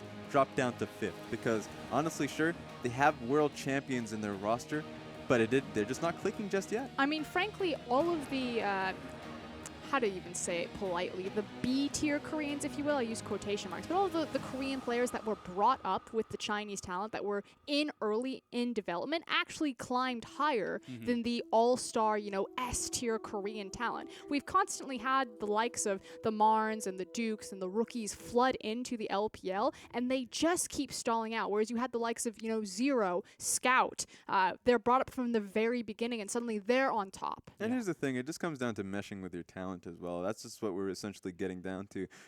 Talent is important, but talent along with being able to communicate with your team is also just there. So that's why actually, just to hit to your point, Duke has performed well not only because he's talented, but also works with the team quite well. So I want to see what IG is starting to do for themselves, because they did make that late split shift towards Rio in the jungle. And of course, Kid in the AD carry. Anything can change on that one, but that shift alone is incredibly interesting, because of course they have to play out very soon, and they don't have a lot of time to practice that one. Yeah, as you said, we've only got a few days until playoffs and the promotion tournament are going to be coming up. That's going to be on Tuesday the 18th when we get our first preview into playoffs, where we're going to see the likes of NewBee take on Invictus Gaming, and then just after that, it's IMA versus Chao Gu. So that's going to happen. And then on Wednesday, we get the chance to go into the promotion tournament. We'll see the likes of LGD take on Game Talents in the elimination match, and on the bottom side of the bracket, just above them, Vici taking on Snake for the actual